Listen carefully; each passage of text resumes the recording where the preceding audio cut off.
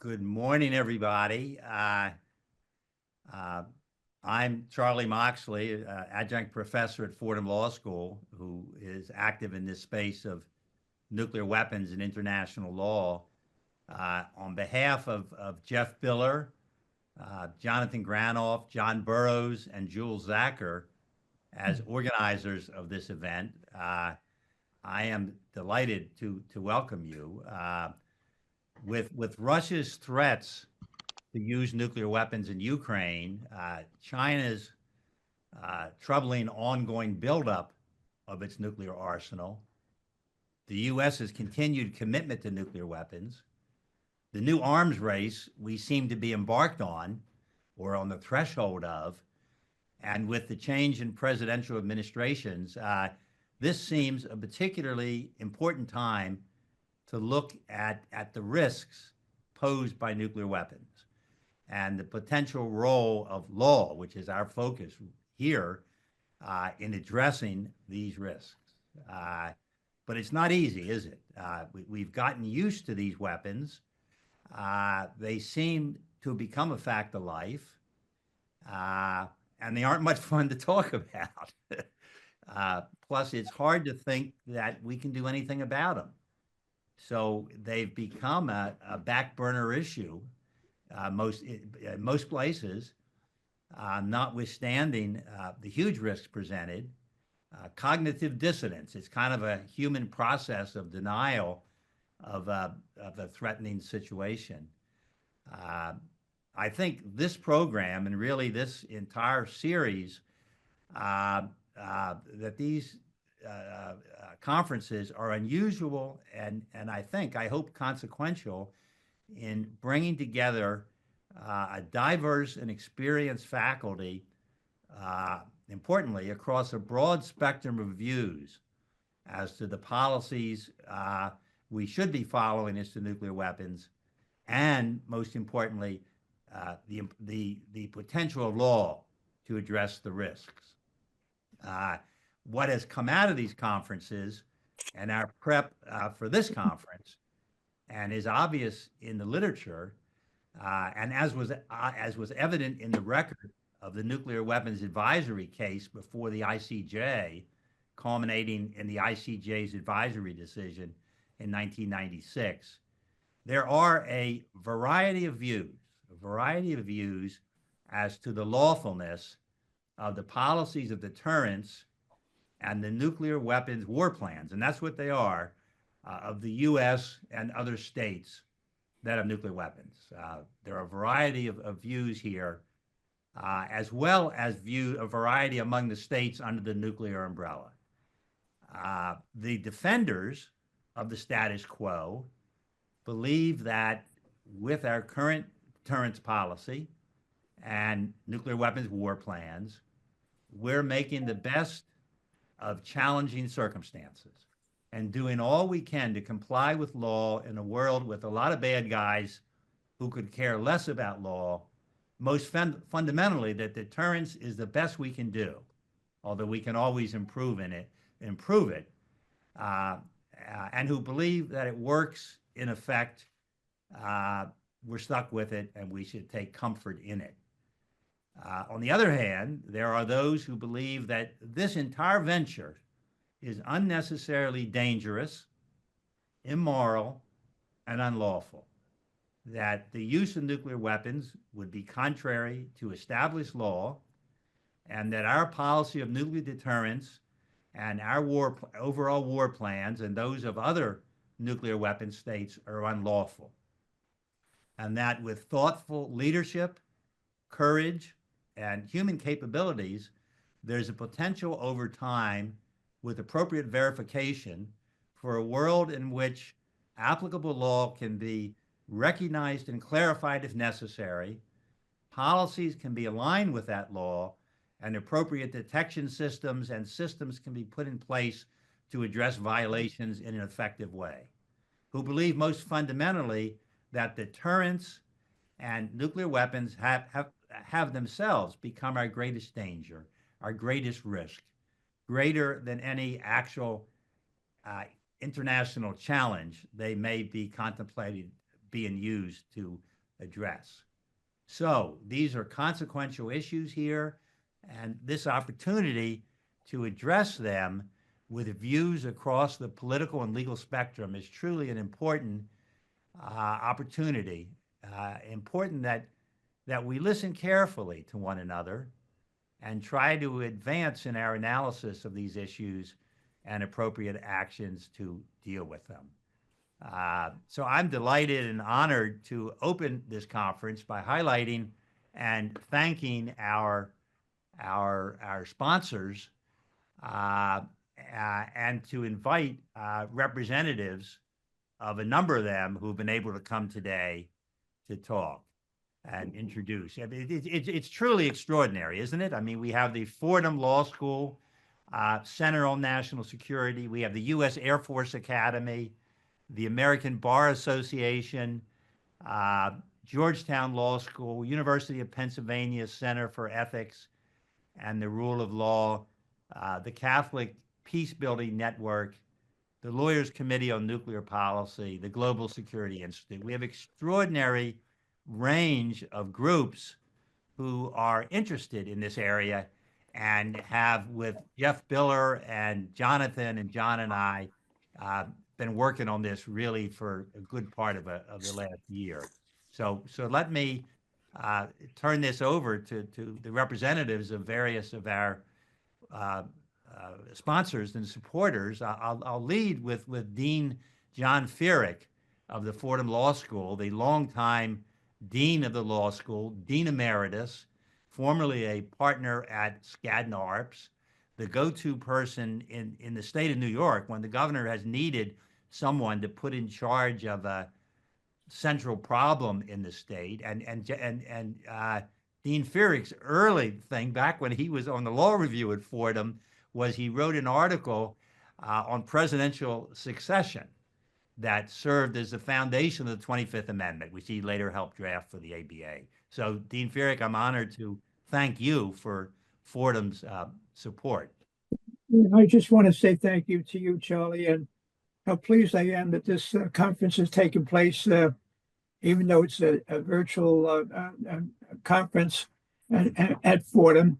And it's always been an honor and privilege for me to say a few words about you.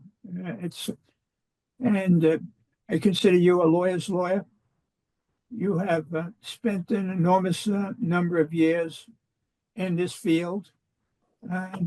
In addition to attending Fordham College and its graduate program, you have achieved an unbelievable reputation. And your treatise on nuclear weapons in 2000 was considered by many of epic significance.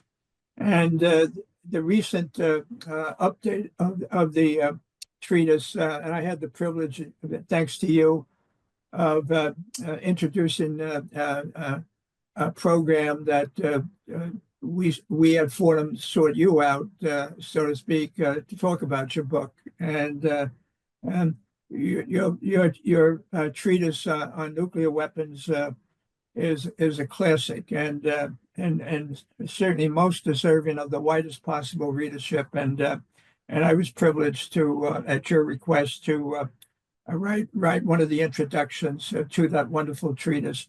Let me also say that one cannot characterize you as only interested in terms of your commitment in nuclear weapons and war.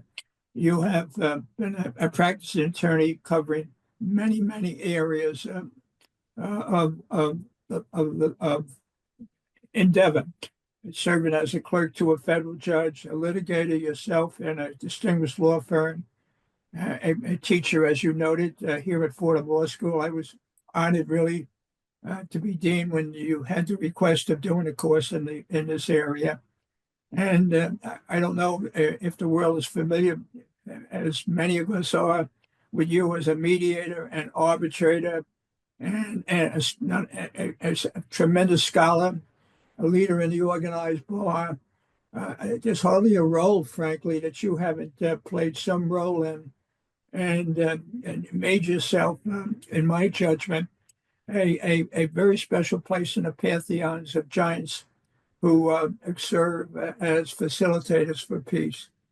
It's a pleasure, really, to say a few words about you, and I wish you and those participating in the program a very fruitful and very productive day. I will be myself teaching a class for 2 hours on the rule of law, beginning at 10:30.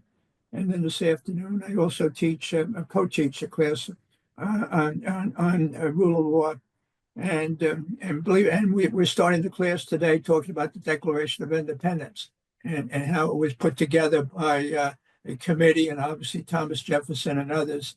And last week we spoke about the sources of liberty, and I took the students who studied different documents in the history of liberty, from Magna Carta down to the English Bill of Rights of the 17th century, and now they're moving into the Constitution, educating students and information so that they can go out and teach civics and other contexts about the Constitution of the United States.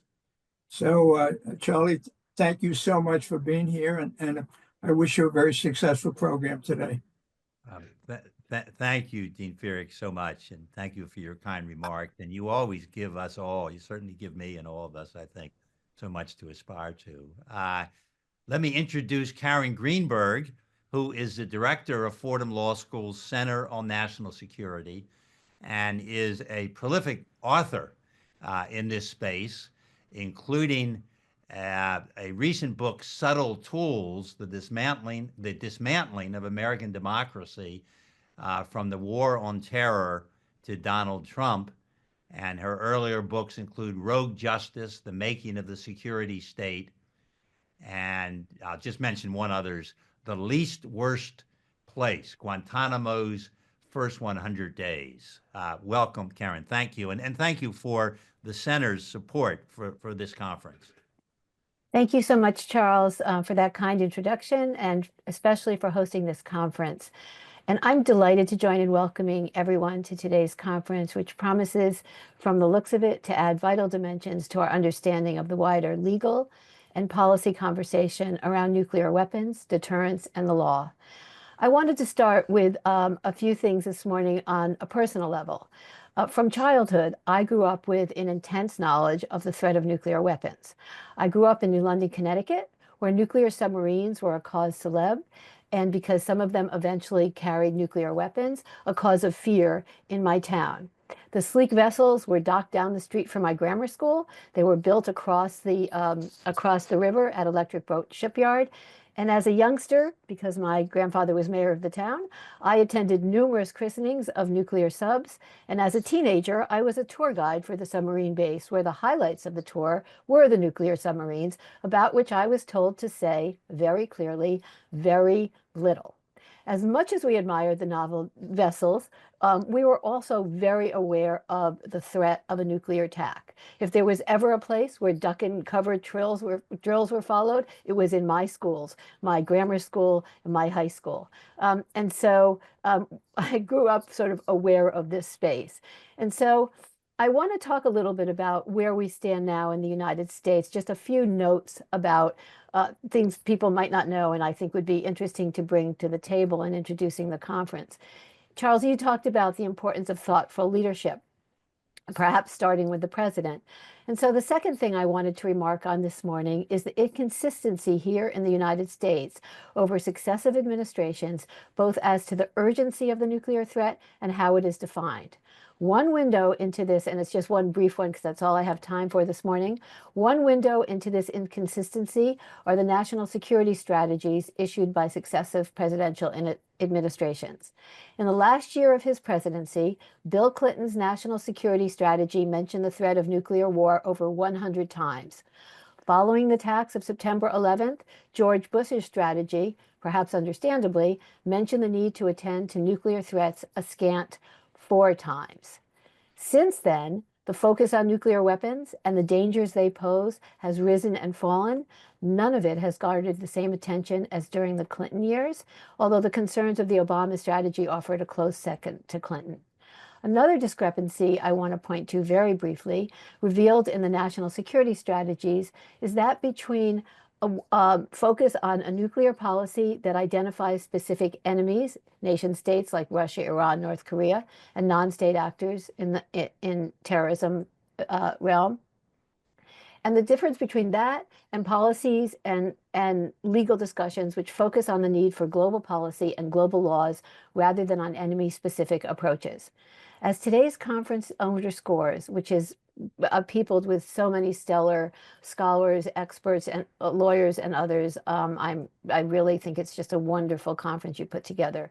When it comes to the threat posed by nuclear weapons, the global context and the power and performance of international law is essential to the future security of the globe. As President Obama's national security strategy underscored, like climate change, global economic insecurity, and other issues, the nuclear threat requires nothing more and nothing less, and perhaps more importantly, given the frightening aspects of a nuclear war, nothing less than a coordinated global response beginning with the law. So thank you so much for hosting this and so much for allowing me to give some introductory remarks, and welcome everybody. Thank you so much, Karen. Very appreciated. You referred to me as organizing this conference, but that's given me more credit than I deserve. Professor Jeff Biller at the Air Force Academy, along with Jonathan Granoff and John Burroughs and Jules Zacher, have been equally engaged in this whole effort. And Jeffrey Biller, who is an assistant professor of cyber law and policy at the Air Force Academy and part of the Air Force Cyber Warts, which partners with government, industry, and academia to develop innovative cyber solutions, has been an extraordinary leader, frankly, within the U.S. establishment at attracting many of our wonderful speakers with the perspective of which enable us to have the dialogue that we can have today from people who strongly believe in the status quo and people who think that we need to rethink it and look at it and hopefully can make some changes. Jeff. Well, thank you, Charlie. And I don't think you can get enough credit for the work you've done organizing here, personally. But good morning, everyone. I would like to particularly thank Charlie for all the continued work in this field and his desire to continue the dialogue. The previous versions of this event were incredibly fruitful, and I hope that this year's event lives up to the standard.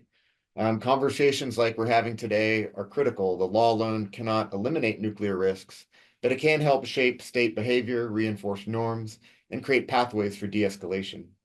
By bringing together experts from law, policy, and strategy, we help ensure that informed and thoughtful dialogue can continue to guide decision-making at the highest levels. I encourage all of us today to engage openly, challenge assumptions, and explore solutions that will move us closer to a more stable and secure world. While the risks are real, so too are the opportunities for progress. Thank you, everyone, for joining us today, and I look forward to the discussions ahead. Thank you, Jeff. Thank you. Let me invite Carlos Remus Mrafsovsky to address us, and I hope I've come close there. Carlos is the chair of the international section, which of the New York State Bar Association, NYSBA, which we're so grateful that the section has supported us in these efforts over the years. Carlos is from the same world of international arbitration in New York that I'm with, sort of as my day job.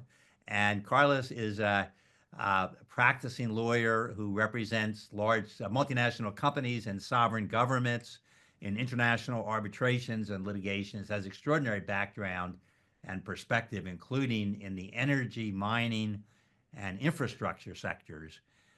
Carlos, thank you, and we appreciate your support. Thank you, Professor Moxley. On behalf of the International Section of the New York State Bar Association, I take this opportunity to join in the chorus, I hope, thanking you and expressing our gratitude for your leadership in organizing this program. We are very proud that the International Section of the New York State Bar can support this program, I believe now for the third time, and to be associated with the other institutions sponsoring it as well. Today's program, it goes without saying, addresses a topic of permanent, urgent concern to our members around the world, to lawyers around the world, and indeed to all people around the world. And I'd say that as an organization primarily of practitioners of international law, we are a community that hopefully all believe in the potential of international law to resolve and prevent conflict, to advance peace and security internationally. And that's certainly a value shared by all of the International Section's members in 60 chapters around the world, and that I believe has been reflected in our section's activities through the New York State Bar, whether it be advocacy on issues such as the illegal war in Ukraine, or more generally in efforts to build an international legal community. But it's also the case that these kinds of more profound considerations about the role of international law can at times feel quite remote in what is for many of us still a commercial practice. But in a world of mounting conflict, instability, nuclear threats that you referred to so eloquently before, this program gets straight to the most fundamental and existential points, and reminds us of what we hope and aspire will be the role of international law in addressing and mitigating. And so, for that reason, I'm very grateful to all of the participants for their scholarship and service and attention to the weighty legal issues that I know will be grappled with today. And I'm very proud that our section can support this program again, and I'm sure we will continue to do so for as long as you continue to organize it. So thank you for the chance to be with you this morning. Thank you so much, Carlos. And it certainly is the case that the New York State Bar Association, the ABA, which we'll be hearing from shortly, offers all of us an extraordinary opportunity to really engage with these broad issues and hopefully to be able to make them more broadly understood and impactful. We have so many experienced people in this conference today who have been active in this space for a long time in so many instances. But we also have some young folks who are so extraordinary. I read the bio last night of Gent Salihu, who is the editor-in-chief of the Georgetown International Law Journal. And as I said in our earlier comments, I felt like that you're more an ambassador. You've worked for the president of your country. You've been active in international affairs already. You're a graduate of Dartmouth with a master's in public policy from Oxford. And as I said, you worked as an advisor to the president of Kosovo and the Minister of Justice. So thank you. And we're very appreciative, to have the Georgetown Journal of International Law, as the Fordham International Law Journal did for the first of these conferences, publish a special edition of the proceedings, puts these conferences out even beyond the sign up. I mean, we had some 300 people sign up for today, but your publication now will get it further. So thank you. Well, thank you for that very, very kind introduction, Professor Moxley. We don't want to step on the toes of the Fordham International Law Journal, but we would love to continue publishing the proceedings of this conference in the future. This is the second time we're doing it. We're co-sponsoring this conference, and it's important to continue discussing nuclear risk through the lens of international law. It has never been more pressing, particularly in the context of Ukraine and Russia, developments in the Middle East. At the same time, advancements in AI may shape future military buildups, including in China, which also adds another layer of complexity to global security. And at Georgetown Journal of International Law, we have a particular focus on emerging tech this year. Our upcoming symposium on March 14 will explore the intersection of emerging tech and international law, and I hope many of you will be able to attend in person. As a co-sponsor of this event, we're honored to publish the proceedings of today's conference, which brings together scholars, practitioners, government officials, and civil society. And these conversations are critical, and we're grateful for your participation. We've also got to publish a review of Professor Moxley's treatise of nuclear weapons recently. That's available online. I'll hope you have a chance to read that, which is summarizes and provides a critique of Professor Moxley's excellent treatise. At the end, I also just want to particularly thank our journalist advisor, Lieutenant Commander Chris Hart, and his team, who've worked so hard in making sure today's conference is a success and that all the proceedings are well captured so that we'll be able to publish everything. Thank you all, and wish you success today. Thank you so much, Kent, and you will all very much enjoy meeting Chris Hart later, who, as we heard, is a naval officer and will be on a later panel. As a member of the board of the Lawyers Committee on Nuclear Policy, I'm particularly delighted to introduce Deeps Vij, who is the executive director of LCNP, and also the director of the UN office of the International Association of Lawyers Against Nuclear Arms, IALANA. Deeps has a PhD in international relations and a master's in global governance from Oxford, and has been active in this space and written in it for some time. Welcome, Deeps. Thank you.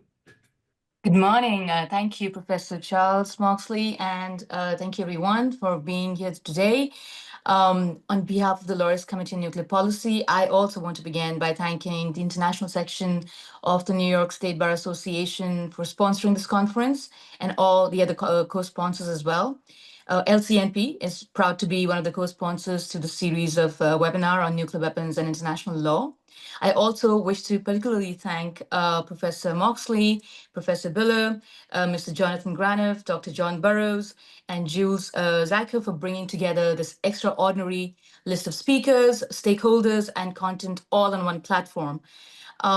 This conference, of course, is a third in its series, is very timely, and it's much needed to shift debates concerning nuclear weapons from the domain of just stating opinions to underlining law and thereby legal obligations. The potential threat posed by the very existence of nuclear weapons is far more underlined in the present day, as many of you have pointed out, whether in the form of a first strike, in retaliation, or as a result of a nuclear accident or incident. I think this year we commemorate the 80th anniversary of the atomic bombings of Hiroshima and Nagasaki. 1 year from now, in 2026, we also commemorate 30 years of the International Court of Justice opinion of 1996. And so I'm hopeful that this conference, with its timing, will set the tone for 2025 and will remain a gentle reminder that nuclear weapons are inherently indiscriminate, disproportionate, and uncontrollable.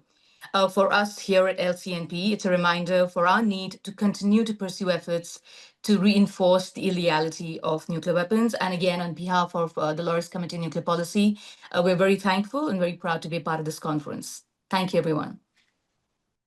Thank you so much, Deeps. The focus of this conference is obviously on law. We start with policy and the international strategic situation, but we focus on law. And a particularly hopeful part of this discussion is that we have numerous representatives on the faculty today who are presently members of JAG, the Judge Advocate Corps, the legal law firm, in effect, of the U.S. military, and several who are associated with JAG at this time. Law is important here, and the U.S. has, as we'll hear, from numerous military manuals, from the Department of Defense Law of War manual, which is over 1,000 pages, on international law concerning use of force, made a huge commitment here. Is particularly important in that context that we now are going to hear from the presidents of the New York State Bar Association and of the American Bar Association, and hear of their perspective on international law and how it fits into issues of this nature. I think we're first going to hear from Dominic Napolitano, who is the president of the New York State Bar Association. Dominic, thank you and welcome. Thank you, Professor, for having me, and please forgive me for not being able to come on video. I am traveling, and therefore I see that Tara put up a photo of me for everyone to see. Once again, good morning, everyone. Thank you for allowing this program to go forward. We are gathered to discuss one of the most critical, if not the most critical, international issues facing us today. It is the subject that we have been revisiting every 2 or 3 years, and we do not spend enough time on it. Perhaps that's because many other topics competing for our attention, whether it be the pandemic, global warming, or the growing income gap.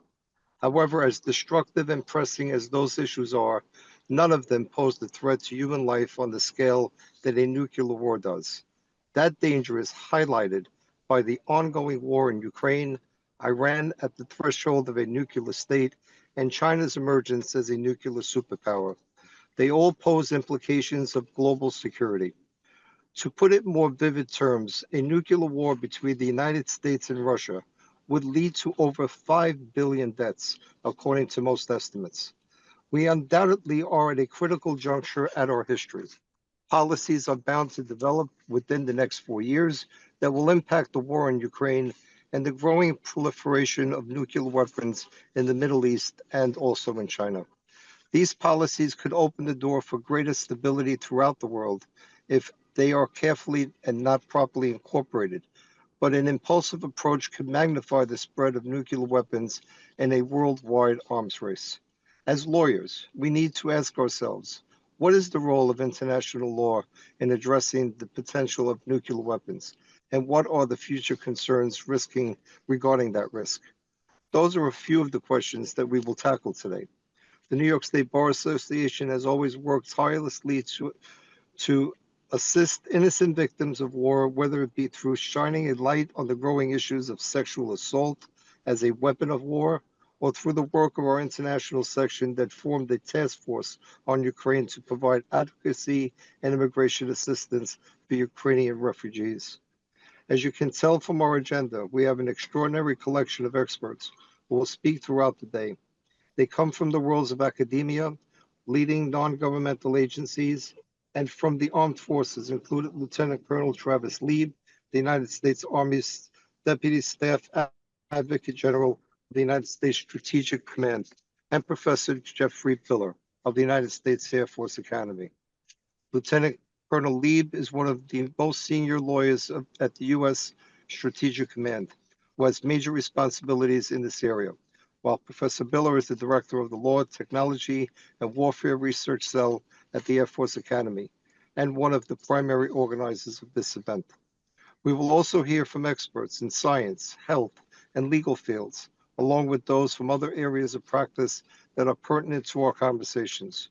You will bring fresh perspective to today's discussions, and I appreciate all of you for joining us. I am looking forward to hearing what you have to say. Thank you for your commitment to the preservation of peace and democracy, and for ongoing service to our country. I want to thank Professor Moxley and the members of the New York State Bar Association International Section, and Jonathan Granoff on behalf of the ABA International Law Section for their hard work on this conference. The New York State Bar Association is extremely proud to be involved with this, which, like our other programs, focus on important and sometimes controversial issues. We are committed to supporting international peace and security through the rule of law. I would also like to thank our sponsors for their commitment to today's program. And of course, I would like to thank American Bar Association President Bill Bay, who will now say a few words and whom I hope to see quite shortly in Phoenix in the next couple of days. Thank you, Bill. Thank you so much, Dominic. Thank you for your leadership and really for the State Bar's commitment to this issue, which doesn't happen automatically. It takes leadership, and we appreciate your leadership and Carlos's leadership in the international section. We're now going to hear from Bill Bay, who pre-recorded because he had another engagement this morning, but we have Bill Bay's presentation. Bill is the president of the ABA, which has supported these conferences from the beginning. I'd also like to thank my brother, Paul Moxley, who was instrumental in the ABA's support, who has been very active in the ABA for many years. Tara, let's hear from Bill Bay. Hello, I'm Bill Bay, President of the American Bar Association. On behalf of the ABA and our International Law Section, we are pleased to be co-sponsors of this important conference. Thank you also to the International Section of the New York State Bar Association and the other co-sponsors for producing this timely program. The United Nations wrote in a March 2023 statement that the risk of nuclear weapons being used is currently higher than at any time since the depths of the Cold War. That's a sobering reality to consider. So it's very timely that this conference focuses on nuclear risk through a legal lens. The global landscape and relations are vastly different now than in 2020 when this program first convened. We witnessed a long and enduring conflict between Russia and Ukraine, which was the topic of your last conference. The assault on democracy and specter of nuclear warfare moved the American Bar Association to adopt Resolution 506. It condemned the Russian Federation's unlawful invasion of Ukraine in direct violation of Article 2 of the Charter of the United Nations and the Geneva Conventions of 1949, citing the threat of nuclear weapon use, the violations of the law of war and international human rights law. The ABA strongly urged the Russian Federation to respect its obligations under an international law that govern the use of nuclear weapons. The harrowing specter of nuclear warfare underscored the critical need for the global community to reinforce its commitment to international law, to peace, to disarmament, and prevention. But the ABA does more than just resolutions. Through the selfless work of the ABA Center for Global Programs, the International Law Section, and several other parts of the ABA, we proactively work to hold governments accountable under law, to advance global justice, and to work for sustainable development. We work to create a world where human rights are upheld, the rule of law is steadfast, and the global community thrives through unity and diplomacy. It's what we should do. We are an organization that strives to be the home for the legal profession and a model for our communities, domestically and internationally, a place where all lawyers can find opportunity and value. Wherever you practice, we are working to defend, build, and uplift individuals and communities. This past fall, the ABA Standing Committee on Law and National Security, the ABA's oldest standing committee, convened its 34th annual review of the field of national security. A spotlight was on the evolving face of war and the legal challenges of future conflict.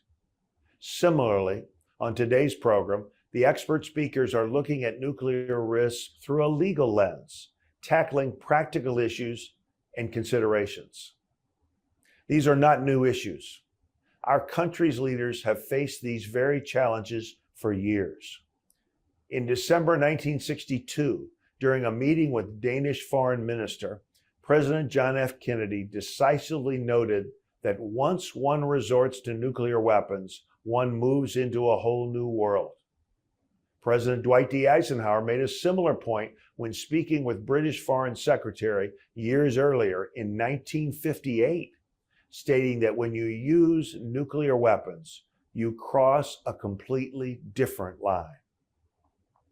We find ourselves confronted with the same predicament and peril of nuclear weapon use today and the humanitarian and legal ramifications of it. This is why this meeting continues to be relevant. We appreciate the New York State Bar holding this conference, and we thank you all for your contributions and commitment to advance justice, security, and liberty for all. The American Bar Association stands with you in protecting our world through justice and the rule of law. Thank you. Our thanks, obviously, to ABA President Bill Bay for the ABA's longstanding leadership on these issues and support of this conference.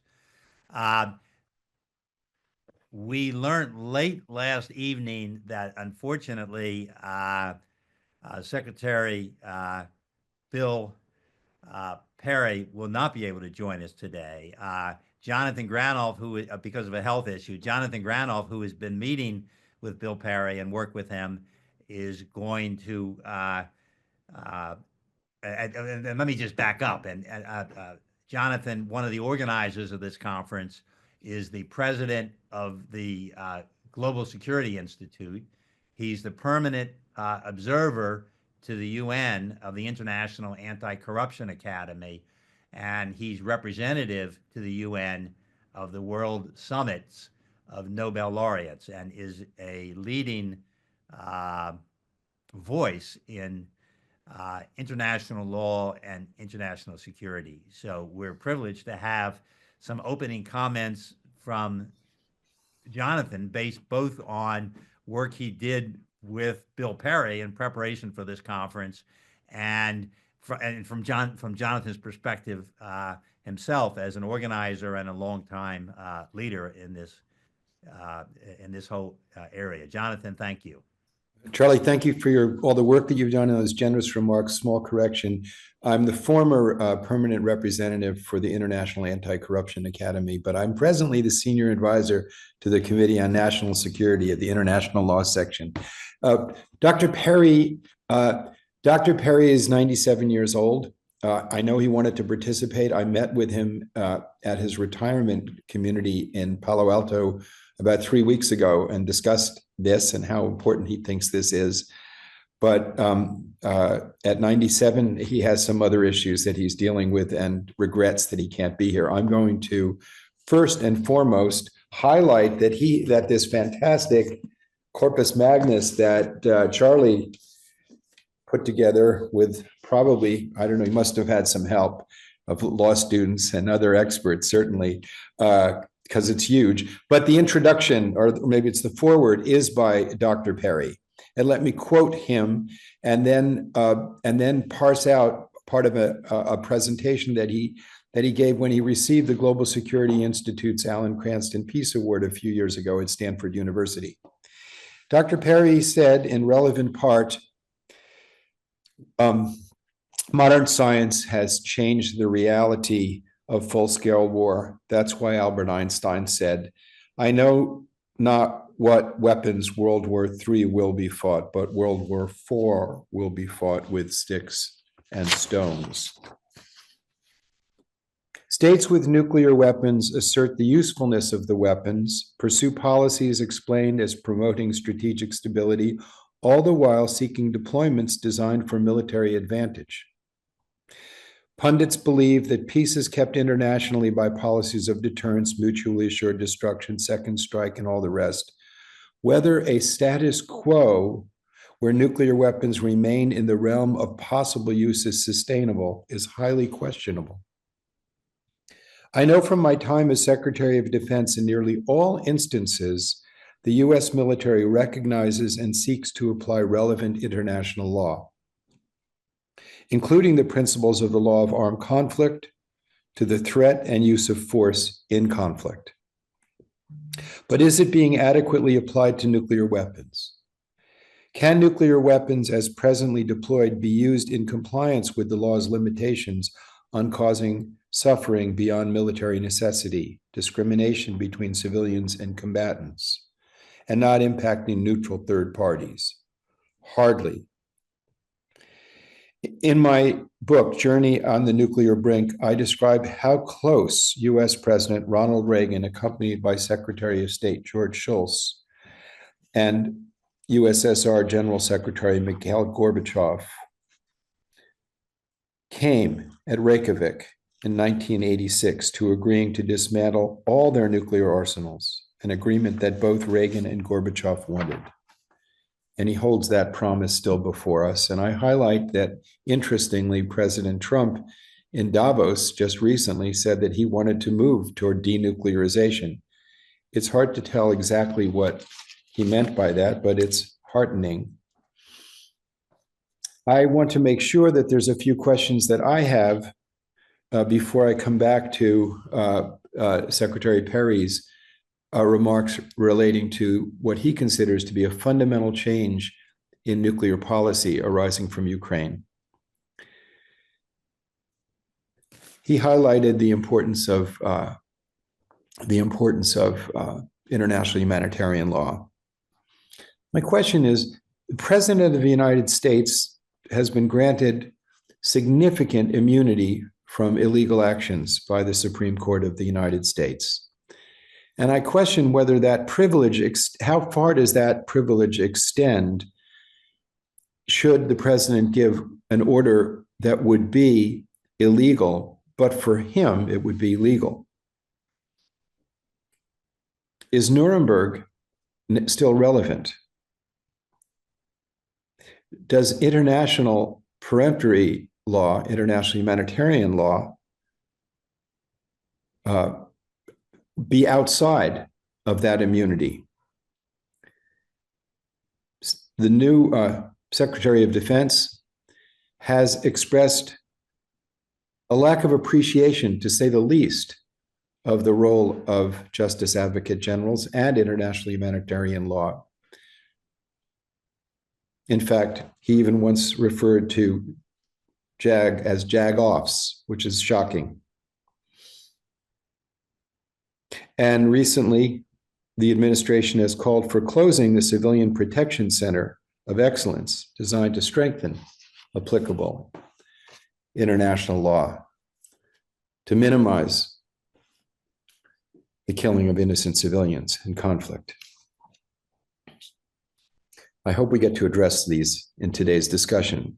Now, Dr. Perry in Stanford highlighted the invasion of Ukraine violated two principles that were important during the Cold War. One, that no country would invade another for the sake of expanding its national boundaries.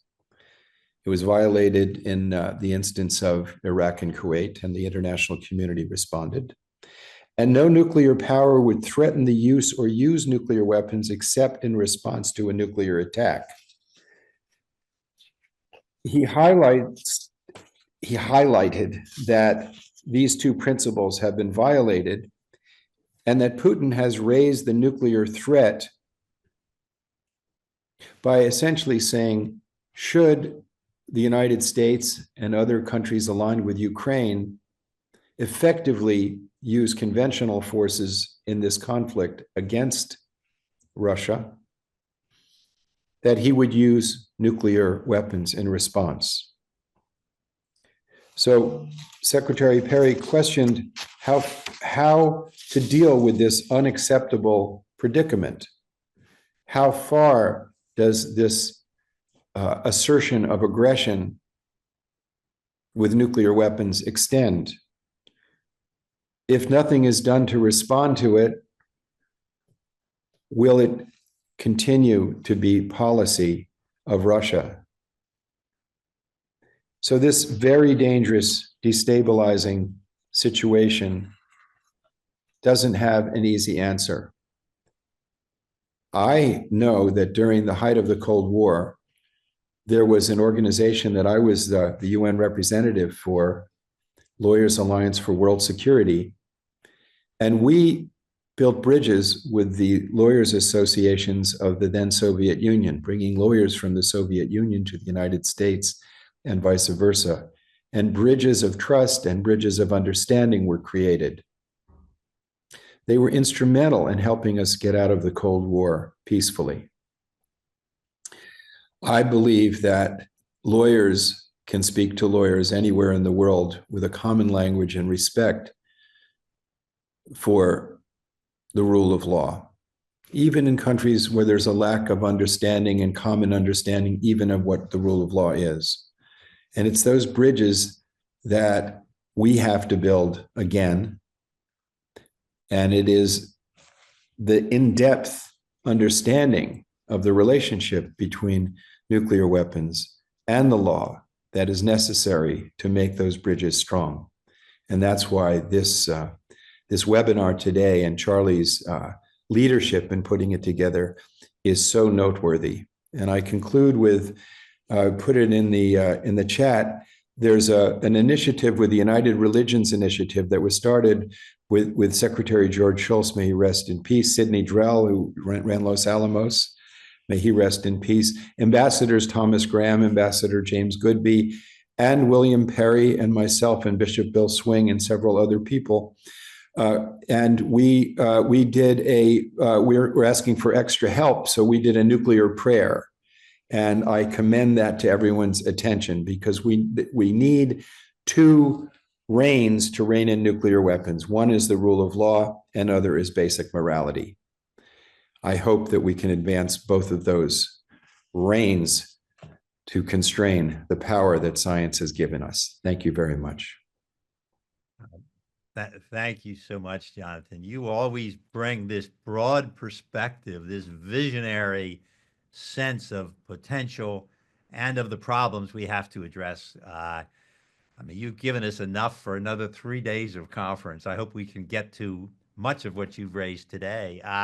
We're right on target for panel 1 now. I'm going to turn it over to Jeff.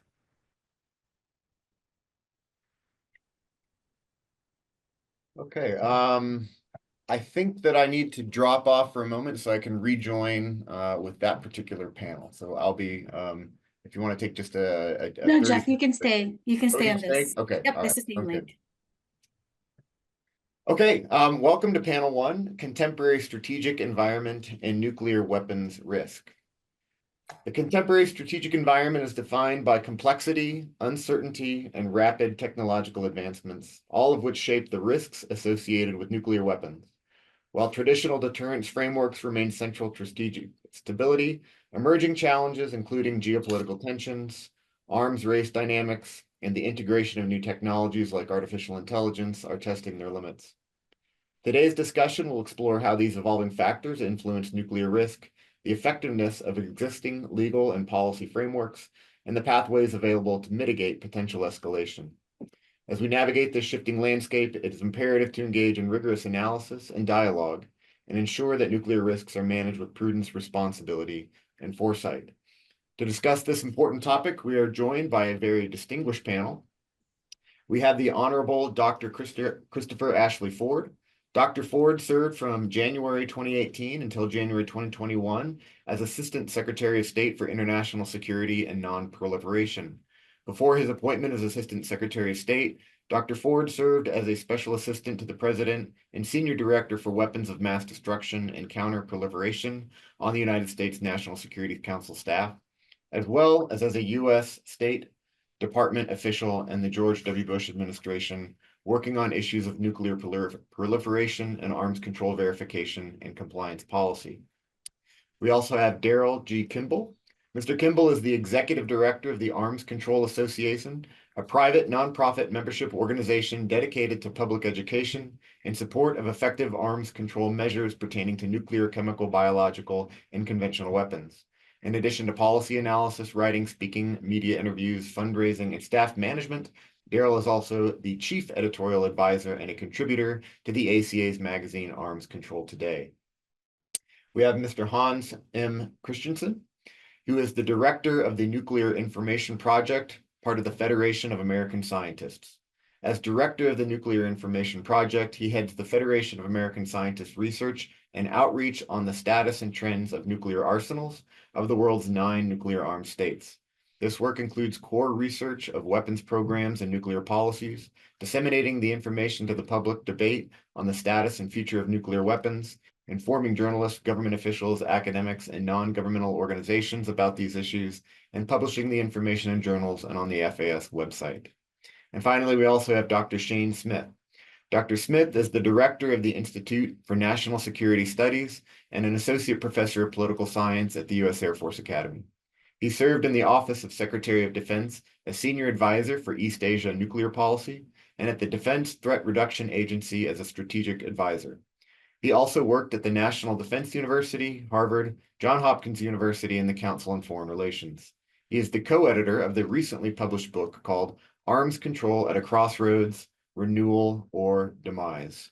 Thank you, everybody, for joining us. All right, I'd like to start with the question of assessing the current risk of a nuclear conflict. And the first question I have is, how do we assess risks? Actually, let me back up, I'm sorry. At this time, I'd like to start with introductory remarks by each of the panelists. We'll go ahead and we'll start with you, Dr. Ford. Oh, thanks very much. I hope you can hear me. Is that all right? Yes, great. Fantastic. It's a pleasure to be here, and thanks for having me. To be honest, I'm not aware of any sort of crisp, precise, and systematic way that the U.S. government, at least in my experience, estimates nuclear risks. I'm not sure. In many ways, it's actually if you're looking for crisp performance metrics and so forth, I'm not entirely sure it's a doable thing. I certainly feel that the risks now are very high. I'm very skeptical about things such as the infamous doomsday clock, which I think we just heard last week or maybe earlier this week is now set to what did they say? 89 seconds till midnight or something like that. Those are political statements and parts of lobbying campaigns by organizations with their own agenda in this field. I haven't come across a particularly systematic way of doing that inside the government. That said, as I said, I do believe that they're high. I fear that the biggest risk at the moment of nuclear war comes out of the potential escalation of a conventional conflict between nuclear armed states and or their allies. And there's no small risk of that, I fear. But the reason there is such a high risk of that at the moment doesn't come out of the existence of the weapons themselves. It comes out of the fact that in the current security environment, we've got some major players, the Russians most obviously, but to some extent China as well, who have made who have returned territorial aggression to the front and center point of their geopolitical agenda, and are, especially in the Russian case, quite keen on using nuclear threats in support of that agenda, not to deter aggression, which is the way that we in the West usually think about nuclear deterrence, but actually to deter anyone from thinking about doing anything to impede their own territorial aggression. So that's that's the primary locus of risk. There are others, of course, and I've been a non-proliferation person for almost my entire professional career and wouldn't want to slight those risks too. But I think the gravest danger comes from escalation out of a conventional conflict that has been undertaken by a country that wishes to, annex and absorb its, one or more of its neighbors, and is using nuclear threats to scare others out of causing any trouble for that agenda.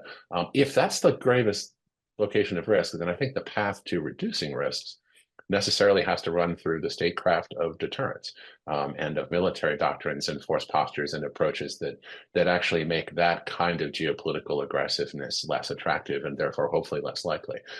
That's a very different agenda than one hears out of most of the disarmament community, but I do think that if we are going to reduce nuclear risks in the current environment, there isn't any other way to do so very effectively if you leave that statecraft box unchecked. That's my 2 cents. I'd be happy to talk further, of course, about this. Thanks for having me on the show.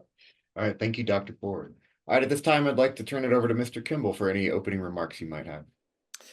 Well, thanks for the invitation to be with you all for this conference. Very impressive lineup. I congratulate the organizers. Well, let me just provide an overview of what I see as the risk and some of the factors behind what I would say is a heightened risk. I agree with Chris that it's hard to measure quantitatively how much higher, but I would say it is heightened, and it is higher than at any point since the end of the Cold War. And so as we approach the 80th anniversary of the US bombings of Hiroshima and Nagasaki, it is clear that nuclear risks are growing. And one reason is that human civilization remains tethered precariously to the existence of nuclear weapons and the threat they might be used again in South Asia, in Europe, between the United States and Russia, in East Asia, between the United States and China, or on the Korean Peninsula. We have several nuclear flashpoints, all of which are depend upon a tenuous and very hard to sustain nuclear deterrence relationship between nuclear armed countries. And so, in addition, each of the states have policies that would allow for the first use of nuclear weapons in the event that a conflict, a conventional conflict, break out, and they are losing the conflict and feel the need to resort to nuclear weapons. China has a no first use policy, but the confidence in that policy, for instance, in a war over Taiwan, let's say it is not as high as it needs to be or could be or should be.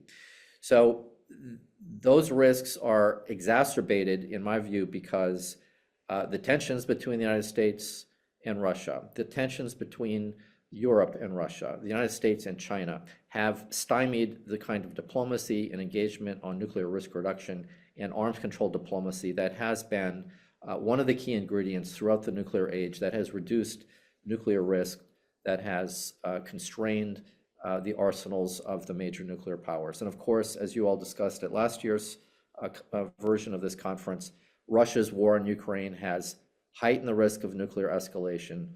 That continues today, and that remains an increase, a reason why there's an increased risk of potential for nuclear escalation. And then, of course, we have the risk of a growing nuclear arsenals on the part of the US, Russia, and China as they modernize their arsenals, and in some cases, in China's case, expand their arsenals, and then the agreements that have held back the growth of these arsenals and have moved the US and Russia to reduce are at risk. And in particular, I want to highlight the fact that the new Strategic Arms Reduction Treaty, which was extended in 2021 by 5 years, will expire in almost exactly 1 year. And as of now, there are no talks underway to replace that. But I think interestingly and usefully, President Trump just a few days ago at the Davos Forum said that we want to see, and I'm quoting, we want to see if we can denuclearize, and I think that's very possible in response to a question about engagement with Russia and China. So it's good to see that Donald Trump recognizes that the President of the United States has a role and a responsibility to mitigate these risks. It's going to be difficult to navigate any such negotiation with the Russians, especially more with the Chinese. I think Jeffrey will talk a little bit more about what some of the arms control options are a little later in this session. But let me just note here that based upon the history of US-Russian nuclear arms control negotiations, any negotiation is going to be complex and time-consuming.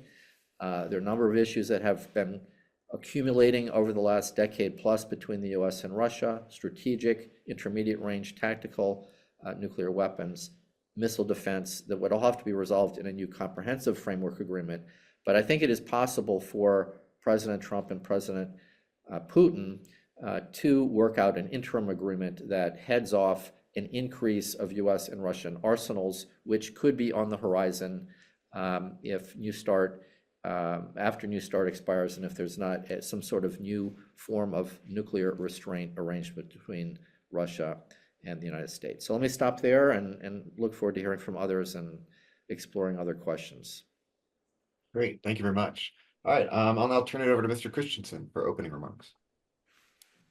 Great, thanks very much, and thank you for the invitation to be here. I'm looking forward to this discussion from so many different angles. And so I thought I would just kick in, because of what I'm doing in my job, with sort of a quick snapshot of what I see in nuclear force structure and operational developments, and then some thoughts about what those implications are. And of course, right now, in terms of threats and risks, the debate is very much dominated, as understandably, of the Russian invasion and continuing war in Ukraine, and their nuclear threats from day one. I mean, literally, it's been sort of a frequent and almost constant part of their behavior around this war, that they were very, very intent and very interested in impressing upon the West that they have nukes. And so they played that up in a variety of ways, initially with more and more strong statements. Then we saw this last spring, and summer, for the first time, some real high-profile tactical nuclear weapons exercises. And as you all know, we have seen sort of very frequent updates to their nuclear doctrine.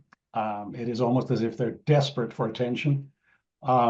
What's much harder to discern from all of this stuff is to what extent it affects the way the Russians actually intend to use nukes, at what point, and how they would do it. I think, there's concern about it, but it's really, really hard to discern from the rhetoric and the action. Nonetheless, the behavior is driving up not only what they think they need to do and say, but also what the West is reacting with. And here we, of course, have seen a much more muted rhetoric on the part of the West about nuclear weapons. The West clearly doesn't want to go into a tit for tat on this, which is a good thing. Ironically, I think the NATO's U.S. response in operational terms have actually been significant, both in terms of bomber operations, ballistic missile submarines operations, and the way tactical nuclear weapons exercises are communicated and branded in Europe right now. We also see some infrastructure change, of course, that's happening at Lake and Heath. So these things interact, sort of an action-reaction, and we see similar dynamics going on on the Korean Peninsula, of course. Most dramatically, of course, with the North Korean modernization, and most recently, their frequent talks about tactical nuclear weapons and the role of tactical nuclear weapons in their strategy. And then, of course, with that comes the South Korean reaction and the U.S. response to it. And then in South Korea, we see this strong public support, and even among some policymakers, support for South Korea going nuclear, which would have immense consequences for U.S. interactions, of course, with that country and that region. India, Pakistan, a different case. But nonetheless, we have seen border incidents, the rising of rhetoric, warnings that have nuclear tones, and they're in the middle of their own relationship there that is increasing the arsenal as well. India, of course, is becoming more interested and focused in terms of technology and strategy on its long-term relationship with China in the nuclear sphere, of course. But out of all of this, it's sort of a textbook example of what happens when you have nuclear threats and growing international tension. Countries reach for symbols of security, need symbols of national power, and they try to illustrate that in a variety of ways. And so for me, this thing is nuclear threat is not that a nuclear power or nuclear ruler will wake up one day and then say, this is it, I'm going to nuke them. My concern is, just like John said, that the issue is more that this bubbles out of these interactions of a conventional conflict, and that escalates. But this is where it gets tough and dangerous, when we get into this back and forth, this rhetoric, and this increased posturing on all sides, for that matter.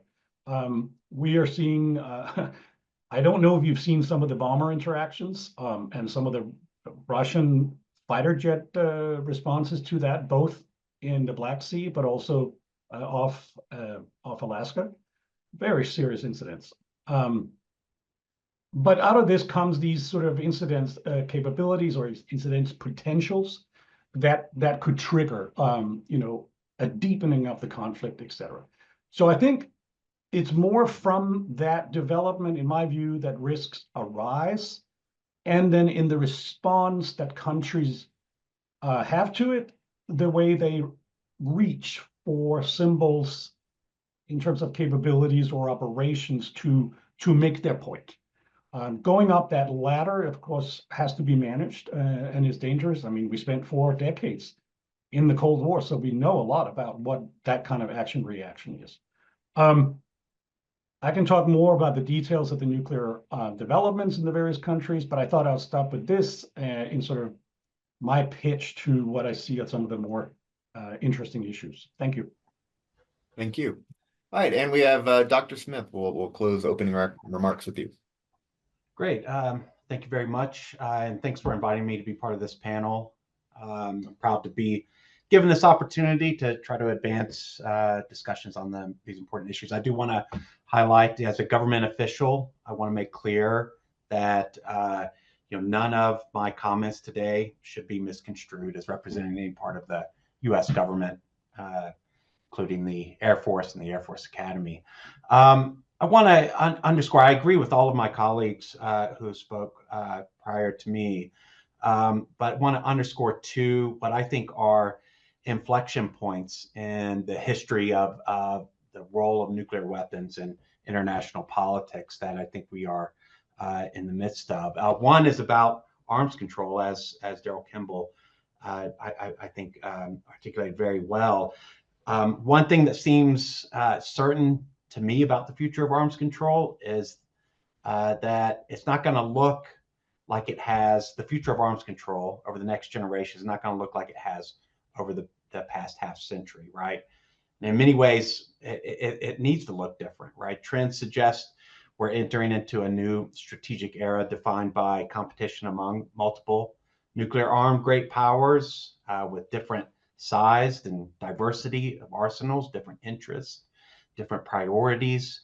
We have potential, we face growing intensification of regional conflicts, rising nationalism, the advancement of information and communication technologies, and the emergence of new strategic domains in space and cyberspace, all of which are having really transformative impacts on international security relations and on the requirements for managing strategic stability going forward that I'm not sure that we fully have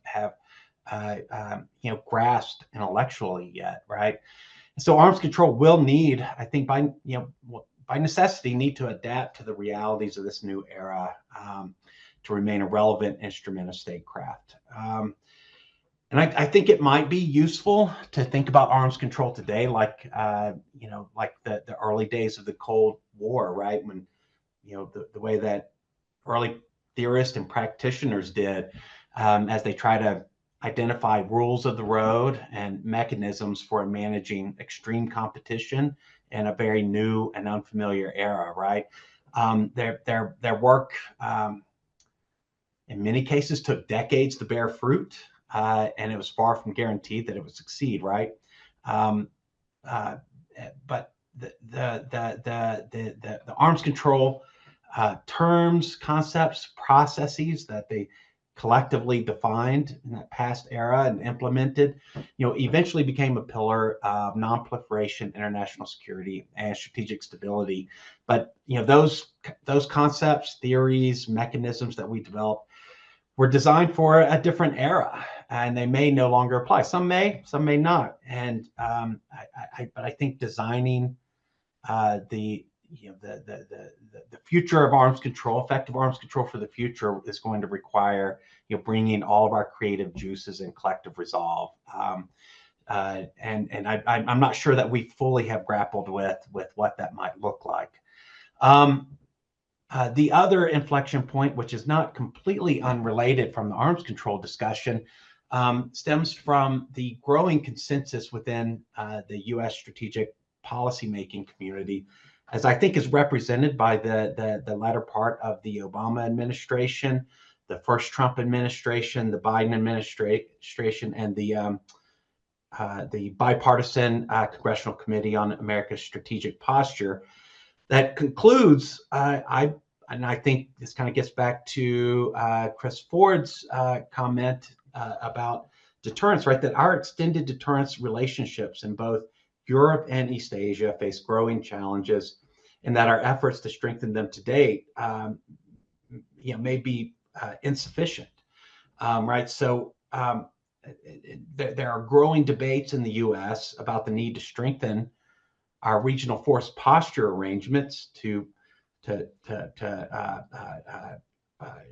strengthen those extended deterrence commitments, which of course would come with its own risks, about which I think has already been, a few of those risks have already been raised. But we're also seeing in allied countries growing discussions about developing independent arsenals if the U.S. doesn't take sufficiently strong measures to address what they perceive to be as yawning deterrence gaps, right?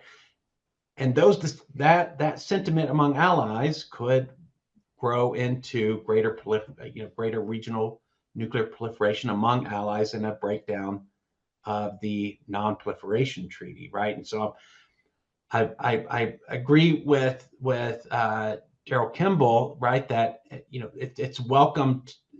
I think many of us have seen arms control as waning and in trouble, and it's good to see President Trump raise arms control as a focal point of discussion and diplomacy. But I'm not sure that his entreaty assuages or intensifies concerns among allies about the future of U.S. extended deterrence commitments. I'm sure it does a little bit of both. I'm sure it increases anxiety and concerns, and also kind of alleviates some concern about the direction that the Trump administration may take. But the point is, I think there's a real potential, if and when the United States begins to engage with Russia and China on arms control and potential reductions toward disarmament, right, there will be growing pressure for regional proliferation. And so I guess my bottom line is that there is no silver bullet to resolving the structural challenges to maintaining the U.S. extended deterrence commitments and kind of the new era that we are entering into of great power competition. And we can, of course, debate over what presents the greatest risks and the best approaches to reducing them. But I think we need to take appreciation of the fact that there is no real risk-free solution, right? So I'll turn back to you, Professor Biller. All right, thank you very much. So from what I'm hearing initially is that we're in an environment with a lot of uncertainty between increased rhetoric, doctrinal changes, current armed conflicts, new weapons, expiring treaties, shifting alliances. In this environment, I guess I'll open it up for anybody. I mean, I heard Dr. Ford say that he doesn't really think that there are any good models for accurately assessing that risk. I'll open it up to the rest of the panelists. Is it possible to assess risk, and how important is it to assess risk as it relates to potential use of nuclear weapons at the current time?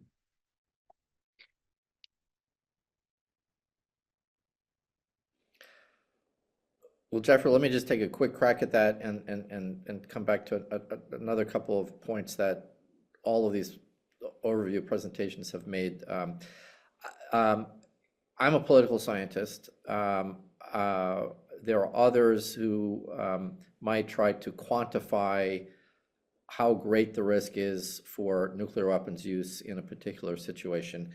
But I think in some ways it is an impossible exercise to quantify numerically how much risk has increased, because the decisions about this are by the leaders with their hands on the proverbial buttons are very subjective decisions that are very specific to certain situations.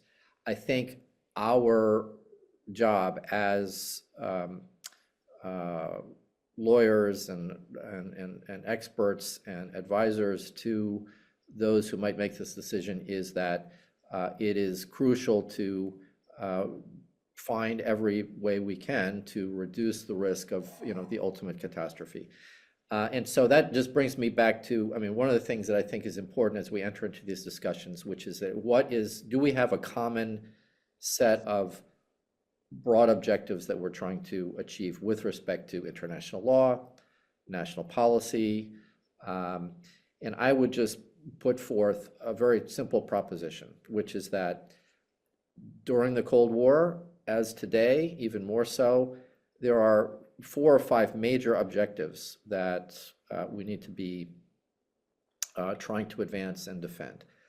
One is to prevent nuclear use anywhere, to push back against nuclear threats, and there are some kinds of nuclear threats that some people say are more responsible and some are less responsible. I happen to be someone who believes that any sort of overt nuclear threat is irresponsible and, as the G7 said, inadmissible. We have a norm against nuclear weapons testing, which has held for the most part for about a quarter century, except for North Korea. That's very important in terms of reducing risk. We have a strong norm against the spread of nuclear weapons, and there are many strategies that have been developed that need to be strengthened, new approaches that need to be pursued to prevent the spread of nuclear weapons to additional countries, including the technologies that are necessary to construct them. And then I think there's an emerging norm that some governments believe exists and others are less loyal to, which is that there's a norm against increasing the number and diversity and the salience of nuclear weapons, particularly the number and diversity. For the vast majority of the nuclear age, beginning with the 1968 Nuclear Non-Proliferation Treaty, Article 6, there is an expectation and an obligation that the nuclear armed states will engage in good faith negotiations on ending the arms race and on nuclear and on disarmament and on general and complete disarmament. So that norm is at risk today because of China's nuclear buildup, the United States and Russia not having a pathway, a plan for what happens after New START, and the very likely push from the US Congress and maybe the Trump administration to increase the size of the US arsenal in response to what China and possibly what Russia does after New START expires. So I would lay out these as the broad objectives that we need to be pursuing in order to reduce nuclear risk writ large. Of course, nuclear weapons use is probably at the top of the list. And I would just finally add that deterrence and nuclear deterrence has a role in preventing nuclear war, yes. It has a role in preventing proliferation, that's extended deterrence. But we need to distinguish between assurance and deterrence and nuclear deterrence. And our ability to persuade and deter allies from going nuclear also depends on our political efforts to show support over time for their defense. And so political leaders can undermine extended deterrence simply by making political statements, as President Trump did in his first term. And that's one of the reasons why South Korea is very nervous, why NATO is very nervous today. So let me stop there. I just wanted to lay out a broad framework for us to think about in terms of how we pursue the employment of international law and policy to reduce nuclear risk. Thank you. I think that's very helpful. There's a question, I'll definitely come Jeff. back to legal status of deterrence in a bit. So I'll turn it back over now to Dr. Ford. I saw your hand come up really quickly. Yeah, thanks very much. Daryl and I don't usually agree on things, but I will certainly admit to sharing his skepticism that there's any really crisp way to measure nuclear risks. On the other hand, I'm not totally sure it's that important to have that fine grain a way of measuring things. Whether it's 89 seconds, 90 seconds, 3 hours, that's not really, to some degree, I think that's a sort of a distraction from the important policy issues we really should be trying to focus upon. The only time I'm aware in recent years, at least that I can recall seeing any reference to a specific sort of percentage of nuclear risk was actually just within the last couple of years with the early phase of the Ukraine, this phase of the Ukraine conflict, when it was at least reported in the papers that the CIA had supposedly assessed that something about the likelihood of nuclear use might rise to 50% or even higher. I don't even know if that's a quote from anybody's assessment, but that's what the New York Times recounted being told that the CIA had assessed.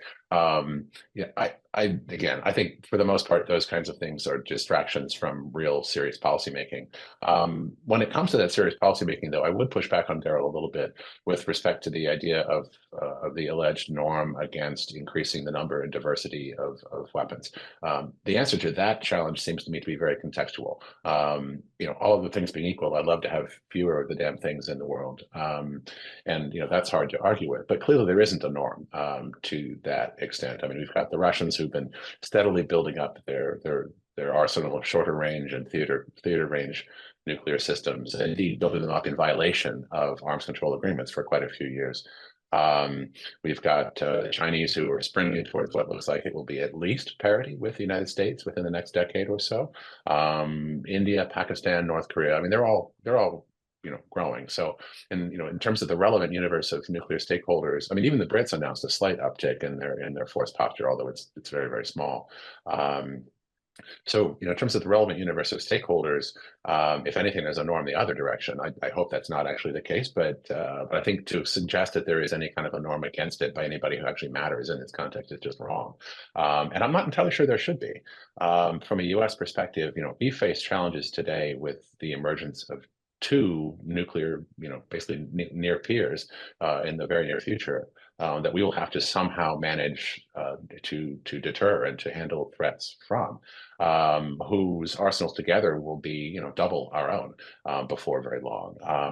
It's not at all clear to me that a norm against doing anything to augment capabilities in response to those kinds of threats would be a good idea. That would be a recipe, arguably, for potential deterrence failure. So I think it's not for no reason that the clear trend in the U.S. nuclear weapons policy community on both sides of the aisle, and you can see this from the bipartisan conclusions of the Strategic Posture Review Commission, just to give one example, the bipartisan trend seems to be that at least some sort of augmentation of U.S. capabilities is absolutely needed. Now, how much? That's a hell of a question. I don't have that for you.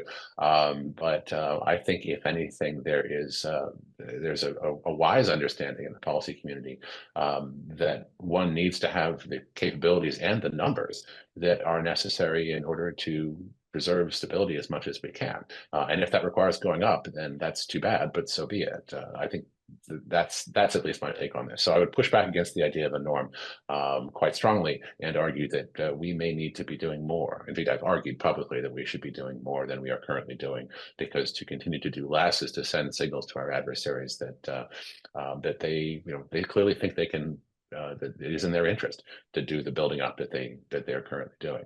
I think it would be very helpful for the prospects of arms control negotiation, among many other things, to send a signal to them that, hey, by the way, that's actually not in your interest, and here's a concrete reason why your lack of restraint is not a good idea for you.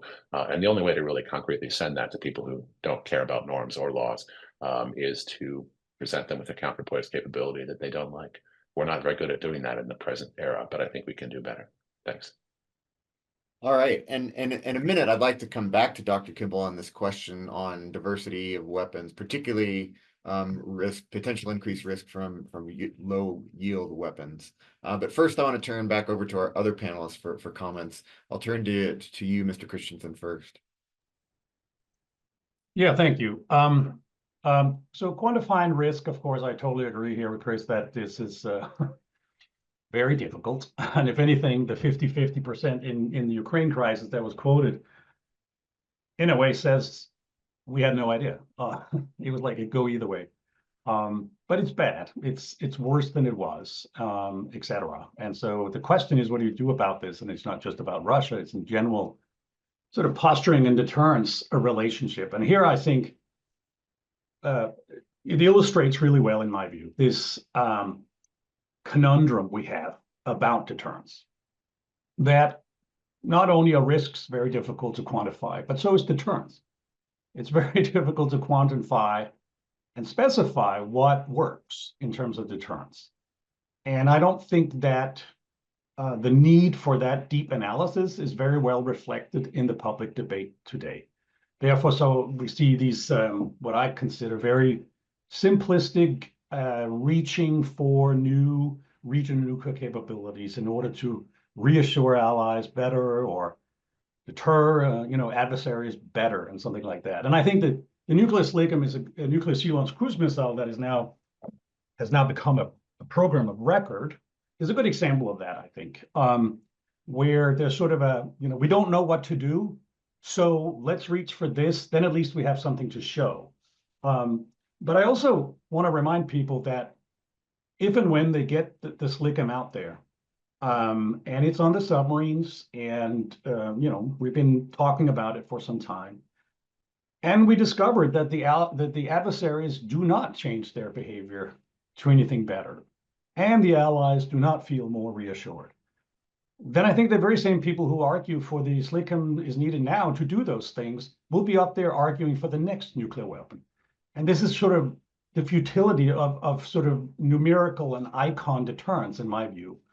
And I also think it misses the point that the way, my understanding of the way U.S. Strategic Command does deterrence operations today is significantly different from the way it was done during the Cold War. There are, of course, many, many parallels, but it is certainly not just nuclear. And the response is not just about even a military response. Anybody who has read the preamble to the current nuclear war plan will understand that. But I don't think those realities and those changes that have happened are reflected very well in the public debate. And then also, of course, just a reminder, the US is not very well postured to take on the Russians and the Chinese in a nuclear kind of arms race today. So we sort of have to think carefully about how we do what we think we need to do on deterrence operations and reassurance before sort of walking too far down that path. So that would be sort of my 10 cents here. All right, thank you. Dr. Smith. Hi, I apologize. It seems like my video is completely blurred out and I can't That's all right. We got you good on audio, so that's okay.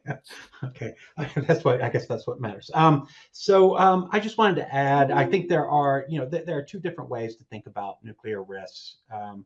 One is about related to the growing arsenals and diversity of weapons and changing of postures that could put those weapons in the hands of more and more people, right? And as you go in that direction, the theory is that because of human fallibility, eventually, the risk grows that there will be accidents, miscommunication, inadvertent use or unauthorized use of nuclear weapons. That's one way to think about risk, and I think those are very real as we see changes in postures and countries begin to adopt new doctrines and incorporate new capabilities into their militaries. I think those risks are, in my mind, clearly growing, especially during times of change. The second way to think about risk is whether or not leaders are contemplating or increasingly considering using nuclear weapons. And I'm not sure, again, I don't know what, how to agree with all my colleagues. I don't know how you account for that. And to be frank, I find it, paradoxical the way, that,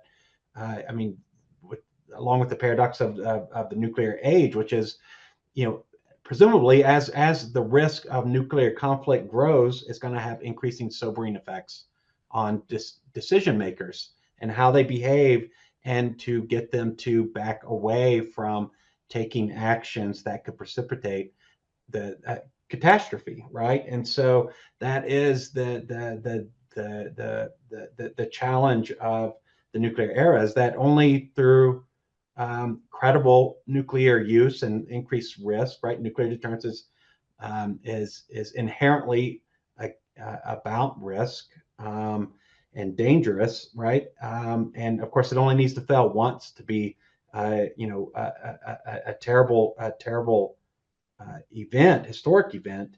But it just occurs to me that as the perception of risk grows among leaders, that there is potentially an equal but opposite inclination to do things among leaders to that would push us toward that threshold. So one level, so just kind of recap that, on one level, I think risk is potentially more identifiable in terms of the growing numbers, diversity of weapons and different nuclear command and control arrangements to operationalize different nuclear strategies among the nuclear armed states.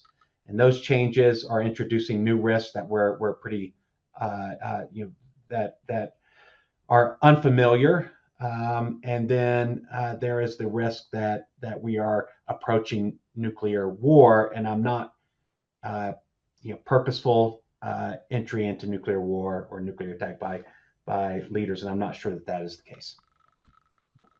Okay, thank you.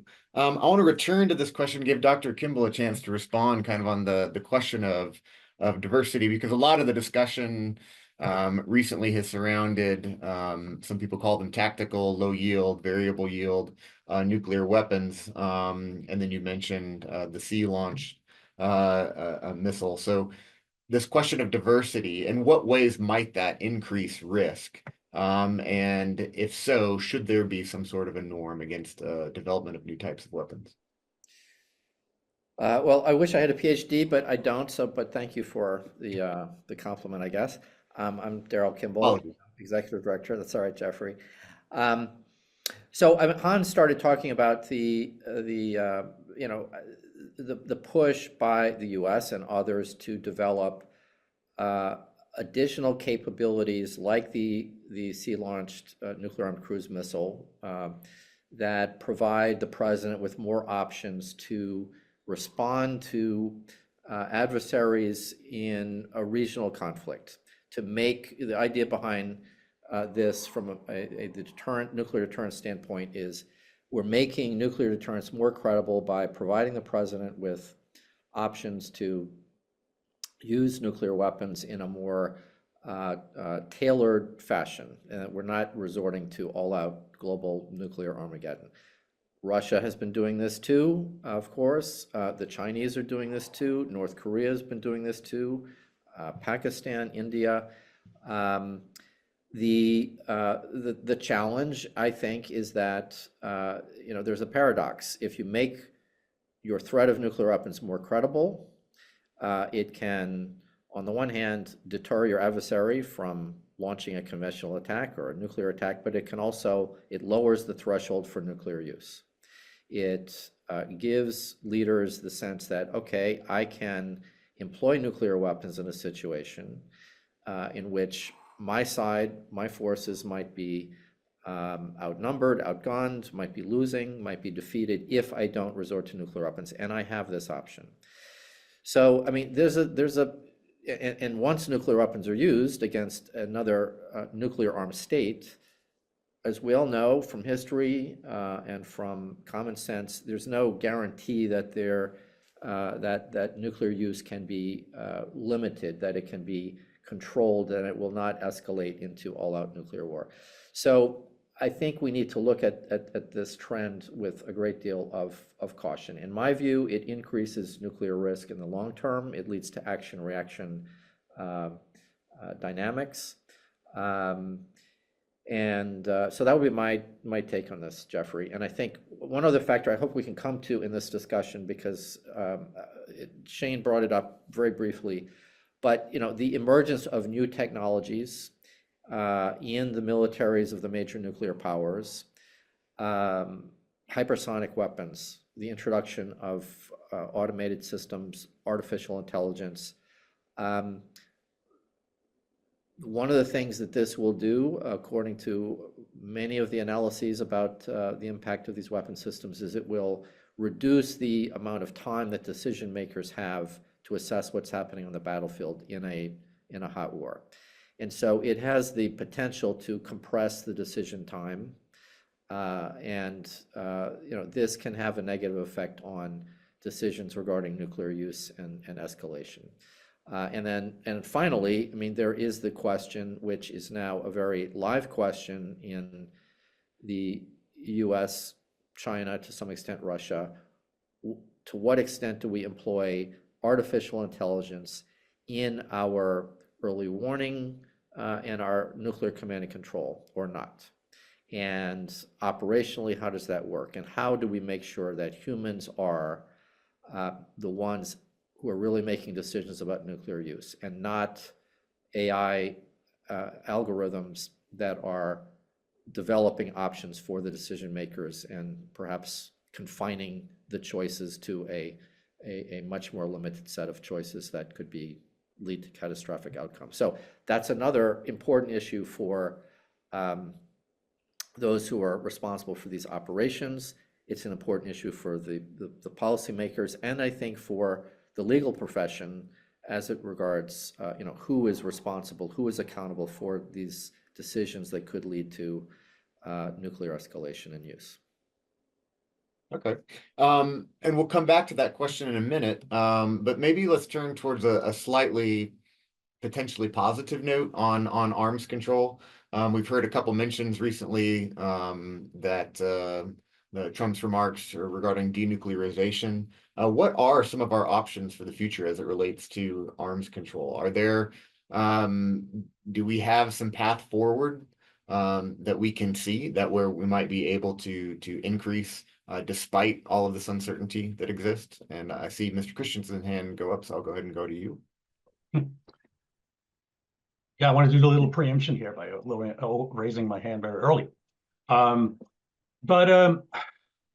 All right, before I get into that one, I just want to say a little thing about TAC nukes and low yield nukes, because unfortunately, in my view, the public debate is so simplistic about that.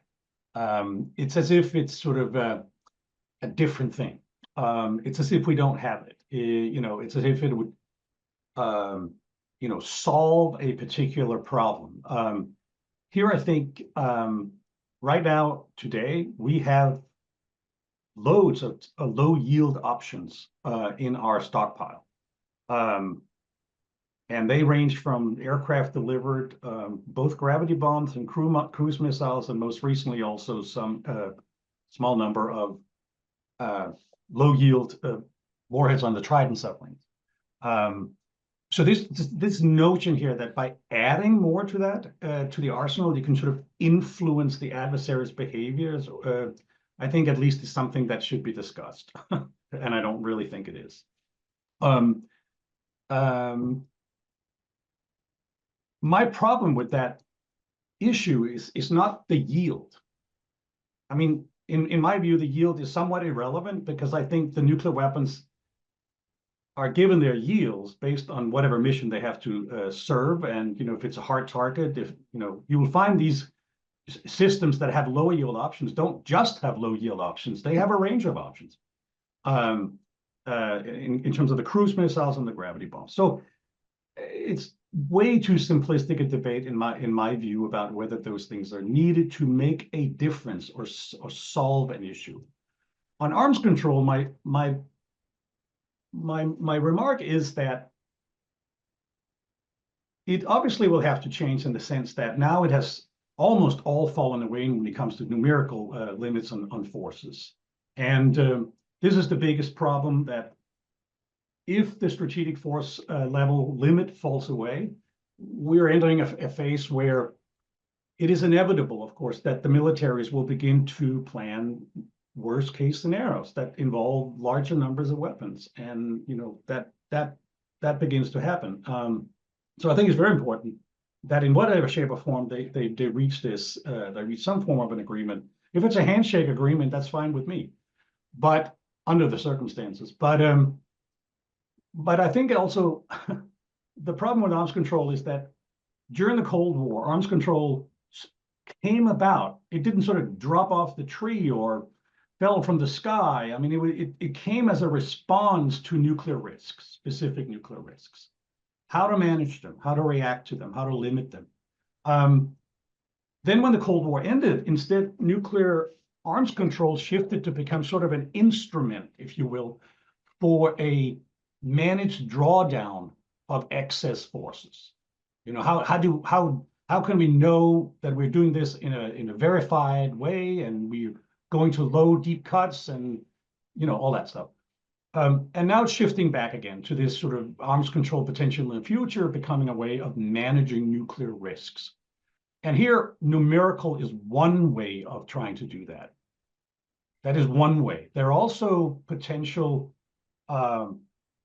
ways that relate to operations, incidents, notifications, things that are not sort of, you know, up there with the heavy numerical arms control agreements, but nonetheless, in some shape or form, can help sort of massage the environment, so to speak. So I will stop here with just a pitch for those two things. All right, Dr. Ford.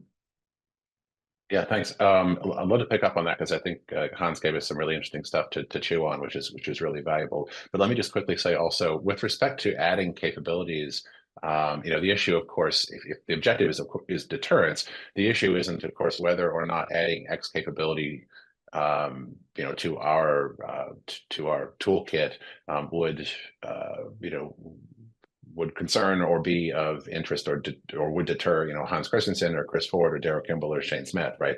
The objective is to figure out what kind of capabilities would, in effect, push the adversary's buttons in ways that would conduce to more moderate behavior. That's a factor that you know, we certainly should be considering as we evaluate what sorts of capacities to build for ourselves. That's a hard question to answer, and it's necessarily somewhat speculative. But I think you know, this needs to be taken through the prism of how we understand the adversary's decision calculus to be working. But on the issue of what's available in arms control, one sort of moderate expectations point and one optimistic point. The moderate expectations point is that we not forget as New START comes around to expiring and potentially people talk about what might replace it.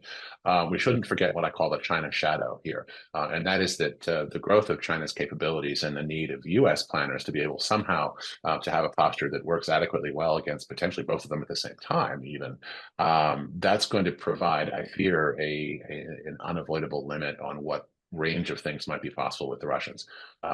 If China, you know, had stayed at its prior, you know, very modest nuclear posture, you might imagine it being very possible for Washington and Moscow to agree upon, you know, at least some continuation of nuclear limits, conceivably even reductions, who knows, but certainly limits. With China doing what it's doing in terms of its extraordinarily large nuclear buildup, I think that's going to necessarily put a big brake on the range of numerical things that would be agreeable, if you will, and available as options with respect to Washington and Moscow talking to each other. That said, I think Hans's point about you know, things like notifications and dealing with incidents and things like this nature, that, you know, sort of transparency and confidence building measures, you know, to use some of the arms control jargon, there may well be some interesting potentials there. You know, it's hard to say exactly what, but you know, you could imagine a multilateral launch notification treaty with the development of communications links, you know, equivalent to what we in the U.S. describe as the NERC, the National Nuclear Risk Reduction Center communications process. You can imagine incorporating, you know, the three major powers, Russia, China, and the United States, into some kind of a thing like that. Even that kind of arms control is not foreign to the Chinese. I believe they have an actual launch notification agreement of some sort with the Russians, and have had it for some years. So this is not, you know, terra incognita as far as either adversary is concerned. And there may be some things that we can do that would be a useful way to put our foot back into the water and get people accustomed to engaging with each other once more on arms control stuff. I suspect it won't be numerical very easily or very quickly, but there may well be some really useful things to do. And grateful to Hans for pointing that out. Thanks. And thank you for kind of pushing us in the direction of risk mitigation and some of the things, instead of just, pondering on all the different risks that are out there, moving towards how do we mitigate some of those risks. So as I knew would happen, this panel is flying by, and there's so much to unpack. I want to turn it over to Mr. Kimball and Dr. Smith, because they had their hands up, and hopefully maybe as part of your remarks, you can include something related to kind of these emerging technologies and now how they might affect both increases of risk, but also might mitigate risk. And then we're going to close it by giving each of our panelists a few minutes for closing remarks. So I'll turn it over to you, Mr. Kimball, now. Okay, well, Jeff, let me mention, we also have a couple audience questions you might want to try to work in. Okay, yeah. So hopefully we'll have a couple minutes at the end and we can get those in. all right. Well, I will. I raised the question of new technologies. I'll leave it to others to try to answer some of that. I just wanted to very briefly weigh in on the question of what arms control options are available. And I think, Chris just offered some good ideas about risk reduction dialogue between the U.S. and China. I would note that there is a 5-party conversation, the P5 dialogue, that currently is ongoing. That's chaired by China. That is an opportunity for the 5 NPT nuclear armed states to engage on issues related to nuclear postures, risk mitigation. That may be an opportunity in the next year or two. This was the group that issued a statement about nuclear war cannot be won, must never be fought. They might discuss how to expand on that. They might look at the 1973 US-Soviet agreement on preventing nuclear war.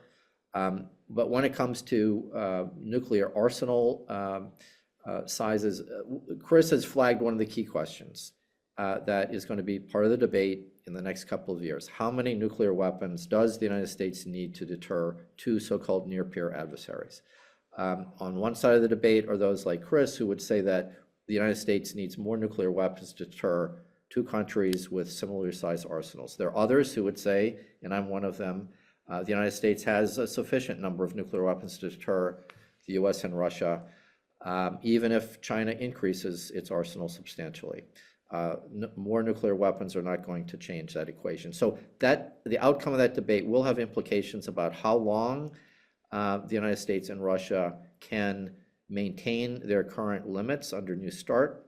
If the United States increases its arsenal, the Russians are going to reciprocate, and China will likely accelerate its buildup. So we need to think about how to manage these things.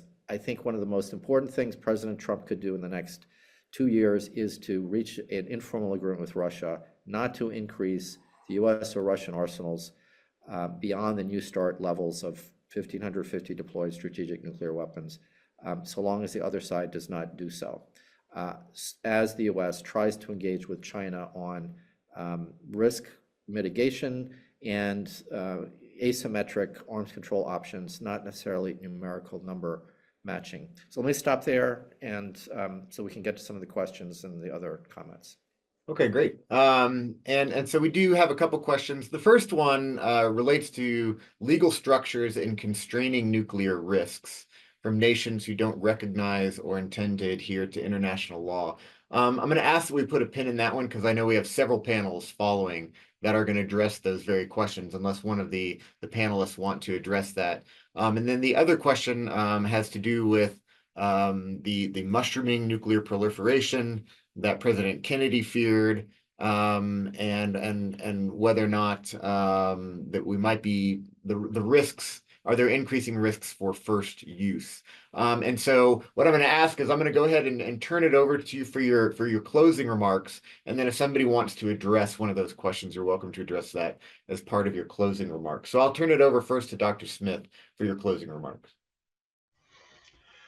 Great. Well, thank you again for inviting me to be on this panel. I would like to associate myself with all the comments from my colleagues. I really, I couldn't agree more with many of the things that they said, and just wanted, and in fact, Dr. Ford stole a lot of the from the words that I was going to offer on the prospects for the future of arms control right out of my mouth. But I would just highlight that, not to dampen spirits more, but Russia and China have to date been pretty resistant to engaging in conversations about the future of arms control. I think Russia sees it in its benefit to increase the perceived risk, nuclear risk on our part, to leverage in advancing its aims in Ukraine and more broadly in Europe. And China, I mean, if I recall correctly, right, we offered, the State Department released a report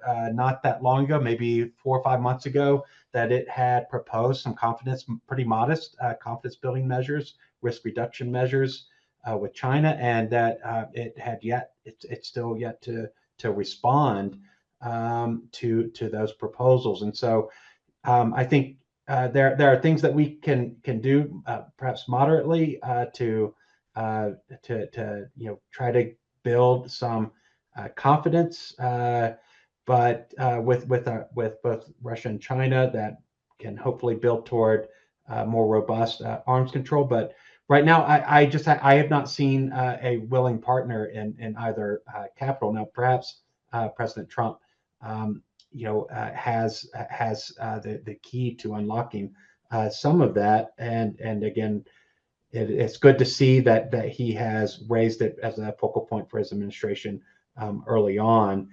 But my level of confidence is cautiously optimistic, I guess.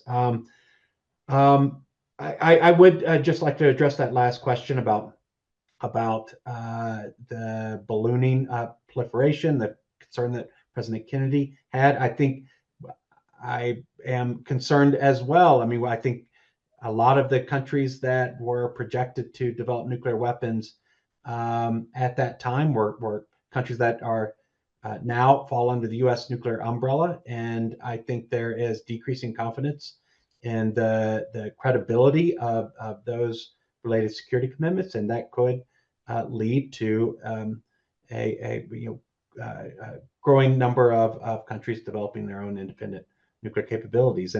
And does that move us increasingly toward the potential of someone actually using them first? Well, like I mentioned earlier, I'm less confident in weighing in on the increased risk of decision making that could lead to such catastrophic consequences. I'll leave it there. Thanks very much. Thank you, Dr. Smith. Mr. Christensen. All right, there was the button. Yeah. Yeah, thanks very much. And again, very much appreciate not only the opportunity to be here, but also the comments that have been made from my panelists. And I cannot wait to hear the rest of the panels here. It's very rich conversation. If you will, my sort of final words here would have to be something, about what are we facing here in the next several years, in the foreseeable future. Starting off with deterrence. My appeal is be smart on deterrence. Don't be sort of chest thumping type of deterrence. Be clear and succinct and cool-headed about what it is that is likely to affect the decision of the leadership in the adversary countries. That's the key here. More numbers will not fix the problem.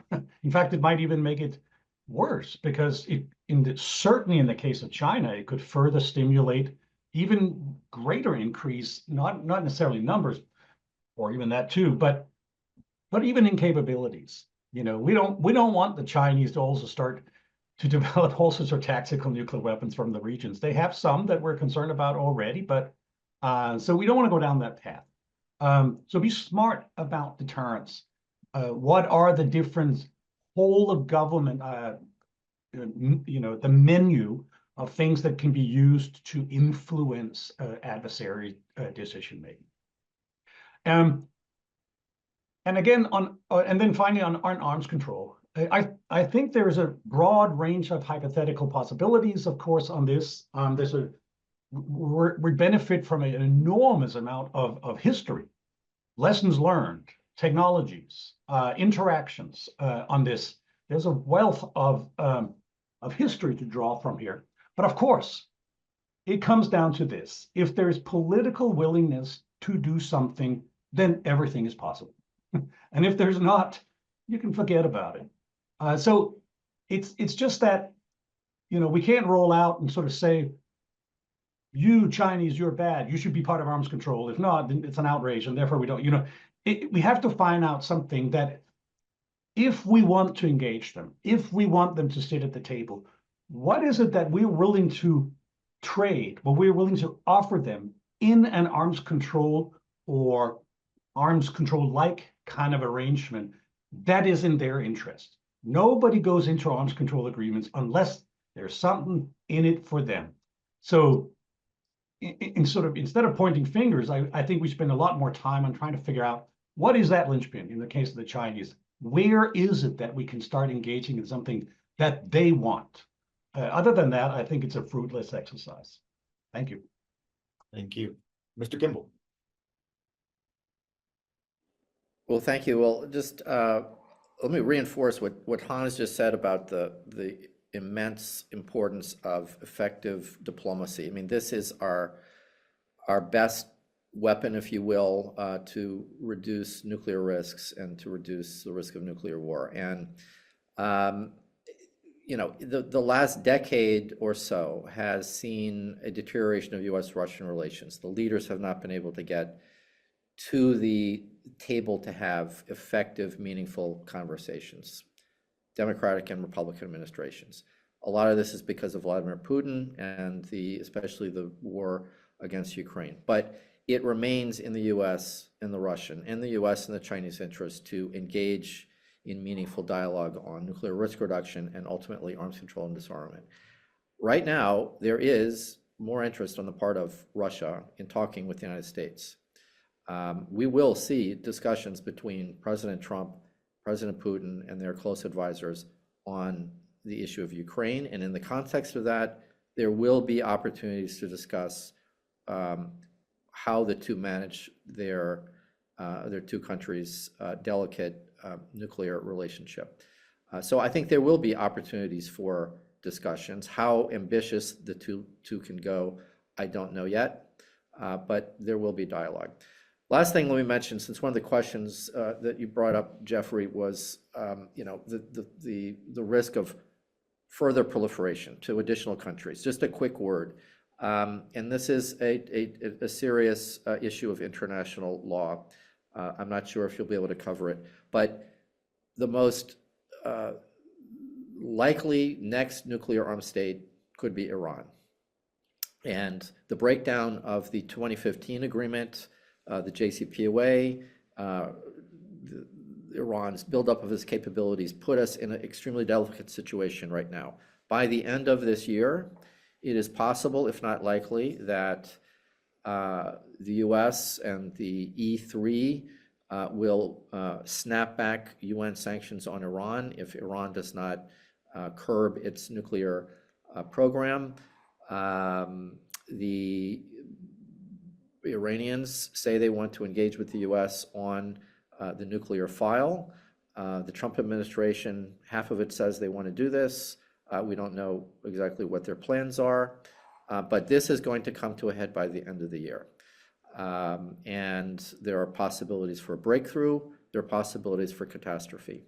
And I would just note that, Iranian leaders have threatened that they will pull out of the Nuclear Non-Proliferation Treaty if sanctions are snapped back through the UN Security Council, and it becomes once again an issue for the Council to resolve. So watch that channel. That's something that we're particularly concerned about. We should all be focusing on diplomatic solutions for. So thank you very much for this session. Thank you. And Dr. Ford, you have the last word. Thanks very much. I'll try to be brief. Kudos to Daryl for bringing up the Iranian issue. This is obviously a huge question, and the time, just to stress that the time is really short coming up with constructive approaches, because the option of snapback, which I would strongly support and I think is really indispensable for giving us the negotiating leverage to engage with Iran on a more enduring answer to this problem, there's a time clock running on that, because Resolution 2231 will disappear in October. It will itself sunset, to use some old JCPOA jargon. So we need to figure this out, and we need to figure this out really quickly. That doesn't mean a deal needs to be arranged before October, but it means that after October, if snapback is not taken, we lose the leverage that it would provide. And the way that the Security Council is structured right now with the Russians and the Chinese, is very, very likely that the UN will be a non-factor in a solution to the Iranian problem after October, unless there is snapback in place, in which case the Security Council will become important, and it will be Iran's task to negotiate with credible compromises to negotiate its way out from under those sanctions. So yeah, watch this space on Iran. That's going to be extremely important. With respect to with respect to comments made by one of the previous panelists, I think we spend too much time telling Russia and China what it is in their interest to do with us. We need to do more to lead them to the conclusion on their own, rather than just having us be lecturing about what their interests are. I think what we can and should do is give them a reason to want to engage in talks aimed at negotiated reciprocal restraint of some sort with us. And that means putting ourselves on a trajectory that makes it clear to them that if there aren't such talks, things will be, from their perspective, as they see the world, materially worse and more complicated and more challenging place. And that's what deterrence is about, and that's how deterrence can be leveraged into arms control and perhaps even into nuclear reductions. With respect to more numbers, I agree this is not a magical solution, but I do think that it may well be that at least some degree, and I'm not urging 1 for 1 for goodness sake, but I suspect that some degree of numerical augmentation of our posture may well be useful in order at least to buy us a bit of time before China reaches parity.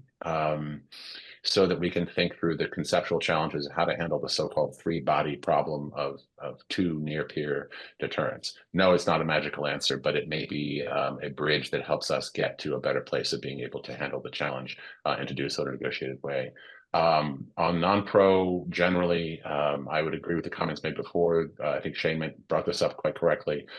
Historically, U.S. extended deterrence, that's not just nuclear, but including conventional, but extended deterrence by the United States has been the most powerful non-proliferation tool ever since the dawn of the nuclear age. We risk losing the impact of that tool if we don't do more to buttress our ability to deter aggression and to deter nuclear threats as a tool of aggression. And very finally, in response to the really excellent question about so what do these legal things mean? I'm going to have to drop off and won't be able to listen to all the rest of this conference, but just to offer some, to stir the pot a bit, I guess, for your all's future discussion today.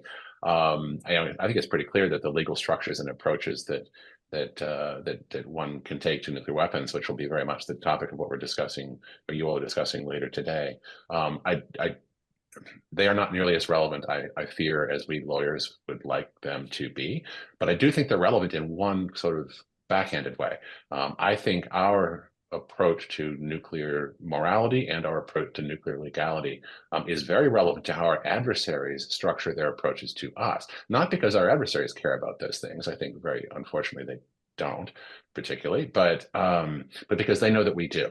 And I do think you see, especially in Russia's approach to nuclear threat making and saber rattling, you see an approach that is designed to weaponize our nuclear neuralgias.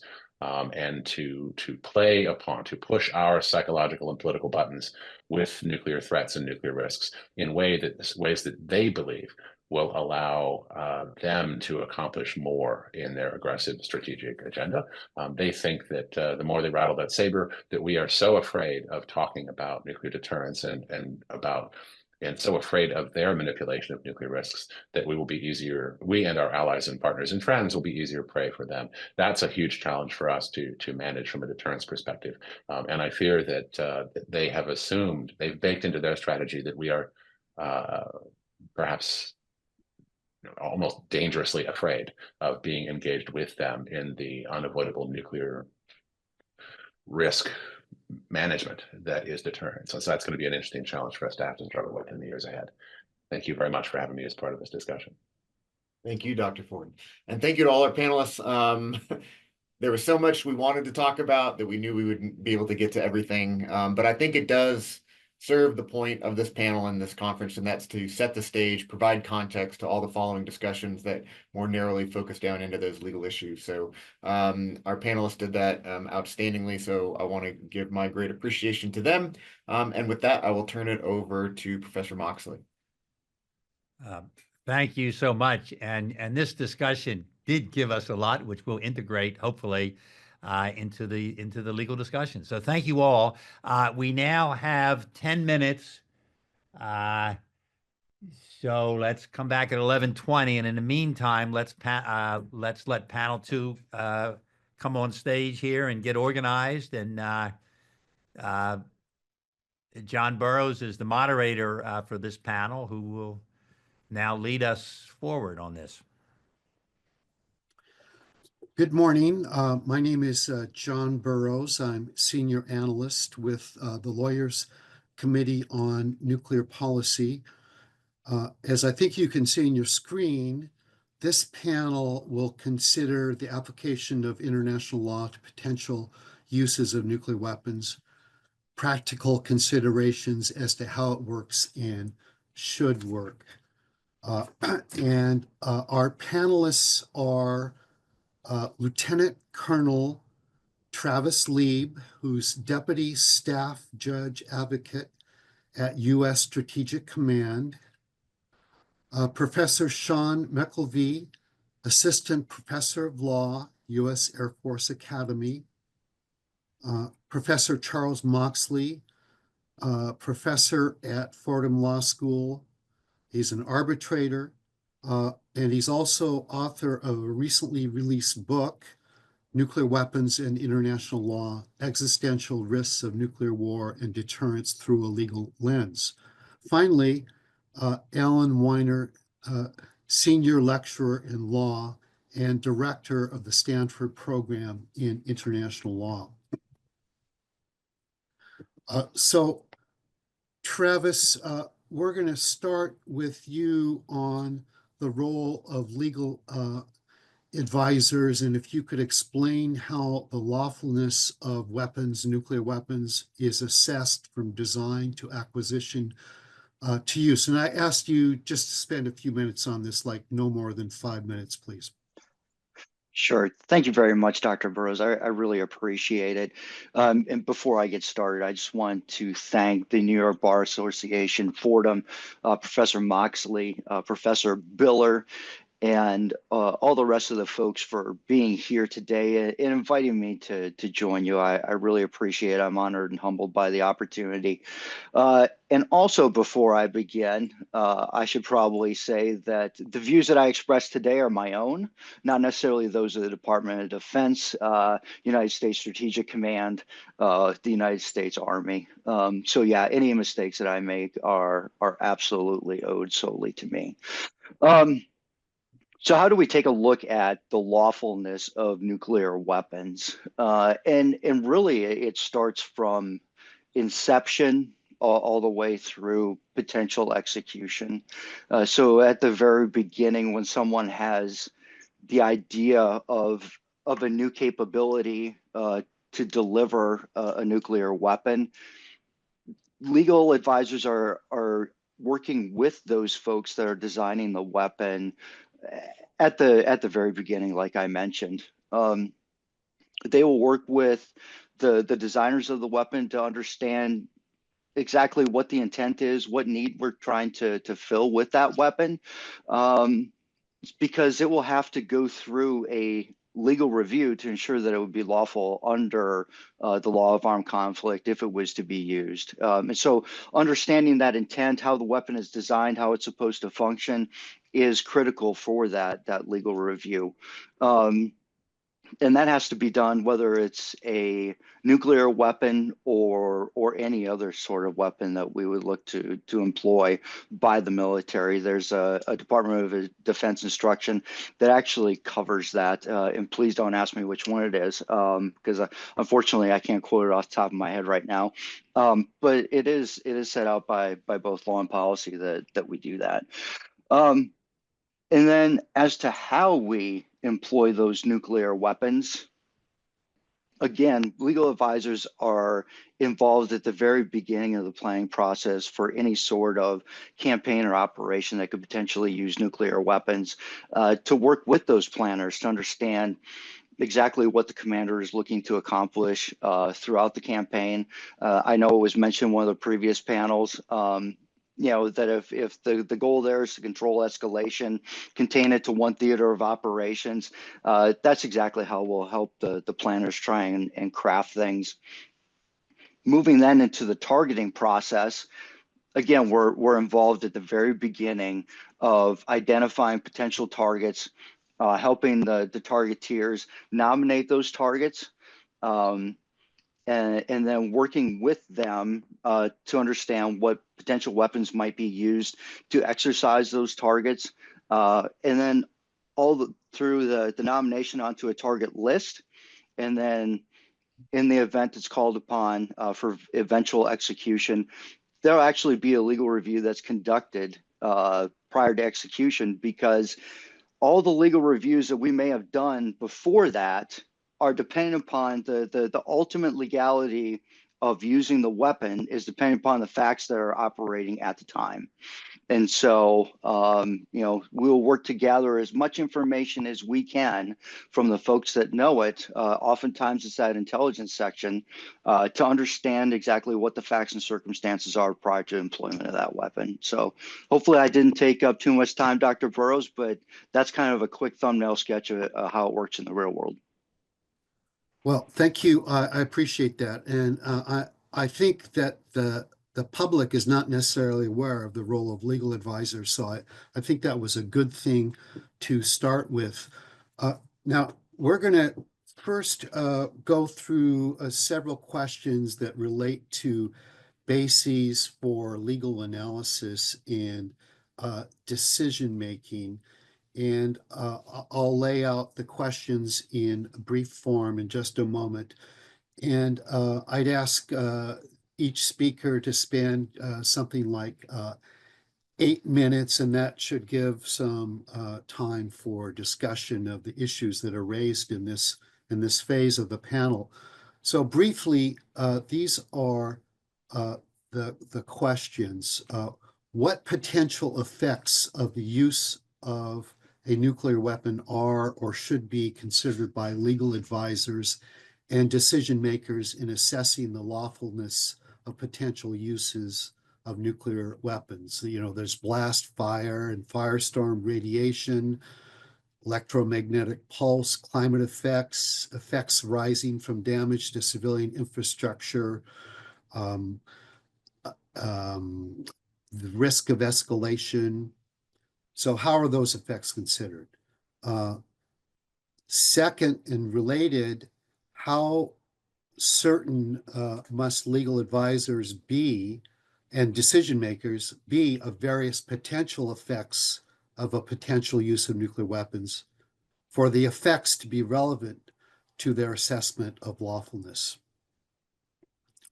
Third, what information do legal advisors and decision makers need to have to make the assessment of whether the use of a nuclear weapon would be lawful and whether the weapon's use may proceed in the absence of such information? So, Travis, we'll start with you.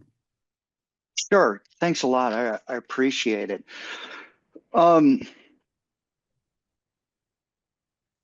For the use of any of these weapons, some folks may take a look at nuclear weapons and look at the scale, the destructive force of those weapons, and think that there's probably this intricate analysis that has gone through, and there is definitely a lot of nuance to it, but for the most part it comes down to the 4 principles under LOAC, really I guess 5, but 4 for the most part, of necessity, distinction, proportionality, and then humanity. For the the types of effects that you were asking about, Dr. Burrows, really goes into proportionality and humanity. And we are fortunate enough that we work with some really, really smart people inside the Department of Defense and here at United States Strategic Command. So we can capture many of the effects that you were talking about, whether it's the blast, the fire, fallout, the potential plume, the radiation plume that could go along with it, EMP. So those physical effects that go along with it, and that's worked into the initial targeting that I talked about before. When a target is initially proposed to go on to a target list, all of those things are factored in there, so that when a decision maker looks as to whether or not that target should go on the target list, we, as the Office of the Staff Judge Advocate, have taken a look at that potential target under those 4 principles, and determined that, yeah, at a very basic threshold, it does meet those requirements and could go onto the target list. Now, we also use that to tee up that conversation with the decision maker in there as to General Sir or Ma'am or Admiral Sir or Ma'am, with this weapon system, here are the likely effects and outcomes that you could have. But under proportionality, do you determine that with this target in the notional scenario that we have right now, do you think that the expected incidental harm is excessive in relation to the concrete military advantage to be gained? And walking through many of those same concerns that we can model fairly accurately. To determine, do you guys still have me? Yes. Okay, good. To determine whether or not And that may. Now we lost you, Travis. Oop.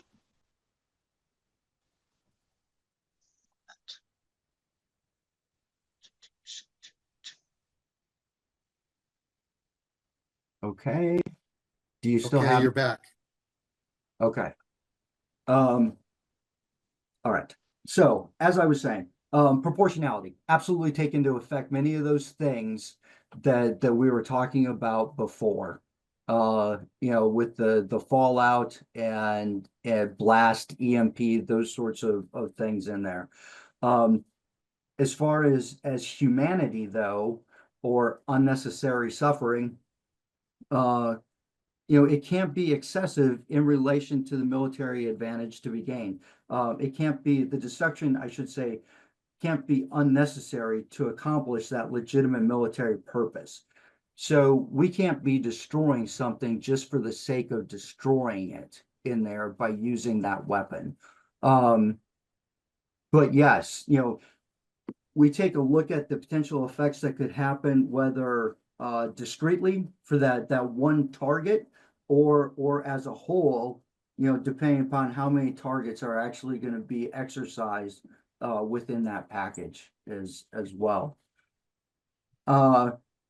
To the second question that you had in there, what standard do we use? And that's something that I like to remind my fellow legal advisors that I deal with, whether or not it's at the Joint Staff here at the Combatant Command or at the Office of the Secretary of Defense.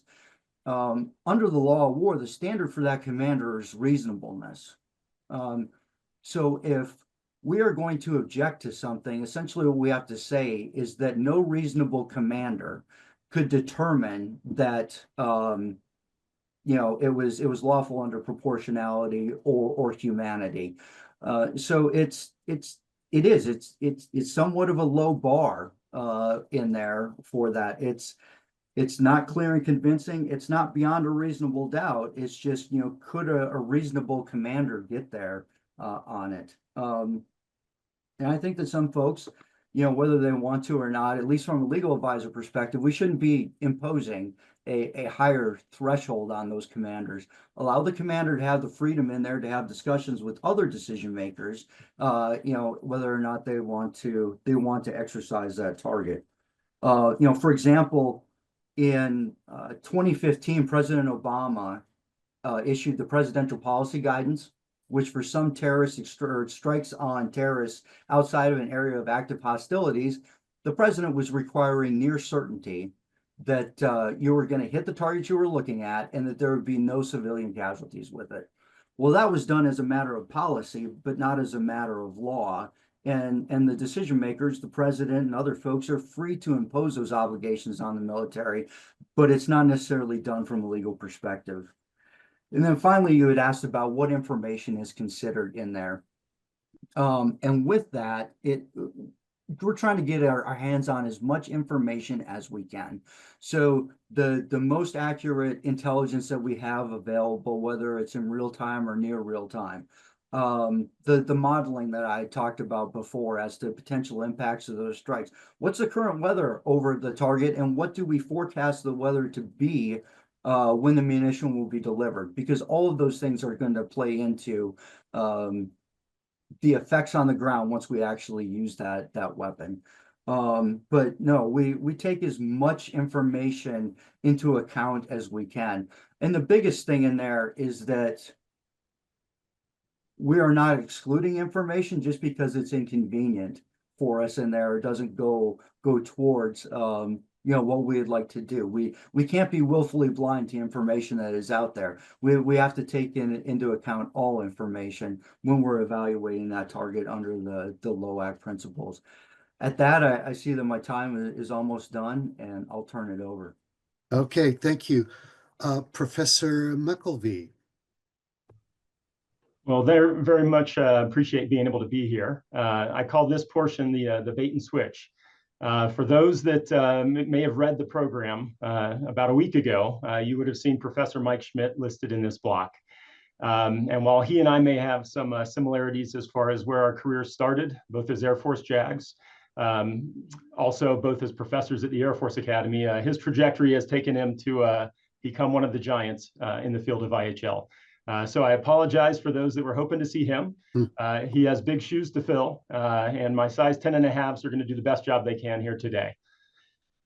So one of your questions, your very first one, is how are we to consider effects? And I think the first part of the answer is it depends on where you're from. And I say that because when we look at national positions, treaty obligations, and practice, we may see a divergence in some of these areas, especially when we talk about whether we call it the reverberating effects, the knock-on effects, those effects that might be foreseeable or those that may be so remote that it become difficult to adequately determine how do we approach those things. And so I think it's important to at least initially appreciate that we may approach this from different perspectives by given the uniform that we happen to be wearing or the organization that we may be representing. So effects. If we look at U.S. policy in the DoD Law of War Manual, we look specifically at foreseeable harms versus remote harms. And when we look at foreseeability, we try to do our best, as Lieutenant Colonel Lieb has mentioned, in gathering the maximum amount of information possible before making any decisions on the employment of weapons, employment of force, and things along those lines. So I think this conversation, and I hope it does sort of branch out into some of those greater effects. The International Committee of the Red Cross, for about the last 10 decades, have had this on the sort of the agenda for all of their international conferences, looking at both explosive, remnants of warfare and in an urban environment, as well as nuclear, weapons and nuclear war. So I commend the Bar Association and everybody that's on these panels and that are tuning in, that are still shining the bright light on this question and on this issue, because I think it is of utmost importance. As far as certainty goes, the last panel walked us through the evaluation of risk. And if there was anything that I could take from those eminently qualified experts in the field, it's that who knows?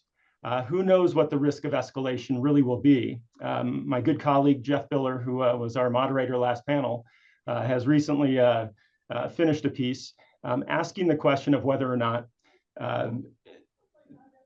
the idea of retaliation, a retaliatory strike, the escalation of nuclear weapon use, if that must be or should be moving forward, an item that we would conduct as part of a precautions under the proportionality analysis. In other words, if we're able to determine whether or not the adversary is likely to use those in response, then perhaps we must calculate that into our overall proportionality analysis and take effective precautions to avoid those greater risks. But given the talk from the previous panel of the difficulty of actually assessing whether or not there will be an escalation, I think that question of certainty, Dr. Burrows, becomes a very tough one. What is the certainty of a response, the certainty of escalation, and how might we, or those that are in uniform advising commanders, or those in the Oval Office or the Situation Room advising a president or head of state, take those things into account before making any strategic decisions or tactical ones for that matter. So I think that's an important thing that we can kind of maybe peel back as a group here and continue to discuss. And then as far as what information do legal advisors need, as a former legal advisor, as a person that has sat inside Cheyenne Mountain, a place that is not too far from me right now that I imagine others might want to target should we ever see a nuclear war. I would echo what Lieutenant Colonel Lieb has mentioned, maximum information on all facets. We're going to want to know technology, technical aspects of the weapon system. We're going to want to know the medical implications of the use. We've already heard people mention at least the initial effects of whether it be blast, intense heat, firestorms, and then certainly radiation and the long-term consequences thereafter. Whether they be to human beings that walk this earth or they be to the environment that we stand on. Those effects are things that certainly we should be asking the question with those smart people that Lieutenant Colonel Lee mentioned, at least from a U.S. perspective, and be trying to seek maximum information before making any decisions as part of that robust legal review process that the U.S. does by matter of policy. Additional Protocol 1 nations do as a matter of treaty obligation under Article 36.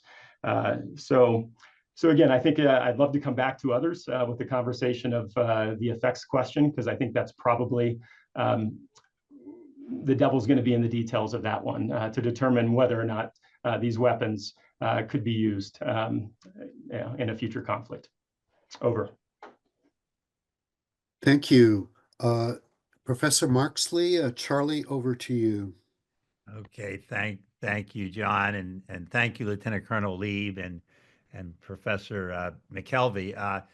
This is obviously an important topic. Jeff Biller and I kind of came up at the end of last year's conference with this as the next topic, because the question was, do we need to consider in assessing the lawfulness of a nuclear strike under consideration if one is a JAG lawyer or a lawyer in DOD or Department of State who's asked to opine on these things? What do we need to consider? And I think the discussion has been very helpful. Where I guess we get into a gray area, as Sean, you referred to, foreseeable versus remote. And Lieutenant Colonel Lee, you referred to physical effects and, how one defines and what we consider. The legal issue here, really focused on the law, I take it, is what's the legal standard?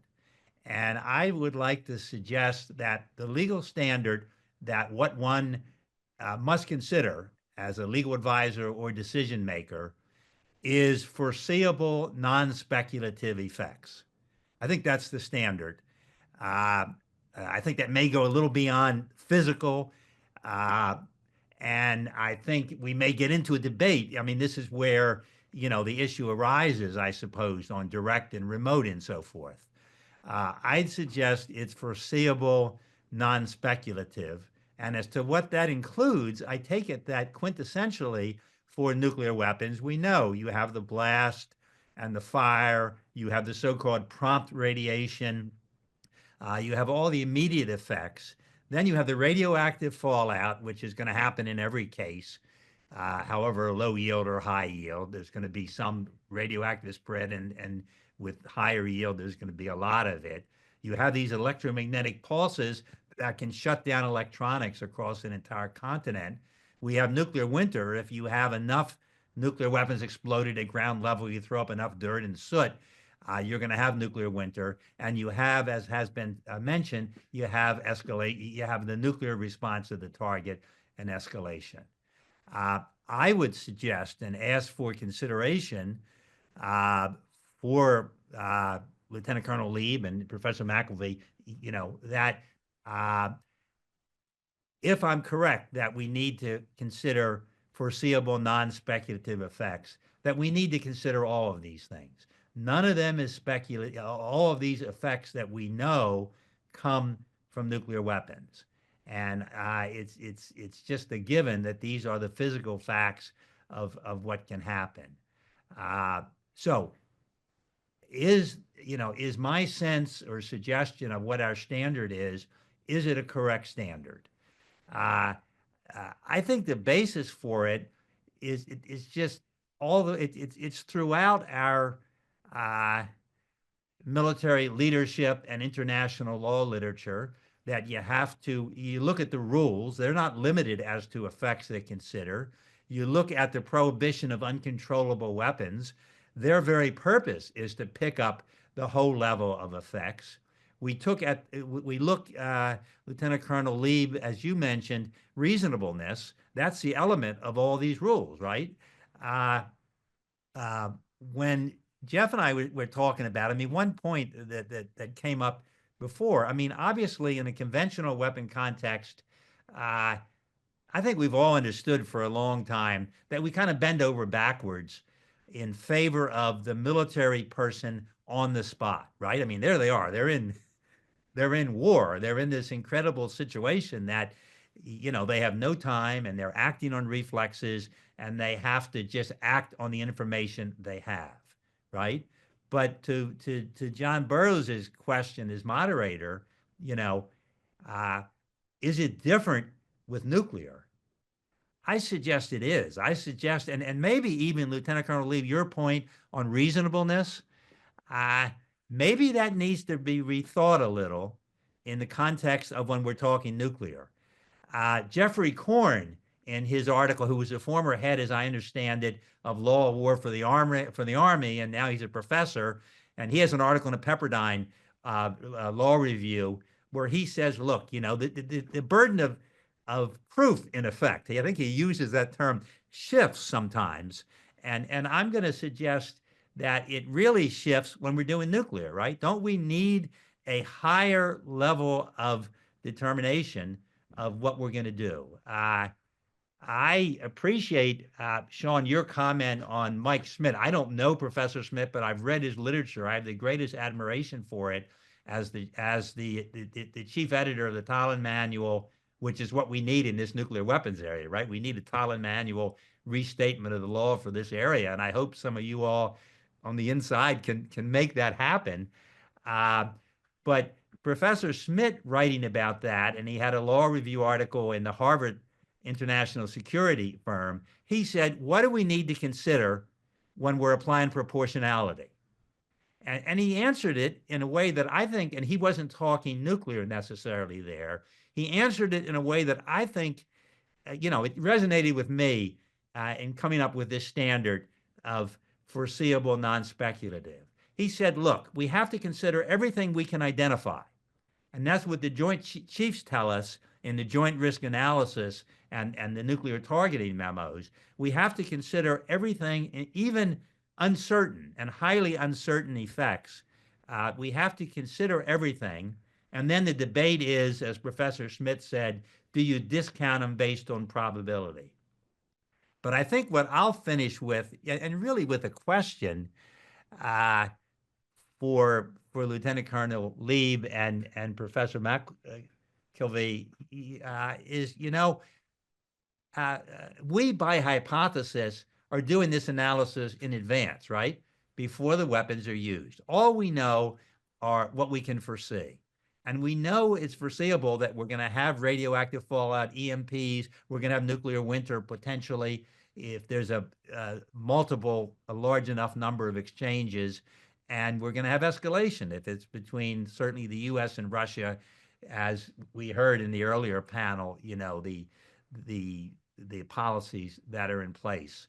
So, here's a question. How do we assess a low probability risk, but a high impact? What Professor Schmidt told us in his Harvard Security Journal article is we have to consider low probability, foreseeable low probability. We have to consider them, right? And so how do we do that? What value do we put, on a 10%, a 1%, a 0.5%, risk of the kind of effect that we heard in last year's conference of, one of the speakers this morning mentioned it, there was a projection that we could have 5 billion deaths from a US-Russia thing. How do we put a value on that? I mean, and don't we have to value that very highly? And shouldn't that be a real restraint on the usability of these weapons? I think I'll stop there. Okay, thank you, Charlie. Now, let me turn it over to Alan Weiner. Well, thank you very much, John, for moderating this panel. My colleagues, Sean, Travis, Charlie, it's great to see you all and to have a chance to listen to you all and learn from you all. And I also want to be sure to thank the organizers of the event, the New York State Bar Association, the various co-sponsors, and a particular shout out there to Cara Forgia for kind of making everything work. I have organized enough of these things that I know that, like, a lot of people are talking about big ideas, but nothing happens if the Zooms don't work, and the schedule isn't set up. So thank you very much, Cara. I want to make, I think this is a fascinating discussion. I want to make just 3 points. I hope they're in the right order. Number one is the role of lawyers generally. The U.S., I think, is unusual among nuclear weapon states, maybe unique in terms of the extent to which JAG lawyers are integrated into operational law planning. That's something that, as a former executive branch lawyer, I spent 11 years working in the legal advisor's office of the State Department, including closely with the Defense Department on various political military issues. It's comforting to me. It's reassuring that lawyers are involved in that process. One thing I would note, though, I have enormous respect for lawyers with whom I've worked at the General Counsel's office, in the Office of the Secretary of Defense, with various JAG lawyers. I didn't have a chance in my own time in government to work with lawyers at Stratcom, but I've gotten to know people like Ted Richards since then who have been in that role. Again, enormous respect for these folks. That said, I mean, there is a cultural difference in some respects between the way I think State Department lawyers think about the law of war, even the fact that we call it IHL, International Humanitarian Law, kind of reflecting our kind of more kind of European sensibility rather than the law of armed conflict, LOAC. I mean, the minute you hear whether people use the acronym LOAC versus IHL, you can immediately figure out something about their orientation. And I would say that it is military and DoD lawyers who really run the assessment of planning about the use of nuclear weapons. I think State Department lawyers are involved in the nuclear posture review process, but they are not leading that effort. I think it really is lawyers from the Defense Department who are driving the train on that. And certainly, if we ever get to the point where we're talking about operational decisions, it's going to be JAG lawyers, right, rather than State Department lawyers who are going to be involved in the decision making. And I just raise that because I do think that there are there are certainly some differences with respect to the way that we might interpret our obligations under international humanitarian law, depending on whether you sit in the State Department or whether you sit in the Defense Department. Second thing, a very small point, I teach international humanitarian law or the law of armed conflict, law of war here at Stanford Law School. And one of the things I'm kind of amazed by is we can never even really agree on what the key principles are. I mean, we all agree on distinction and proportionality. And then the question is, wait, does necessity count? What about humanity? But one of the things that I was struck by is that in Colonel Lieb's remarks, he didn't mention the principle of precaution. Which I think we do accept. It's a principle, of course, that's reflected in Article 57 of Additional Protocol 1. The United States is not a party to Protocol 1, but I do believe that we believe the principle of precaution or some variation of that idea is a customary international law rule that the United States is bound by and that accordingly would apply with respect to our nuclear targeting. So to me, that has some significant implications, John, for the question you've raised about what effects do we take into account. Part of what we are concerned about in the context of the use of nuclear weapons is the uncertainty that's associated with at least some of the kinds of effects of nuclear weapons that might arise. And it seems to me that the principle of precaution would induce us to be skeptical about the use of nuclear weapons, right? Even if we're not certain that those things are going to happen, we have a responsibility to reduce that risk under the principle of precaution. So I think the principle of precaution, when we think about direct versus indirect effects or foreseeable harms, I think the principle of precaution, which is essentially a risk mitigation strategy, is underutilized in that analysis. It sort of gets dropped, and we tend to sort of think about the kinds of effects that we should be considering only under the principle, as I think both Professor McKelvey and Colonel Lieb suggested, under the principle of proportionality,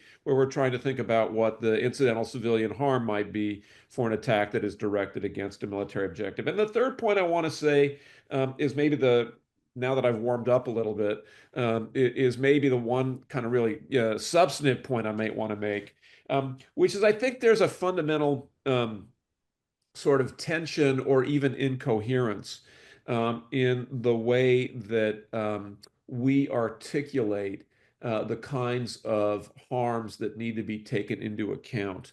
If you look at the law of war, at the DoD law of war manual, which I commend, it's a wonderful statement of LOAC in many respects. But on this question, the law of war manual says that we draw a distinction between foreseeable harm on the one hand versus remote harms on the other. And what that gets glossed as, what foreseeable then gets glossed as, is as, I'm looking for the language, is immediate or direct. And, I'm enough of a lawyer, trained as a lawyer, thinking about good old-fashioned, tort law, to realize that those are not synonymous. Foreseeable, on the one hand, does not mean the same thing as immediate or direct. There could be lots of effects that are not immediate and that are not direct, that are nevertheless completely foreseeable. Now, the law of war manual language says the reason we don't want to deal with remote harms is because of the difficulty in accurately predicting the myriad harms that might result from an attack. And I think that's right. I think Colonel Lieb's statement that the commander has to make judgments that are reasonable, I mean, that's a well-settled IHL.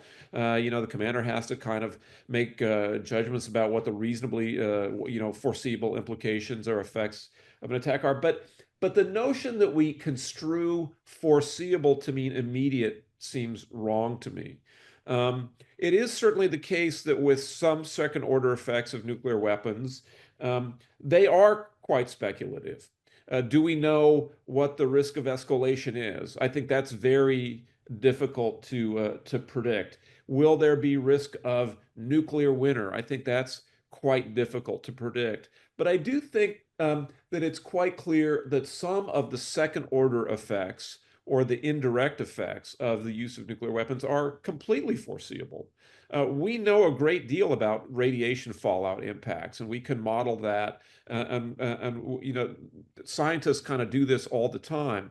I think estimates of fires, right, are pretty clear as well. And yet, according to some work that has not yet been published, but that's going to be coming out, according to some work, we've actually some colleagues of mine, Scott Sagan and Yanida Delhi, have even done some interviews with U.S. government officials, and according to them, we the U.S. government does not take into account EMP, climate, radiation effects, right? Even though they are foreseeable, this is where we make the move of interpreting foreseeable to mean direct.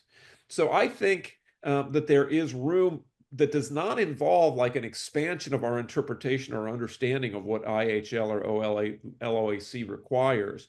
That is to say, to require planners to take foreseeable effects of weapons into account in doing a proportionality analysis. I think under that well-settled rule that I think DOD, JAG, and JAG lawyers accept as the prevailing law, that does mean that there are still secondary or indirect effects that need to be taken into account. In other words, if the reason why we only look at foreseeable effects is because of the difficulty of accurately predicting certain kind of indirect effects, to the extent fallout effects and fire effects are not difficult to predict, to the extent that we have, you know, really developed much better research and science that allows us to do so, those factors, in my view, should be taken into account. And then with respect to some of the more speculative effects that are more difficult to predict, where we don't have, you know, very, very well-developed models, I would just suggest that it's important to kind of go back to the principle of precaution, right? Which is, even if there are risks of harms that we can't predict, the principle of precaution should require us to try to select means and methods of warfare that would minimize the risk of harms to civilians, not the certainty of harm to civilian. So I think we can, without adopting new rules of international law, subject kind of our nuclear targeting and planning to somewhat more exacting kind of controls than maybe the ones that were applied. Now, again, I say this as an outsider. I've never sat in Cheyenne Mountain. You know, I don't know what it's like to be a Stratcom JAG lawyer. I'd love the gig. You know, I'd love a 6-month TDY there to kind of have the chance to do this work and figure out what it's like. But from the outside, it seems like the United States applies international humanitarian law rules in a way that we agree on the content, but applies them in a way which maybe allows us to use nuclear weapons more liberally than the law would permit. That's it for me. Well, thank you, Alan. I want to give all of you a chance to comment on each other's remarks, but I also want to raise what I think is an extremely important question that perhaps you can address as well. And that is, are there objective limits on the extent of collateral effects permissible under the requirement of proportionality? Or is it just a matter of balancing military and humanitarian considerations? You know, when I read about wars in Afghanistan or Iraq, there's issues of, can 50 people be killed as collateral damage in order to get one high-level commander? Well, that's very grisly, but it's sort of, to me anyway, it's sort of conceivable as something to think about. When you start saying that there are going to be tens of thousands or hundreds of thousands or millions of casualties connected to an attack on a military target, I can't see that as being reasonable. And I think there's a basis in international law for objective limits. The ICJ, International Court of Justice, referred to elementary considerations of humanity. There's the Martins Clause, which refers to dictates of public conscience. So if you can comment on that question in responding to each other, and let's not take too long in these responses, but a few minutes each. So Travis. Thank you. And thank you, gentlemen, for all your comments on this. I really appreciate it. Are there objective limits to the casualty figures? I don't think there are. I think it's very subjective. And it is up to that decision maker under US policy that happens to be the president of the United States that makes the decision as to whether or not nuclear weapons will be used. And going towards what Alan had discussed in there, there are lawyers at every step in the process that take a look at what's going on. When I say that the president is the ultimate decision maker as to whether or not we'll use nuclear weapons, there are attorneys at every step of the process in there that weigh in on it. In addition, each president fashions his National Security Council as he sees fit, but some of that is set out by statute. And each of those principal members in there also have general counsels, and attorneys that advise them. And there's an interagency lawyers group that also meets in there. And there's a fair amount of churn and friction that exists in the process in order to get to what is hopefully the right answer on each of these issues. So I don't want it to appear from the outside that all of these things are happening in a vacuum. Now, the question of time that Professor Moxley raised, is important, and there may be certain conditions where we do have time in order to make that decision, and it can be a much more deliberative process, and hopefully diplomacy will have a longer time to play out in there, so we can avoid escalation or avoid continuing to use nuclear weapons. But there may be other circumstances where, unfortunately, we don't have that time. And our chances of certainty tend to diminish then, along with that compressed time that we have. However, going back to Alan again, I think that some of the models that we're incorporating right now do take into account a lot of the factors that you were discussing. So foreseeable has extended beyond some of the things that we were going into. Even in our criminal justice system, though, we don't require perfect knowledge in there. It's beyond a reasonable doubt, not all doubt. So I think that we try to do the best we can given the circumstances that we have. And then finally, precautions in the attack. I think we do take that into account.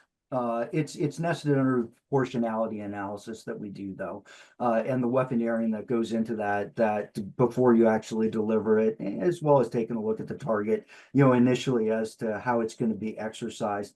So weather conditions, time of day, all of those factors actually come into play. Now, with some of the weapons that we use, it may not matter. But you can mitigate some of it through height of burst, whether or not it's a ground burst, some of those other things in there to try and limit it. So we absolutely do, and we do take precautions into attack. You'd mentioned working at State L, the Matheson memo is where we get that direction from. It was the state legal or deputy state legal advisor that drafted that memo in conjunction with members of the Department of Defense that did say that precautions in the attack were part of customary international law. And as it goes towards how DOD views the law outside the United States, we do take our lead from State L. It is not the Department of Defense that decides how we're going to view things in there. It is a State Department that speaks for us in a lot of those things. So Brian Egan and other state legal advisors out there give us direction as to how we should view things in the international arena. I know that there may be some churn right now or discussion, angst about civilian harm mitigation and things of that nature. Whether that exists as a separate part within the department, I don't think that that ever goes away though in what we do. And it's been part of how we do things from the very beginning. And LOAC drives us to do that. We're always seeking to minimize the amount of civilian harm that we have, while bringing the conflict to the end as quick as we can. So with that, Dr. Burrows, I'll turn it back over. Okay, Sean, go ahead. Yeah, thank you very much. And I probably should have said on the front end of this, that same disclaimer that we heard from Travis. I work for the United States Air Force Academy, the Department of the Air Force, the Department of Defense, but certainly the things we're talking about here aren't necessarily reflective of those. And sometimes they're not even my own ideas.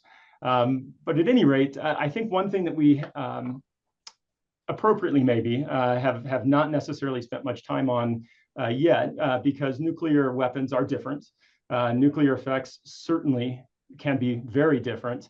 But the other half of the equation, these rules aren't sort of in a vacuum, and they aren't all on the humanitarian side either. And I think it's appropriate to sort of look at, when you ask the question, is there an objective number?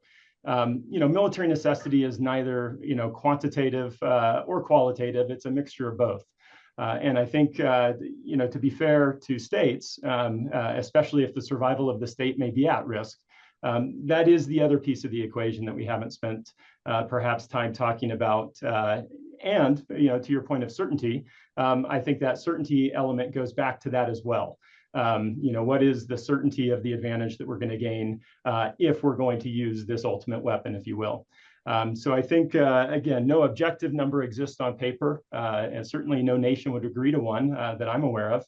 But we would have to put that as part of that overall calculation and making sure we're doing our due diligence on both sides as we press forward. And I think I'll pass over to Alan next. Well, no, let's go to Charlie. All right, thank you. So many interesting questions. I've only in private practice had a couple cases that went on to the Supreme Court, and I think we were denied cert on both of them. But in this conversation, when I have this opportunity to talk Colonel Lieb with you and with Alan Weiner, who spent time in government and has that perspective, I feel like I'm before the Supreme Court on these questions, because you guys are the insiders here. Here's a broad question. Back, 25 years ago, when I got involved, I remember John Burroughs and Jonathan Granoff then in these issues. We had a concern about nuclear weapons, and we felt we had made great progress when, particularly in the ICJ case, the advisory case, the U.S. and other nuclear weapons countries said, look, law of armed conflict, whether you call it that or IHL, applies to nuclear as well as conventional. And I think we made that progress, but I think we stopped there and we need a quantum leap.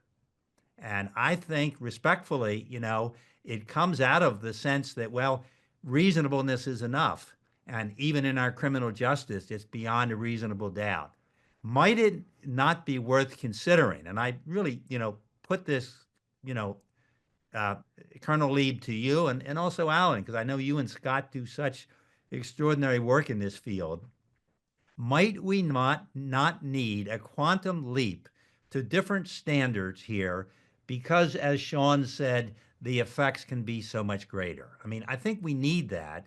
I think that, and I saw someplace that there's over 2,500 JAG lawyers. I saw in another article, I think it was one that Scott Sagan and others did, and I saw a number of 10,000.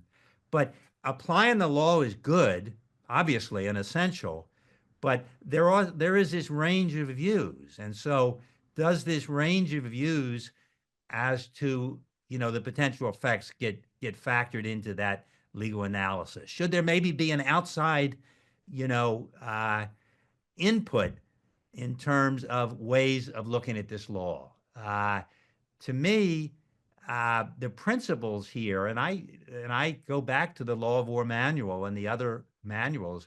I don't think, Alan, on your point, I don't think we have to say the rules are, there's a question about the rules. We have thousands of pages of what the rules are.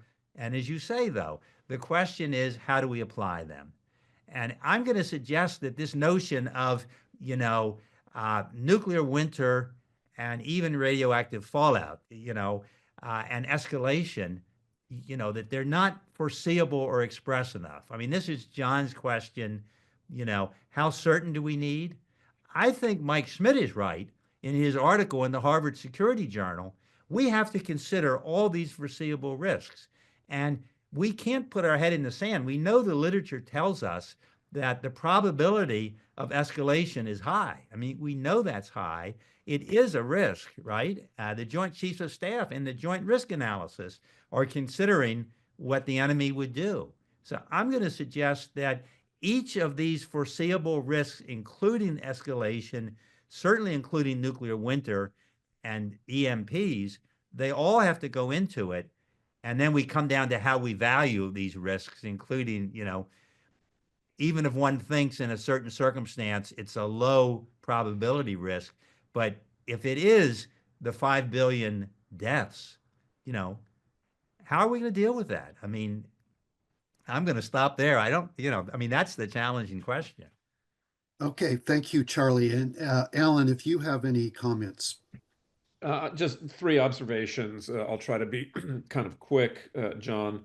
Number one, on the question of objective limits, I agree with I agree with my colleagues from the military side of the house, which is that, no, there is not a formal objective, numerical limit on civilian harm when we're engaging in a proportionality analysis. I mean, if you look at the just war literature, you see some people who kind of try to engage in this somewhat macabre exercise of the risk transfer ratio, which is how many unintended civilian deaths can one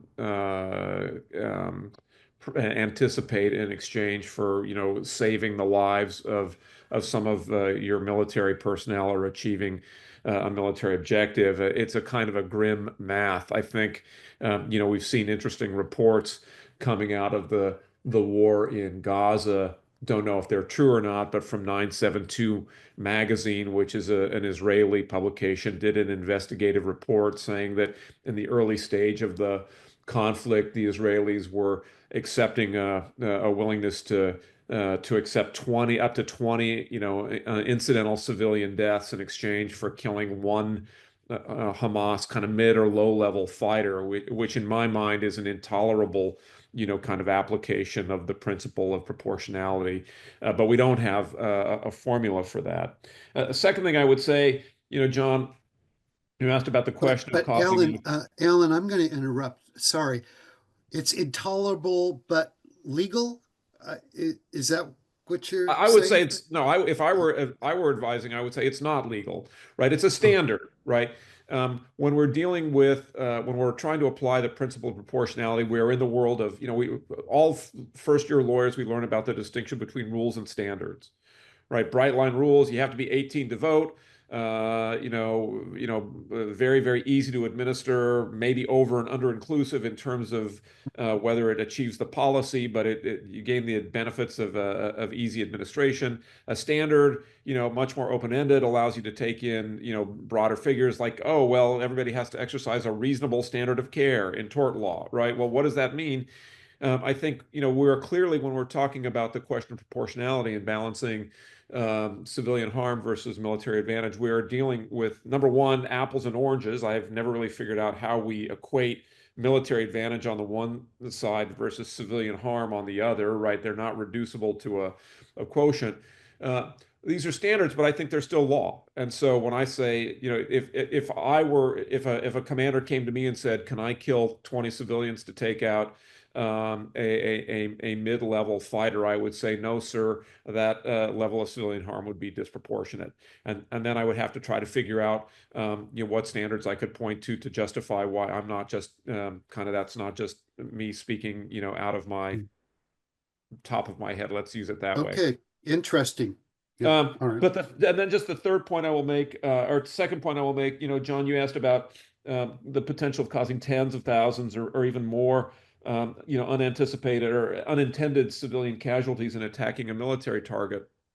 I mean, I think one of the things that's important to stress, to me, again, that would also, probably not satisfy the test of proportionality. But, one of the things that Scott Sagan and I have argued in the piece that we have published on nuclear targeting in international security is part of the military advantage of using a nuclear weapon is the advantage of preventing further nuclear attacks, particularly if you're in a responsive scenario against your own population.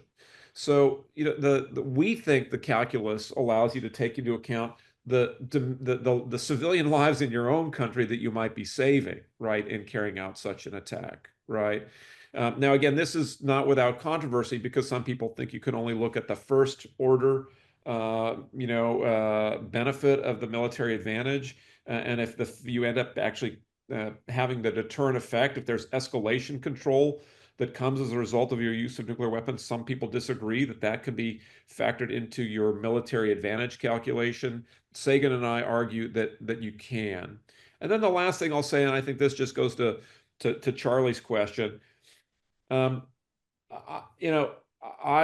was trained in international law as somebody who represented a powerful country that often wanted to try to maximize flexibility. On the one hand, we wanted to comply with the law. On the other hand, we wanted to kind of make sure that the law was applied in a way that was consistent with the commitments states had freely undertaken and consented to. International law is a consent-based regime.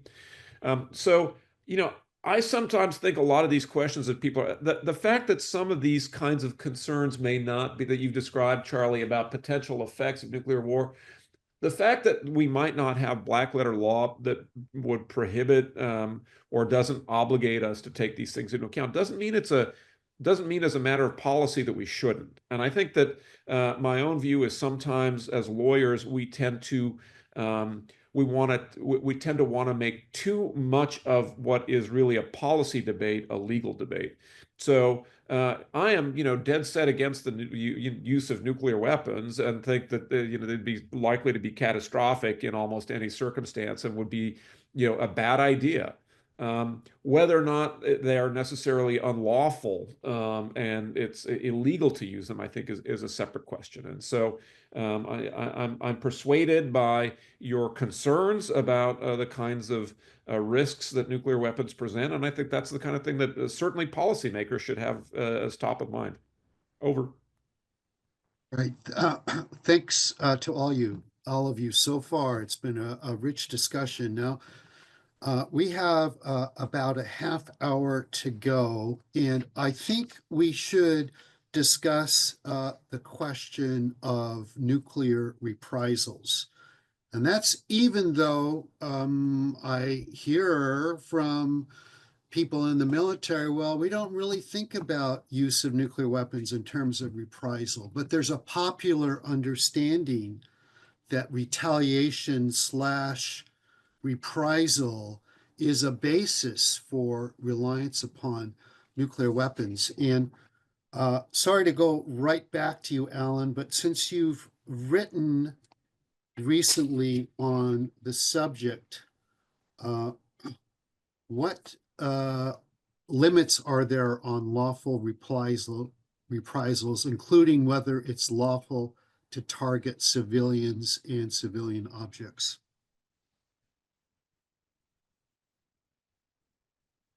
All right, thank you, John, for teeing up that question. You're right. This is something that is also a topic that Sagan and I touch upon in that international security article, which I think came out in 2021.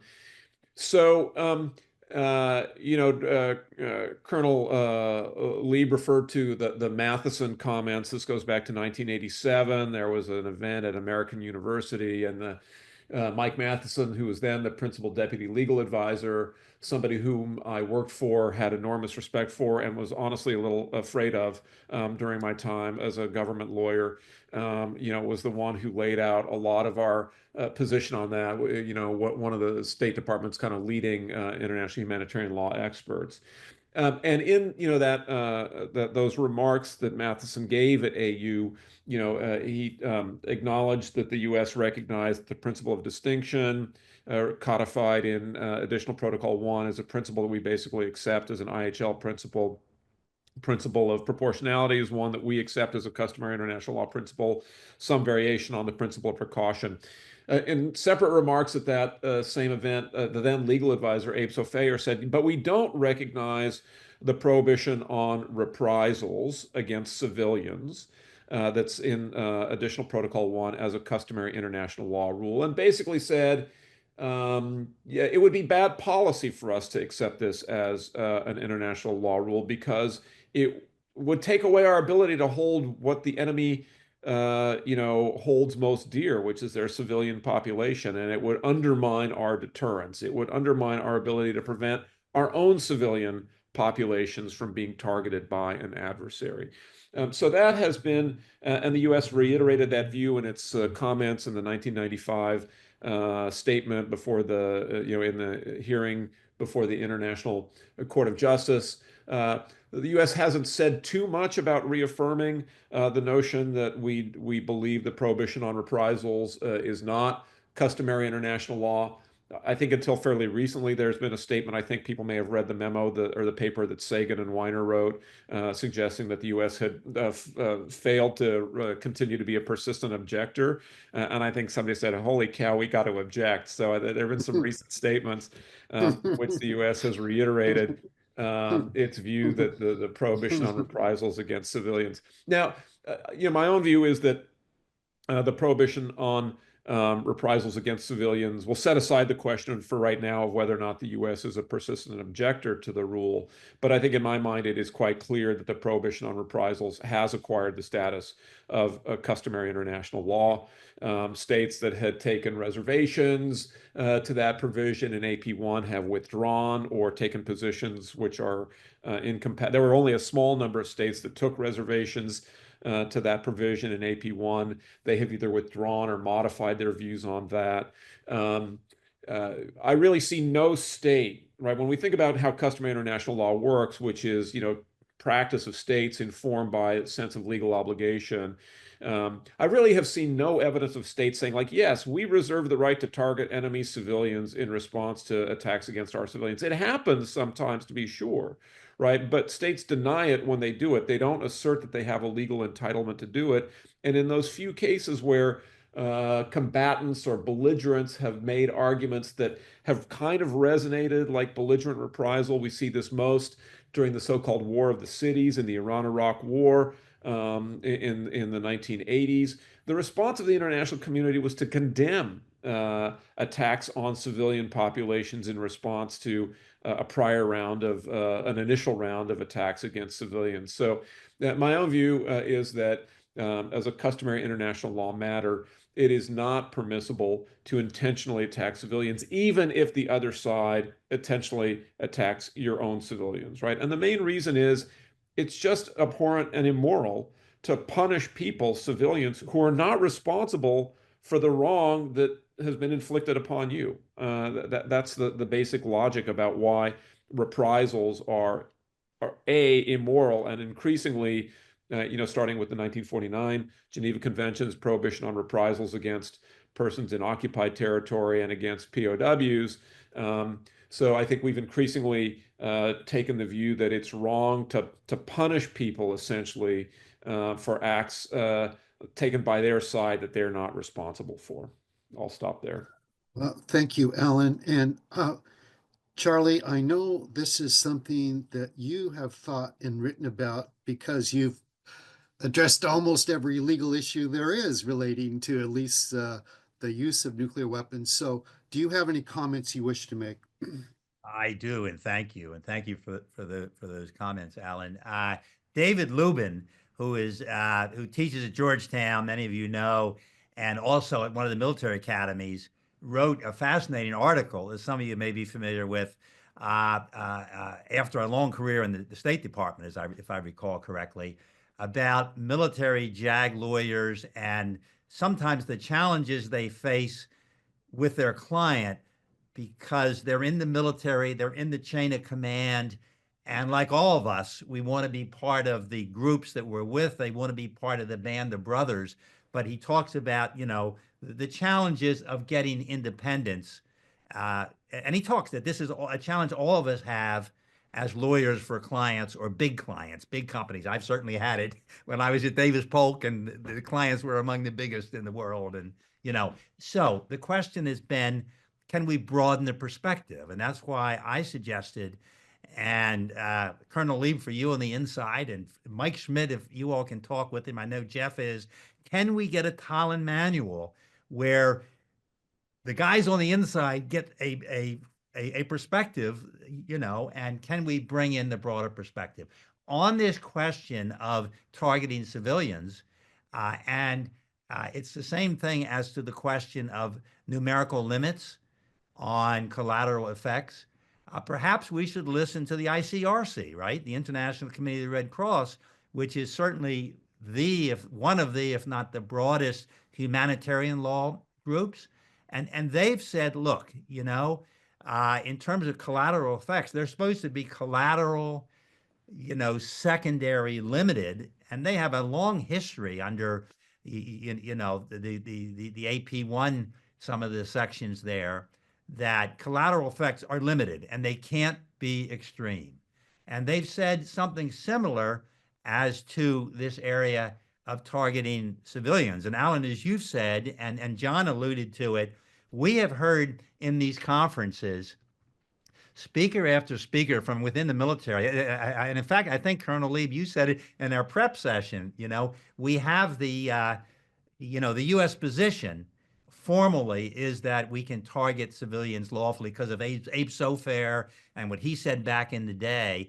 But, do we really do it? I remember Colonel Richard referencing this last year, and the sense one gets is that, well, while technically we can target civilians and that's our position on the law, we don't really do it. I think this relates to what my takeaway was from the earlier panel, which was on risk.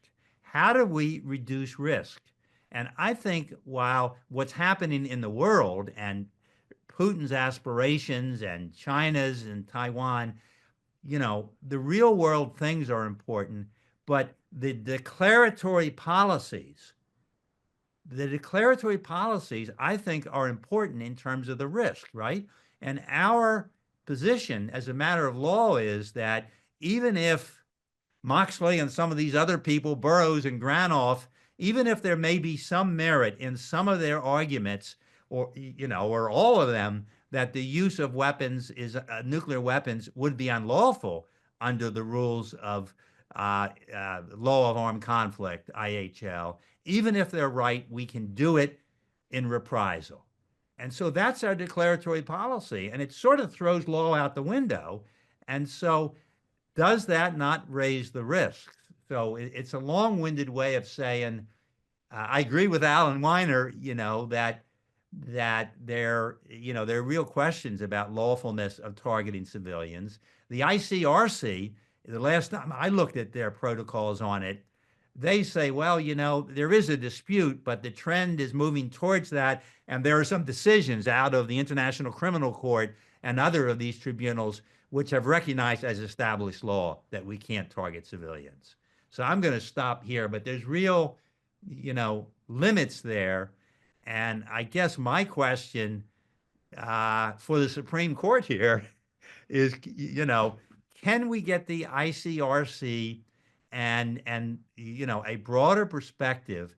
Because the fact that we're, lawyering up at the design phase of the weapons and the war plans, the targeting plans, is encouraging, but subject to a concern that the legal review is only useful if it incorporates, a realistic version of the law.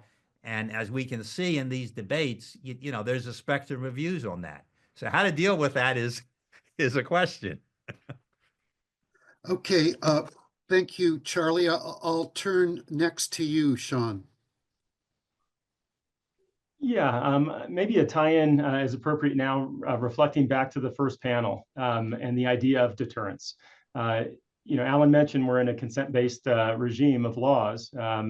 And as anachronistic as reprisals may be, there is a tradition and a legal basis for them.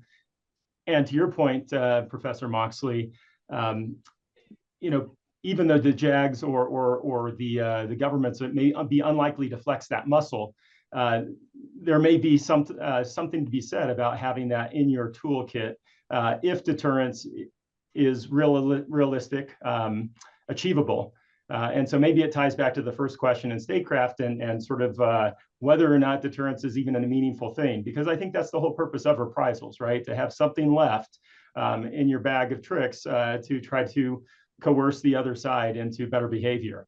And if you take that off the table, are you actually increasing potential risk by the other side if they know that you are unwilling to use that particular weapon in the arsenal? Thank you. Travis.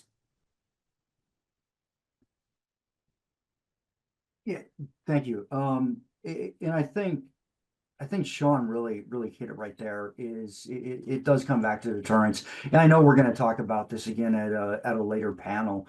Let's take a step back with reprisals though, and maybe for some of the folks in the audience, I know that Colonel Richard is on, and Swede, and a few other folks that are much more expert at this than I am. But so you have a state that takes an unlawful action, and you're looking to respond to that unlawful action with another unlawful action. They may have blown up Los Angeles, and now we're going to take out St. Petersburg. That would be one example. But you have to point out that unlawful action. You have to give them an opportunity to stop. You have to tell them that you're going to take the reprisal, give them an opportunity. So my point with that is that there's a way to do it lawfully that has been laid out over time. One point though, from the inside, we have two roles as judge advocates inside the military.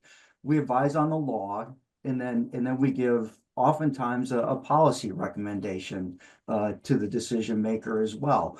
So you can have something that is legal but stupid, and that's where I would likely try to frame something like this. That is, yes, it's an option available to us under the law. As the United States, we have not sworn off reprisals for the same reason why our policy on national self-defense is so broad. If a state knows where we draw the line, then they can know where they can walk up to without stepping over it. But if it's a bit fuzzy, then there's some uncertainty there, going back to deterrence like we talked about before.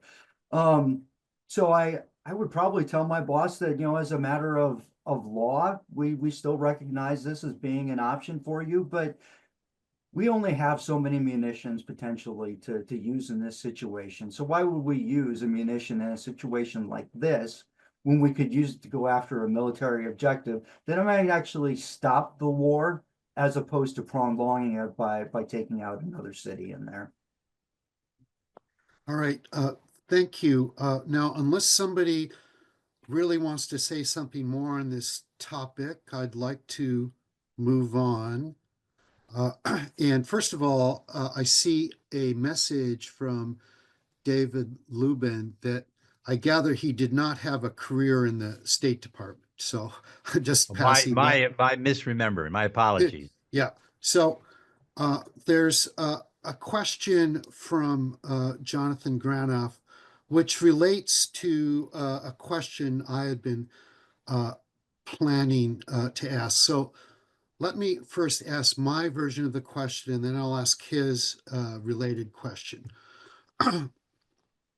So what is the role of an attorney who has advised in a particular instance that a potential use of a nuclear weapon would be unlawful, when he or she knows the decision maker intends to proceed with the use nonetheless? Here's Jonathan's related question. What could JAG lawyers do if there was a president who said, quote, "I don't care about legality. I am immune from the constraints in exercise of my core duty as Commander-in-Chief.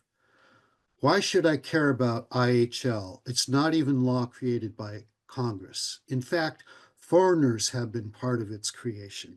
I can do whatever I want. End of quote from this president. What should the JAG lawyers do? So perhaps I'll start with you, Travis. Talk about putting a guy on the spot. Once again, these are my own personal views, not the views of the Department of Defense for the United States Army.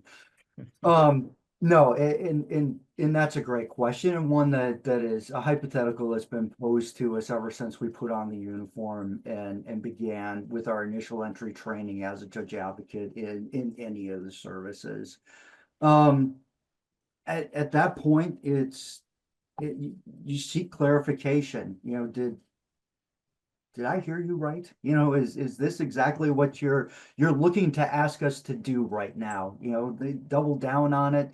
You know, or at that point, come up with alternatives. Boss, I hear that this is what you want to do. You know, here's your intended outcome. I think that we can take these other steps in there, which are in fact legal, to get you to exactly where you want to be.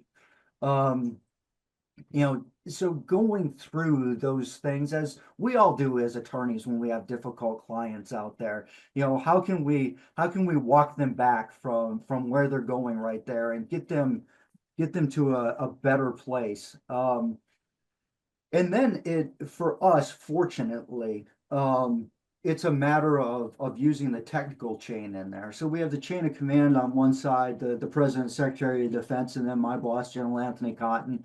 You know, but then we have legal advisors that advise each one of those individuals. So, you know, Captain Tony Mayani is the General Counsel for United States Strategic Command. We can reach out to the legal advisor, the chairman, and the General Counsel to the Secretary of Defense in there. So working through those technical chains in there, you know, to try and work out that issue, you know, prior to execution.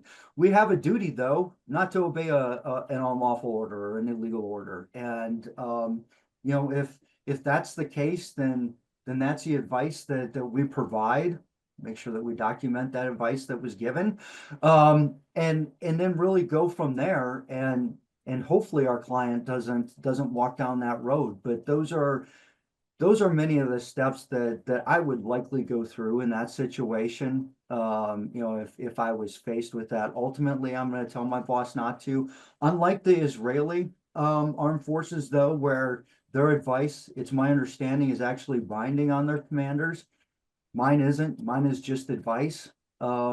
Although I'm subject to the ethical rules of the licensing authority that I have. But I am just another advisor to my commander, but the one person that can actually tell him no as well, you know, and base it on that legal ground. But that's how I would likely handle that situation. Okay, thank you.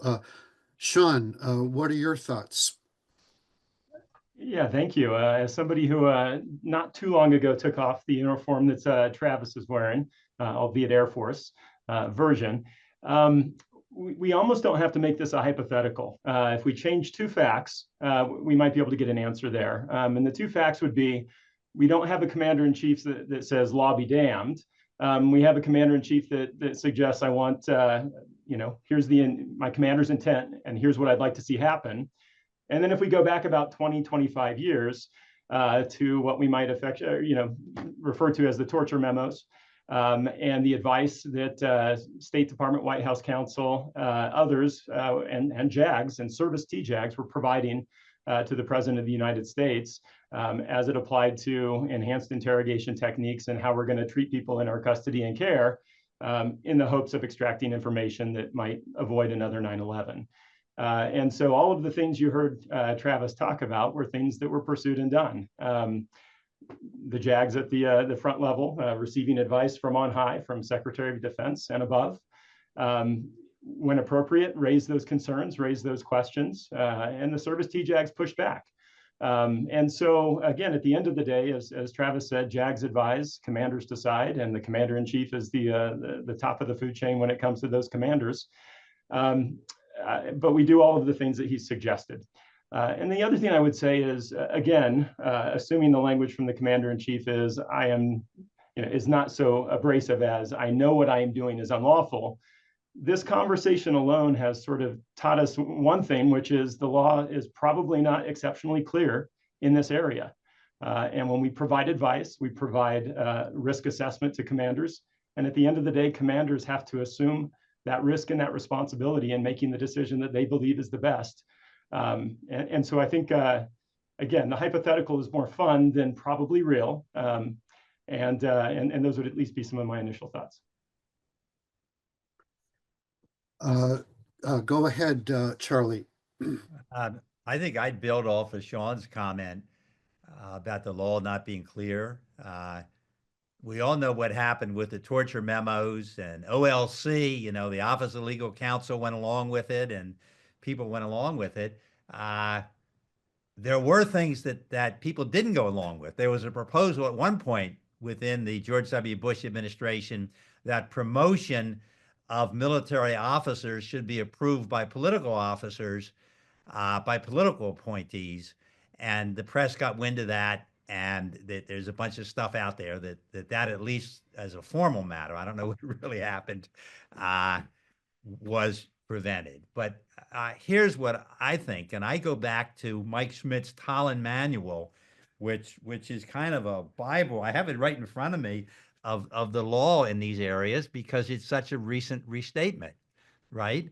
We need this on the nuclear weapons area for the reasons, Sean, I think that you gave, and we've all addressed that there are a number of these areas of uncertainty, right? Even if you look at the ambiguity of our deterrence policy and the notion that ambiguity is a good thing. I mean, we'll talk about this in the later panel, perhaps, but for the point, for this discussion to be meaningful, that the military has to disobey and as you say, Colonel Lee, discuss and offer alternatives and so forth on unlawful instructions.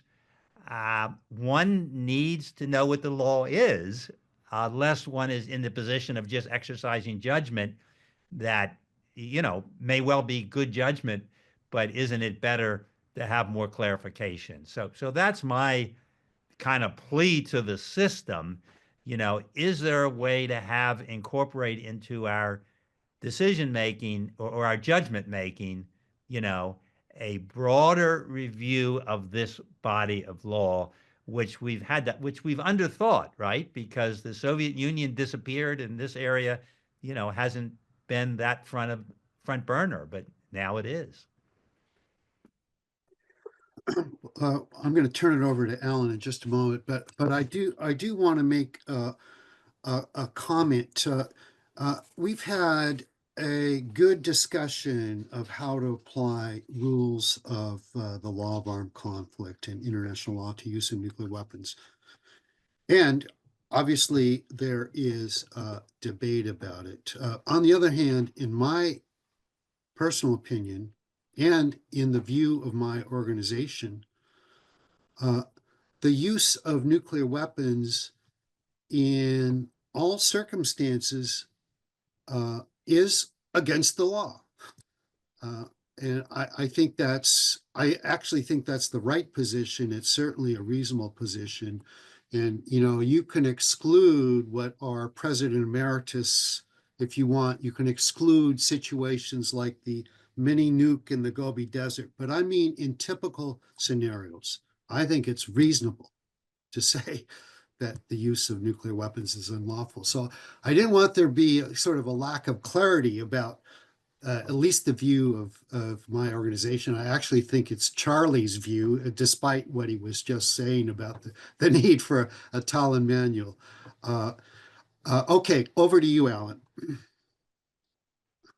I don't have very much to add to the, insights of people who are serving or have recently served in a military role. I mean, clearly, commanders have not only the right, but the duty to disobey orders that are, we often use the phrase manifestly illegal. I think it's actually a little bit misleading. I think sometimes the phrase manifestly implies like obviously illegal. If you actually look at kind of the standards and the actual test that comes out of the Lieutenant Calley, the situation is that it's okay to, it's a defense to any charge for someone to disobey an order that he knew to be unlawful or that a person of ordinary sense and understanding would have known to be unlawful. So that to me sort of kind of implies like a reasonable standard test, right? If a reasonable person would know that an order is unlawful, then one can obey it. Former Stratcom generals, both Kaler and Heighton, have testified or have commented that they believe that they have the authority to disobey an illegal order from the president to use nuclear weapons. Although, again, it goes a little closer to what Colonel Lieb said. It's not like I would basically say, up yours, Mr. President, but it would be more in the nature of like, let's have a discussion about what you want to try to accomplish and whether there are, other ways that we can do that might be consistent with international law. All right. Well, thank you all. We're really right at time. If somebody wants to say something like in 30 seconds, you're welcome to do so. All right. Go ahead, Charlie. One thing, I think, Alan, you mentioned, the dichotomy between policy and law. And I think Colonel Lieb, you mentioned it, that sometimes, what we hear is policy and not law. And that's certainly the case. I'd like to suggest that the potential importance of the role of law here, in light of this big body of law that does exist, is that if we could get a recognition, as John suggested, that the use of nuclear weapons or the use of high-yield nuclear weapons, I would say all nuclear weapons, but if we could get a recognition that some or all uses of nuclear weapons are unlawful, and that we have to adjust our policy of deterrence to only threaten the ones that are unlawful, that the fact that biological and chemical weapons are unlawful makes it easy for the policymakers, who are sometimes the politicians, who sometimes are under political pressure. The policy of deterrence is intuitive. Oh, all we have to do is make a threat, and we're not going to be in a war. I mean, we know that the policy of deterrence is much more than that, as we'll discuss this afternoon. But policy may never yield a real clear answer here. It may give us arms control, but it would never give us abolition. Whereas if we could recognize that nuclear weapons are as unlawful as chemical and biological, we could delegitimize them and really change the risk structure if we could then internationalize that. All right. Thank you, Charlie, and thanks to all of you. I think it was a worthwhile discussion, and I appreciate the willingness of all of you to contribute to this. So onward to the rest of the conference. Here we are, right? It went by fast, John. You're so right. So now we're right on time. It's strange to say. So we are on lunch from 12:50 to 1:50, but our actual break for the over 100 people who are with us now, our break is really only 10 minutes, because it's 12:50. At 1 o'clock, we are going to have the keynote, which is going to be, we styled it Luncheon Reflections. It's going to be introduced by Daryl Kimball, whom we heard in panel 1, the executive director of the Arms Control Association. Will introduce the discussion between Jonathan Granoff, whom you met earlier, and Thomas Countryman, who is the board chairman of the Arms Control Association. So from 1 o'clock till 1:45, we're going to have a discussion introduced by Daryl between Jonathan and Tom Countryman. So everybody, we're off the clock for 10 minutes to get our lunch in front of us if we can, and then really the conversation with Daryl, Jonathan, and Tom Countryman is not to be missed. There we go. Okay. What a substantive panel we just had. Really impressive. Just fantastic. Charlie, I'm so glad you took the initiative to do this. I'm going to introduce Daryl Kimball. He was introduced a little earlier. But what I want to say is, yes, he's the executive director of the Arms Control Association and the publisher of Arms Control Today, which everyone should subscribe to. He was the executive director of the Coalition to Reduce Nuclear Dangers, a consortium of over 17 organizations. Before that, he was director of programs for Physicians for Social Responsibility. The most important thing about Daryl is that he has been over decades providing platforms for lots of other voices. He is, in a sense, of course, been a very powerful advocate in his own standing, but he's amplified the voices of so many other people. And it's exactly that kind of generosity of spirit that we're going to need in the coming years to address nuclear weapons, artificial intelligence, and all sorts of weapons that are going to require sanity and the rule of law to constrain them. So, Daryl, I hand it over to you to give a few remarks and then introduce Tom and myself. And again, let me express my personal gratitude for your leadership and hard work. Well, thank you, Jonathan. The feeling is mutual, and I am really impressed with this virtual conference. It's a great gathering. The last session was a fabulous discussion. But let me just frame this more informal conversation that you and Jonathan are going to have by noting that, as you said, the Arms Control Association is one of the several organizations in the nuclear arms control non-proliferation disarmament field that seeks to advance progress in reducing nuclear risk, eliminating nuclear weapons. And we work very closely with a wide range of organizations, experts, and institutions in the US and abroad, because no one organization has the ability to move the needle on these massive issues alone, but together we can make a great difference. And so what I just wanted to do to kind of introduce your conversation together is to remind us of what the broader context is and what some of the key issues are that organizations in the nuclear arms control non-proliferation disarmament field are focused on as we move into 2025. And so to start, I want to just quote UN Secretary General Antonio Guterres, who delivered a statement earlier this year at the Arms Control Association annual meeting on June 7, that I think is very powerful, and it frames the problems we face. He said, quote, "Humanity is on a knife's edge. The risk of a nuclear weapon being used has reached heights not seen since the Cold War. States are engaged in a qualitative arms race. Nuclear blackmail has reemerged with some recklessly threatening nuclear catastrophe. Meanwhile," he went on, "the regime designed to prevent the use, testing, and proliferation of nuclear weapons is weakening. We need disarmament now. All countries need to step up, but nuclear weapon states must lead the way." So I think that very well encapsulates the challenge and the direction that we need to be trying to move in. And I just wanted to ask the two of you to, as you will,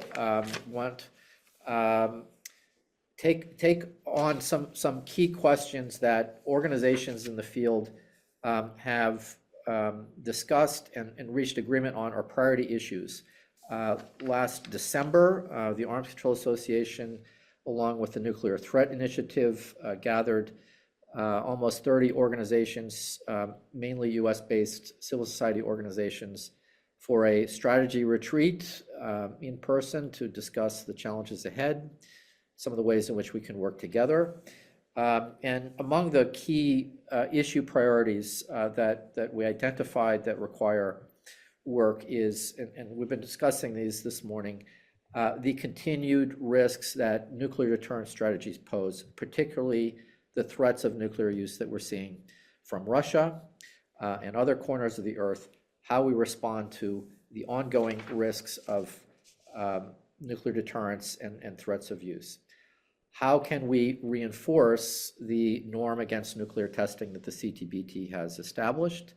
As many know, some former advisors to President Trump have suggested a resumption of US testing. We know that Russia has withdrawn its ratification from the Comprehensive Nuclear Test Ban Treaty to mirror the US policy.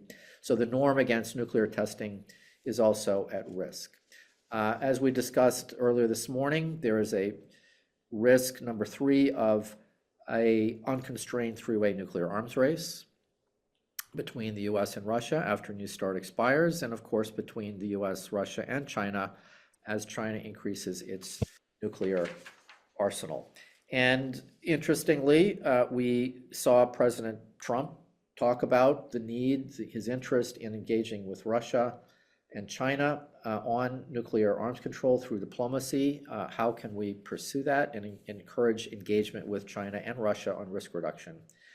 And the other issue that we NGOs agreed is a priority is to encourage US policymakers, particularly in Congress, to evaluate the question, does more nuclear weapons increase US security or not? We have a number of proposals that are going to be coming forward this year in Congress, perhaps from the president's budget request, calling for preparations to actually build up the number of deployed nuclear weapons, additional nuclear weapons types. And then finally, and I know, Jonathan, this is on your mind, another key question, whether it is a Republican or a Democratic president in charge of the proverbial nuclear button, how do we ensure adequate, better checks on any decision to use nuclear weapons by the commander-in-chief? As we all know, the president has the sole authority to order the launch of nuclear weapons. But then in addition, we have the challenge of artificial intelligence being incorporated into nuclear command and control decisions in the US, Russia, and China. And helpfully, last year, the Congress approved a policy statement that reinforces a Biden administration statement that says that in all cases, the United States will maintain a, quote, human in the loop for all actions critical to informing and executing decisions by the president to initiate and terminate nuclear weapons decisions. So, that is another contemporary reality that we're facing, another challenge. So I lay those out as issues for all of us to think about, but also for the two of you to explore and discuss. So with that, let me just formally introduce Jonathan Granoff and then my friend and colleague Tom Countryman. As we heard a little bit before, Jonathan Granoff is president of the Global Security Institute, a lawyer and former professor of international law. He's currently a senior advisor and representative to the UN for the permanent secretariat of the World Summits of Nobel Peace Laureates. Jonathan was one of the few people at the White House late last year for some ceremonies recognizing Americans who've done good deeds at the White House. He's been deeply involved in the American Bar Association as senior advisor to its Committee on National Security. And I didn't know this, Jonathan, but he was nominated for the Nobel Peace Prize in 2014, which is prestigious, but that only begs the question, what have you done for us lately? You need to step up your game to get another nomination. So, and Tom Countryman is currently the board chair of the Arms Control Association, but even more importantly, Tom is an experienced diplomat, 35 years of service in the US Foreign Service, serving in multiple roles, European security in the Balkans, at the UN mission to New York. He was Assistant Secretary for International Security and Nonproliferation at the State Department for several years and acting Undersecretary for Arms Control and international security before his departure in early 2017. And so I leave it to you two for further exploration of these and other issues. So Jonathan, do you want to lead us off, please? Sure. Thank you. Thank you, Daryl. One small correction. I'm the senior advisor of the Committee on National Security of the International Law section, because there's different sections of the bar, which is relevant to our conversation. Tom, I think people should know the breadth of your experience to begin with. And I'm just going to help supplement some of Daryl's remarks. First of all, you speak Serbio-Croatian, Arabic, Italian, Greek, and German. You know, that's not too bad. You began your diplomatic career in the early 1980s. You've been stationed in Belgrade, Yugoslavia, Cairo, the Office of Counterterrorism. You were a special advisor to our UN permanent representative, Madeleine Albright. You have been a special expert on Middle East and South Asian policy in the State Department. You've been stationed in Rome, Athens. You've been a political advisor to the Commandant of the Marine Corps, General Conway, in addition to being Assistant Secretary of State. And you're also a member of the board of the Arms Control Association. So this is an amazing career of a broad range of postings and experiences. But I want to just ask you, what brought you to the passionate engagement of being a diplomat? How did this happen?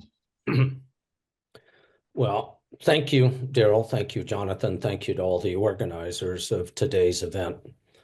I remember, as Dr. Freeberg remembered, the duck and cover drills in my parochial school.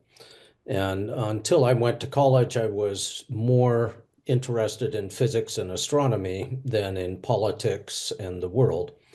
That changed after some travel as a student, and the Foreign Service career suited me perfectly. The diversity of tasks on a daily basis and over a career always fascinated me, always convinced me each day that I was doing something useful for the security of Americans and the security of the world. So I had the opportunity at different levels to do rewarding work of varying levels of significance, from reunifying families divided by the Iron Curtain, to advising the democratic opposition in Serbia, how they could peacefully end the regime of the dictator Milosevic, to speaking on behalf of the United States in efforts to reduce the risk of weapons of mass destruction. And as I said, in all of them, I felt every day not just fascinated, but convinced that I was serving the American people. Now, today, there are a number of politicians who'd like to put forth the idea that the Department of State represents foreign countries rather than representing Americans. And nothing could be further from the truth. When I have the chance to speak around this wonderful country, I like to tell people that we don't have a Department of State, we don't have a foreign policy because we love foreigners. We have that because we love Americans. We want Americans to feel safe and secure in their home or whether traveling overseas. We want them to sell the world's best food and best products overseas. We want them to know that the tiniest portion of their tax dollar, about the same amount that we spend on nuclear weapons each year, goes to alleviate suffering in other countries. And above all, we want them to know that their loved ones, our heroes, America's servicemen and women, are not put in jeopardy simply because of a failure to pursue non-military solutions. So following my somewhat abrupt retirement a few years ago, it was natural for me to go help out the Arms Control Association. We've got two existential risks facing us climate change and nuclear war. They are both important, but I choose to work on this because even in the worst projection of climate change, the human species will survive. You cannot say the same thing about the survival of the species in many scenarios of nuclear conflict. So that's what I've done and still try to do. That last point you made is what brought me to the issue. In the late 1960s, I was interning in Washington, and then Senator from New York, Robert Kennedy Sr., took a bunch of us to lunch, and he told us what happened in the Cuban Missile Crisis, and it was pure good luck that saved us. But I'll never forget what he ended with. He said, "Nuclear weapons are the moral and practical litmus test of modernity. If we get every other issue right and don't get this right, it won't matter." And that really has stayed with me.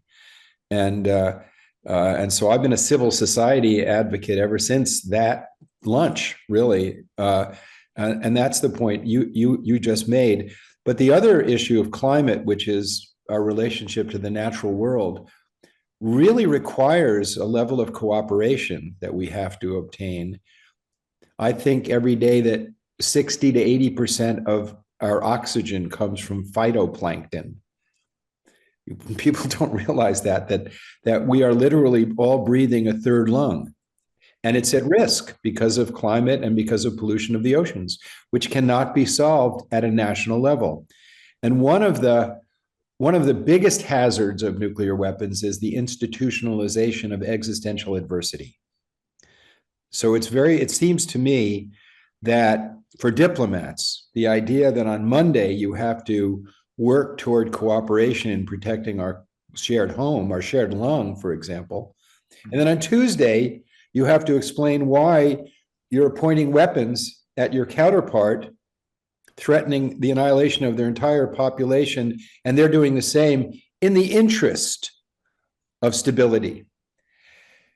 So I wondered if you could share with us in your career an example of a success that was inspiring, that really, helped enliven your passion for continuing this work as your lifetime work. So just one or two examples of successes. People need that. I need it. Okay. A quick one would be in 2013, after Syria used nerve agent against its own citizens. I went with Secretary Kerry to Geneva, and together we worked out with the Russians a very practical program for the destruction of Syria's chemical weapons capability. And despite the fact that Russia was a good friend of Syria, we not only got to agreement quickly, we implemented the destruction of Syria's chemical arsenal, as we saw later, not 100%, but pretty darn close. And some of that same experience is now needed as we have another opportunity to once and for all put the specter of a chemical arsenal in Syria behind us. That's a great example, because Syria is not a party to the Chemical Weapons Convention yet. It is now. It is now, but at the time we took the position that it's bound by the constraint as a matter of customary international law. And I think that, when people say, well, what does the law mean?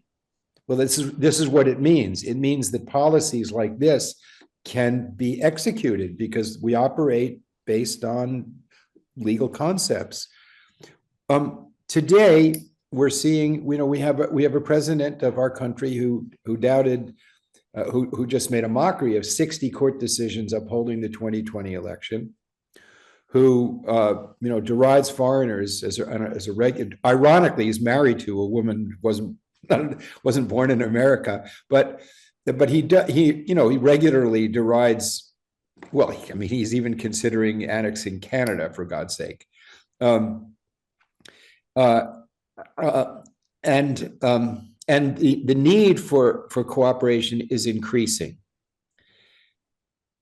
Describe where we are today, from your vantage point. Where are we with respect to the web of treaties, the Nuclear Non-Proliferation Treaty, the Chemical Weapons Convention, the Biological Weapons Convention, the entire web of constraints by law that have built up an architecture, where are we with respect to that? And then we'll talk about where we need to go. But first, tell us where you think we are, your vantage point of how critical is the moment. Well, to do that, let me give a brief conceptual history of arms control. I hope you can see a slide that I've used before. We had a consistency of approach to nuclear arms control from President Eisenhower to President Obama, that arms control is not the alternative to national security, but restraining an adversary's arsenal is valuable for our security. We don't show weakness when we engage with an adversary. We look for common solutions. We solve problems one at a time instead of insisting on solving everything at once. And that the US has to take the lead in reducing risk. That was a consistent US policy that significantly reduced risk from 1962, I would say, up until 2014. There's been a change. And I think that in the President Trump's previous administration and among many members of his party, there's almost opposite views about what arms control is. That real men don't do arms control because it's a sign of weakness, it's a giveaway to opponents, that all treaties are negative because nothing should ever restrain United States freedom of action, that an agreement that solves only one problem is unacceptable if we have other problems with a country, and the recurrence of an old idea that weapons are not just for deterrence, but to give us a strategic edge, and that there could even be circumstances in which nuclear combat can be limited and won.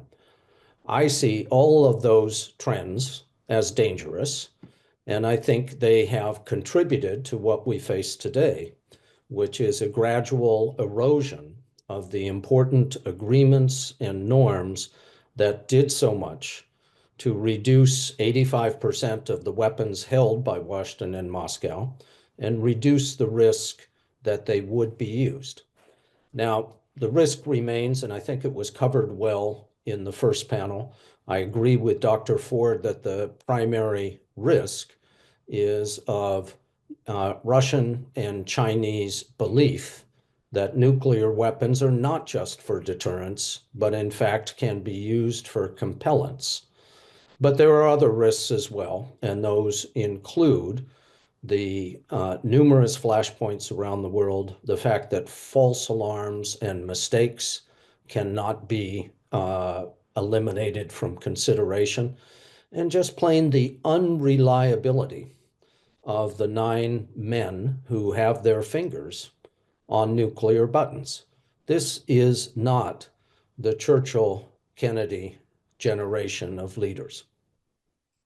The unreliability, they're just fallible human beings. But I had a discussion with the permanent representative of Russia to the UN at a reception, I think it was about 2 years ago, in which I suggested that when our president said the people of Baghdad would greet our soldiers with flowers in celebration, that my wife said, "No, I don't think so." And that when his president said that the people of Kiev would greet Russian soldiers with flowers in celebration as liberators, I said, "Nah, I don't think so." And I pointed out that if you'd spoken to any cab driver in Baghdad or Kiev, they could have told you, they could have told anybody, that the invading troops would not be greeted with flowers in celebration. And yet, 2 heads of state of these countries with over 90% of the nuclear arsenals could be so wrong, could have so little common sense, and that this human fallibility sits as a sword over all of our heads. That's, to me, so we had an actual sane conversation, is what I wanted to point out, because I pointed out that there is no winner in a nuclear war. And I want to go back to how we got to reducing the arsenal by over 80%. And one of the ways was one of the points you just pointed out, that you do one thing at a time. And I was asked to be, and I was the outside commentator on the 20th anniversary of the Geneva Summit, which was hosted by the city of Geneva.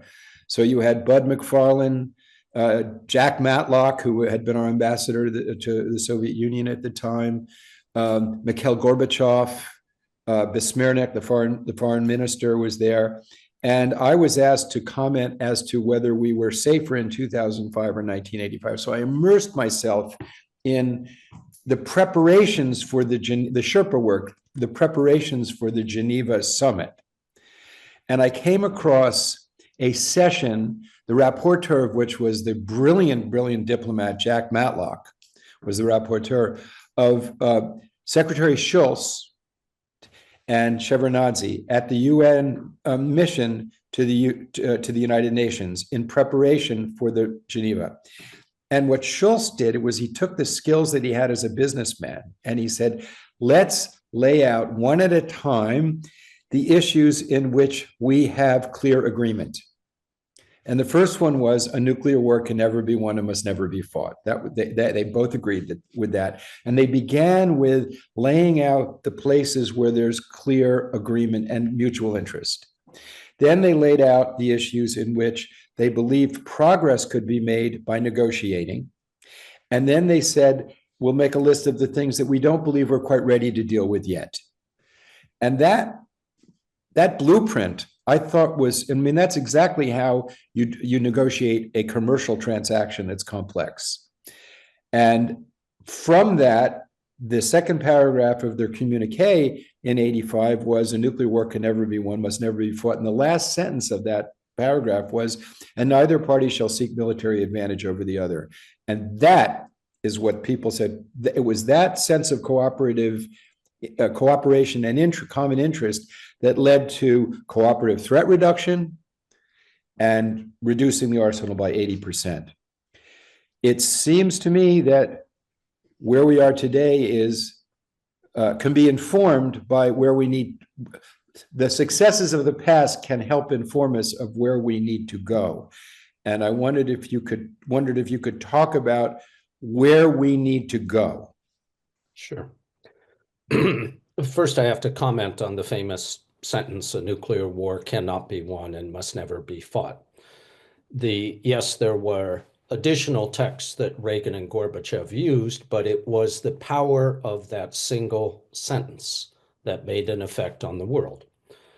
I happened to go back into the State Department for just a year in the Biden administration, and I was present at the meeting of the 5 nuclear powers as we discussed reissuing that sentence. Nobody at the table thought that you could simply issue the one sentence, and all 5 had suggestions for what else we had to say. And the net effect was, of course, to dilute the power of that single sentence. That was a little disappointing to watch. Much of the success that we had was a result of continuous contact between Washington and Moscow, between genuine experts. There was always a media focus on the big summit and on the last meeting before the big summit when a real treaty would be signed.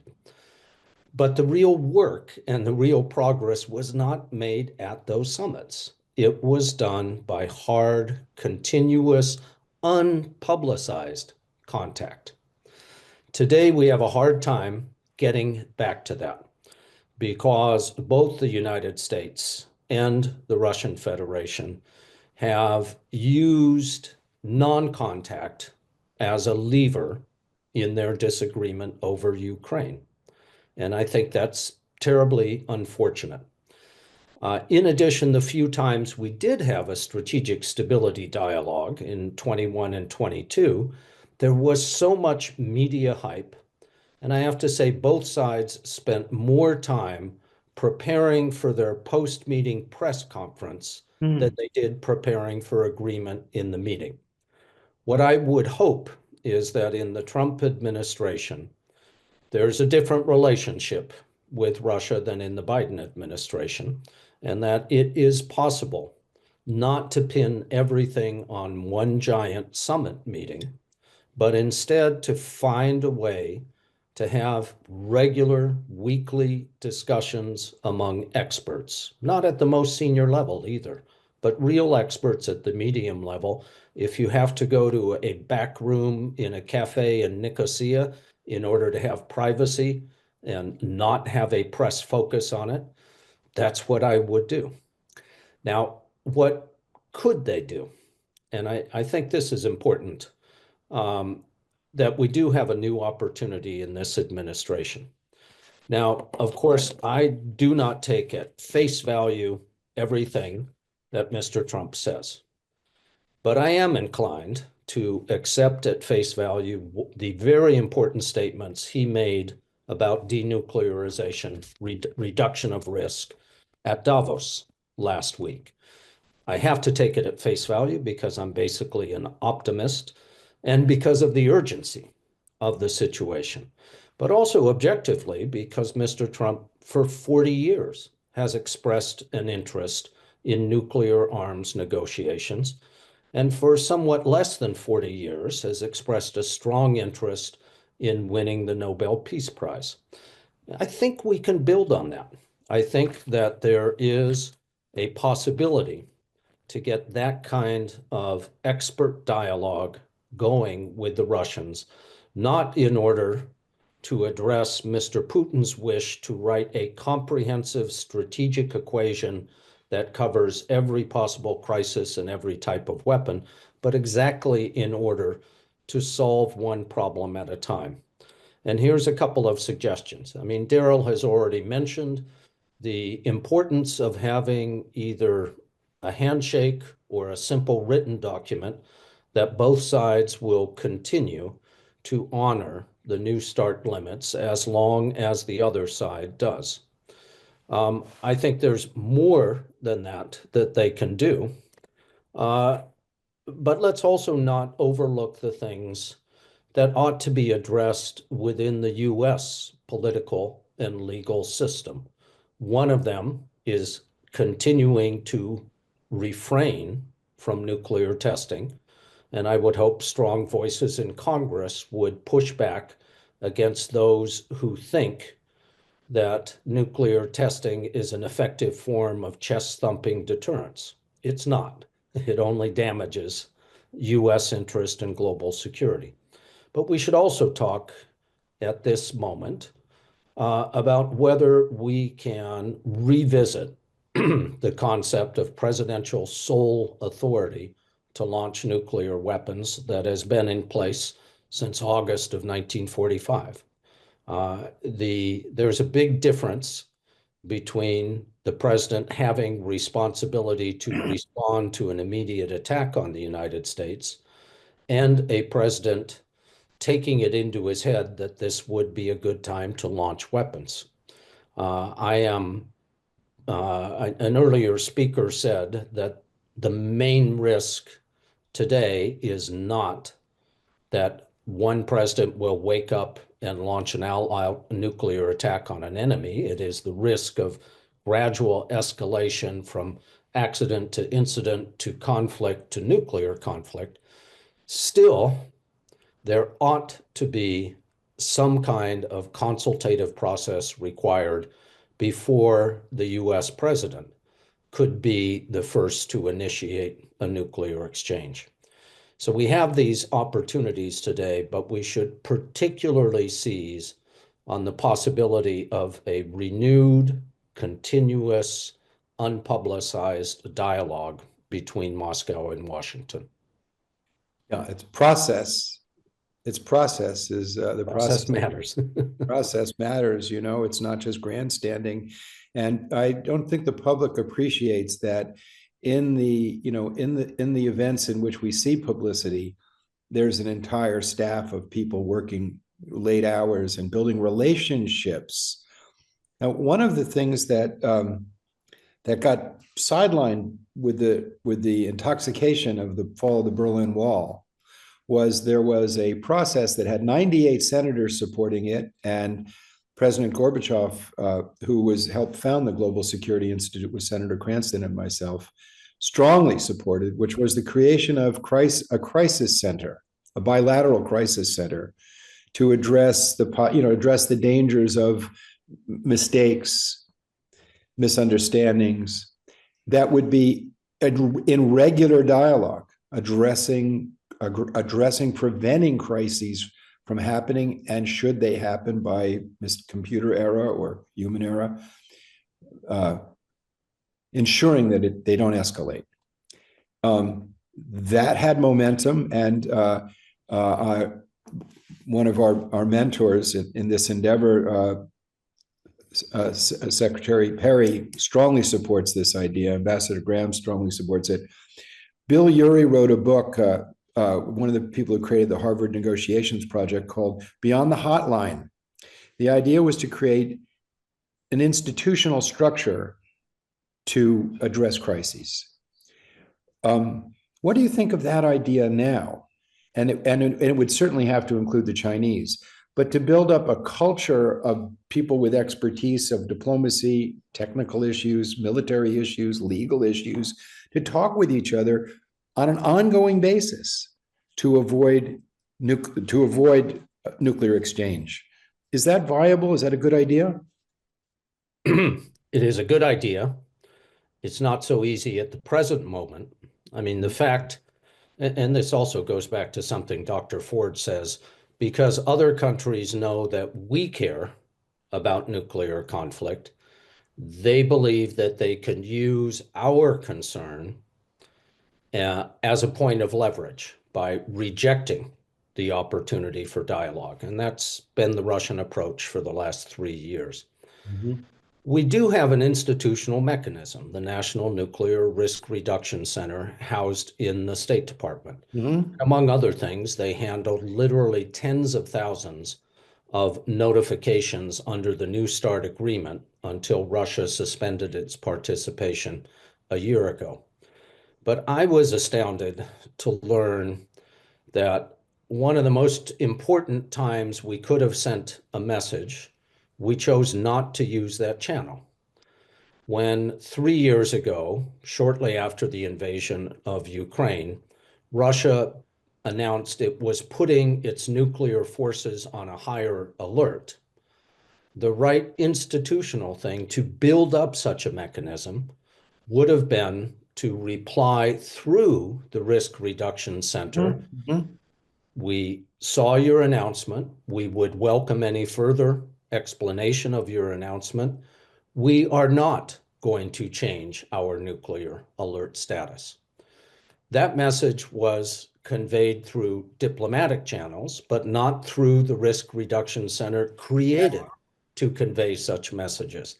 And partly that's because I would wager 3 years ago, and definitely today, the top level of the State Department had completely forgotten that the Risk Reduction Center exists. Mm-hmm. Mm-hmm. So if there's a way to elevate it, to make it something other than routine, that would be welcome.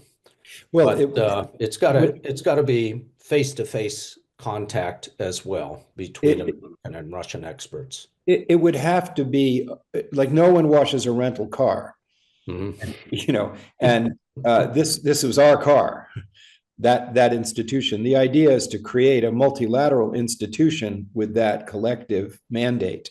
So even the creation of it itself, in my opinion, even discussing the creation of it would have threat reduction value. That one of the things that I've noticed in my years of advocacy at the UN is that the diplomats, if they were really free to have agency, many problems that we face would be solved.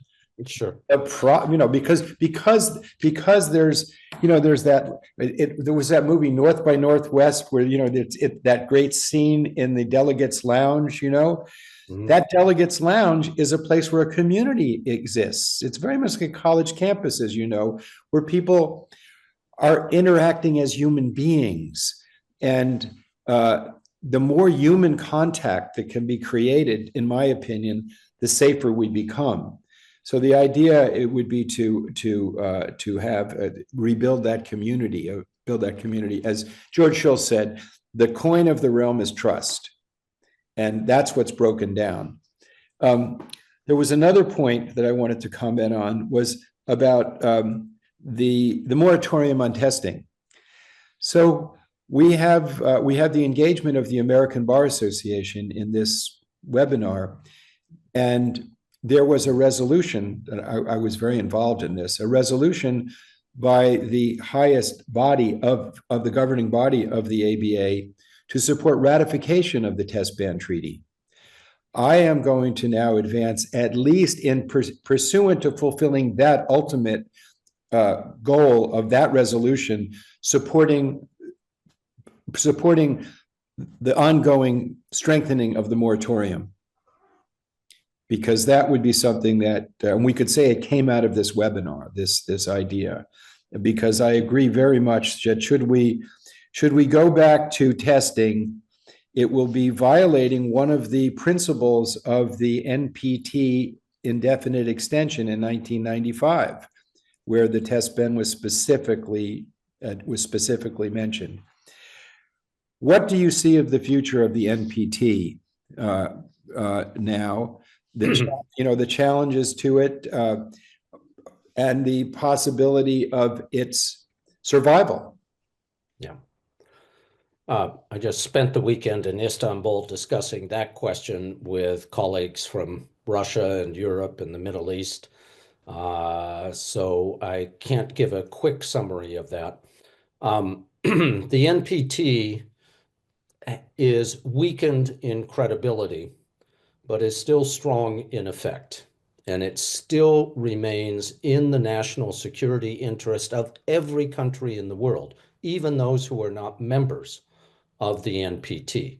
So despite all the difficulties and despite the fact that we have contentious and unsuccessful meetings under the NPT, I feel quite optimistic about its continued relevance, importance, and durability.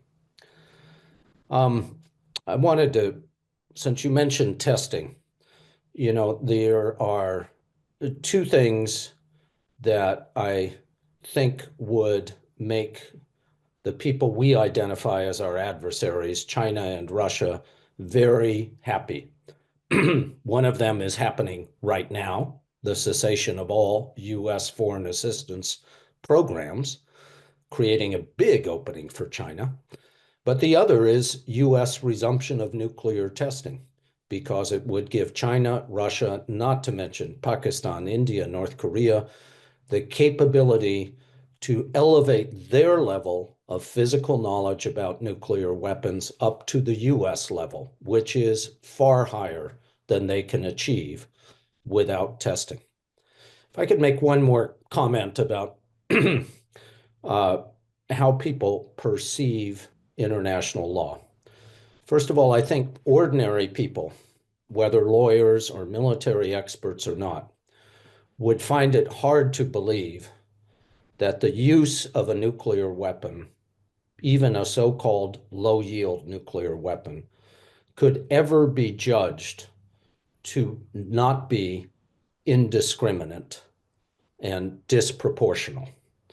I think that's ordinary people would see the arguments that our very good colleagues in the military have to make to be inconsistent with the fact of what a nuclear weapon is. Now, does that matter to most people? No, because international law does not matter to most United States citizens. It is an object of scorn by a significant number of politicians. It has been so thoroughly violated in recent years, particularly, but not only by Russia, that there is little to be lost for those countries to take it to the next step of a violation of international law. And our own citizens see a president who has issued within 10 days a number of decisions that are blatantly illegal and unconstitutional. And therefore, why do we even care about international law? It is correct that if there's going to be a change of direction in nuclear policy, a genuine reduction of risk, it will come about as a result, as has been noted, of a policy debate, not a legal debate. But still, since you were unwise enough to give me this platform, I'll make one more point. I admire so much the lawyers in the military who work on these impossible questions. I'm not a lawyer myself, but I have to give one little example. When I worked at the United Nations 30 years ago, my counterpart, another expert on the Middle East, from a friendly country, a country that's undeniably a democracy, told me he was going back to his capital to head the legal affairs department at the foreign ministry. And I said to him, I didn't know you were a lawyer. He said, no, I'm not, but that's not what the legal affairs department does. We find the justification for what we need to do. And I think that's concerning. I'm not pretending to give advice to people who have devoted their careers to this. But again, as an outside observer, I would hope that one job of a lawyer is to make decisions by his client defensible. That, I don't want to say CYA, but I want to say that they have a justification for what they do. But I think a bigger responsibility of any attorney, or for that matter, any advisor in policy, is to keep their client from digging themselves into an inescapable hole.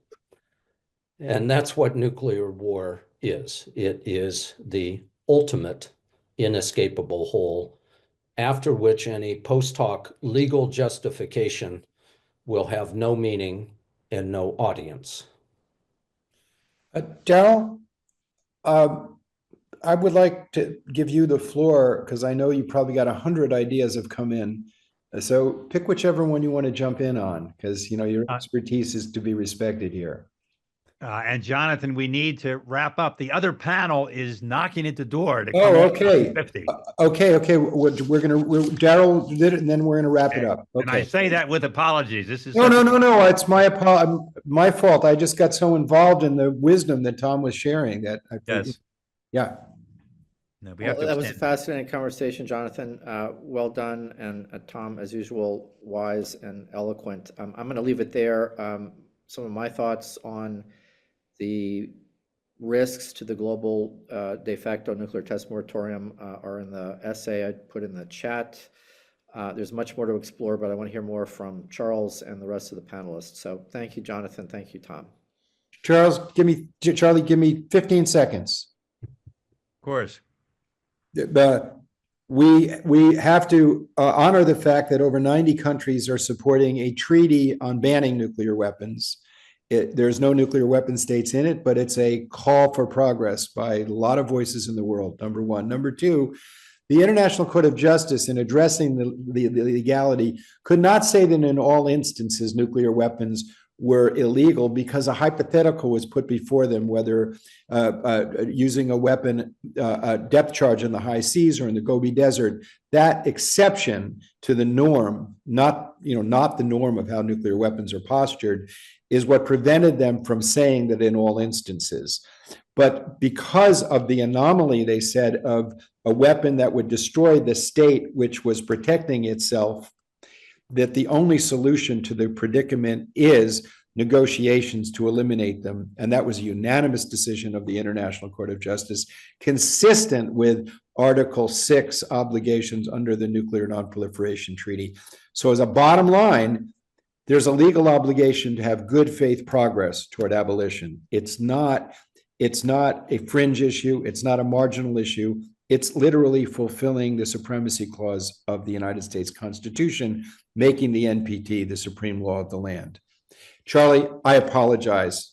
I apologize. No worries. And this next discussion, Tom, picks up right where you were on, and Jonathan, on the comments you were making. Does law matter? And we're all keenly aware, of course, of what's going on in Russia invasion of Ukraine. But on the other hand, and we're aware of the concerns. But there is a body of law there. There is a Department of Defense that put out a 1,000-page law of war manual. We have thousands of JAG lawyers who are struggling with the standards. And maybe a big thing is, how we apply this law. And maybe we need to be more aware than we have in the past that we can't just go by our deference in the conventional context to, well, the lawyer on the spot, the soldier on the spot has to exercise his or her best judgment. With the consequentialness of the nuclear weapons, we need to somehow get to the next level of what is the duty of care here, and then we can't, I take it, convince the rest of the world of anything until we figured it out ourselves and gotten on the same page. Anyhow, sorry to launch into that, but I'm, trying to say the next panel, which Jeff, you're going to pick up on, is this very topic of, what is the role of law now? And do we have any basis for confidence that law matters? And we have the ICRC here as well. So you were referred to earlier. Jeff, take it away. Well, great. Thank you very much, Charlie. And I think you pretty much, with that wonderful transition, really took everything that I was going to say in my introduction and said it better than I would. So with that, we're going to go ahead and just jump right into panel 3, which is contemporary realities as to the role of international law now and in the future as concerns potential uses of nuclear and other weapons. We've assembled another fantastic panel for this. We have Dr. Laura Grego, who is a senior scientist and research director at the Union of Concerned Scientists, where she focuses her analysis and advocacy on the technology and security implication of nuclear weapons, ballistic missile defense, and outer space security. She is the author or co-author of many peer-reviewed published papers on a range of topics, including cosmology, space security, and missile defense. She is a technical expert for the Woomera Manual on the International Law of Military Space Operations, an associate editor for the Journal of Science and Global Security, and a member of the American Physical Society's Panel on Public Affairs. We also have Lieutenant Commander Christopher Hart, who is a submarine officer on the permanent military faculty at the U.S. Naval Academy's Leadership, Ethics, and Law Department. He teaches elective courses on the law of armed conflict, the law of the sea, as well as core courses on law and ethics for naval leaders. Graduating from the Naval Academy in 2009, he has been stationed on the fast attack submarine USS Albany and the ballistic missile submarine USS Rhode Island, including 2 strategic deterrent patrols. He holds a Juris Doctor from the University of Maryland Francis King Carey School of Law. Bradley May is a legal advisor with the International Committee of the Red Cross, where he advises UN member states, the UN Secretariat, and internal colleagues on matters of international humanitarian law in a multilingual environment. Of particular relevance, he develops and promotes ICRC positions on arms and disarmament issues and participates in relevant fora with relation to autonomous weapon systems and nuclear weapons. And finally, we have Colonel Ted Richard, who is at the Staff Judge Advocate for United States Space Operations Command. He is the principal legal advisor to the Commander of Space Operations Command, providing leadership and professional oversight for over 90 full and part-time attorneys, paralegals, and support staff at 2 U.S. Space Force garrisons and 8 deltas. In a previous assignment, Colonel Richard served as the Deputy Staff Judge Advocate at U.S. Strategic Command. All right, and to start our panel, we're just going to do a roundtable of opening remarks. And for that, I'll start with Colonel Richard. Thank you. Hopefully you and everyone else can hear me okay. And I will start out with the, thank you. And I'll start out with the standard disclaimer that the opinions I'll be speaking about at today's panel are my own. They're not the opinions of DOD, of the Department of the Air Force, or any command I've ever been associated with. So I think I'd just like to start out. I think there's an important point about the law of war to this discussion, and I think international law in general. And I know Professor Biller and I have had discussions about international law, but I think important for this panel is to kind of remind people, especially if you don't have a military background, if you haven't studied military philosophy. Karl von Clausewitz is a strategic thinker, and he points out that there's what he calls the unchanging nature of war. His description of that unchanging nature of war is that war is always violence for a political end. And that violence will result in enmity and hatred, but that political end is always rational. So the law of war to me fits in that equation because it's the means one of the means of the rational political constraint on the violence to try to prevent that hatred and enmity from overriding. And I think what's important to keep in mind here is we talk about the role of law and its ability to constrain conflicts. I think people on both sides of the equation just need to keep in mind that if you think law does not apply to war or shouldn't apply to war or can't apply to war, you don't understand Clausewitz and the need for the political constraints on the violence. But on the other hand, if you think the law of war is going to be an effective constraint to violence in all circumstances, you have to understand that violence that hatred and enmity that comes with the violence can nullify the population's tolerance for a rational political end state, or whatever that was at the beginning of the conflict. And therefore it can serve people that don't want to have those legal constraints because that violence brings that hatred and enmity that can override. That's the important lesson from Clausewitz. So as we think about the application of international law, I would suggest that potentially if we're talking about nuclear weapons, it's really most applicable on the front end before the violence starts because that's when it's most meaningful and it's mostly it's going to be applicable and people will be willing to tolerate legal constraints on force. I think they want the legal constraints once war begins, but that gets into a mixed bag. I'm not a political scientist, but I just throw that out there for people to keep in mind as far as the power of international law and how it will work in reality and how I think if you go back through conflicts, you will see that over and over again, and it explains a lot of behavior of both politicians and warfighters. The other point I think is important to make just at the outset, and it's very unrelated to Clausewitz, but there was a former commander of what was Strategic Air Command at the time, who was also a JAG at one point in his career, and he had gone from being a bomber pilot to a JAG, back to being a pilot, and then worked his way up to 4-star as commander of U.S. Strategic Air Command, and that was General Doherty. And he wrote in a 1980s book that was edited by Ashton Carter, former Secretary of Defense, I believe under the Obama administration. But he wrote in that book that he had a major who, whenever they asked him if he'd be willing to turn the key to launch a nuclear missile, would always give a qualified answer about how if the orders were proper and if it was legal, and he went through a whole litany of things that he would pull the trigger on, and Doherty had him removed from nuclear missile duty and wanted him kicked out of the Air Force because he needed to be able to follow orders. But I think we all know that in the military you have a duty to disobey clearly unlawful orders, and so where was the how do you square those two concepts?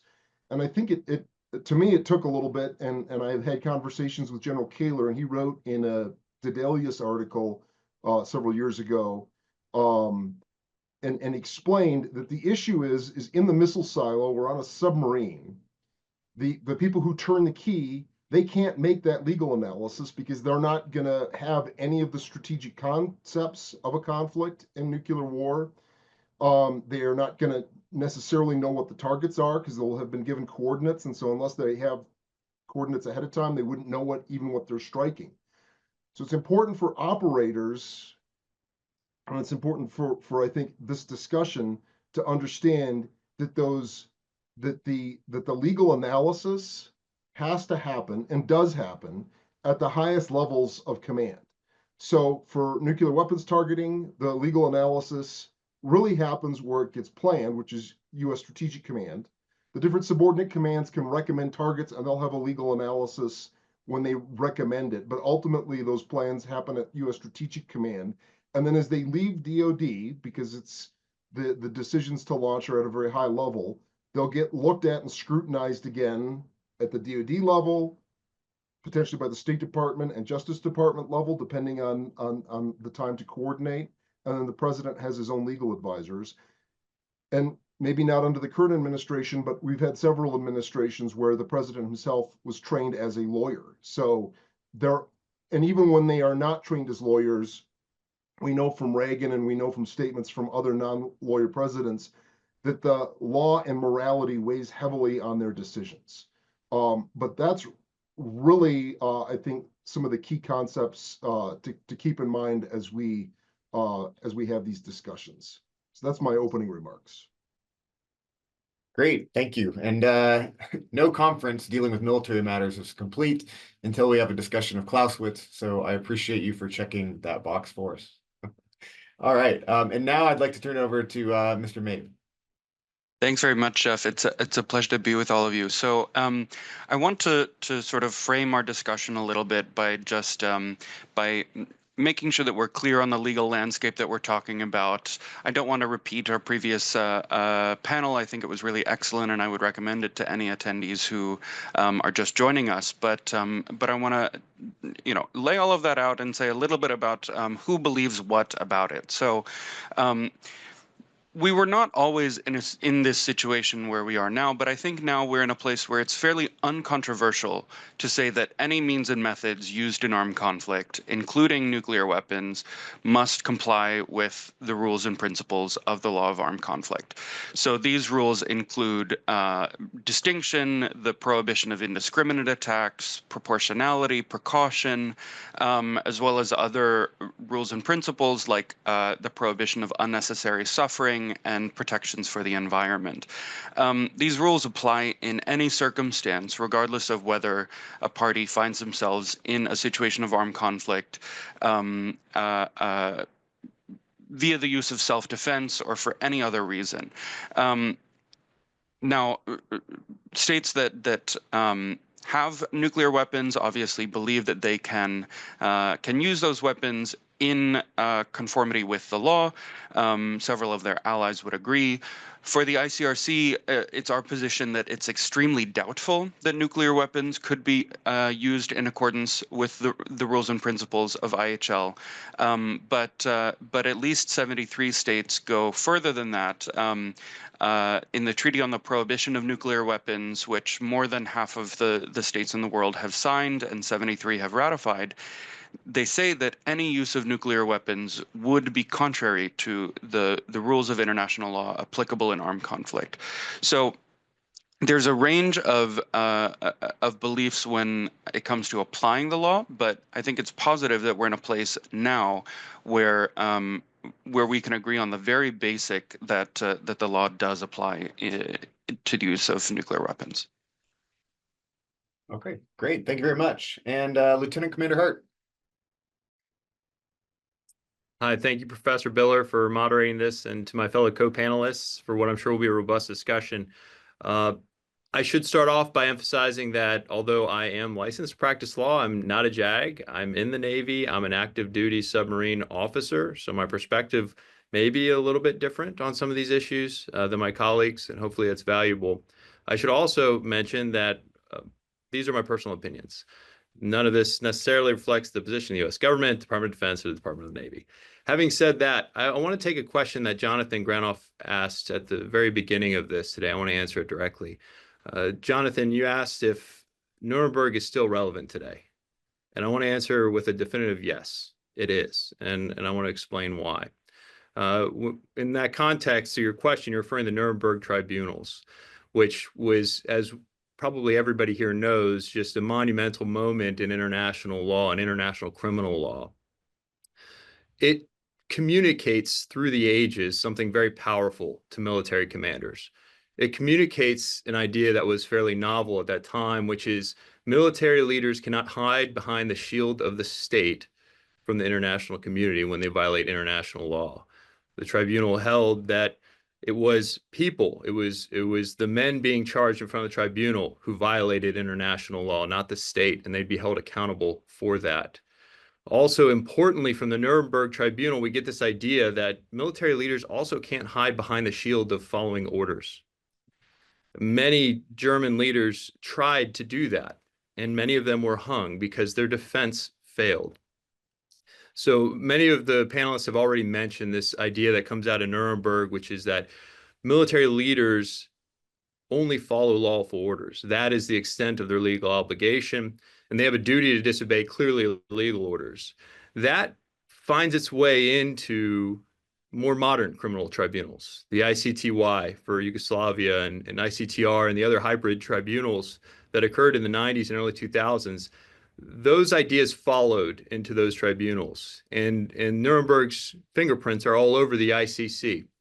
And I have to imagine that my counterparts in the Russian military, who for, almost 3 years now have been living a reality where their president seems quite willing to use nuclear weapons in a context that they probably had never thought very hard about, I have to imagine they've noticed that the ICC has issued arrest warrants for 6 Russian leaders, despite Russia not being a member of the Rome Statute.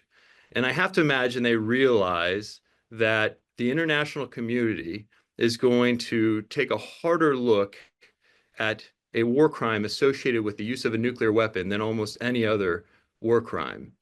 And so they must know that if indeed they execute an unlawful order, they are going to be at the top of the list for prosecution by the international community. Now, I've written elsewhere that I think, based on the facts in Ukraine, that any order to launch nuclear weapons against Ukraine in the present crisis would be clearly illegal or manifestly unlawful in the terms of the Rome Statute. And I think my counterparts in the Russian military must realize that. Having said that, I should emphasize, as many others have said today, I think that the legal analysis for a nuclear strike is heavily fact dependent. With the right facts, a nuclear strike could be lawful. And I think we'll explore a little bit more in this panel what those facts are. And I think I'm at the end of my time for intro remarks. So I'll end it there, and we'll pick up the discussion a bit more in a little bit. Okay, great. Thank you, Commander Hart. Dr. Grego. Hi, can you hear me? Yes. Great. Well, thanks for the invitation. And I wasn't able to see all of today's panels, but what I did see was excellent. And at the risk of repeating some of the context, I thought I would, I've been invited here as a scientist and to talk about what we know about the effects of nuclear use. And so I thought I'd lay out what we know, especially what's included in the legal analysis that we believe in, and what is excluded, and what are the limits of what we know, because that'll be important as we go forward. Well, according to a 2024 study by the National Academy of Science and Engineering and Medicine that was looking at the risk analysis methods for nuclear war and nuclear terrorism, and that was informed by classified briefings. The Defense Threat Reduction Agency provides estimates of the impact of nuclear weapons to most of the Pentagon. And that consequence assessment is focused on prompt effects and military objectives, as well as whether the nuclear use would impact US and allied troops' ability to continue to fight. DTRA uses probabilistic models for targeting and for damage estimates. They focus on blast, cratering, ground shock, dust, fire, essentially prompt thermal and air blast effects. It's less clear how things are included, although of course some people in science may know specifically, but from the external point of view, how much is included in terms of high altitude electromagnetic pulse. But as the National Academies say, this certainly results in a partial accounting of the consequences, which lead us to have a limited understanding of the breadth of the outcomes and neglects the broader and longer term effects. It certainly doesn't include political, military, economic, social, information, and infrastructure impacts. Those are not included in the models. It doesn't include climatic effects such as nuclear winter, and it doesn't include the assessment and estimation of psychological, societal, and political consequences of nuclear weapons use. That nuclear war would be catastrophic and potentially immediately kill hundreds of millions of people. Well, that's been known for decades. But we do have reason to believe that our current knowledge is incomplete as for the full effects of nuclear war, and some of it is definitely out of date. And we don't have, in general, a public repository of the most up-to-date information. The last time the United Nations commissioned a report to do that task, to pull together everything we know, was its 1988 study on the climatic and other global effects of nuclear war. Since then, the world population has grown, it's changed in distribution, economies have become more interdependent, the environment has become more fragile, and also new scientific information has yielded insights that we should bring to bear on these questions, including updates to our understanding of and our ability to model the atmosphere, studies of the long-term effects of radiation on affected populations. Those studies have yielded new information. Some of that technical work has been presented in the 4 conferences on the humanitarian impacts of nuclear weapons. Those were lead-up events to the Treaty on the Prohibition of Nuclear Weapons. But it's also clear that additional research continues to be needed. We still have important knowledge gaps. New studies are still being published and commissioned in those research gaps. There have been recently updated studies published about the radiological fallout impacts of atmospheric nuclear detonations and of ground bursts. Ground bursts is a particular problem in scenarios of counterforce targeting, which we have reason to believe form many of the targeting plans, where hardened military installations are part of the target set, and so ground bursts might be used. Recent research out of Princeton took a relook using updated models at what fallout effects would be of a counterforce attack on U.S. missile silos in Colorado, Wyoming, Nebraska, Montana, and North Dakota. And for a simulated attack on any day of 2021, those scientists computed the resulting fatalities, and the estimates ranged from 340,000 to 4.6 million, really depending on the way the wind blows on any given day. So, just where those people lived and how many would be hurt depended really sensitively on the weather predictions. But based on historical weather patterns, there's essentially no place in the US that would be immune to those fallout effects. So this points to an important point that civilian effects may depend sensitively on conditions just at that moment. Are we prepared to have to present decision makers with those to-the-minute models? Especially if the US president has the ability to exercise their power to launch promptly, they may not have that complete information.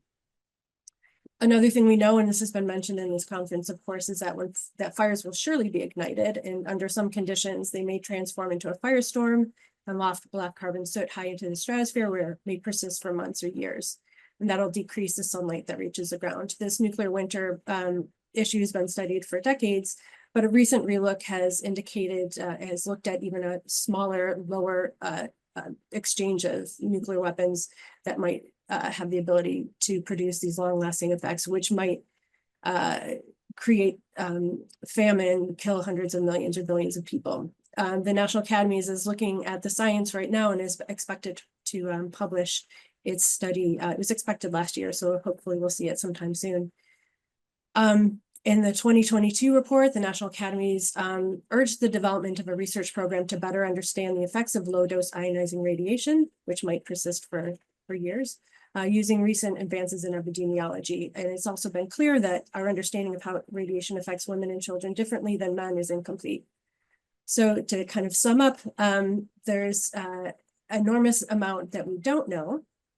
And what we do know is not all included in our calculations, but the US National Academies of bottom line in their study was that we do need to improve the understanding of our less well understood physical effects of nuclear weapons, such as fires, damage in modern urban environments, electromagnetic pulse effects, climatic effects, as well as the assessment and estimation of psychological, societal, and political consequences of nuclear weapons use.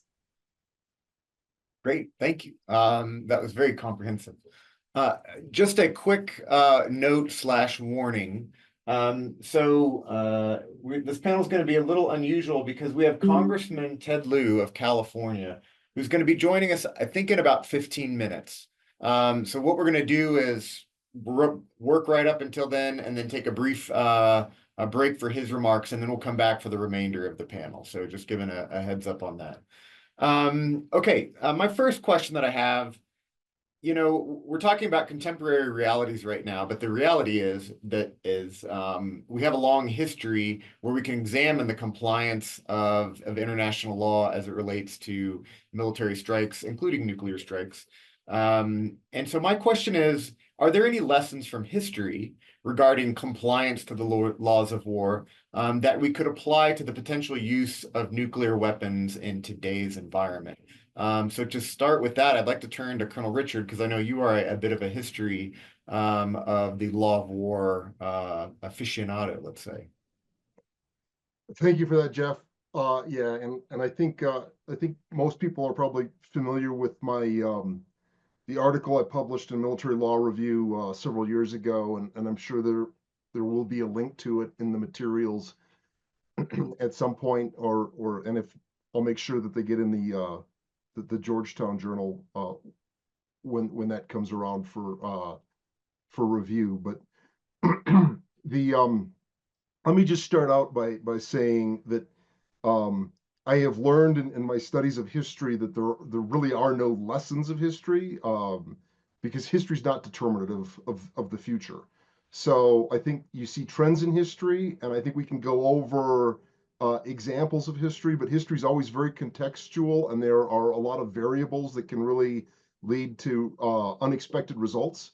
But as far as the U.S. goes, I think it's important to start out in a historical discussion that the U.S. has traditionally been a leader in international law and law of war developments. I think when you look at the Declaration of Independence, it's very clear in there that a lot of it is based off international law violations that King George committed against the colonies. And then when you look at George Washington, it was very clear that the law of war really mattered to him. I think he saw it as an affront to his honor when, as a colonial major, his forces executed, without his orders, the French that he had taken over during the French and Indian War, the event that triggered the war.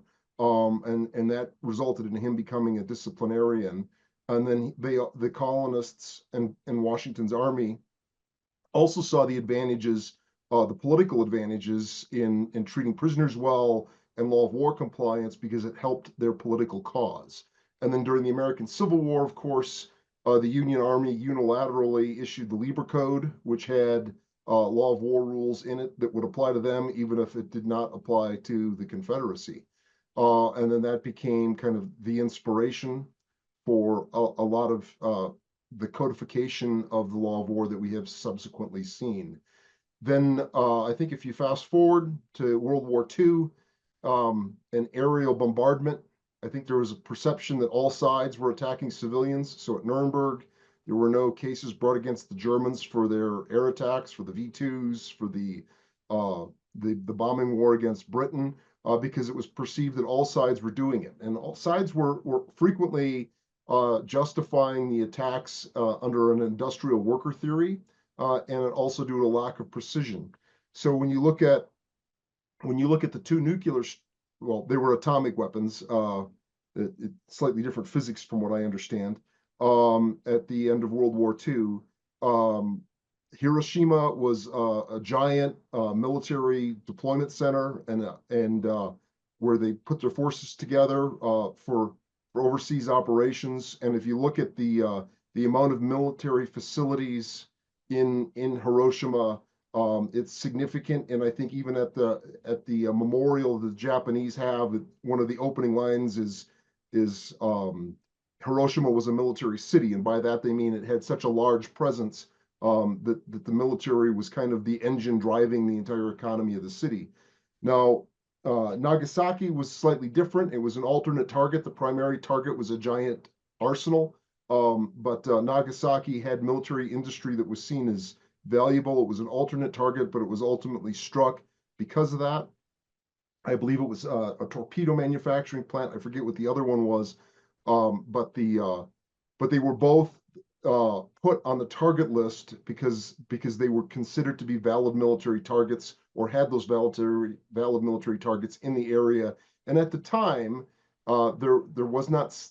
I don't think, at least I can't find any record contemporaneously, that people understood the radiation or the radiological effects of the atomic weapons they dropped. It was very clear that they understood what the TNT equivalency was. And so they did not see that as a significant difference from, let's say, the bombing of Tokyo that had happened weeks prior. So that was the template that the United States then entered the Cold War with. And so when you look at the declassified plans, the war plans from the 1950s, there were categories in those plans of civilian populations to be struck. And I think that's because at the end of World War II, people just kind of put cities as targets, and they saw civilians as civilian industry and again, industrial workers. In 1968, there was a General Assembly resolution about the application of the law of war and international law to nuclear war. And the U.S. made a declaration at that point that does say that recognized that the law of war did apply to the use of nuclear weapons, specifically proportionality and no attacks on civilian populations. So then what we see in the declassified war plans from the 1960s is that the population targets then were removed from the U.S. Targeting lists. It's clear that civilians would have still been affected, so I'm not saying that, but they were not expressly targeted anymore. So again, what that tells us, and I think what the trend for the rest of this is once the U.S. says something about its obligations under the law of war, it follows the obligations to the best it can. Now, the law of war got better defined in the late 70s with the negotiation and eventual signature of Additional Protocol 1 to the Geneva Conventions, and that really defined a lot of the targeting rules. The U.S. signed it, but then, of course, in the 1980s, they rejected the treaty as being applicable, although they recognized aspects of it as customary international law. I think Alan Wiener mentioned that he worked with Matheson and discussed, I think, a lot of Matheson's statements on that. I think what's also important to keep in mind is, I think with Additional Protocol 1, what that also came with is when you look at the 1980s, probably starting around Grenada in 1983, but definitely up through Panama and then Desert Storm, is you start getting the judge advocates in the military who prior to that really were focused mostly on military justice, where they started really getting heavily involved as law of war advisors, reviewing plans, reviewing strike lists, and doing that type of work. And that really came into its own in the 1980s. And then we saw the results in the 1990 Gulf War. The other thing, if I could back up a second on Additional Protocol 1, the U.S. went into the negotiation, as did some other countries, the nuclear powers, and made clear that Additional Protocol 1 didn't apply to nuclear weapons. So then when we look at the International Court of Justice Nuclear Weapons Advisory case, to me, what's critical there is what was the U.S. position going into that case. And again, Matheson, who had made some of those declarations on Additional Protocol 1 in the 80s, in the 90s during the nuclear weapons case, he has both, you have his verbal arguments right on the ICJ website, but you have his verbal statements to the ICJs along with the U.S. written filing there, where he pointed out that the new rules that are in Additional Protocol 1 do not apply to nuclear weapons, but existing law of war does. So if the law of war is a lex specialis of international law, then the U.S. views the employment of nuclear weapons as a lex specialis within that lex specialis. So what my paper tried to do is explore what that might be and what that potentially could look like and what rules would apply. I think what's also important to point out, though, is along that time with the nuclear weapons, and we don't have declassified war plans that I'm aware of from the 90s or subsequently, but what I'm also aware of is that right around the same time as the nuclear weapons case, the DoD started publishing joint doctrine expressly directing. Now, doctrine is not absolutely something that you have to follow, but the doctrine made clear that the law of war applied to nuclear weapons and spells that out at the outset of the doctrine that was published in the 90s. And then the DoD of Law of War Manual, the Obama administration, and the Biden administration have all made clear in their directives to the military and the DoD, and the DoD Law of War Manual still applies, but they've all said that the law of war, at least with those key rules for valid targets, proportionality, precautionary principles, that does apply to the employment of nuclear weapons. I think the Biden administration nuclear posture review directed readers back to the DoD Law of War Manual for the applicable rules. So again, my main theme is that the U.S. has been a leader in this area, but it does what it says it does, and I think it's fearful to overstep and make the rules too restrictive, I think, as one of the early panelists pointed out, because adversaries tend to use these rules against us. Hopefully I answered your question. No, that was a tour de force of history, so thank you. All right. And Charlie, I'm going to rely on you to let me know when Congressman Liu is ready, but I'm going to keep going for now, unless we are ready to jump in. Nope, Okay. I don't, but I think Kara will know and will tell us. Great. Thank you. Thank you. All right. My next question is kind of for both you, Mr. Mabe, and Dr. Grego. And I'm going to start with you, Mr. Mabe, but because Dr. Grego pointed out a lot of fantastic things about things that we don't know as to the effects of nuclear weapons, right? We know a lot more than we did in World War II, but there are still a lot of unknowns. And so I'd like your opinion on how does that affect our ability to even come to a lawful decision as to the use of a nuclear weapon if there's so many unknowns about the potential effects? Yeah.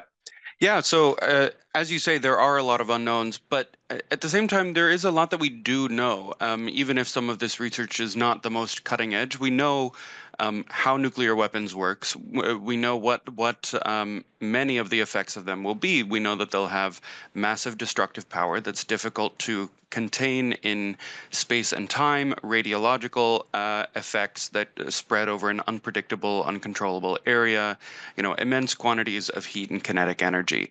And we also know that there is no adequate humanitarian response capacity in cases of the use of nuclear weapons. And so each of these things that we do know, to the extent that we know them, needs to be taken into account. Now, what about that we don't know, to your actual question? The laws of war prohibit indiscriminate attacks, so those attacks that can't be directed towards a particular military target. And there's also the prohibition that was thoroughly discussed of attacks that would be disproportionate. So to the extent that the effects of a particular strike are unknown, or in particular unknowable, it makes it much more likely that a strike would fall afoul of one or both of those prohibitions.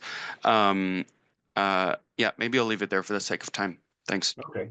Yeah, and to follow on with that, then, Dr. Grego, as to a lot of those unknown effects, given some of the advancements we have, such as using artificial intelligence for modeling, what's the prospect of getting to a much more refined understanding, even in real time, right? Because as was mentioned several times, a lot of it just depends on the weather, as you mentioned, right? What are the prospects of getting much more refined knowledge as to precisely what the effects would be if a nuclear weapon to be used, such that we could then answer some of these legal analytical questions that we have?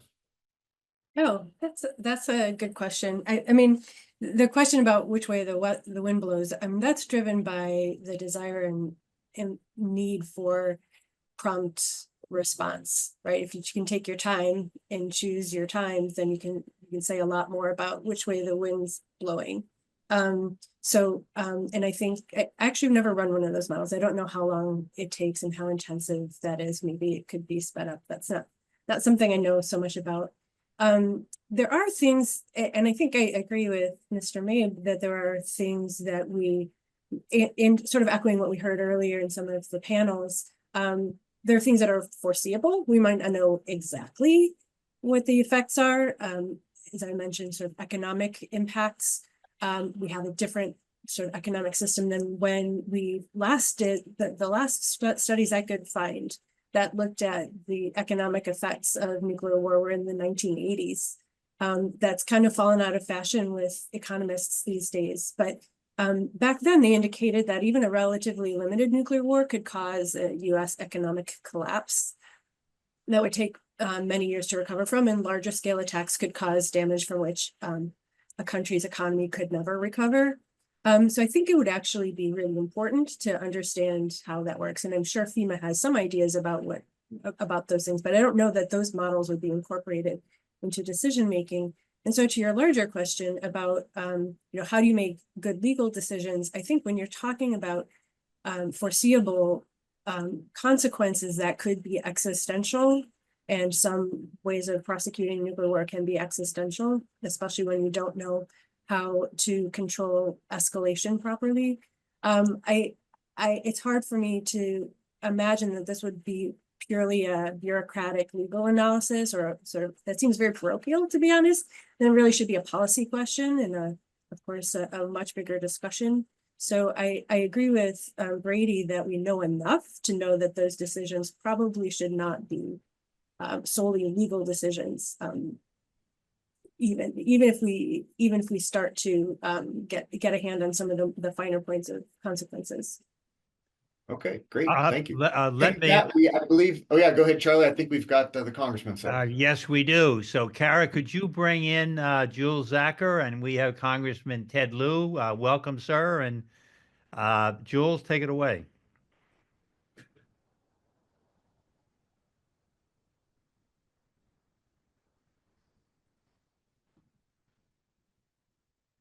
I think you're muted, Jules.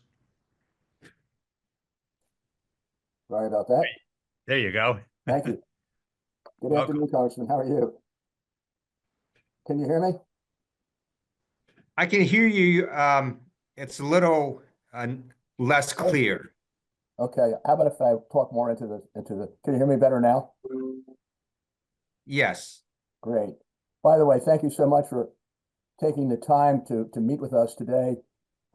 Given the, I think the last time I spoke to you, I think you used the words crazy conditions that are going on in Washington right now. And I appreciate your taking the time to meet with us. Thank you so much. By way of background, Congressman Lieu is an American attorney, politician, retired military officer who has represented California's 36th congressional district in the U.S. House since 2023. Congressman Lieu came to the United States from Taiwan at the age of 3. He studied political science at Stanford and then attended Georgetown University Law Center, where he was editor-in-chief of the Georgetown Law Journal. He then clerked for Judge Thomas Tang of the U.S. Court of Appeals in the Ninth Circuit. He then joined the U.S. Air Force, serving 4 years on active duty as a member of the Judge Advocate General Corps. He left the Air Force to enter local and state politics before being elected in 2014 to fill the seat of Congressman Henry Waxman. While serving in the House, he has introduced 2 important bills, I think, that are relevant to this conference, including restricting the first use of nuclear weapons and keeping a person in a loop in the selection and targeting of a nuclear weapon. So now let's go to the questions that I wanted to ask you, Congressman, if I may. The first question I wanted to ask you is as follows. Can you comment on the recently proposed Iron Dome order of President Trump?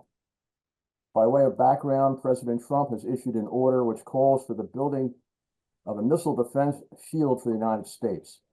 More specifically, how might this order violate the law of armed conflict, and particularly whether it may exacerbate any arms race and encourage first use? Thank you for that question. Let me first thank the international section of the New York State Bar Association for hosting this conference and for all their participants. Specifically to your question, I simply want to note that the United States of America has, in fact, been working on an Iron Dome since 1983. It's called the Missile Defense Agency. It was renamed the Missile Defense Agency in 2002. The mission of the Missile Defense Agency is to develop and deploy a layered defense against missile threats to the United States. So basically what Trump did is he just, I mean, he is pretty amazing at branding. He just came up with a brand for, he just renamed it essentially, but there is nothing new here whatsoever. It is something the Missile Defense Agency has been working on. Now, what Trump is talking about, if you want to be very literal about it, Iron Dome is designed for short-range missiles. So the primary threat from the United States is not short-range missiles being launched from Canada, right? It is basically intercontinental ballistic missiles. So that's what the Missile Defense Agency has been working on, is to find ways to basically take down ICBMs being launched from, let's say, Russia or North Korea and so on. So I'm not sure there's anything new here. Now, also directly to your question, I know we have Colonel Richard here, who's a Air Force JAG. Just having taught the law of armed conflict, I don't think there is any violation of LOAC for a country to try to, find different ways to defend itself from missile threats. Okay. So just by way of follow-up then, do you think that the missile defense is in any way exacerbating the arms race or encouraging first use? Right. So to that question, you may all remember when Ronald Reagan, came up with the Star Wars initiative and SDI, there was talk about how that would sort of fuel an arms race. And I suppose it's possible. I just note that the work of the Missile Defense Agency has been going on for a very long time, and it is very difficult work. I don't think we are anywhere technologically close to be able to stop a large number of ICBMs if they were to be launched from Russia or let's say China. I think what the Missile Defense Agency is trying to do right now is to see, could we take down one ICBM or maybe two if North Korea actually got the ability to launch one that was fairly accurate. So I think just technologically we were very, very far away from being able to do any of that. So it's not clear to me it would fuel an arms race.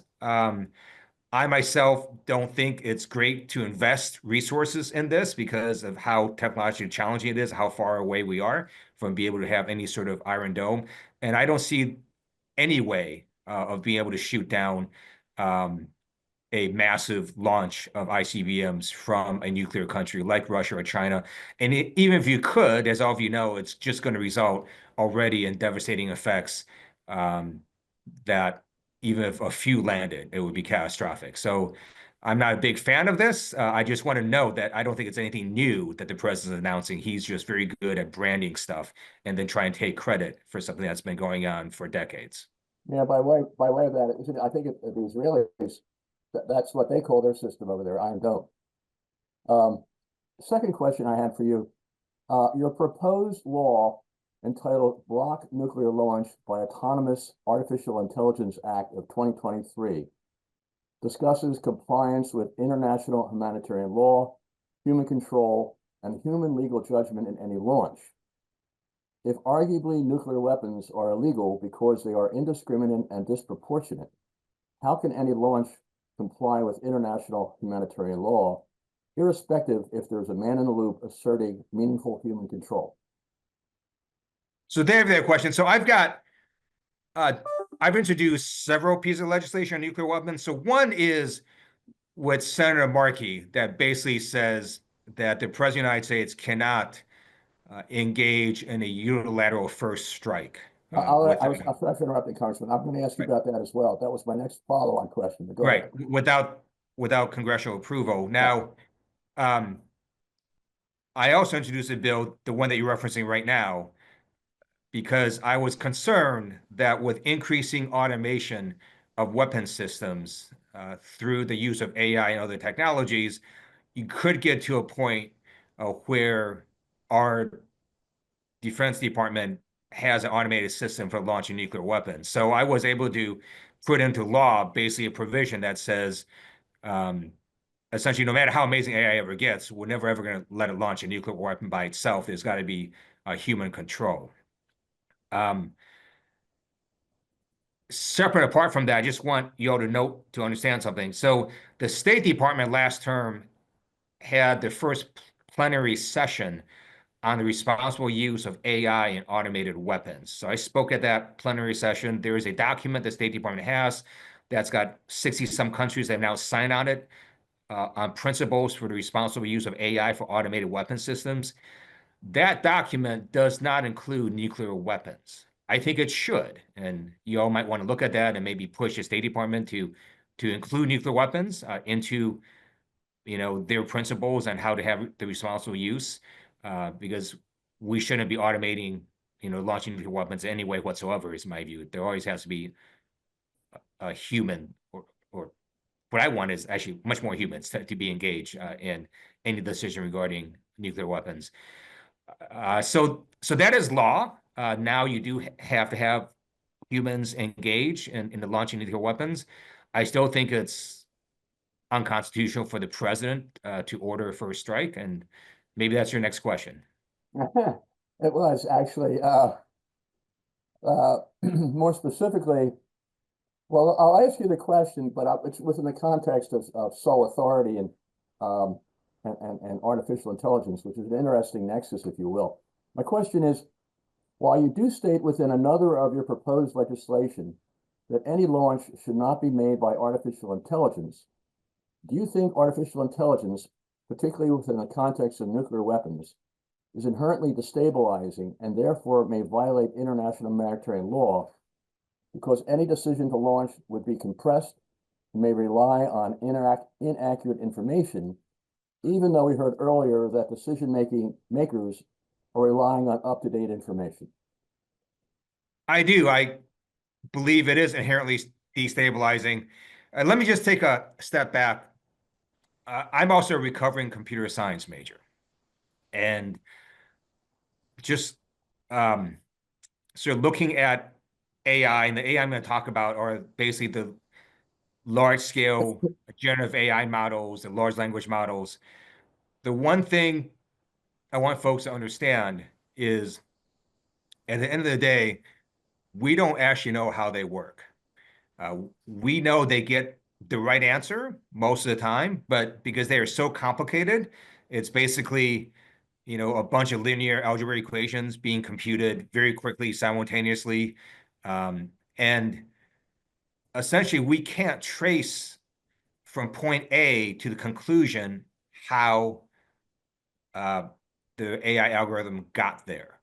So it could be that this AI algorithm is correct 99.9999% of the time.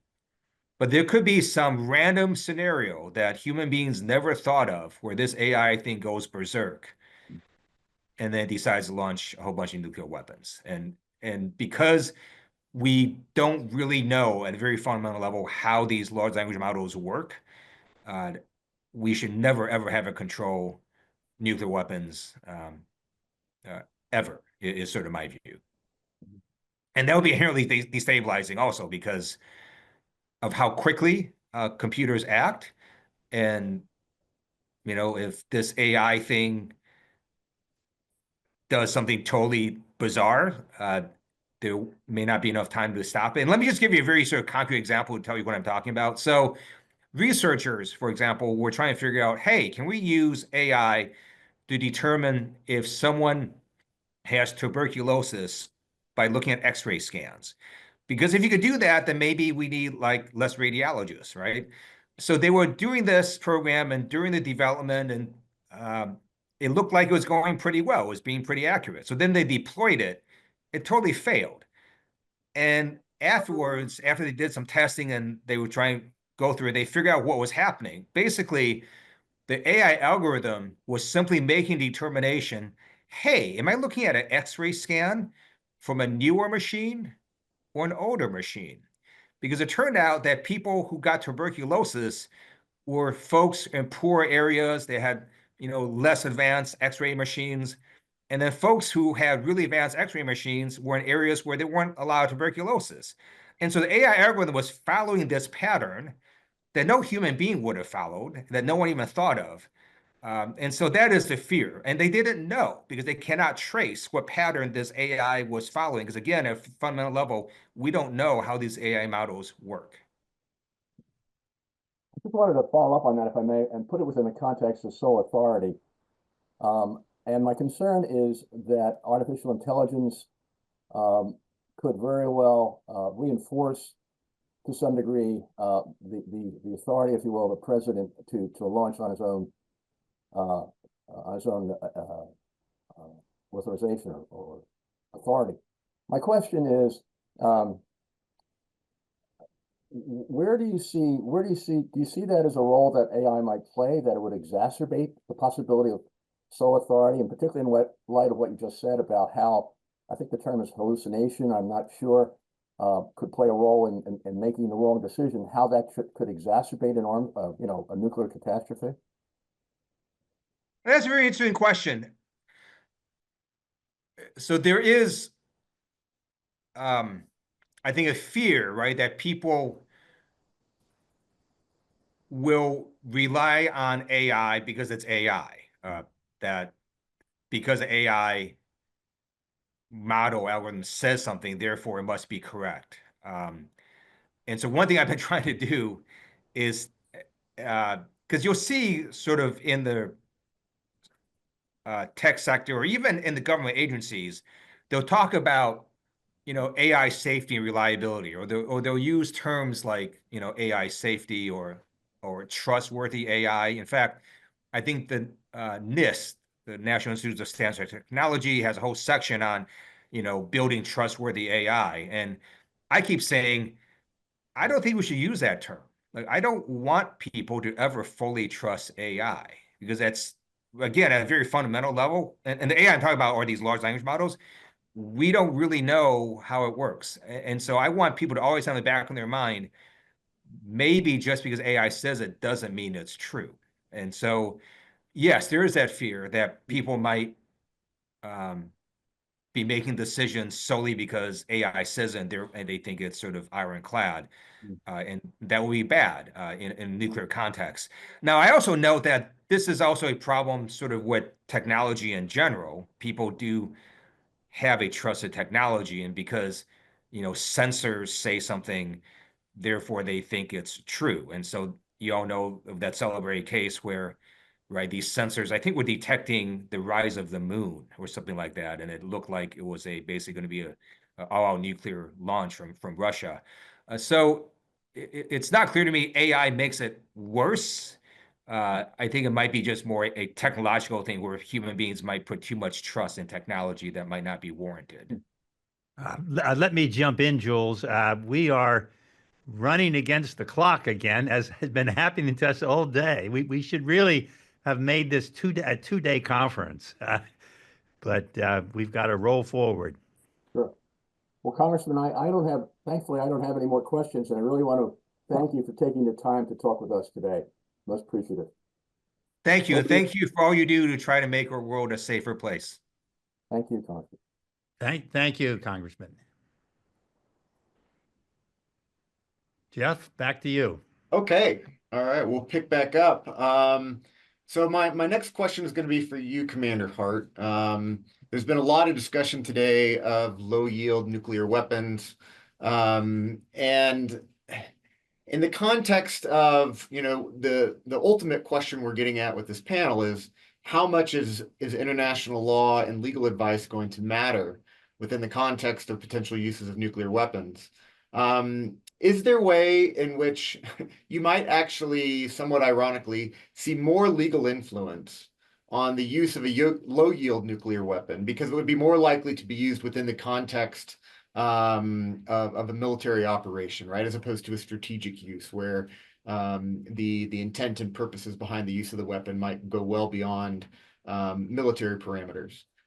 So do you think you might see a different approach to legal analysis, maybe not so much approach, but a more of an emphasis on legal analysis as it relates to low-yield weapons? Thanks for the question. The short answer is yes. I do think you have a different analysis. On the one hand, I think that international law is more likely to say it's lawful to use a low-yield nuclear weapon. So it might not actually be a bar. And let me explain why I say that. In the realm of international humanitarian law, which is the primary body of law we're talking about here, the major things that control the legality of the use of nuclear weapons are what are you aiming at? How much collateral damage is there relative to the military advantage? We'll call that the principal distinction. You have to aim at a valid military objective. And the principle of proportionality, you can't have excessive civilian harm relative to the concrete and direct military advantage. When you talk about low-yield nuclear weapons, you're talking about something like Hiroshima level, which is a bit shocking to call low yield, but by modern standards, that's low yield.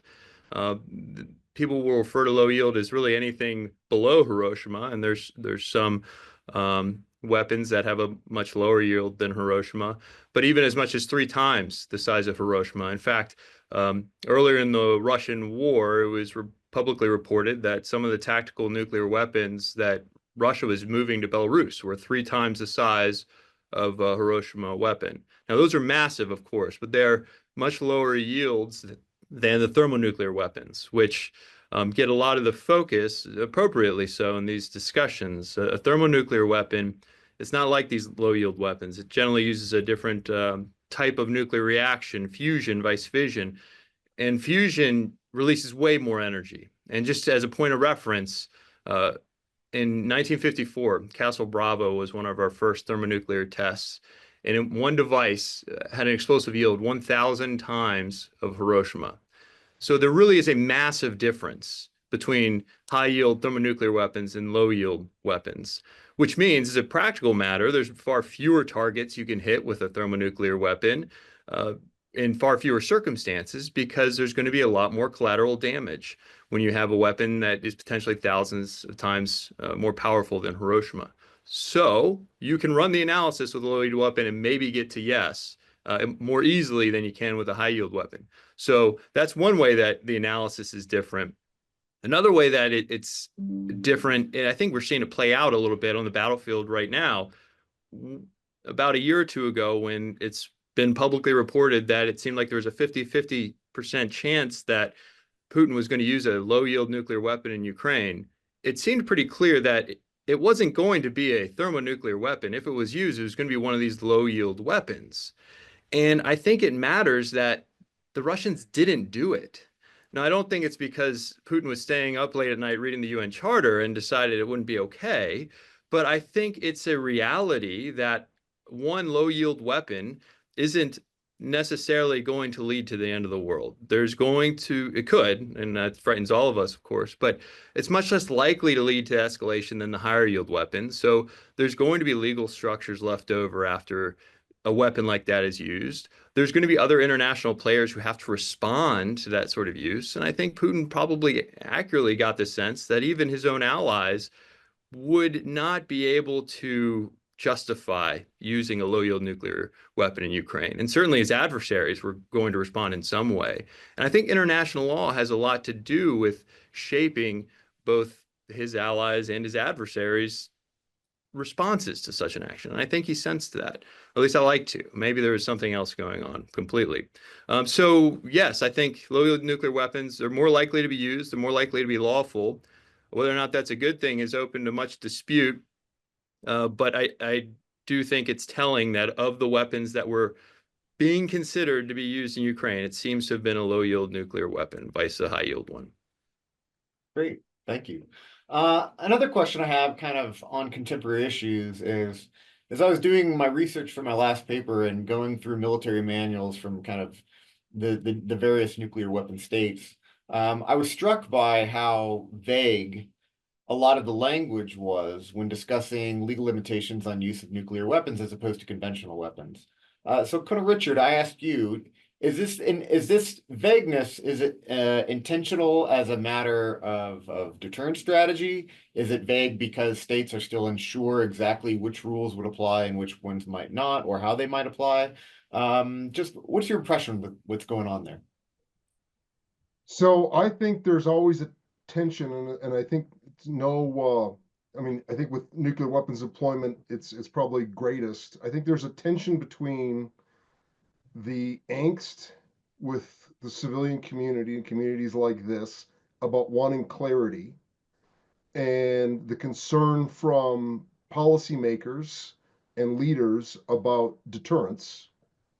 And if you spell out rules too much, how the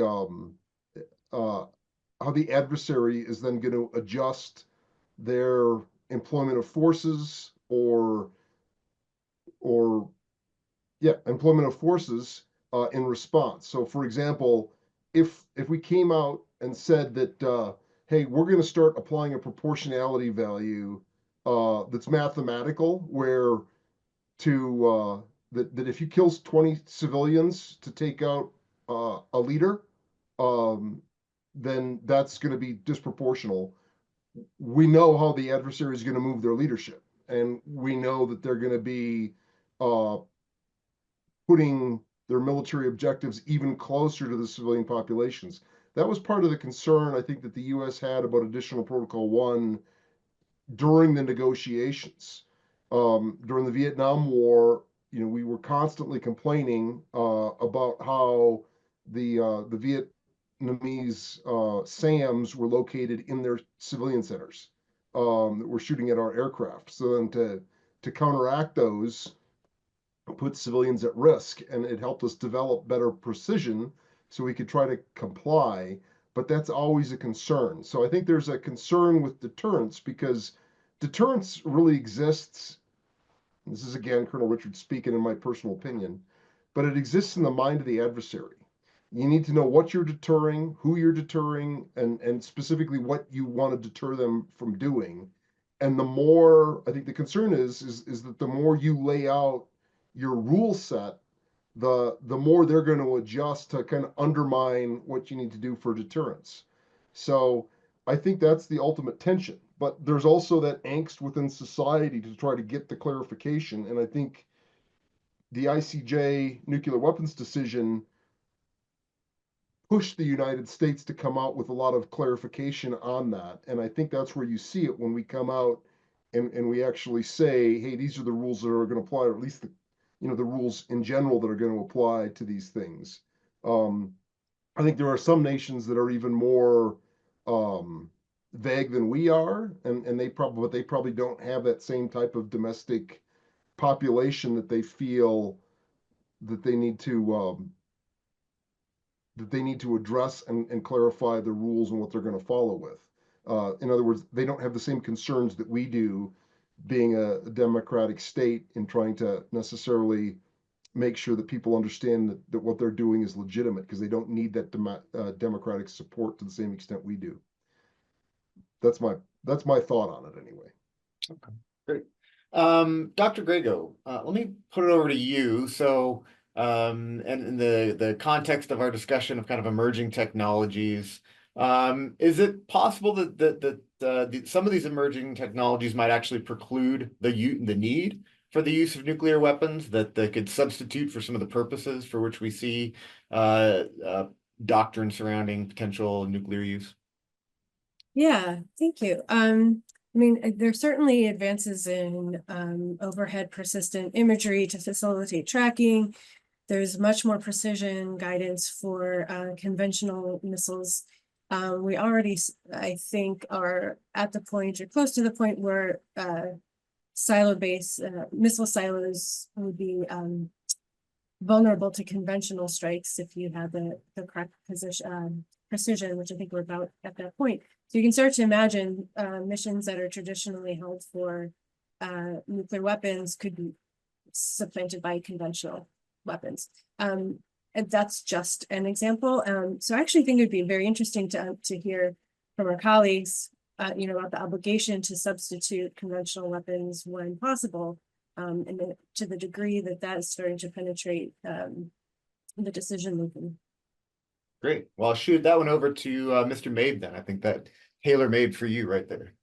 Yeah, thanks, Jeff. So I want to bring up here the principle of precaution that that Professor Weiner was speaking about earlier, that all feasible precautions must be taken to avoid, or in any event to minimize, incidental loss of civilian life, injury to civilians, damage to civilian objects, etc.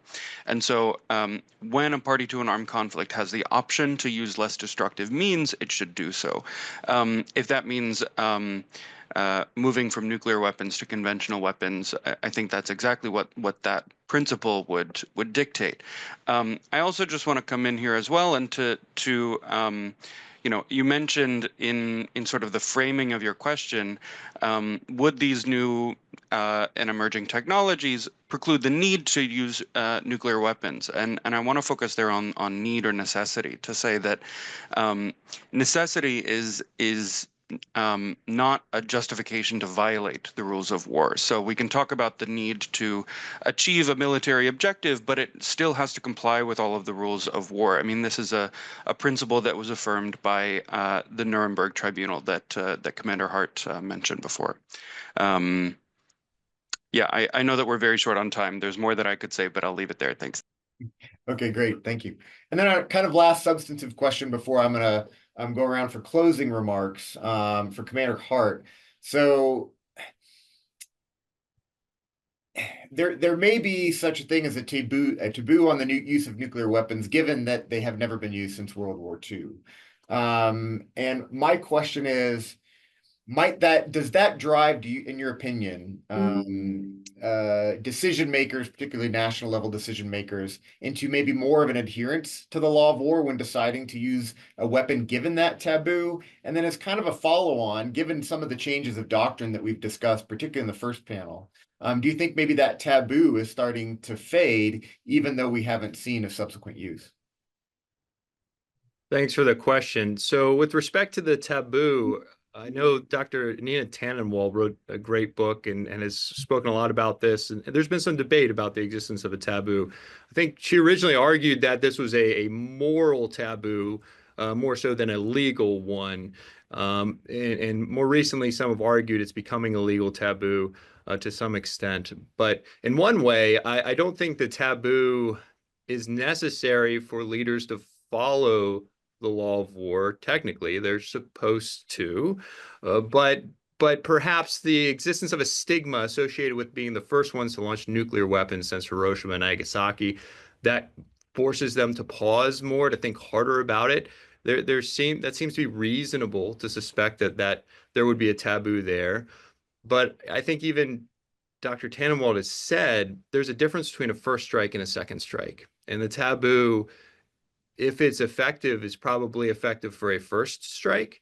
But in the event you are a country that is under imminent attack with nuclear weapons, it's either ongoing or about to start, I don't think the taboo will have much effect at all, because those things that give a taboo force, a concern about what society will think of you, and perhaps a worry about being prosecuted for committing a crime, those things are useful to stop a first strike. But if you're about to get hit by a nuclear attack, that legal system's not going to be there in that scenario. The world is being reshaped in this scenario, and there won't be a legal system there either way. The people whose opinions you care about, they're not going to be there, unless perhaps with this second strike you're launching, you just might be able to keep them around. And so I think for a second strike, that taboo, I don't think will have much effect, because the reality is the world's already shifted. And now it's just a matter of trying to keep your part of the world a little bit less dark than the other side. And I doubt that a concern about a moral taboo will be as effective if the people that you care about are about to be killed. Okay, great. Do I have a few minutes left, Charlie, just for closing remarks? Yes, of course. Just a couple minutes. All right. So what I'm going to ask is to just go around to each of the panelists and kind of ask that fundamental question. Do you think that international law will play a significant role in any future decision to use a nuclear weapon? And is there anything that we could do to help promote that that inclusion of proper legal analysis as part of that decision? So I'll start with you, Dr. Griggo. Thanks. Well, I'm a believer in socializing important commitments and establishing strong processes to reinforce our values and to make executing those values more ingrained and hopefully more robust to pressures that will come to abandon them. So I'm happy to hear how committed the Pentagon is to this type of work and hiring so many lawyers. But I do think for the law to have meaning, it does need to account for the full impact of nuclear weapons use, as I've mentioned in my remarks here, not bounded by military impacts and not bounded by time. And so, and I don't think we're currently prioritizing civilian harm in these analyses in a meaningful way, from what I know. I'm not a lawyer, but I'm persuaded by what I know that if the full scope of effects were included, then nuclear weapons should rarely survive a legal analysis. So while I'm glad that the civilian protections have been operationalized to this degree, I wish for more. And I'm concerned about the current trends. The recently confirmed Secretary of Defense has expressed fairly strong antipathy about the law of armed conflict and an alarmingly cavalier attitude about nuclear use. And the current administration is indicating it wants to close the Civilian Protection Center of Excellence housed in the Army. So those trends are not going in the right direction. So I think it's tricky times. All right, thank you for your comments. Commander Hart. So I think international law has a presence in the mind of decision makers. I think the answers that international law gives us change with changing facts. And I think how much someone cares about international law is also variable. But even in the worst case scenarios of somebody, a decision maker might not care about international law.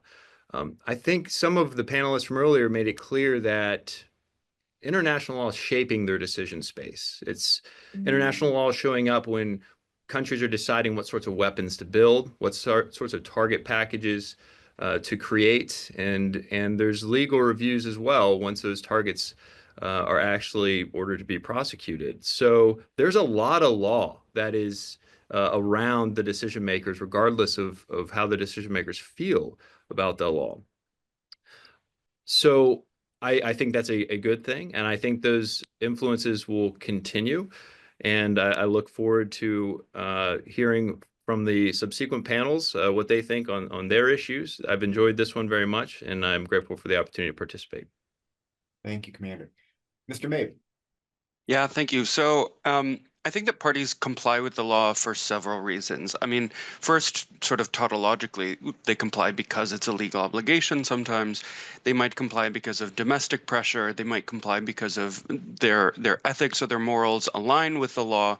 Or they might comply because of sort of out of a self-interest in international legitimacy. And so when a party has a lack of an interest in maintaining its legitimacy, law might play less of a role in its decision making, whether that's because of the power of its military, its economic strength, its allies, its place in international relations, etc. And so whatever can be done to lead parties more towards an attitude where they are in a position where they should care about respecting the law, I think that is positive. I think that one way that can be done is joining the Treaty on the Prohibition of Nuclear Weapons, for example, because it assures all other states that we are rescinding and will never adopt the power to destroy the world. And I agree with Commander Hart that if someone is making the type of nuclear decision that they think is world-ending, probably law is not at the front of mind, frankly. But if we're in the type of situation where we're looking at an isolated incident where the structures that we have in place will continue to exist, that decision maker will have a lot of explaining to do in front of the rest of the world. Thanks. Great, thank you. And for the final word, over to you, Colonel Richard. Thank you. So my position, and I think it reflects a lot of what our panelists have gotten at, is I think international law can have a restraining effect. I think it will kind of apply, and by that I mean, as I started out with Clausewitz, I think once you get past the initial use, I think concerns over law degrade, and I think all the panelists have gotten at that.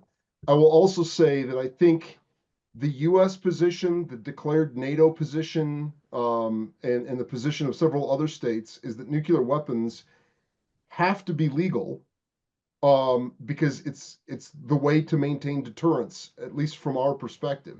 If nuclear weapons are are illegal to have, if they're illegal to use, and then you have countries that don't want to admit their illegality that then possess them, it's going to be a problem because then you don't have legitimacy backing up your deterrence posture.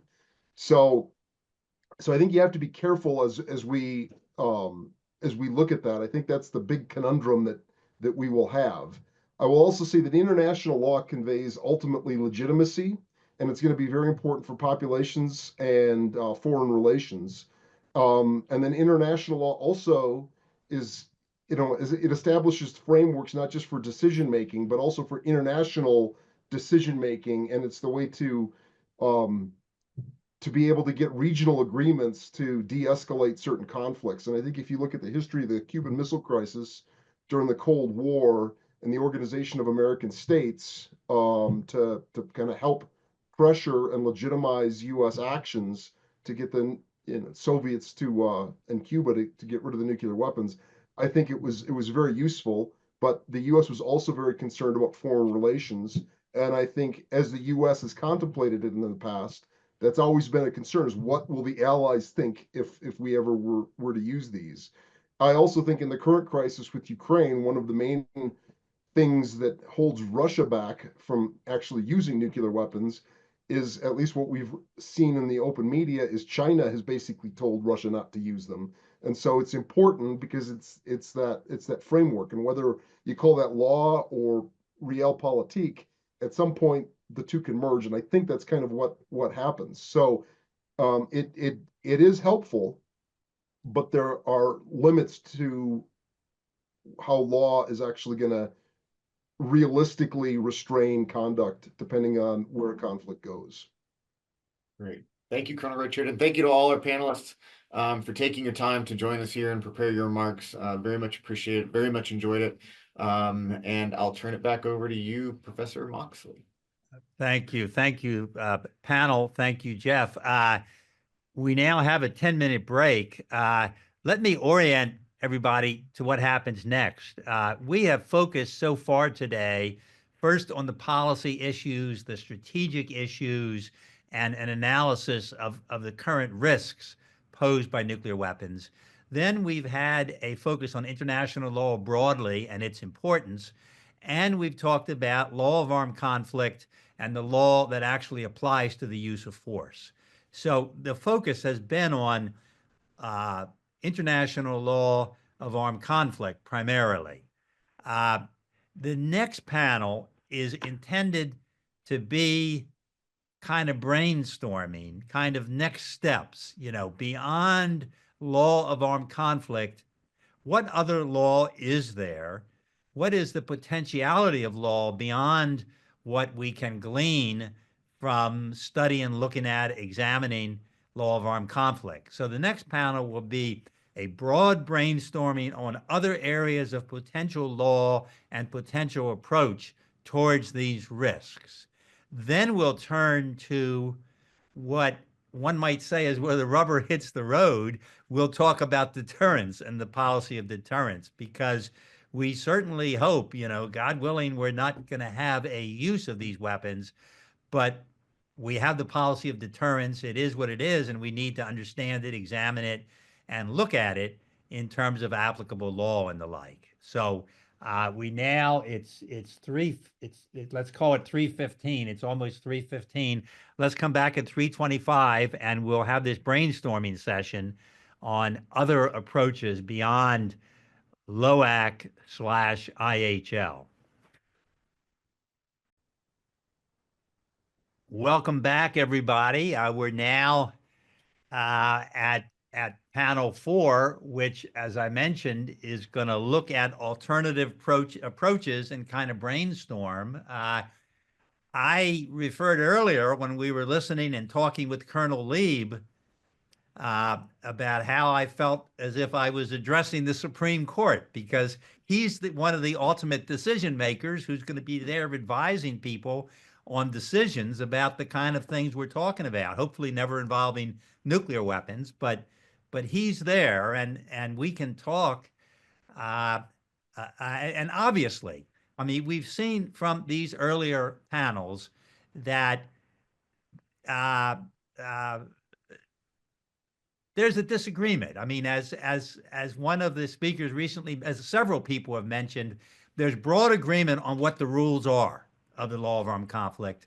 But when you go to apply them, there are different views across the spectrum, from the status quo, while unfortunate, is the best we can do, to, as John Burroughs said, that the status quo is unlawful, that the use and threat of use of these weapons is unlawful. But thank God we have not had a use of these weapons since Hiroshima and Nagasaki. And so we haven't, we've had discussion and debate and books and articles, but we haven't had what we have in other areas of the world, of the law, right? We haven't had decision making. I mean, I practiced for over 40 years, largely in federal securities law and 10b-5 cases and things like that. And there are decisions coming out of the federal courts in the US. Every week, there's another major decision. And every couple of weeks or more, there's a major decision out of a federal court of appeals.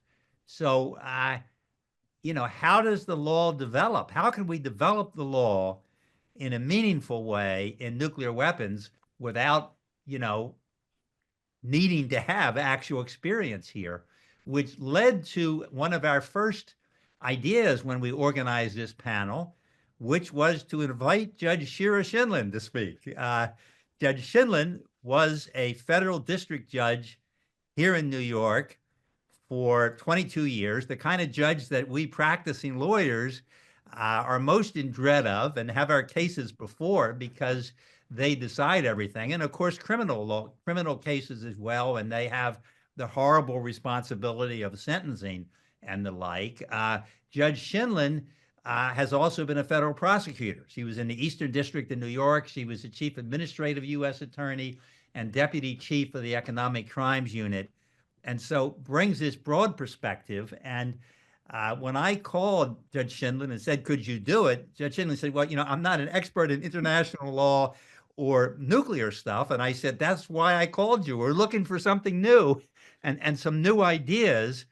And, and I know no one better who could help us in this way. Since Judge Shinlin retired, when was 2016, Judge Shinlin has been an arbitrator, and I've had the pleasure of serving with the judge in a number of cases, and see the creativity and the dedication to legal analysis. So, Judge, take it away. Well, thank you, Charlie. Thanks for that introduction. What I want to explain to my co-panelists and to the large audience we have is that, as Charlie warned you, I am not an expert. I am what's called a generalist judge. And a generalist judge has very general, broad ideas, and that's the best I can do. So if you feel that my presentation is a little bit dumbed down, just stick with it for a few minutes, because I think it's a broad overview, as Charlie said. It's also a chance for you to relax your brain, because I've been listening to the conference and we've had real experts teaching us about the issues that are so important. So I am delighted to be here today as a part of this discussion. And of course, I agree with Professor Moxley and so many of the speakers that this area of international law concerning the use of nuclear weapons demands serious attention and clarification. I'm a little afraid to use the word clarification, because our last speaker on the previous panel said it's deterrence versus clarity. I thought that was very interesting, because as a lawyer and a judge, we think about clarity over everything. So, I want to talk about the rule of law, because every day if we read the newspaper, we keep hearing that this is a country of laws. We have to be bound by the rule of law. We don't have dictators, although maybe we have some would-be ones, but we don't have dictators. We have the rule of law. So I want to really start with 101. That's the lowest level of class, and say, how is law developed? Law is developed by statutes passed by legislators, but it's also developed by judges who write judicial opinions. And Charlie just referred to that, talking about securities law. So every week, judges make the law. They also explain the law that is passed by statutes, but they also make the law. And how do they do it? They do it from experience with common and repeating problems. So again, I'm being very basic for a minute. Let's start with some simple examples. Contract law. Since the beginning of time, parties enter into contracts or agreements, and then parties breach those agreements. And so the law says, how do we cure the breach? What are the remedies for breaching a contract? And then we have tort law. And since the beginning of time, a neighbor's well overflows and injures the neighbor's house, or a neighbor's horse and cart run over a neighbor's child, causing injury. Again, we say, what is the remedy that can be claimed by the party injured in her property or her person? Now, criminal law, as Professor Moxley said, federal district judge, which I was for a long, long time, we do civil and criminal law. So a man assaults his neighbor's wife. A man steals from his neighbor. A man murders another man because he perceives him to be an enemy. A man murders a man because the man is about to attack him. That's self-defense. So what does society do with these different scenarios? How does it impose punishment? And again, the legislature will pass laws telling us the punishment, and judges have to mete out sentences. So we saw yesterday, a judge in the Southern District had a sentence, a former senator, a big decision. How many years was the appropriate punishment for what that former senator did? So nations develop their own laws, and these laws differ from country to country depending on the standards and culture in each society. So the laws in Iran are going to be different than the laws in China and differ from the laws in the United States or the United Kingdom. There's no standard or common law. We don't have a common law across nations. We're all culture bound. We're all different. But over the last several centuries, there have been efforts to create laws that bind every nation and all peoples, and the recognitions of such laws have emerged. And you've heard about it all day. It's international law, international humanitarian law, the laws of armed conflict, but it's not an easy area for the rule of law. Why do I say that? First of all, does every country truly agree to these international laws, even though such laws are recognized as customary international law binding all the states? But will they be recognized? Two, how will they be enforced? And who will be the enforcer? Three, does every country trust the other countries to apply these international standards equally and fairly? Those are the questions. And finally, who writes these laws and who agrees to be bound by them? For countries that believe in the rule of law, it is important that notice be given to all those who are bound by law. That's a basic principle of our law. You must have fair notice. The notice must be clear. It must be unambiguous. People need to know what is permitted, what is not permitted, what conduct violates the law. So clarity and notice are the hallmarks of the rule of law. And I would add another term besides clarity and notice, and that's specificity. The law should be as specific as possible as to what is or is not appropriate, which brings us to the question of whether there is any clarity and notice when it comes to the use of nuclear weapons. The first problem is, and we probably talked about this today, is we have no experience from which to discern patterns regarding the use of nuclear weapons and the consequences of using them. When we think about other laws, humanitarian law or the laws of armed conflict, there are unfortunately many wars and many patent violations or breaches of humanitarian behavior, such as mass starvation, mass transfer of populations, mass rape, mass extermination, from which one can evaluate what is acceptable conduct and what is not acceptable. Concepts of self-defense, first strike, distinguishing civilians from combatants, military justice, all these have developed through the study of human conduct over at least the last several centuries. But we do not have, and hopefully will never have, that type of laboratory experience with the use of nuclear weapons. We have only theory. These weapons, as we've gone over and over today, have only been used once in Japan, 1945. What we learned then is that these devices caused tremendous destruction geographically and in human suffering. Some say that the use of such weapons also showed that they have to be considered the last resort to end a conflict that otherwise would continue indefinitely and cause more loss of life, maybe, than the use of this weapon. But my point is only that any international law on the use of nuclear weapons must develop through thoughtful study of really essentially a theoretical problem. Well, where do things stand now? And I think you've heard this, so I'm going to rush through this. The International Court of Justice of the United Nations ruled in an advisory opinion in 1996 that the law of armed conflict does apply to the use of nuclear weapons and that the use of such weapons is generally considered unlawful. But this advisory opinion does not have what we call the force of law. We also have the Nuclear Non-Proliferation Treaty, 1969, took effect in 1960, but several nuclear countries aren't signatories. Israel, India, Pakistan aren't part of it. North Korea withdrew. And this treaty, anyway, didn't address the use of nuclear weapons, but rather looks to disarmament and the peaceful use of nuclear power.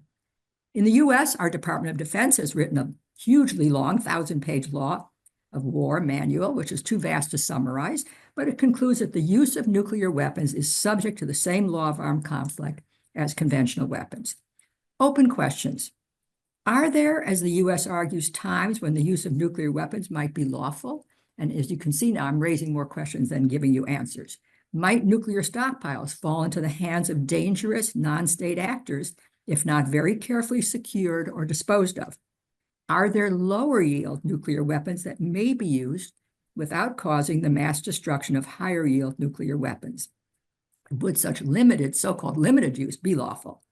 Is it fair to say that nuclear weapons can never be used in or within range of urban areas, but may be used, maybe as a last resort, in remote areas, far from densely populated areas? Or would even such use be unlawful? And does the risk of precipitating nuclear war and escalation preclude any use? What would be the guiding principles of drafting a multinational convention governing the use of nuclear weapons to which the nuclear weapon state might agree? We've heard about proportionality as the first principle in the law of armed conflict.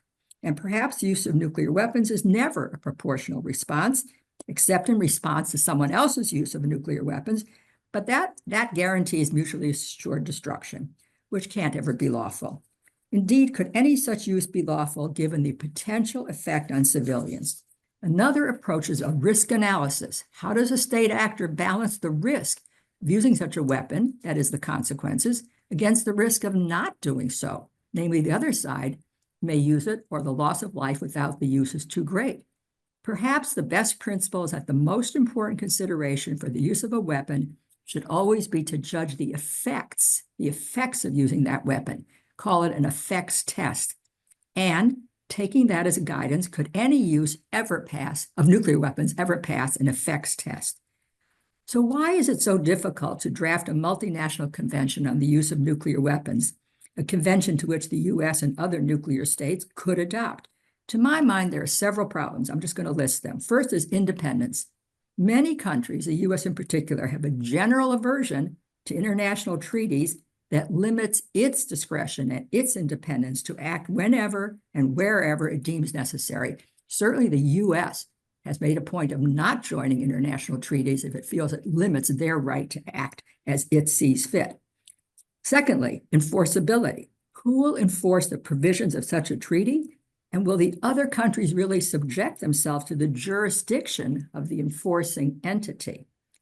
Third, lack of trust.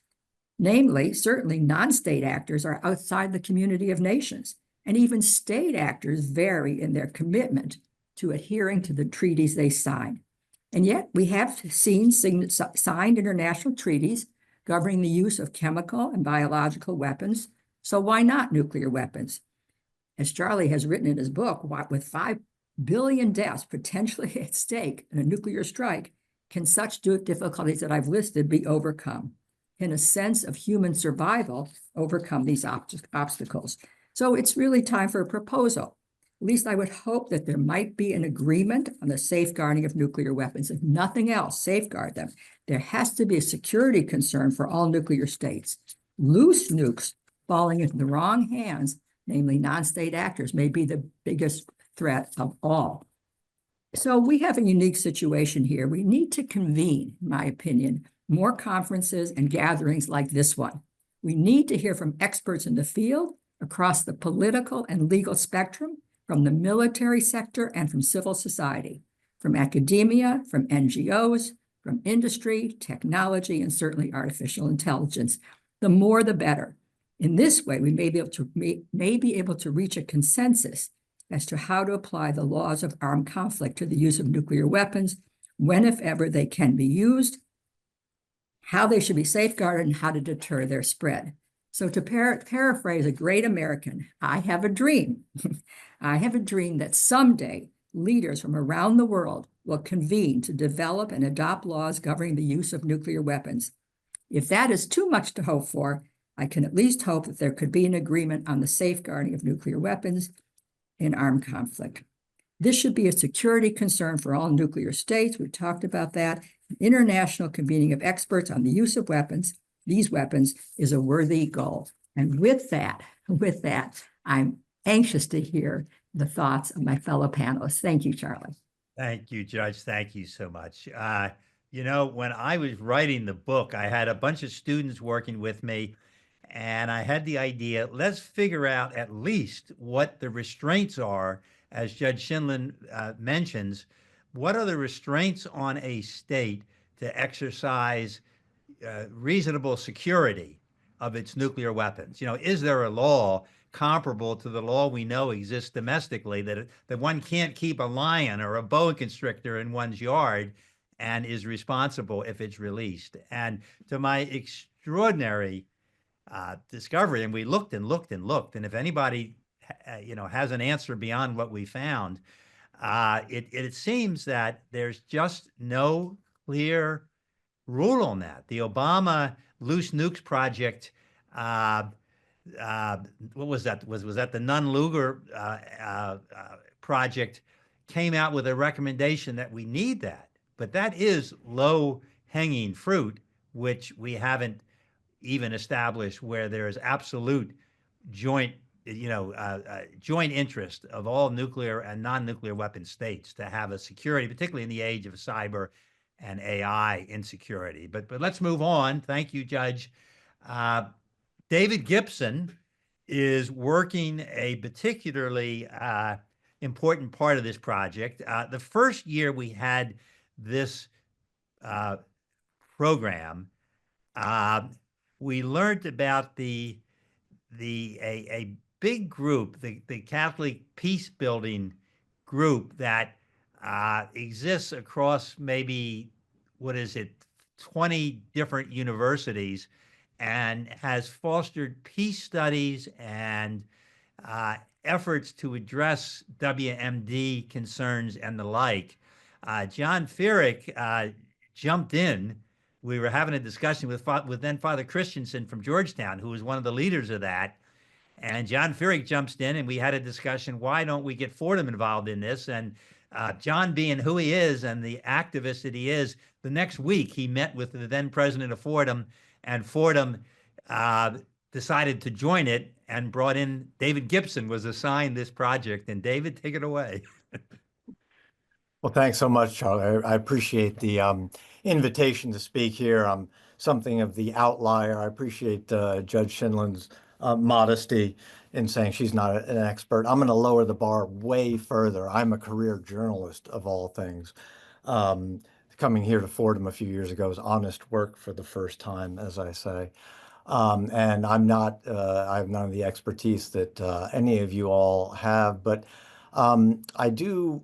Again, I focus on kind of real world experience and engagement, and especially trying to get young people and channel their passion and their activism into some of these issues that you've all been discussing, and to generally make a difference. So I just want to take a few minutes just to make two main points. Again, I'm director of the Center on Religion and Culture here at Fordham University. We put on a variety of public programs with speakers and cultural figures.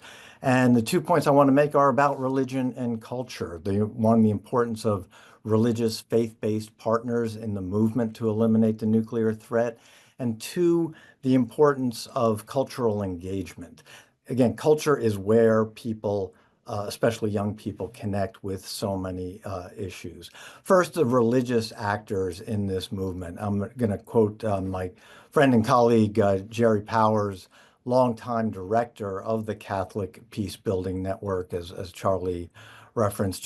The Catholic Peacebuilding Network links 20 bishops' conferences, hierarchies in 21 different countries around the world, various Catholic development agencies, universities like ours, independent peace organizations, really in an effort to enhance the study and practice of conflict prevention, management, and post-conflict reconciliation in war-torn areas.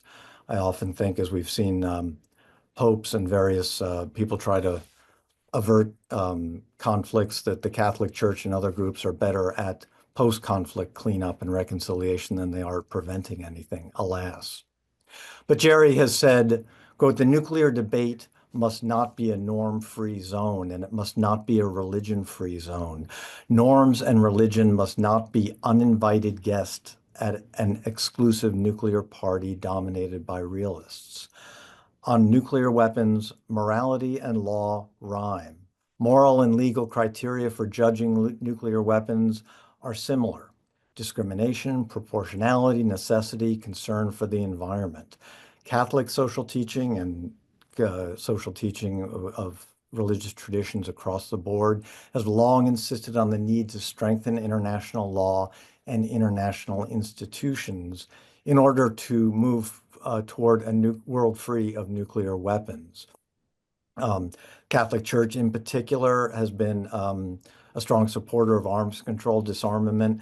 I'd note that in November 2017, at a major Vatican conference with 11 Nobel laureates present, Pope Francis made a prudential moral judgment. He said that not only the use, but even the possession of nuclear weapons was morally problematic. I'd note that Pope Francis is the first Jesuit. We're a Jesuit university. Those of you may be familiar with the Jesuit order. He's the first Jesuit ever to be elected Pope in the 500 years of the Society of Jesus.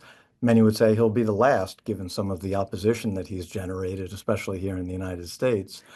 But it is interesting, he was a great follower of another great Jesuit, Father Pedro Arrupe, who was a longtime Father General of the Society in the 60s and 70s, really moving the Society towards this active engagement in social justice and peace issues.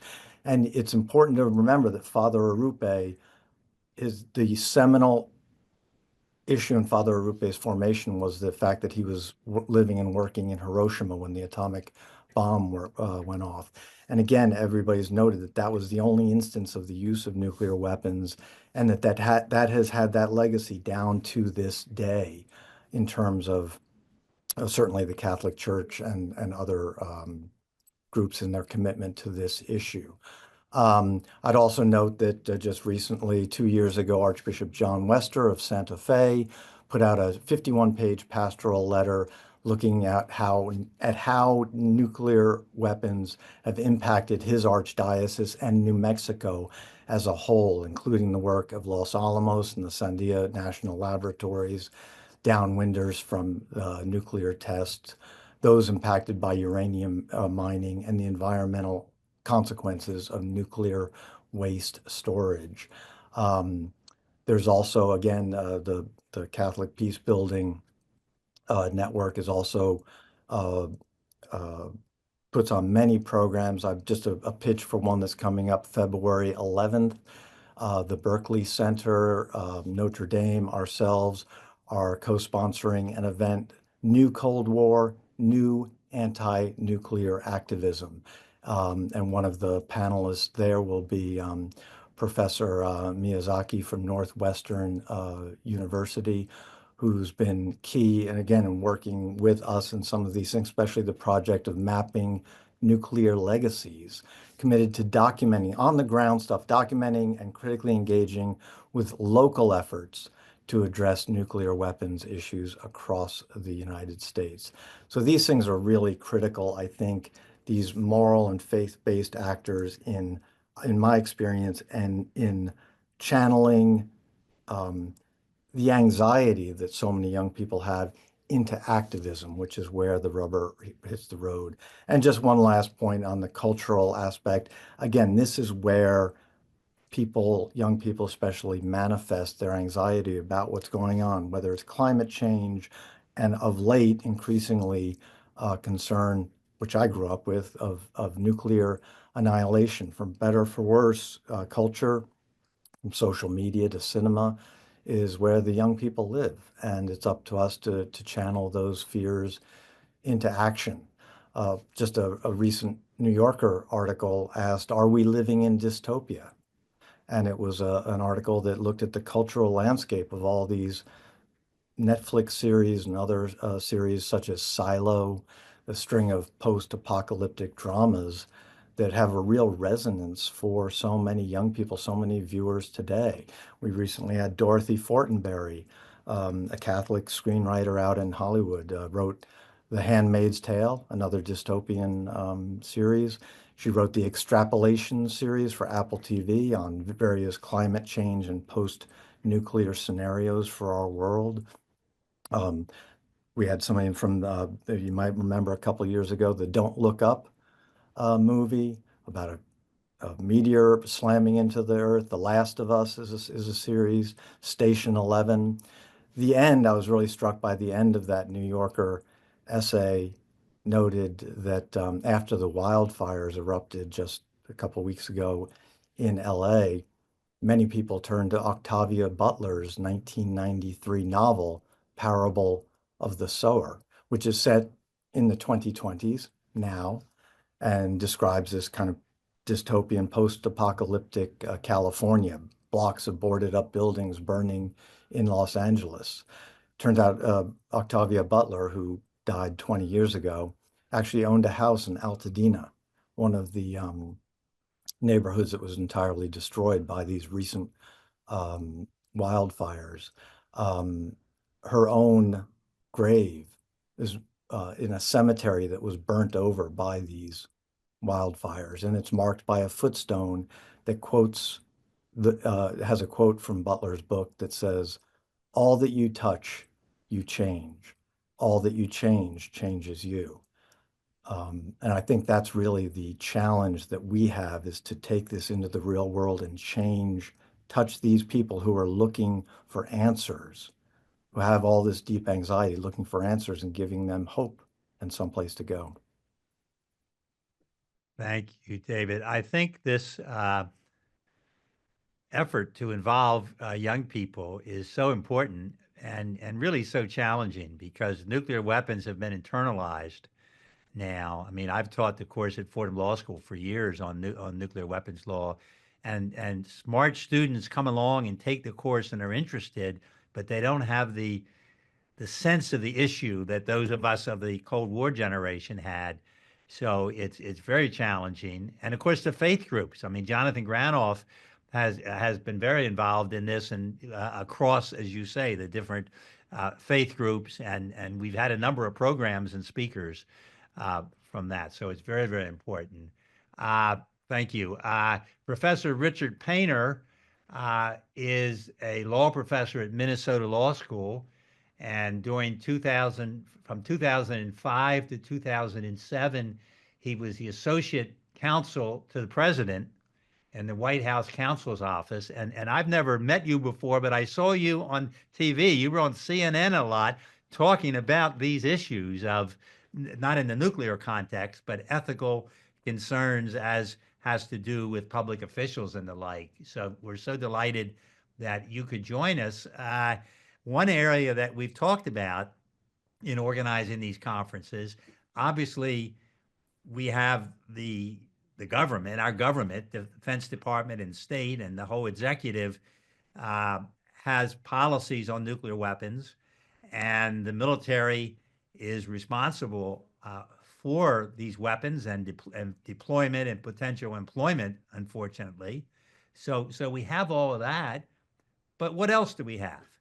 We have private industry, right? Private industry manufactures these. And so the thought is that perhaps you could give us some perspective, Professor Painter, on on your area of corporate responsibility, ethics, fiduciary duty, what responsibilities do companies have, or do any of us have if we want to go to work for a big corporation that's manufacturing component parts for these weapons systems, or we're asked to go on the board of one of them or something along these lines? First of all, I should emphasize that David Gibson is absolutely right, that we need to bring to bear on this discussion values, moral values beyond that which the law specifically requires, including the values of persons of faith. And we need to engage the faith community in this discussion. It's vitally important. For too long, the discussion of nuclear deterrence and nuclear weapons has been dominated by rational actor theories, game theory, models of tit for tat and the like, when it turns out that in wartime, a lot of people, decision makers, will be very, very irrational. And that is the great danger to our existence on this planet if we don't do something about the proliferation of nuclear weapons and nuclear weapons falling into the wrong hands. I should also emphasize that the law is not going to do very much about this problem when the most powerful nuclear power in the United States is the United States, and our Supreme Court has held that the President of the United States in his official capacity is absolutely immune from criminal prosecution. What message does that send to the rest of the world about our potential use of nuclear weapons or commission of other war crimes? My focus in the Bush White House, however, was not on war crimes and the clear abuse of prisoners in Guantanamo Bay and those issues. I made my views known on those issues, and I was told they were being handled over at the Defense Department and the Department of Justice. Those matters I have since expressed my serious disappointment with the way the Bush administration covered up clear violations of international law with respect to the interrogation of detainees. But my focus in the White House was on financial conflicts of interest of business executives coming into government. And this concern feeds directly into the problem identified by President Dwight Eisenhower in 1961 in his farewell address, where he spoke about the military-industrial complex, of the collaboration of persons inside the government, inside the Pentagon, and elsewhere in the government, and the large defense manufacturers to build ever more weapons, more and more, to get the United States into an arms race with the Soviets, and to divert money to that purpose that could be used otherwise to strengthen the American economy, to assure that our system, our capitalist system, our democracy worked for everyone at home. And President Eisenhower was very concerned also about the grave threat of nuclear war. Since his speech in 1961, the Defense Department budget has only grown. The defense contracting is a substantial part of that budget, close to 50%. We have a defense budget that will soon surpass $1 trillion. In the White House, I dealt with financial conflicts of interest of people going into the Defense Department, including from the arms industry, from companies like Lockheed and Boeing, and people who leave the Defense Department to go into the military manufacturing sector. And those conflicts of interest, if not monitored very carefully, will dramatically increase our defense budget and our spending on weaponry, conventional weaponry, as well as potentially nuclear weaponry. And we all know that conventional weaponry, when used in war, could easily lead to the use of nuclear weapons. So controlling defense spending, not only in the United States, but around the world, and arms control is absolutely critical. And yet, the interests of the defense industry are quite to the contrary. To give you one example, we have coming into the new administration, the Deputy Secretary of Defense, Stephen Feinberg, who is invested heavily through Cerberus Capital Management and a private equity fund in the defense industry. I've made it clear that the United States Senate needs to insist that he divest entirely from any interest in the defense industry before he starts work. That standard has been observed in administrations, Democratic and Republican, up to this point. But all we may be seeing now is a relaxation of the ethics rules.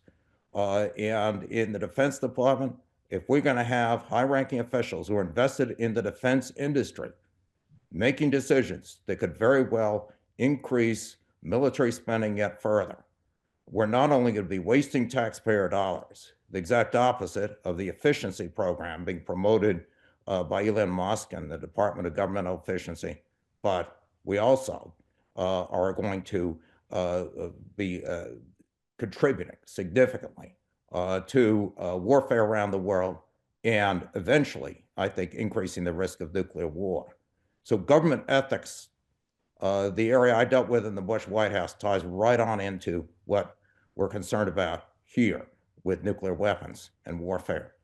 The other side of the equation is what happens inside the companies that are contracting with the United States government to build these weapons. What should their priorities be?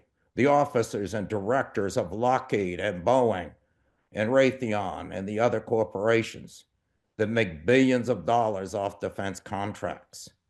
Should they focus only on profits or on the national security of the United States, their client, and the ultimate objective of achieving world peace, which may very well mean the long-term objective of decreasing defense spending on unnecessary weaponry, persuading other countries to decrease defense spending so that we can spend our money on the priorities we have here at home. But what should the priorities be of the officers and directors of those companies? I have heard plenty of corporate law scholars in academia talk about the shareholder wealth maximization norm and the idea that directors and officers have an obligation only to increase profits for the benefit of shareholders. Now, never mind that many of these people have never actually been in the business sector and that the Business Roundtable and other leading organizations of business executives have rejected that ideology. But unfortunately, it may be true that too many companies, too many executives, directors of companies across the economy are focusing exclusively on profits, or too much on profits at the expense of the public interest. I have publicly in a book chapter I wrote and also in a number of speeches and in other contexts called upon the United States government to insist that defense contractors, as a condition of their entering into a contract with the United States government, agree that the fiduciary duties of the directors and officers of the company that is contracting with the government, that those fiduciary duties run to the customer, the United States of America, and to our national security, and to our long-term objectives, hopefully long-term objectives to bring peace to the world and security, and to de-escalate the arms race. But the companies that are making money off these these contracts with the government have no right to simply focus on profits and say that is the fiduciary duty to their shareholders and that they will do everything they can within the limits of the law to make the most amount of money at the expense of the American taxpayer and ultimately feeding the arms race that President Eisenhower was concerned about.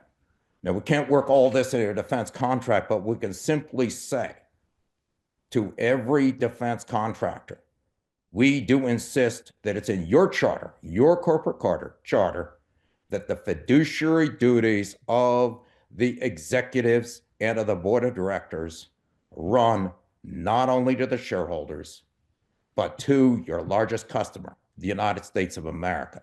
At least let's insist upon that, and then figure out what we can do to work with the defense industry to make sure that the United States military has the equipment we need to defend our country, to defend our allies, but that we also can pursue the long-term objectives that we have to pursue in order to avoid nuclear annihilation. And those objectives clearly must include the de-escalation of the arms race, elimination of nuclear weapons, scaling back on defense spending across the globe, and also arms sales to foreign countries that are engaged in warfare. We need to scale back in many, many instances. And the defense industry, unfortunately, profits from just the opposite. And the lobbying power of the defense industry in Washington is immense. I saw this after 9/11 in the Bush White House. The defense companies circling like vultures over Washington, D.C., seeking large contracts, some of those contracts making sense and some not, throwing lavish parties for government officials and for members of Congress, simply in order to enlarge their profits. And I don't think the United States should be doing business with companies where the officers and directors believe their only fiduciary obligation is to profit maximization and their shareholders rather than to their country. And with that, I will leave this open for discussion of where we can go from here. But once again, I want to emphasize that the rule of law in the United States is in a very, very perilous state right now. When we've sent the message to the world that there's lack of accountability under our criminal law, we are not part of the International Criminal Court.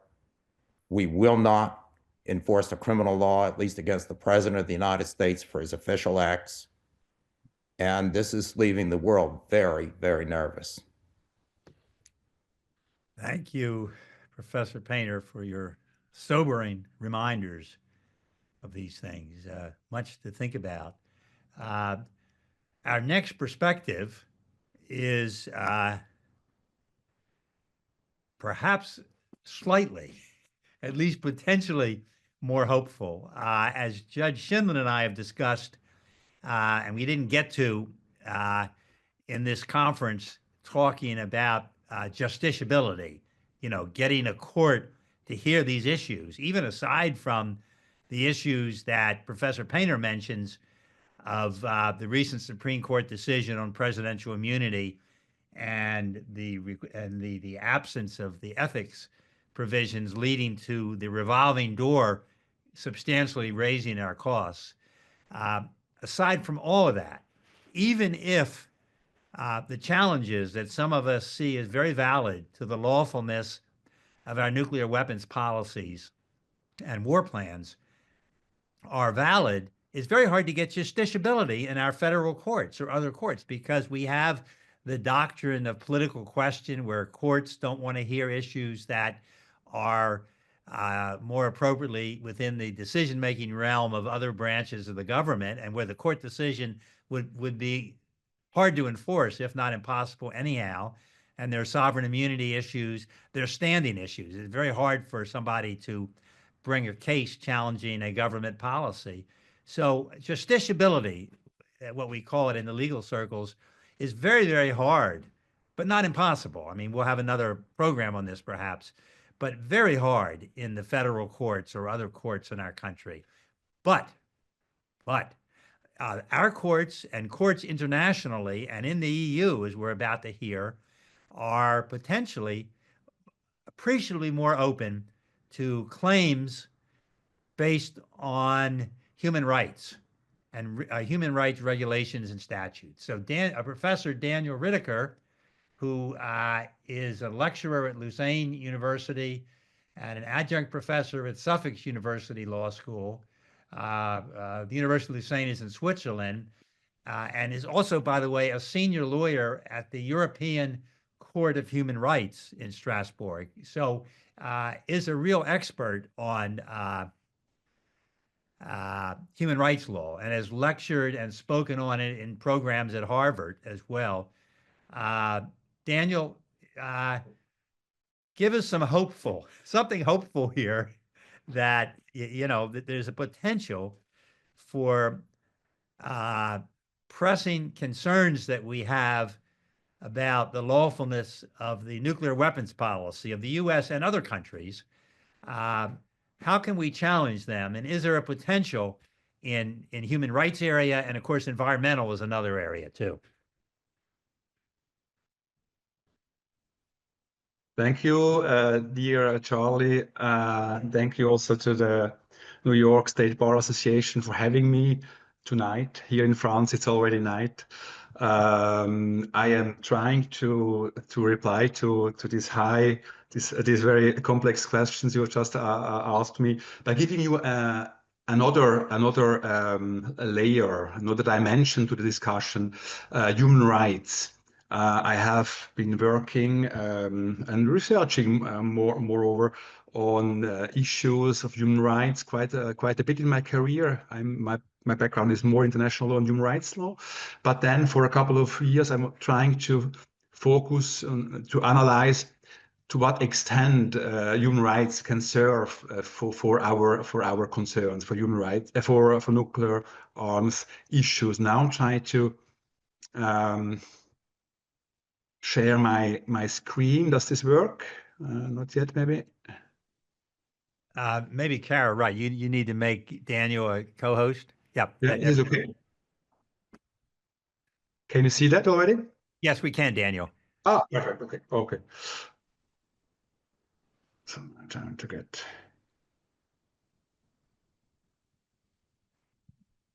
Okay. Okay, I don't want to take the time. I try to be structured, but I will jump right on the different points of my talk. It's not a talk with big results. It's more to ask questions for the discussion. So I think what is really important from my point of view, if you want to talk and think out of the box, is that there is another approach. We always talk about state security, security of nation, but for a couple of years already, there is a new approach, a human or victim-centered approach to nuclear weapons. A couple of states, Austria, Kazakhstan, and others, bringing this up, trying to make sure that we're not only talking about the state security, but about human beings, victims.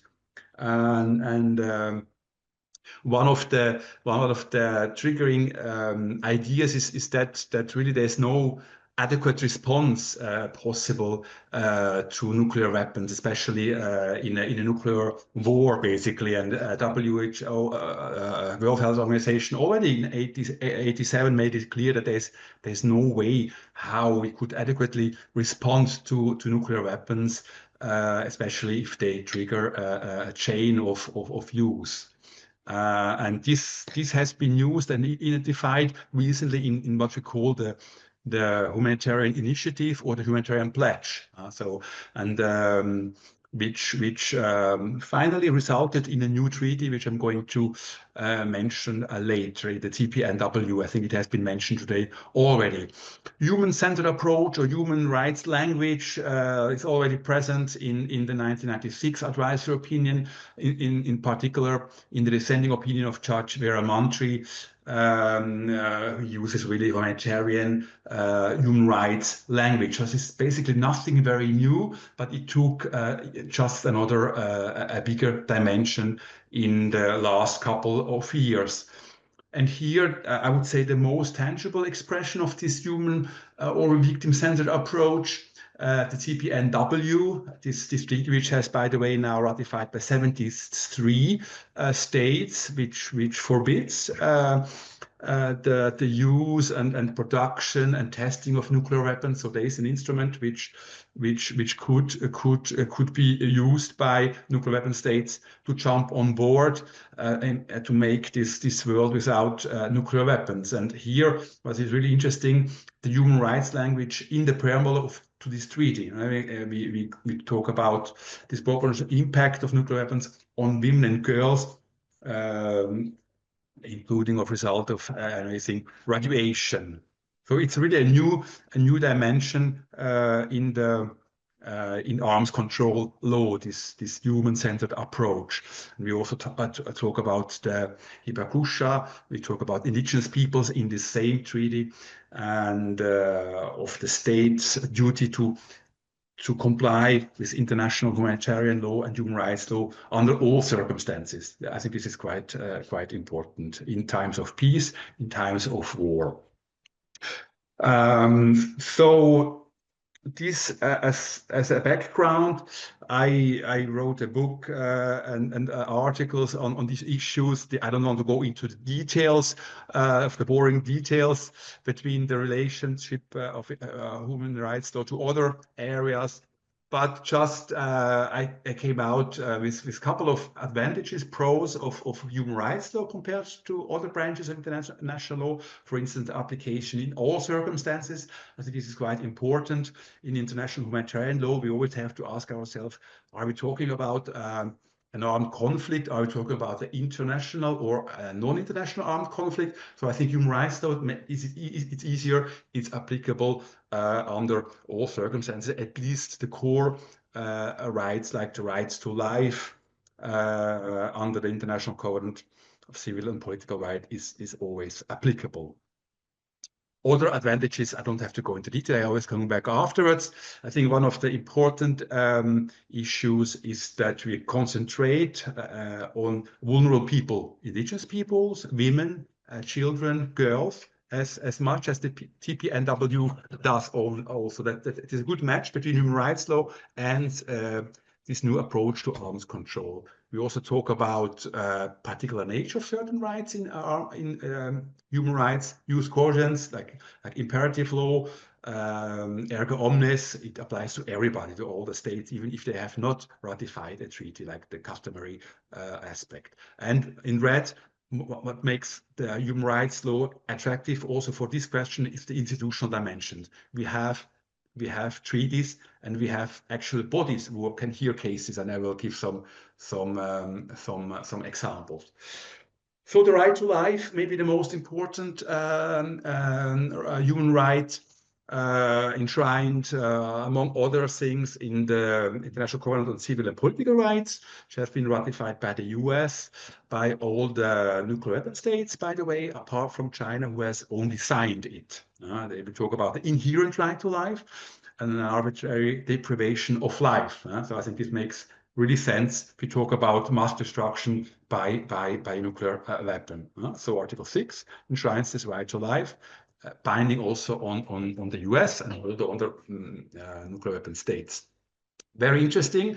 This General Comment number 36 on the right to life by the UN Human Rights Committee. It's quite a recent document, 2018. It's kind of a compilation, a summary of the practice of the Human Rights Committee, which is implementing the International Covenant on Civil and Political Rights, and quite in tough language tells the states what is expected under this human rights treaty. So the threat or use of weapons of mass destruction, in particular nuclear weapons, which are indiscriminate in effect and are of a nature to cause destruction of human life on a catastrophic scale, is incompatible with respect for the right to life and may amount to a crime under international law. So this is really a statement made by the body implementing the Covenant on Civil and Political Rights, to which the US and all the other members, other nuclear weapon states apart from China, are members. So it's quite remarkable. And then reply, they also recall the Article 6 NPT obligation and the duty to pay reparations to victims. So it goes quite far in the language. And this statement actually has been used by, especially by civil society, by our circles, civil society, but also by states. For instance, there's a joint statement by Kazakhstan on behalf of 38 states, 38 states to the Human Rights Council. This is another UN body who discusses on a periodic level human rights issues around the globe, around certain topics. And here also, based on this General Comment number 36, it basically confirms that the right to life would be violated in the case of use of nuclear weapons. And again, the special attention paid to certain groups, women, children, girls, and pregnant women. So you can see that now in the human rights universe, we have this kind of arms control issues. I think there's a clear breach between the human rights world and the arms control world, which is being taken. Just a couple of thoughts to trigger discussion, maybe the different scenarios or the different situations you want to litigate or you want to address testing of nuclear weapons. It's probably quite an easy one compared with others. Probably has been done in the U.S. courts.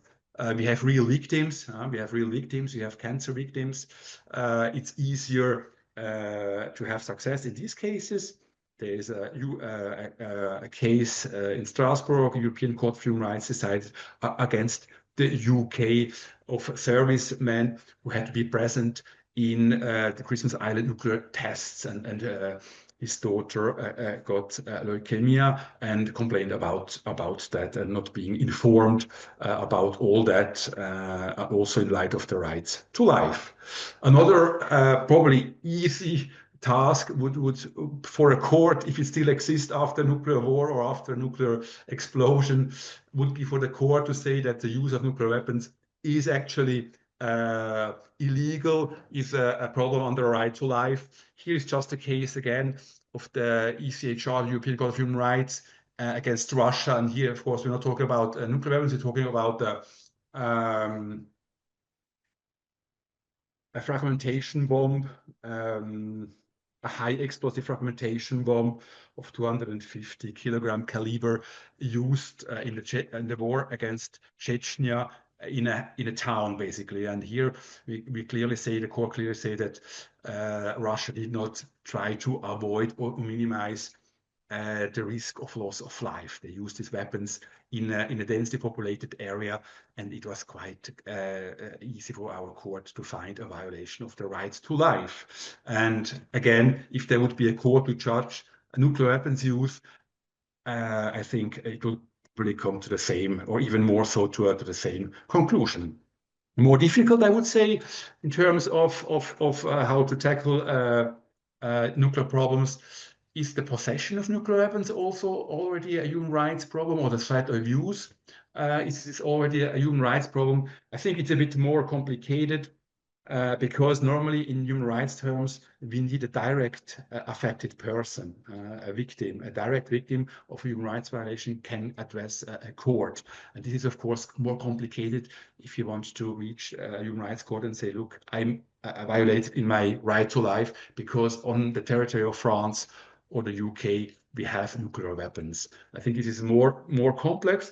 And a possible avenue might be, I have not done much research so far, but this could be an interesting avenue, like environmental and climate change litigation, to see what can be used as a source of inspiration for our issues. A recent trend, and this is the last slide, or almost the last slide, again, concentration on the rights of victims, maybe because of the frustration in terms of nuclear disarmament. We try to find more concrete, more realistic ways and avenues. And so in the TPNW, again, we have Article 6, Victim Assistance and Environmental Remediation Clause. And we will soon have the third meeting of states parties of the TPNW in New York in March. And this will be one of the focal point of discussion, how to help victims of testing and use of nuclear weapons to get justice. And what I really find an interesting trend, or let's say avenue, not so much exploded yet, I would say, is the so-called disaster law, international disaster law. And it's interesting to remind that in 2016, the ILC, the International Law Commission, adopted articles on the protection of persons in the event of disasters. And I wrote in articles that, from my point of view, nuclear weapons use would amount to a disaster defined under Article 3 of the Articles. Disaster means a calamitous event or series of events resulting in widespread loss of life, great human suffering and distress, mass displacement, or large-scale material or environmental damage, thereby seriously disrupting the functioning of society. So these articles want to make sure that if something like that happens, a disaster happens, that human rights apply to the victim of this disaster. And the really good message is, or the good news is that in November, if I remember well, the UN General Assembly decided that these articles, non-binding as such, shall be negotiated into a binding treaty, so that we have states ratifying this treaty and being bound by these norms. I think this is a great opportunity for our discussion and for our circles to engage on that level. This is just something I wrote a couple of years ago. If somebody is interested in more of that sort. Thank you very much. Thank you so much, Daniel. On these topics, as on so many of these other ones, we really need to vote today. Sure, but it's well worth it. An overriding objective of this conference was to bring in as many perspectives as we could. And with our next speaker, we bring in one perspective we haven't hit and another level of a perspective we have talked about. Randy Rydell, who is now the executive advisor to Mayors for Peace, and but is the retired senior political affairs officer, Office of the High Representative of Disarmament Affairs at the UN.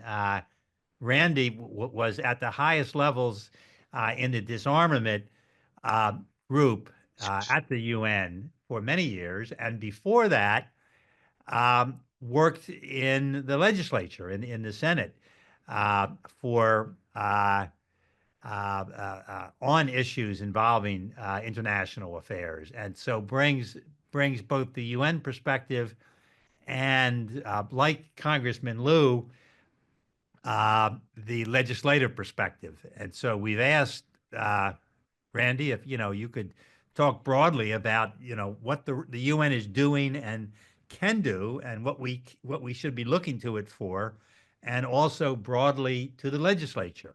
But before I turn it over to you, I'll mention that one of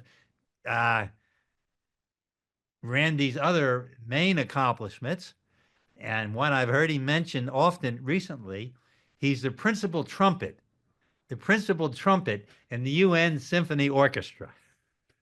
So sound your trumpet on these issues. And I should also say Randy is on the board of advisors to LCNP, and we work together with him there, with Jonathan and John and Jules and Deeps and others who have been involved today.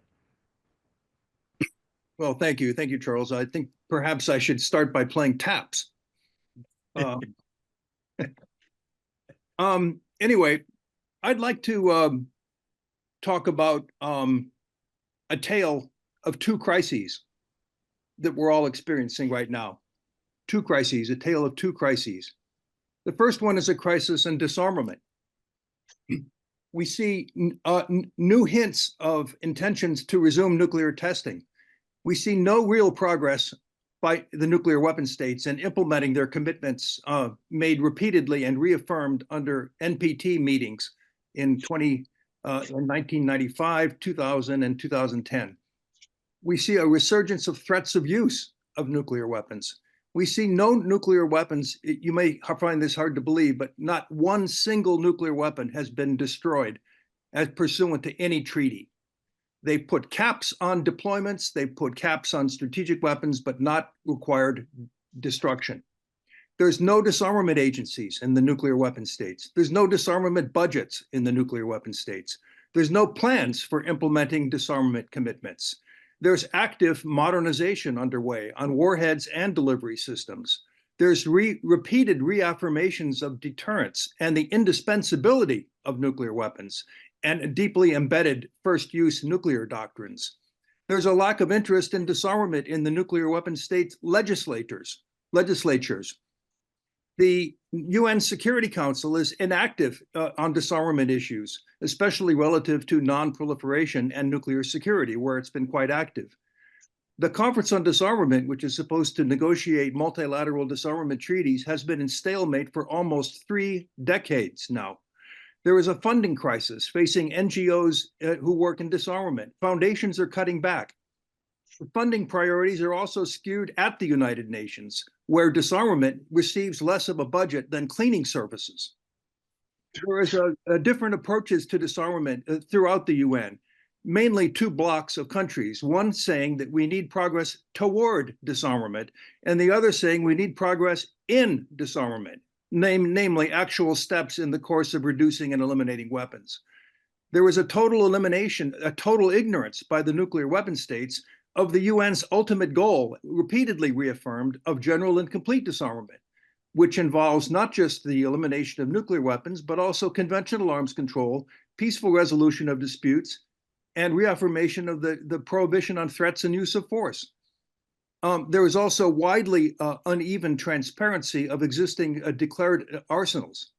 So much for the crisis in disarmament. I'm going to now talk about the crisis of the rule of law for disarmament.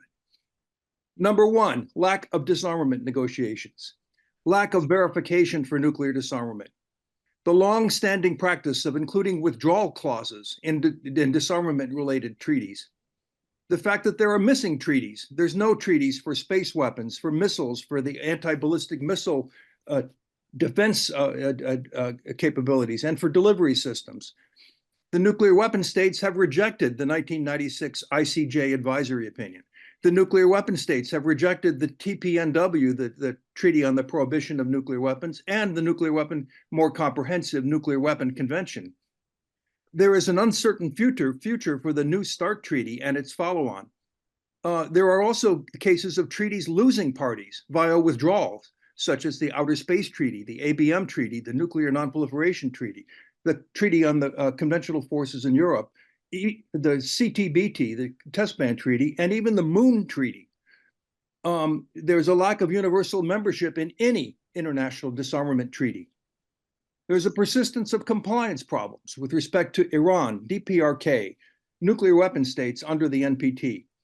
There's a lack of international enforcement capability and weak accountability.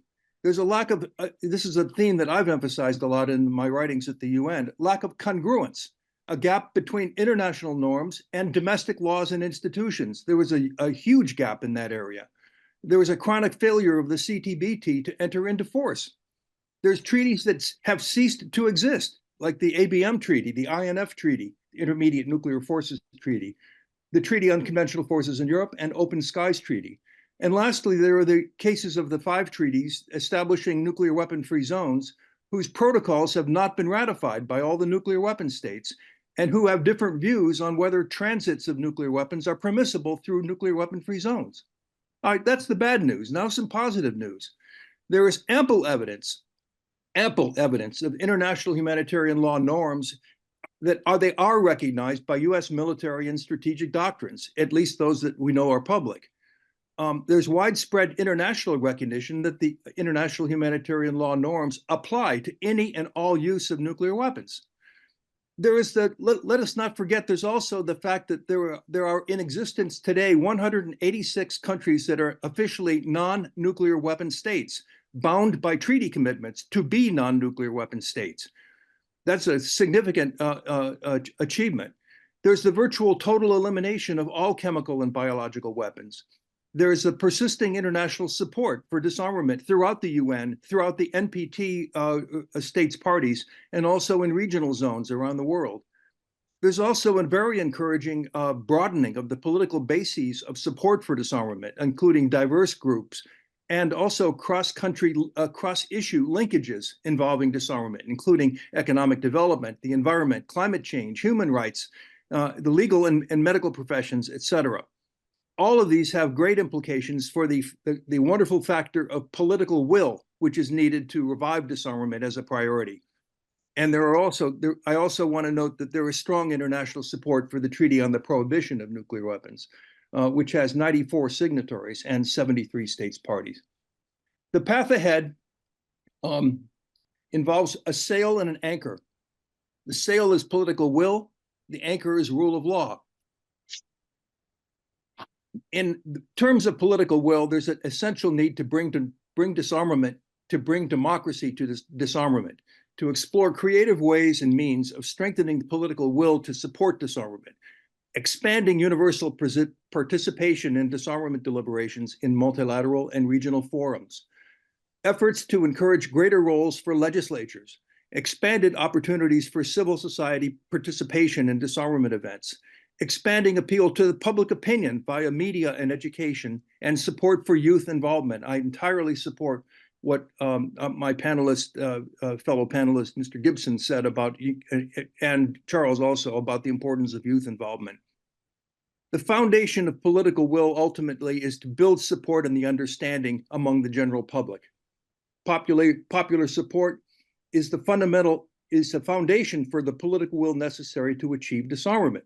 Raising the issue priority in national laws and policies, and for encouraging greater international cooperation in this field.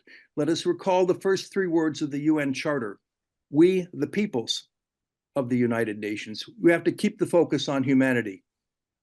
Secondly, bringing the rule of law to disarmament by expanding universal membership in treaties, seeking improvements in transparency, incorporation of irreversibility in disarmament agreements, advances in the verification of disarmament treaties, and a more intensive treaty review process, including issues of compliance and accountability, negotiation of new treaties, such as in missiles, missile defense, nuclear weapon design, delivery systems, a comprehensive nuclear weapon convention, and advancement of general and complete disarmament, and the establishment of disarmament agencies with negotiating mandates. And needed most is congruence between international disarmament commitments and domestic laws and institutions. In closing, I can only rely on my former boss, Jayantha Dhanapala, who told the American Bar Association the following in 2002, specifically to the ABA. He said, "As lawyers, you now have the task of working on behalf of the majestic equality of a law that can and must serve the interests of human security rather than just the interest of particular states. More precisely, you must convey the message that the advancement of the interests of human security is the best way to advance the interests of all states. I cannot imagine how this will be possible to achieve in a world without the rule of law, a truly majestic law with equal rights and equal protections for all. You have my best wishes in all your efforts to reach this goal, and you will not regret the journey." Thank you. Thank you. Thank you so much, Randy. And thank you, everybody. I wish we had time to spend another hour, but the next panel, I can see some of them arriving. And we now get a 10-minute break, and we turn to really the day-to-day issue, right? Bruce Blair, whom many of you will remember, who was a major thought leader in this field, who had been had he not been an ICBM launch officer, if my memory is right, it may not be exactly right, and then he was at Princeton for many years and wrote prolifically about what deterrence means in terms of the readiness level with thousands of nuclear weapons on our side and on Russia's side, ready to use, and so it's always in play. And even when there was no, new Cold War, even in the post-Cold War world, Bruce Blair wrote about how the American and Russian planes, somebody mentioned that it's happening again, and there's some recent incidents off of Alaska. But even after the end of the Soviet Union, you had, constant kind of in-your-face confrontations between planes and ships and at times even submarines because of deterrence. So anyhow, we will move after the 10-minute break into deterrence. Thank you all, and we are adjourned until 4:50. Thank you. Charles, I have a question. Shall I quit this meeting and join through the speaker's link? Oh, no, you don't have to. Once you're here, and Karen knows all. We don't know how she does it. Yeah, we can stay on the same link. Thank you. Thank you. Okay, welcome back, everybody. As I said earlier, this is the panel. We styled it as International Law of Threat and Nuclear Deterrence, a deep dive. When John Burroughs and I were talking quite some time ago about organizing this panel, and actually for the one last year, we discovered something that certainly I hadn't realized. While there's not a lot written on lawfulness of the use of nuclear weapons, there's a fair amount. I mean, a number of us have written books and articles, and there's a reasonable amount of literature on the lawfulness of the use of nuclear weapons. But there's far less. There's very little literature on deterrence, and really, I mean, that's really after a search for it. There's just not a robust body of literature on it analyzing the law. So the issue that Judge Schindler was talking about, in effect, how do we develop the law where you don't have not only case law development, but you don't have literature, you have occasional conferences. It's really quite interesting, right? So we decided to make this a long panel and try to have as robust a discussion as we can. And I will tell, and we still have 87 people with us. So happy that we're still having a robust and broad discussion. In our prep session, we all wanted to talk about use because we all know so much. We've thought about it, written more about it, and it was challenging getting us really to think about deterrence. So I almost think with this panel, we may end up with as many questions as we get answers. But the way we decided, and we decided to at least try to be somewhat disciplined, is to divide this panel into first an analysis of threats. You know, what is the law, the international law, as concerns threats? And as many of you, probably most of you will know, there's two bodies of international law about use of force. There's use ad bellum and use in bello. And use ad bellum, long-standing law that goes back hundreds of years. When is it lawful to use force? And then use in bello, once you're using force, what limitations are there as a matter of law on the kind of force you can use? And then there's another issue we'll get to. What's the interrelationship or the overlap between use ad bellum and use in bello? So the way we've organized this is we're going to try to talk about threats under use ad bellum and use in bello first. You know, what is the law, to the best any of us have been able to put it together, on threats, right? And we're going to look at them separately, first under use ad bellum and then use in bello, and then the overlap. And then we're going to spend the first hour on that, and then we're going to reserve the second half hour. This panel will go on for 90 minutes, I think, on deterrence itself. And there'll be issues. Is deterrence a threat, or is it a threat in some ways and not in others? I mean, there are issues that deterrence will bring up beyond the threat thing. So the way we decided to break it down is we're going to first talk about use ad bellum. Under international law, what is the law as to threats, as to when it's lawful or not to use threats under that body of law? And we've said 25 minutes for that, 5 minutes per speaker. John Burroughs sent me an email last night saying he was going to reserve most of his use ad bellum time for use in bello, because that's what he wants to do. And if anybody else wants to do that, you know, please do. But here we go. So let's get going, and sort of a continuation, I hope, you know, of my comment earlier, Colonel Lee, that I see you as, you know, I'm before the Supreme Court here. We said we'd lead off with you. Yeah, thanks again, Professor Moxley. I really appreciate it. Want to extend my thanks one more time to the New York State Bar Association for putting this on, and the entire the cast of individuals that really came together to put on a great day with so many experts in this field. Once again, it is humbling and an honor to be included, to be here today. Before I get started, just a little disclaimer that the comments that I've made today are of my own. They are personal in nature, do not necessarily affect the views of the Department of Defense, the United States Army, or United States Strategic Command, where I currently work. Charlie, do you want me to give a view from the inside again, or do you want me to launch into Jus ad Bellum, or which way do you want me to go with it? What I was thinking you might do, if it's okay with you, is just sort of give us your perspective. You know, we're going to talk about threats. Perfect. And we're going to talk about deterrence too. I mean, just address that broadly, notwithstanding my comment that we're going to sort of bifurcate. But, yeah. You know, you're on the inside. What does this look like to you? Sort of help us understand, and then the discussion, I think, will be led by that. Yeah, no, and that's what I was hoping you were going to say.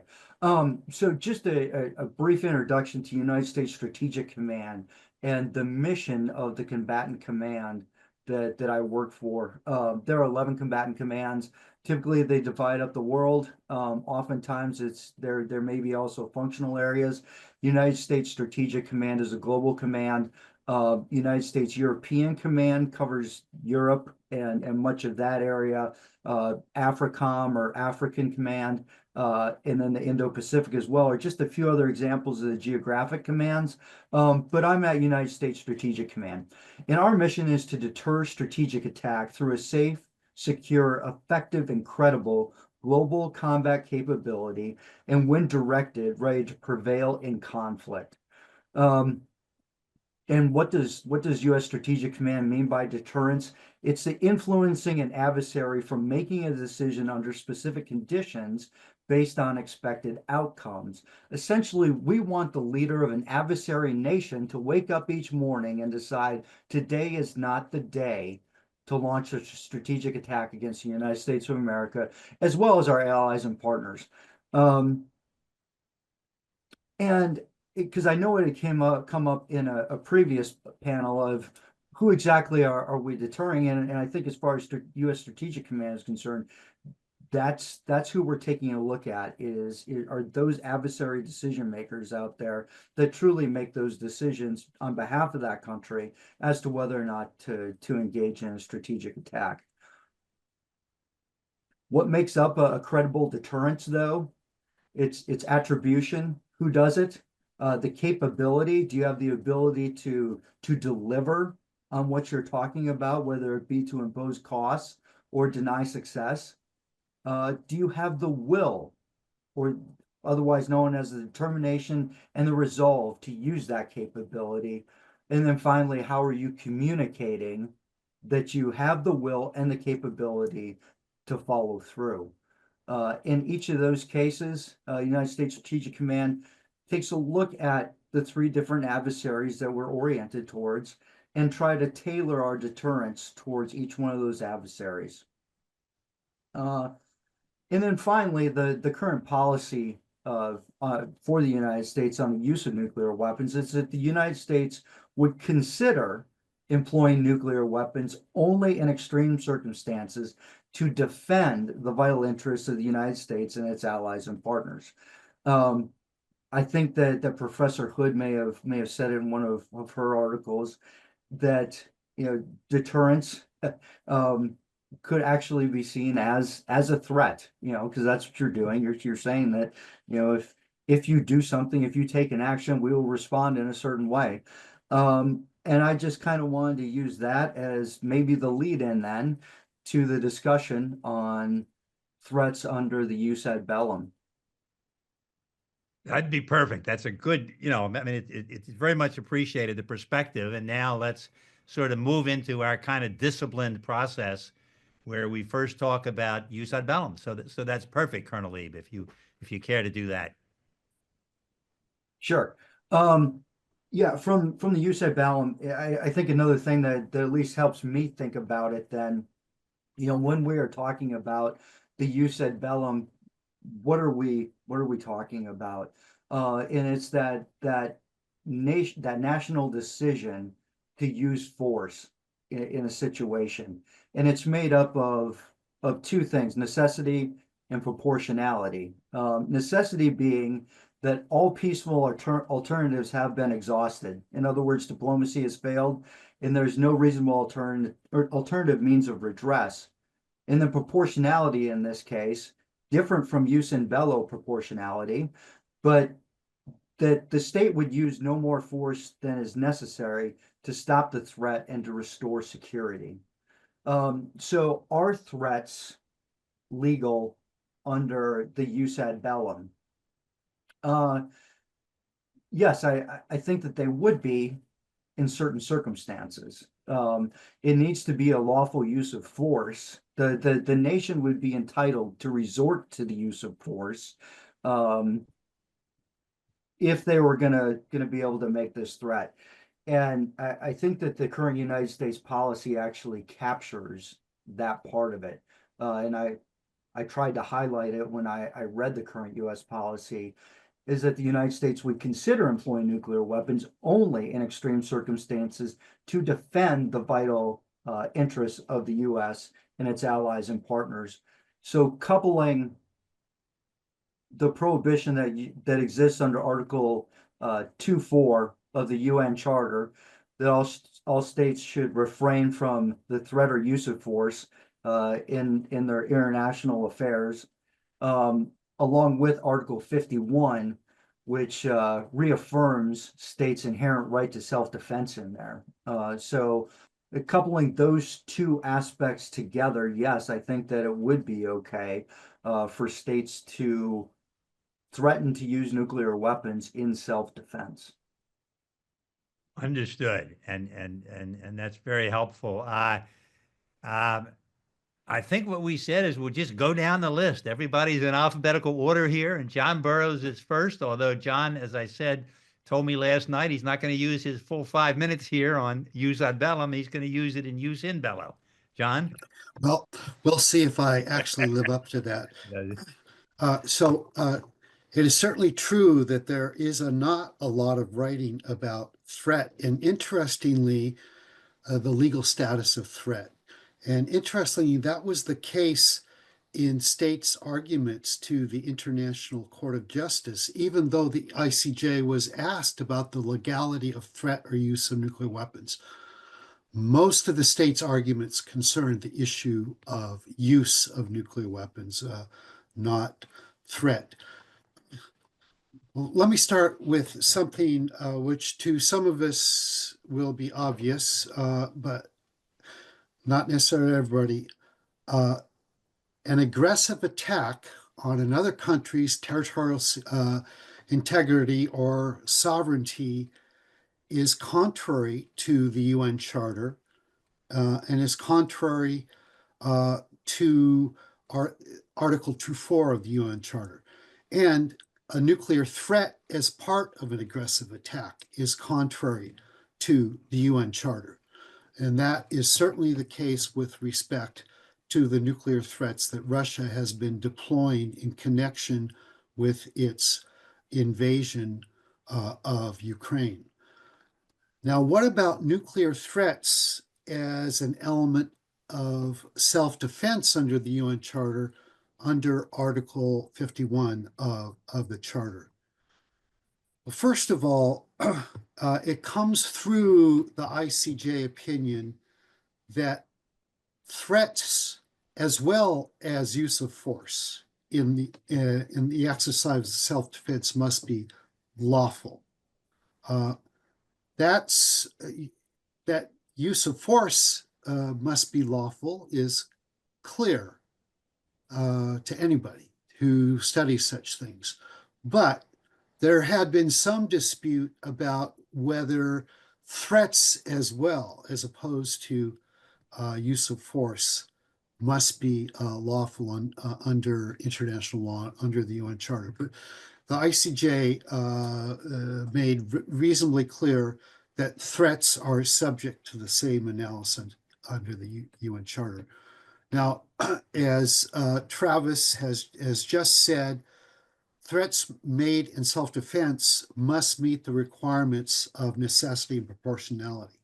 ICJ said, I quote, there is a specific rule whereby self-defense would warrant only measures which are proportional to the armed attack and necessary to respond to it.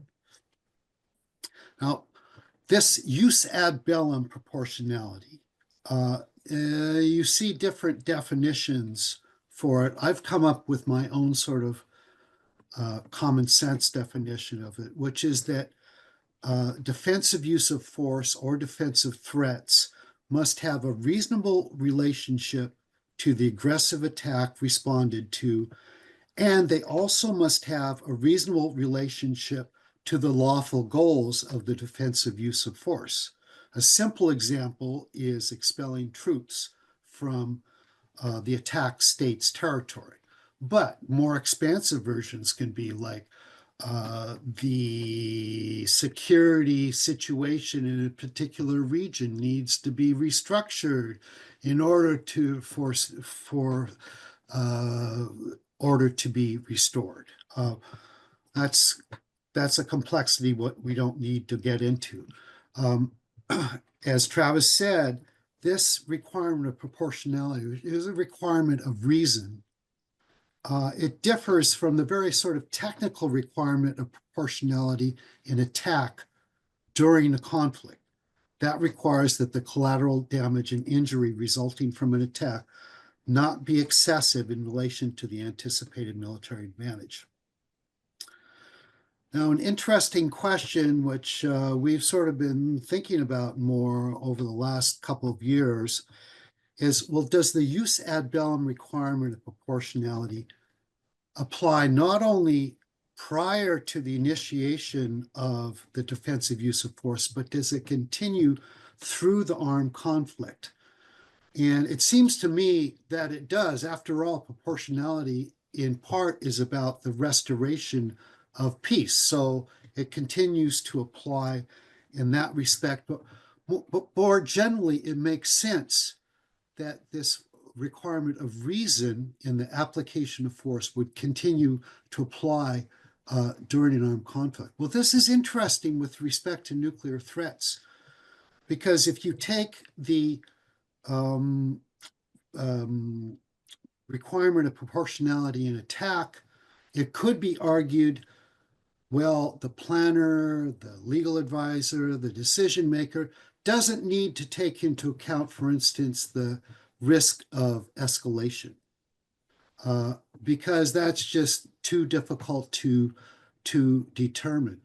And it's not really related to the standard understanding of proportionality attack.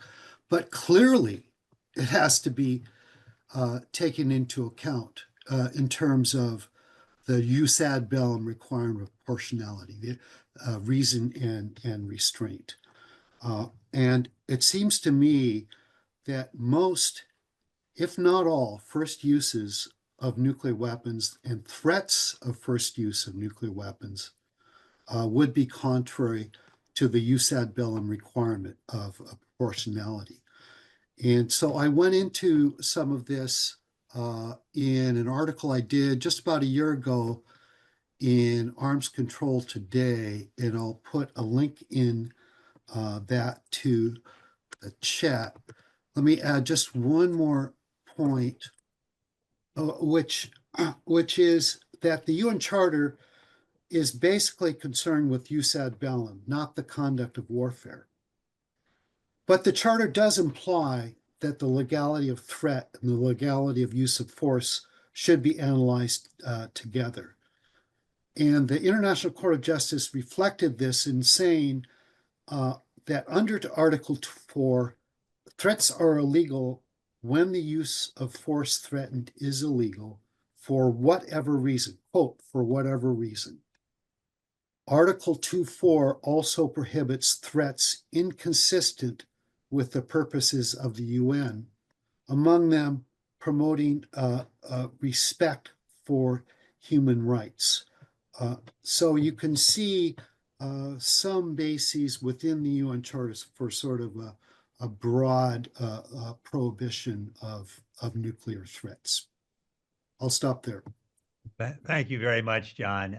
You all have not yet had the pleasure of meeting Professor Claire Finkelstein, who is the Algernon Biddle Professor of Law at the University of Pennsylvania, a well-known and often speaks and has written a lot on national security law and policy, and is co-editor of the Oxford series in ethics, national security, and the rule of law, and an editor of 6 of its volumes, and has, as I said, published broadly, often through CERL, which is a center at the University of Pennsylvania, which is active in this space. Claire, thank you very much. I know you've written on deterrence and threats, and look forward to your comments.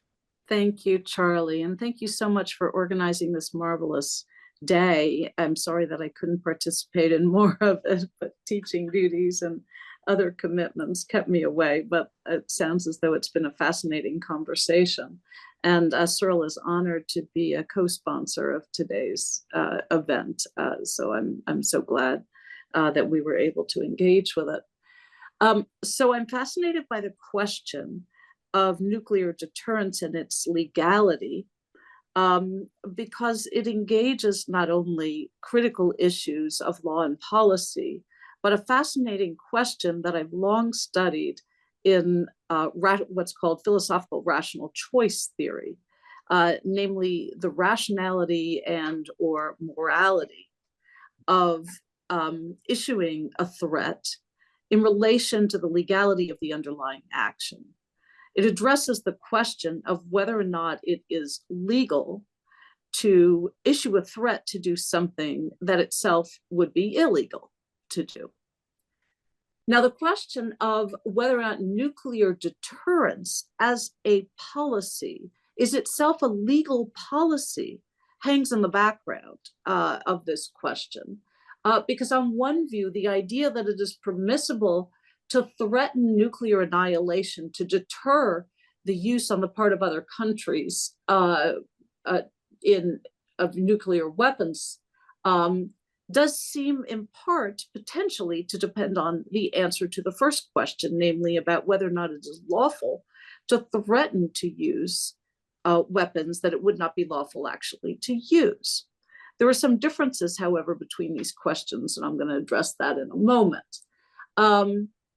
So let me start with the simpler question, which is complex enough, of whether or not it is ever lawful to issue a threat that it would not be lawful actually to make good on. And then we'll see how that discussion applies to the overall case of the policy of nuclear deterrence. So in general, the question that gets posed in rational choice theory and in the writings on deterrence that spun off from that, largely in the 1970s and beyond, goes something like this. Well, it's clearly not permissible to engage in certain kinds of aggressive actions. And now the question is whether or not it would be lawful or permissible for me to threaten to engage in those actions simply on the grounds that I'm seeking to deter another individual from engaging in similarly unlawful actions. And at first blush, there's no reason to suppose that the legality of a threat would depend on the legality of the underlying action. After all, a threat is just a kind of speech act, and no one gets killed by a speech act. There are no physical injuries that seem to result. And so where is the unlawfulness of the conduct? Where is the impermissibility of the conduct? But this question is raised very interestingly when we tie in Article 2.4 of the UN Charter, which lumps together the illegal use of force with the threat to use such force in one sense. which says that if it that under certain circumstances it is unlawful to use force, namely unless you have a self-defense basis under Article 51, as Colonel Travis Leaf just mentioned, then in that case, the suggestion from Article 2.4 is that it would be similarly unlawful to threaten to use force unless you have an Article 51 defense for actually using that force.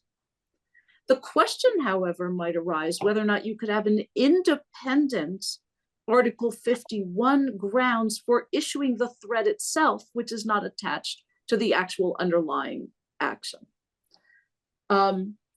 Now,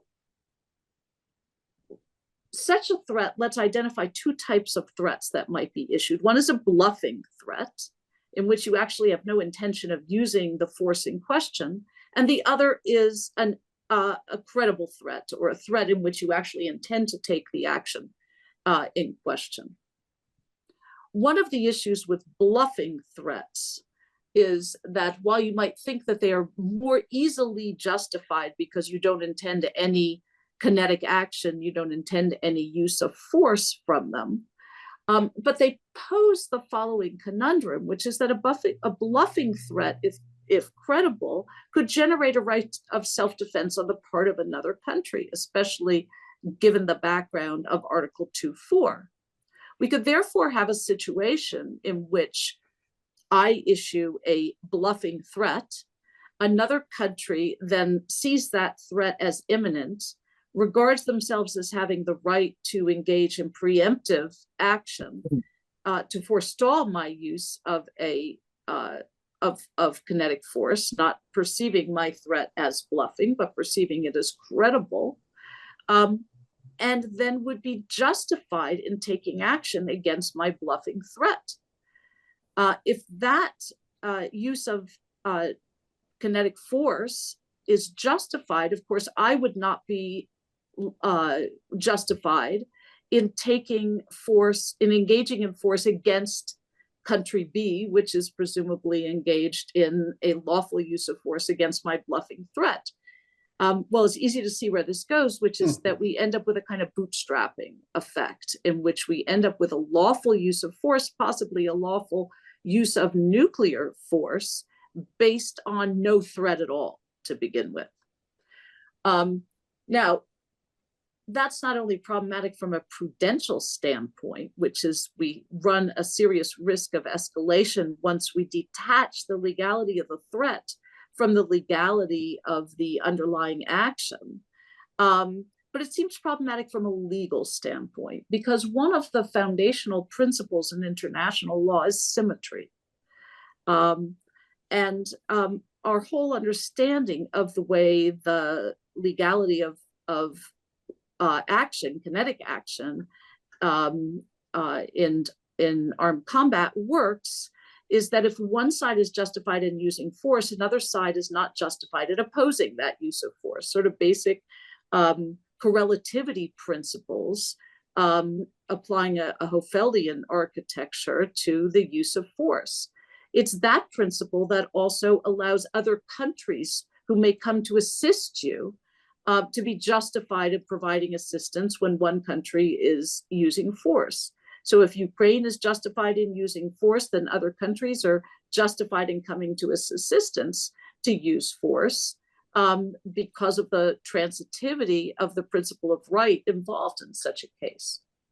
If we detach the legality of issuing a threat from the legality of the underlying use of force, however, the correlativity of rights and duties will no longer hold, because I may be permitted to issue a threat that I would not be permitted to make good on, but another country may have a right of self-defense against my threat. And so we can very easily get into a contradictory series of use of force where the legality of using force does not track the underlying legality of the threatened actions. That I think would be a disaster for the law of armed conflict, for the jus ad bellum, and the way all of this plays out. So let me just go back now to the original question. if one buys, and I haven't had a chance to make a full case here, but if one buys the argument that the legality of a threat to use force should depend on the legality of the underlying use of force, that raises the question whether or not the entire principle of nuclear deterrence is itself an unlawful policy. Now, faced with a large number of nuclear weapons sitting in silos, the threat is not specific, right? We don't know exactly what is threatened. We can't say whether or not the use of these weapons is intended for a first use principle or a second use principle. But we do know that a first use principle is almost certainly going to be unlawful unless we're talking about the very rare circumstances in which it would be justifiable to use nuclear weapons in response to a conventional attack. Personally, I do not believe there are any such circumstances. This is Vladimir Putin's doctrine. He has articulated that it may be permissible to use nuclear weapons in response to conventional forces. That's for another panel.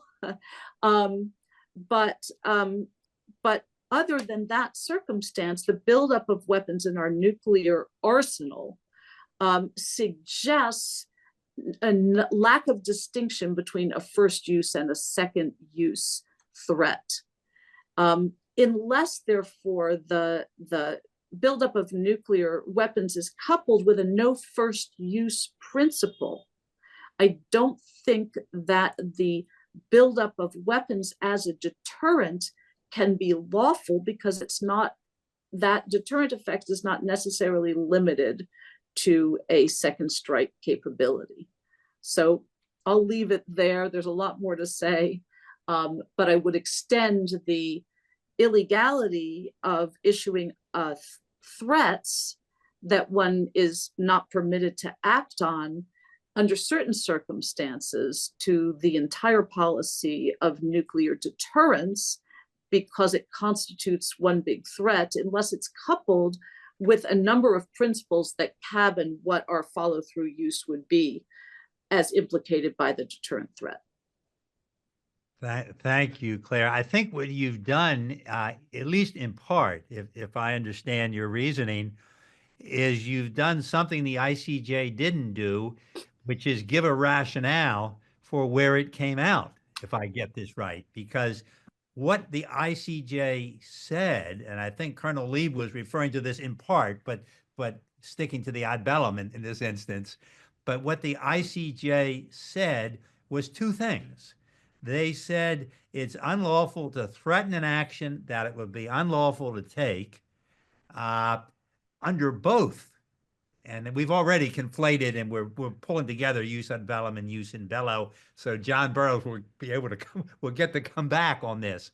But what the ICJ said, it's unlawful not just under the charter law, use ad bellum, when a state may lawfully use force, but it's also unlawful under use in bello as to limits on force when a state is using force. And the challenging part of what the ICJ said for international lawyers is we've always all understood that, under the charter, while there are, contrary interpretations, as we talked about in the prep session, but generally the charter section, Article 2.4 says you can't threaten force that you couldn't do. And so we know that's a reasonable support, although some people argue with it, for the first conclusion of the ICJ, right? But the ICJ the second conclusion, which I know John is going to address, but its second conclusion that it's also unlawful to use force under use in bello when you're embroiled in the middle of armed conflict in a way that would be unlawful to use the force, right? And people have scratched their head, where's the support for that? So Claire, you in a sense, you gave us a rationale, but I'm sorry, let me stop talking. Anna, what is your, I know you, Anna Hood wrote a series of articles that got everybody's attention a year, I forget exactly, a year and a half or two. I remember actually it was Randy Rydell who circulated the second of them to me. I'm sure John already knew about it some time ago with with a co-author, on threat theory and deterrence theory. So take it away, Anna. Sorry to go on so long there. Thank you so much. And my thanks to you for having me as part of this panel on this day. It's really wonderful to be part of the conversation. There have been great points covered so far. Maybe in my couple of minutes now, what I might do is come back to the jus ad bellum conversation. So we wrap that up, and I have things to say on jus in bello as well.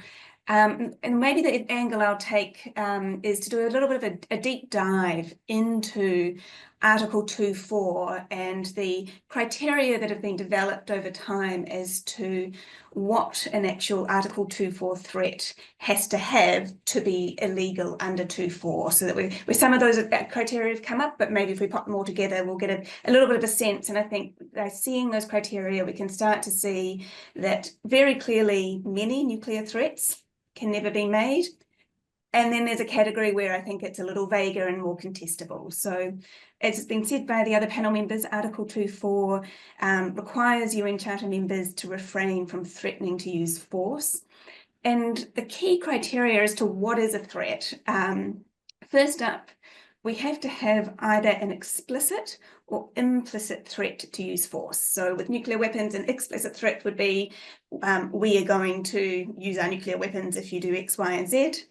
But there can be implicit threats as well. So if we have a situation, if we think about, say, during the Cold War, go back to 1962 and the Cuban Missile Crisis, when the Soviet Union was putting nuclear weapons into Cuba, that build-up of nuclear weapons in and of itself, in a context where there's hostility between the US and the Soviet Union, that can potentially amount to an implicit threat to use force. Similarly, if you had a situation where there was hostility between a couple of countries and one country was to fly a plane that was nuclear armed very close to the border, that too could be seen as an implicit threat. So we have first criterion is explicit or implicit threat to use nuclear weapons. Secondly, that threat has to be communicated to the other side. That seems pretty obvious, and mostly this happens without us having to think. But there are situations, if we go back to, say, to the Cuban Missile Crisis, where, at least for a period, the US did not know that those weapons were in Cuba. And it wasn't until the US became aware that we could say that there was potentially a threat in play. So we do need that communication element to be present. The third element is that the threat has to be credible. This isn't a high bar. It's not we don't have to definitely know that the threat will be carried out. We do need to know that the country that is threatening to use nuclear weapons has the capacity to use them and has some level of intent. It doesn't have to be a high level of intent, but we have to have a sense that, yes, maybe they actually would follow through on what they're threatening to do. Next one down is potentially controversial. There's not a complete agreement on this in the literature, but my reading and the work I've done with my co-author, Monique Cormier, is that the threat has to be specific. So it has to be a threat that is directed at a specific entity, normally another country. Most of the threats that we see bandied about these days, for example, threats from President Putin, are specific. They're directed to NATO countries or to Ukraine. Similar, the same goes in sort of the Korean Peninsula. Most of those threats are quite specific. I think where this becomes an issue is with some deterrence policies, because many deterrence policies are very broadly cast. If we are attacked, then we will use our nuclear weapons. It's not directed towards any particular entity. One exception to that, though, is sometimes we can look at contextual factors with deterrence threats and make arguments that actually, when you look at what a deterrence policy is actually aimed at, even though it looks like it's general, it's actually targeted at a more specific entity. So, for example, with India and Pakistan, India has a general nuclear deterrence policy that suggests it will use nuclear weapons if it's attacked. But when we look down at what the context of when that policy was developed, it's very much targeted at Pakistan. So potentially we can say that actually India's deterrence policy is an illegal threat because it's very specifically targeted. Whether that sort of logic can apply to all deterrence threats, I think is up for grabs. It's not clear that all deterrence threats would come under that. So we've got those criteria. I realize I'm probably pushing my time. So the last point is just one that's been made very eloquently already, and that is that a threat will be illegal if it meets those 4 criteria. It, however, will be excused or be okay if it's been made in self-defense under Article 51, as others have said. Like a couple of my other panelists, I really struggle to see that the requirements of self-defense could ever be satisfied in this space, but nonetheless, those are sort of the criteria that are on the table. So sorry, Charlie, I'm going over time. I'll leave it there. I'm very happy to come back and talk further as we keep going along. Not at all, Anna. And this is something that I think you and Daniel and I talked about last summer when we were on those panels in Hiroshima there at the Peace Palace talking about this stuff. If one of the purposes of these discussions is that we have this opportunity to sit down with Colonel Lieb, who, you know, is the man on the spot with others with, you know, responsibility on the place, we have to make the distinction that was made in an earlier panel by a number of people between policy and law. And sort of the question I have on so many of these things, and this is really me as a guy who spent 35, 40 years, you know, as a lawyer in the courts in commercial securities cases, where's the law, right? If we want to talk to Colonel Lieb and make an argument on what our policies, you know, where we think there should be a consideration of some legal points, I suspect he'll take them back if we're citing the charter or we're citing some case law that he hasn't heard before. But if it's kind of, you know, interesting theory and thoughtfulness, you know, then it's kind of interesting, but it's not something that needs to be looked at, right? So I mean, how do we divide this up? I mean, where do we come, you know, and I say this out of not knowing the answer to any of this, right? Because we've said there's not much literature on this.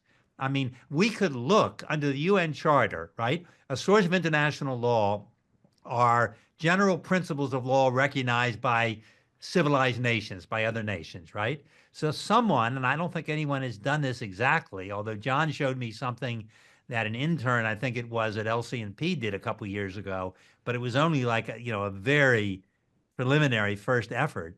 Someone could say, I'm going to look at the law across the world's systems. And under the world's legal systems, you can't make a threat to do something illegal. If we could give that to Colonel Lieb, I think he'd have something he'd have to take back to his team and say, tell us why this is wrong.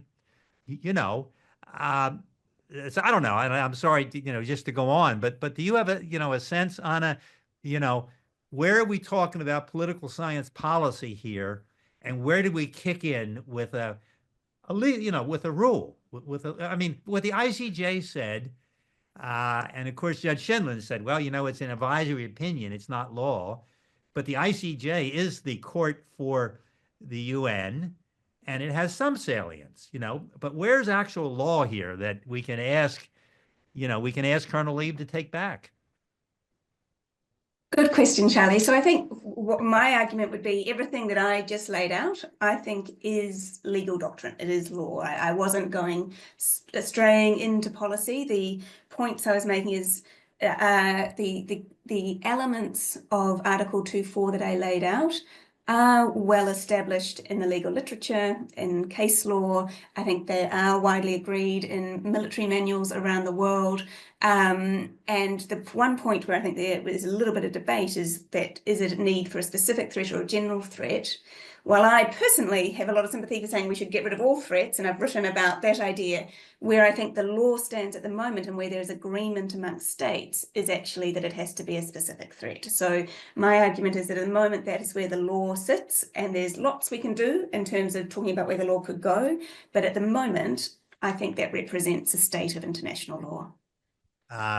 Yeah, so I think that's something we should talk about. I mean, what case law support is there Plus, there's a question, what does specific threat mean, right? I mean, we all remember, we had Professor Painter, who had been in the George W. Bush administration, but those of us who are old enough to remember the identification, you know, of the rogue nations, I mean, we all remember who they are. And I don't think we'd have to do more than much research to find that our policy of deterrence based on statements by our political leaders, I mean, we know that they're addressed to Russia, China, North Korea, Iran, right? I mean, but is that a specific thing where we can find policy statements saying those are our our countries of concern? I mean, I don't. You know. Charlie, Yes. can we address these questions, but maybe let's give Professor Luban a chance to Yes, talk of a bit. course. Yeah. Yep, absolutely. Oh, and let me just say that with David Luban, who teaches at Georgetown Law School and also at the U.S. Naval Academy, the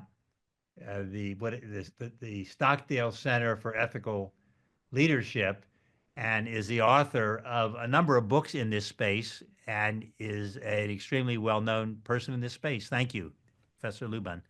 Well, thanks. And I've been at the conference since the beginning, and I think that this has been a fantastic event. So I'd like to thank you. And I've just taken so much from the speakers.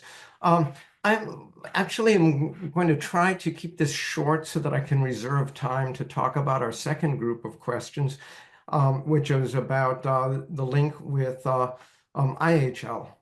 With the in-bellow. And that's because I think that these two issues can't really be separated. So obviously, if something's illegal, I can't do it. Can I threaten it? Well, sure, I can threaten it if I don't carry out the threat. Let's just start with an ordinary non-nuclear case of everyday life.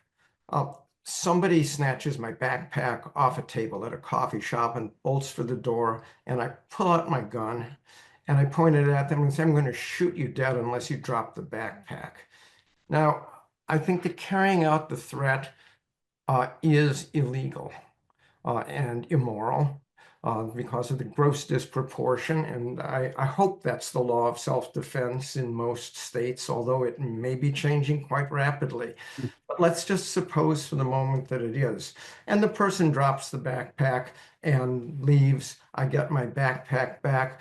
I've prevented something wrongful with a deterrent threat. Carrying out the threat would be illegal. So let's just take that as an interpersonal example. Now, would I actually carry out the threat? Well, no, I wouldn't, because I'm a decent human being. So the threat itself is a bluff. So I'm picking up on Claire's distinction between bluffing and non-bluffing threats. Now, let's move to the nuclear realm. Is it possible? Let's suppose, just for the sake of argument, that carrying out a nuclear deterrent threat would be illegal. And I'm going to add immoral, but that's not the legal category that matters here. Well, in that case, can I make a bluffing threat? Now, it seems to me that, of course, I can in the interpersonal case, because I can form this intention not to carry it out. But can I do that in the international case? The problem with deterrence is this: a deterrent threat is going to be ineffectual unless it's credible. And arguably, the only way to make it credible is to form a conditional intention to carry it out. Okay, now that's by conditional intention, I mean, if you do this, if you attack us, then I'll launch. If you threaten my vital interests, I will launch. Now, in my interpersonal case, I didn't have to form the conditional intention to make the deterrent threat. But I don't think that's possible in the case of nuclear deterrence. That's because of what it takes to make a threat credible in this space. To make it credible, all the pieces for carrying it out have to already be in place. All the protocols have to have already been written. All of the military personnel who are going to carry out the threat have to have been trained and practiced. So if you think of the decision to actually launch, to carry out the deterrent threat, is the step N after a lot of steps from 1 to N-1, then all the steps up to and including N-1 have already been taken. Now, you might think, okay, well, step N is the commander-in-chief giving the order. Now, of course, that's something that can't be guessed, but we have to assume that an adversary has very good intelligence about all of those steps N through N-1. So leaders can't assume that that they can form this intention, this complex intention involving billions of dollars worth of equipment and thousands of human beings who are all trained to carry it out. We can't assume that we can have a secret policy to make it a bluffing threat and keep that secret. So I think that in this case, we have to form the conditional intention to carry it out. And that means that the distinction between forming the intention, making the threat and carrying out the threat is really thinned, because I've already formed this conditional intention to carry it out. So I think that everything turns then on the question of whether, if the actual launch is unlawful, then I think that the threat to launch is unlawful, because the only way that you can make that threat credible is to put the pieces in place to carry it out. And at that point, there can't be any confidence that it won't be carried out. And so that's why it's going to be important for us to talk about whether these threats, if carried out, are lawful or not. But this is, I think, my case for why there's an inextricable linkage between the two. And I'll stop here. Thank you so much. Colonel Lieb, I guess we circle back to you if you care to respond to any of the points made and then take us into in bello.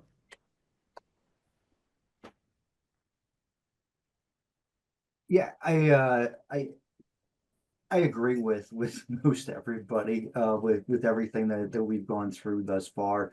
And I think that Dr. Burrows had brought it up earlier too, that the use that and Professor Lubon just highlighted as well, that the use ad bellum and the use in bello are so closely linked in there, and that was going to be my point when we came to the use in bello portion of it, was that at least from my perspective and where I sit, these are not, to use the 3 levels of warfare, these are not tactical or operational decisions that are being made. These are strategic decisions that are being made by the president.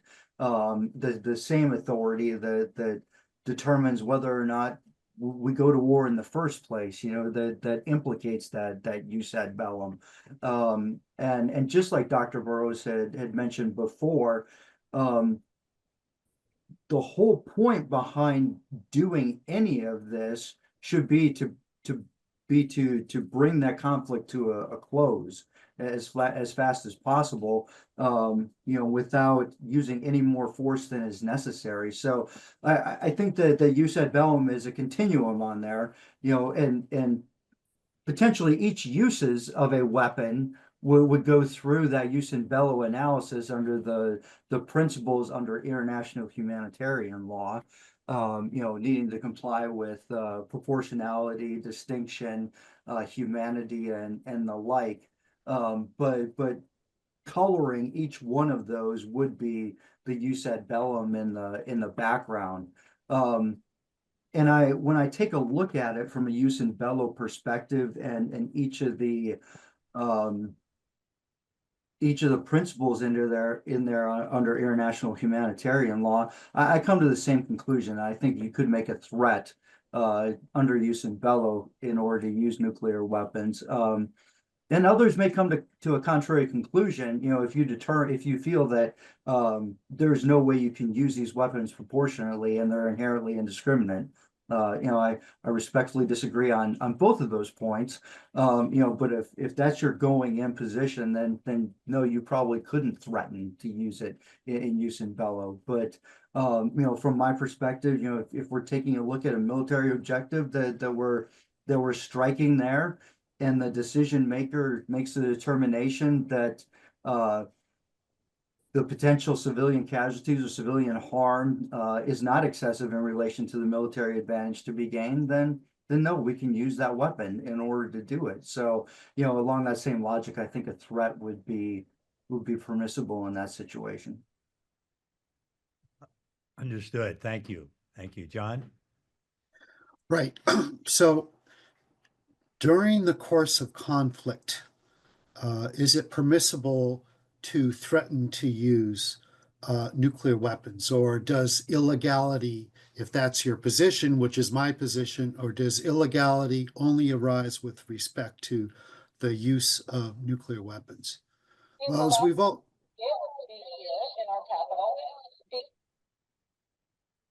already touched upon, the International Court of Justice found that any threat to use nuclear weapons, whether aggressive or defensive, must be of a use that would comply with international humanitarian law or use in bello or law of armed conflict. In general, the ICJ said that, quote, if an envisaged use of weapons would not meet the requirements of humanitarian law, a threat to engage in such use would also be contrary to that law, end of quote. So under that principle, to repeat, if the use of nuclear arms is illegal, the threat of their use is illegal.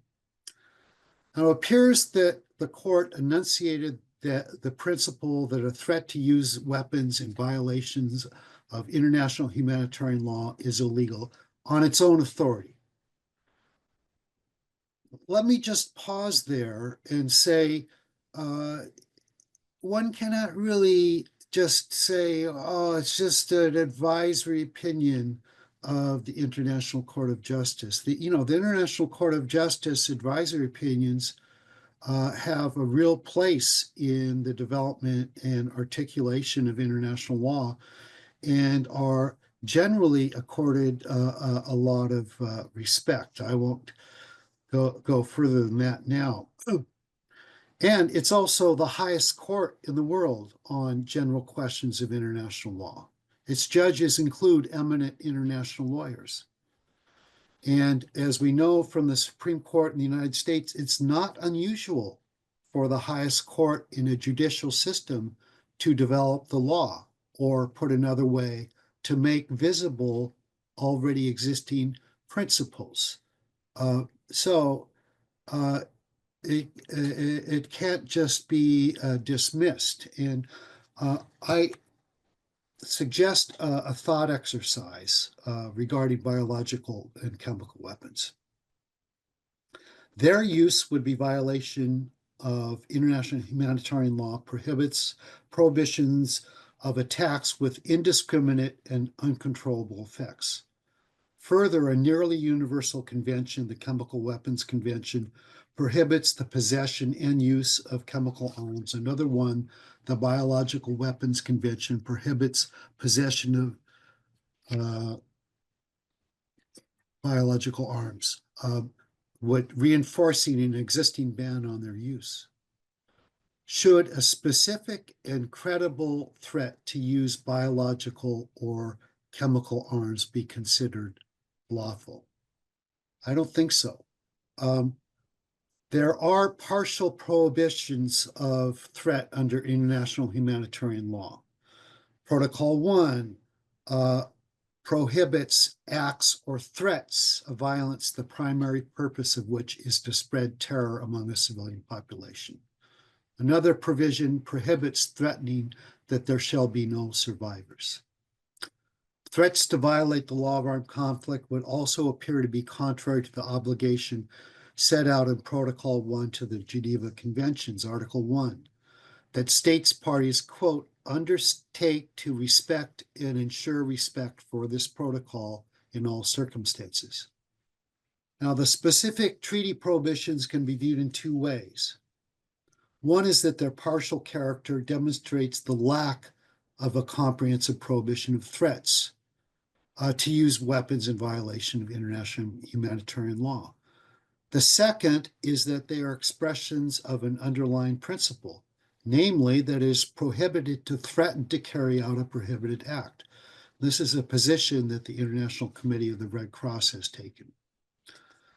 So the latter view is more consonant with the evolution of international law, recently illustrated by the negotiation of the Treaty on the Prohibition of Nuclear Weapons and the UN Human Rights Committee's 2018 General Comment on the Right to Life. And both of those Daniel talked about in the last session. View of time, I won't go into detail on those, but they both address threat. Also noteworthy is the position adopted by the group of 20 states and intergovernmental forum that includes the world's major powers. The declaration made in Bali in November 2022 states in part, I'm going to quote the whole paragraph, "It is essential to uphold international law and the multilateral system that safeguards peace and stability.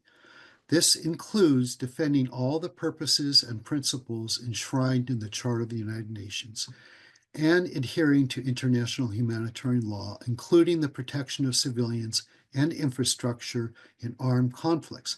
Now, here's the money line. The use or threat of use of nuclear weapons is inadmissible. The position clearly was occasioned by Russian nuclear threats, but by its terms, it is not limited to that circumstance. It was repeated in another G20 declaration in New Delhi in September 2023. I'll stop there. Thank you, John. Claire, what's your perspective when we get to this in bello context? Okay, so I want to go back to the narrow question of whether or not it's lawful, say in an ordinary criminal law context, to threaten something it's not lawful to do. And I want to pick up on David Luban's comments on that. And we had discussed this example of somebody is stealing something from your home in a prep session that we had for this session. And I believe that even in the criminal law context, the correct answer is it's not lawful to threaten to do what is not lawful to do. And what's my backup for this? Number one is the consideration that I raised in my remarks originally, which is that if I threaten to use lethal force in a context in which I'm not permitted to use lethal force, that would give a license to the other party, the person who receives my threat, to use lethal force in self-defense against me if they believe that that threat is imminent. Therefore, if a robber is stealing your television set and you're in a state in which it's not lawful to use lethal force to defend against theft of property, I believe it cannot be lawful for you to threaten to shoot him to prevent him from stealing your television set, because it would entitle a right of self-defense on his part, as long as your use of that force would itself be unlawful. Consider another example. My daughter threatens to run away from home. Has not happened, just want to make clear. Suppose she threatens to run away from home and I brandish a weapon at her. And I say, if you do, I'll shoot you. If you walk out that door, I'll shoot you. Well, not only is it unlawful for me to use that force, but the illegality of the use of that force translates into the illegality to threaten to use force in that context. And indeed, in many states, the mere showing of a weapon, brandishing a weapon as a threat is itself an unlawful act. It's itself, in many states, an assault. So therefore, I think it's extremely dangerous to uncouple the legality of threats from the legality of the underlying acts. And I don't think that existing law supports that kind of uncoupling. Now, I just want to mention one thing about the ICJ. So thank you, Charlie, for giving some more context, because I do think that this is a way of supplying a rationale for the 1996 ICJ decision. But there is a caveat here, which has to do with the Nicaragua decision, in which the court held inter alia that it was not a threat for the US to be supplying the Contras with weapons, because the mere supplying of weapons did not constitute a threat to use them. So that doesn't falsify the principle that it is not lawful to threaten to do what it's not lawful to do, but it does suggest that what counts as a threat requires some more refined analysis. Now, I think that refined analysis is going to bring us back to the question of whether or not maintaining a deterrent arsenal constitutes a threat to use them, and what kind of threat to use them is entailed by the mere maintaining of an arsenal. So I think it's awfully tricky to translate this whole discussion about the unlawfulness of threatening to use force into a discussion about the lawfulness of deterrent policy. So there's trickiness there. Which leads into the point you had addressed earlier, Anna, about specificity and so forth. And you were raising that. What does it take to have a threat? What's your further comments on this in bello context? Thank you. I'll try and be brief. I think speakers have set out very well sort of the lay of the land and the tensions and the difficulties, and in particular, John going into the detail of, are we looking at those very specific IHL rules? Are we looking at all of the principles of IHL? That tension there, I think, is one that it remains a live debate and an issue. Rather than diving into that again, what I thought I'd comment on is the level of difficulty, whatever body of law we decide we're working with, there's a level of difficulty in applying it to some of the actual real life threats that have been made during conflicts. So if we go back to as far back as, say, the Korean War, during that war, President Truman made a comment that we will take whatever steps are necessary. That includes using every weapon we have. So in many ways, that's a threat to use nuclear weapons, right? He's talking about every single weapon that we have. If we try and look at that statement, which is made in the context of a live war, and we think about, is it in violation of the principle of distinction or the principle of proportionality, we almost don't have enough information to be able to make that call, right? And it's hard to know what to do with the statement. Maybe we assumed that President Truman was making that statement with the implication that, and it would only ever be if it was done in compliance with with international law. Or maybe we shouldn't make that implication. The same goes for some of the comments President Putin has made in the context of the conflict with Ukraine. He has threatened to use nuclear weapons against Ukraine, saying comments like, "We will protect our land with forces and all means at our disposal." Now, if we have the starting position that nuclear weapons can never be used proportionately and so on, which possibly is close to where I am, then that's easy. All of these threats maybe can say are illegal. But if it's clear from this conversation that that's not a universally adopted position. And so once we try to enter into applying these rules to these concrete situations, it becomes very difficult to see how they actually can fit and limit. And so I think what we're really seeing is no matter which body of law we're applying, there are real difficulties here.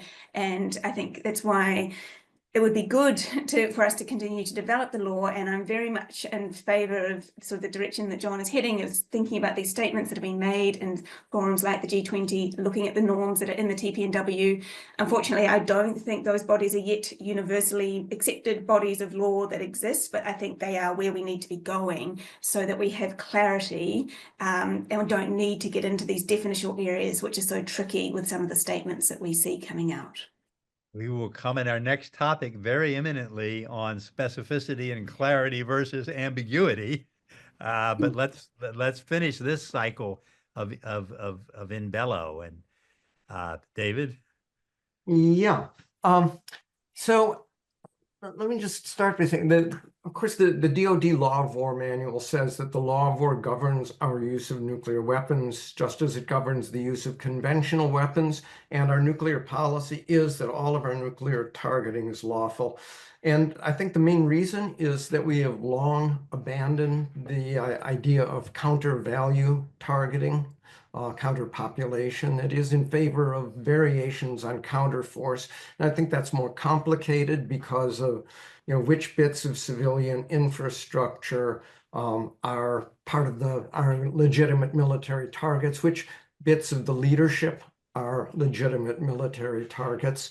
So I want to raise an uncomfortable question that I don't know the answer to, and that is whether lawful targeting is consistent with effective nuclear deterrence. Let's put it another way. If the only effective deterrent is unlawful targeting, do we give up nuclear deterrence or do we give up lawfulness? Now, just going back to the very dawn of the nuclear age, we know that Bernard Brodie said that the nature of these weapons is so different that they can have only one use, and that is to prevent their ever being used. The Churchill line on how safety is the sturdy child of terror. The question is, if suppose it were true that only nuclear deterrence can give us peace and security, as Article 1.1 of the UN Charter declares as a purpose of the UN. Do we want to give up deterrence if it turns out that deterrence would require us to do things that are unlawful? I mean, in conversations with people, I've constantly thought about the famous Oppenheimer quote after the Trinity test, I am become death, the destroyer of worlds. And my question, do we want law to become the destroyer of worlds? So here's the problem. It may well be that military and leadership targets, so legitimate targets, are located closely enough to civilians that striking them would cause immense civilian casualties. And earlier today, we heard Lauren Grego talk about what would happen if our legitimate military targets were struck and how many civilian deaths there'd be.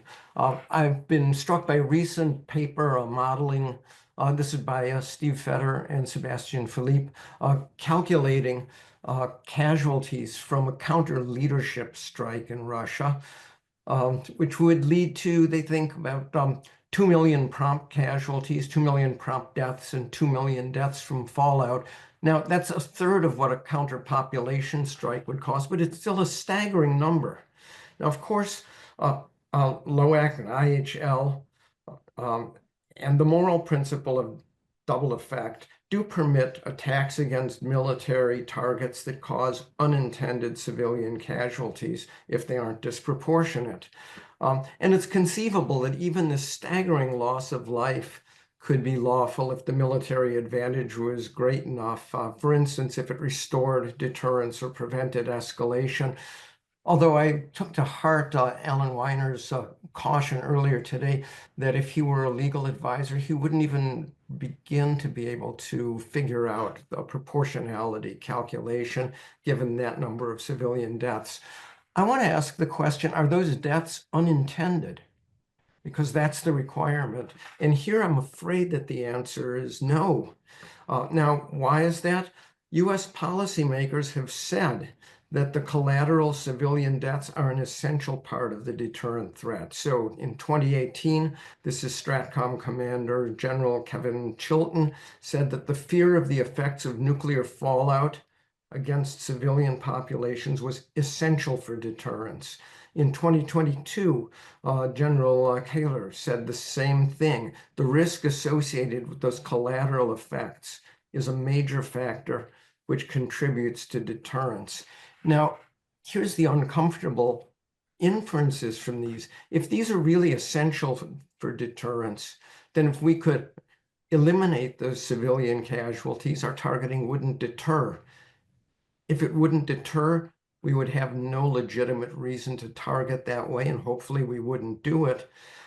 So that means that those collateral civilian deaths are not unintended. Now, what conclusions can you draw from this? And this is the question that I've been wrestling with and having a hard time answering. One way to go is to say, well, we could deter without illegal targeting. Another way is that if the only way that we could, the only targeting policies would be illegal targeting, is that proves that we have to move toward a nuclear-free world. The other is to draw the very unpleasant conclusion that since that isn't going to happen anytime soon, we should ignore the law for the sake of peace and for the sake of avoiding the ultimate catastrophe. So that's the conclusion that Fetter, Glazer, and Acton have drawn. Fetter has told me that his co-author, Philippe, goes the other way, that this proves the need to move toward a nuclear-free world. So I want to leave that as a question, but the main point that I'm trying to get at here is that if it's really true that the collateral damage is essential for deterrence, that means it's not collateral. It means that it's intended.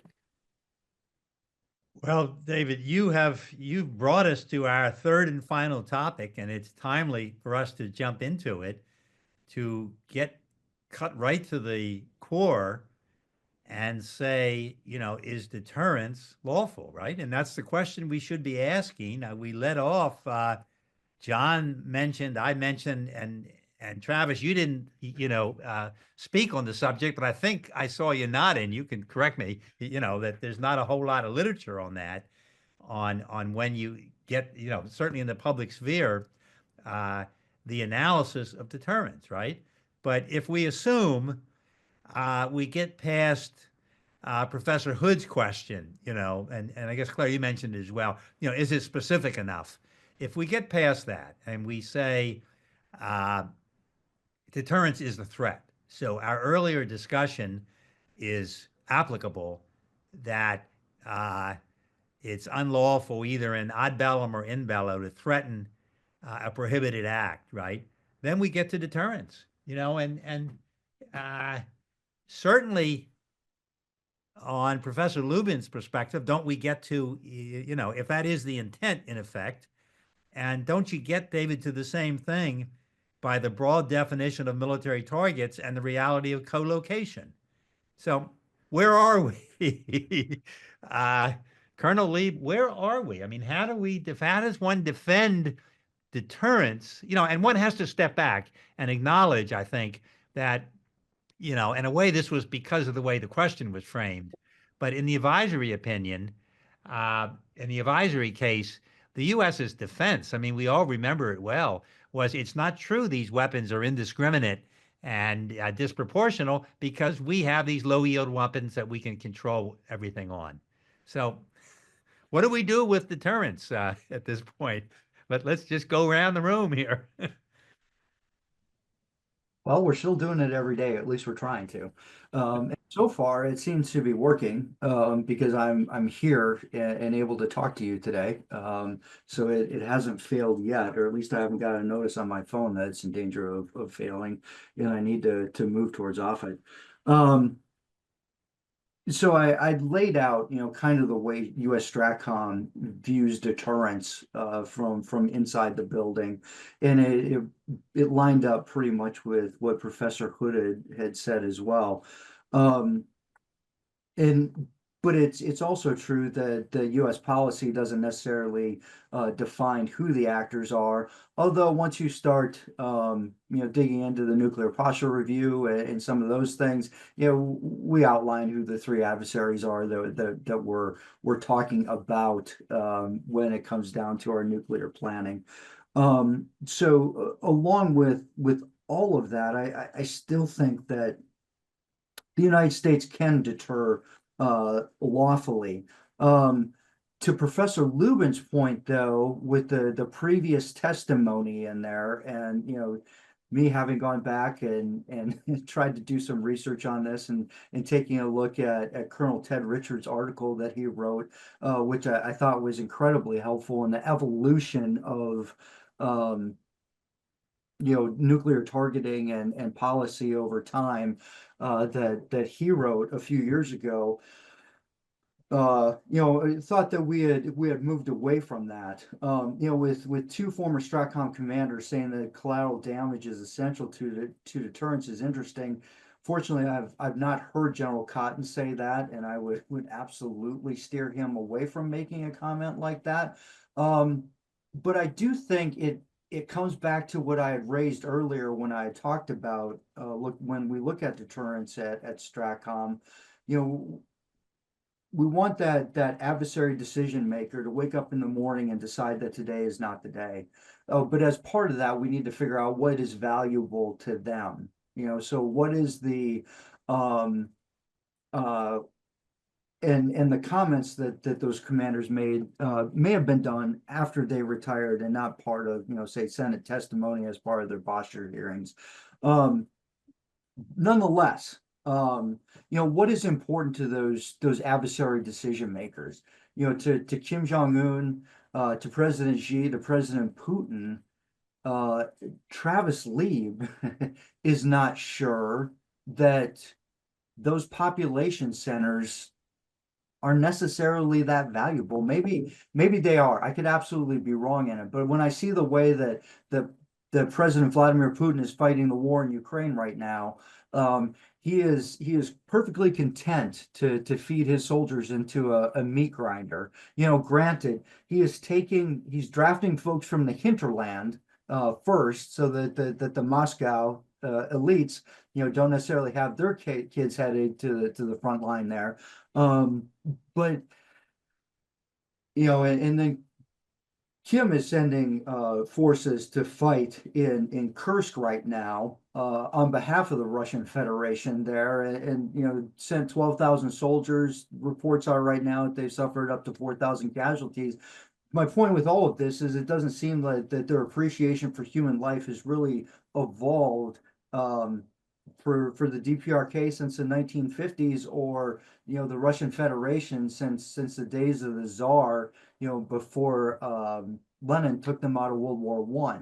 They seem to be using some of the same tactics that they did before. So I'm not sure that those population centers, when I advise a commander, I'm taking a look at those military objectives in there. And if I take away the tiger's teeth and the tiger's claws, then they can't reach out and strike me anymore either. And that's why I think that our deterrence is credible in there, and it isn't necessarily counter value like it may have been at one time. Post World War II, probably even through the Korean War. But it had started to shift after that in the 60s and the 70s to counter force as opposed to counter value.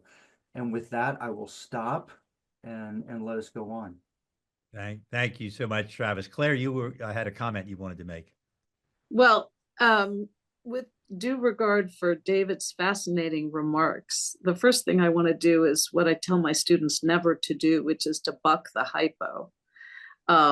I really disagree with the premise that we're going to achieve deterrence through threatening a civilian population, some kind of perfect deterrence machine a la Dr. Strangelove, by threatening actions that would violate the law of war to that degree.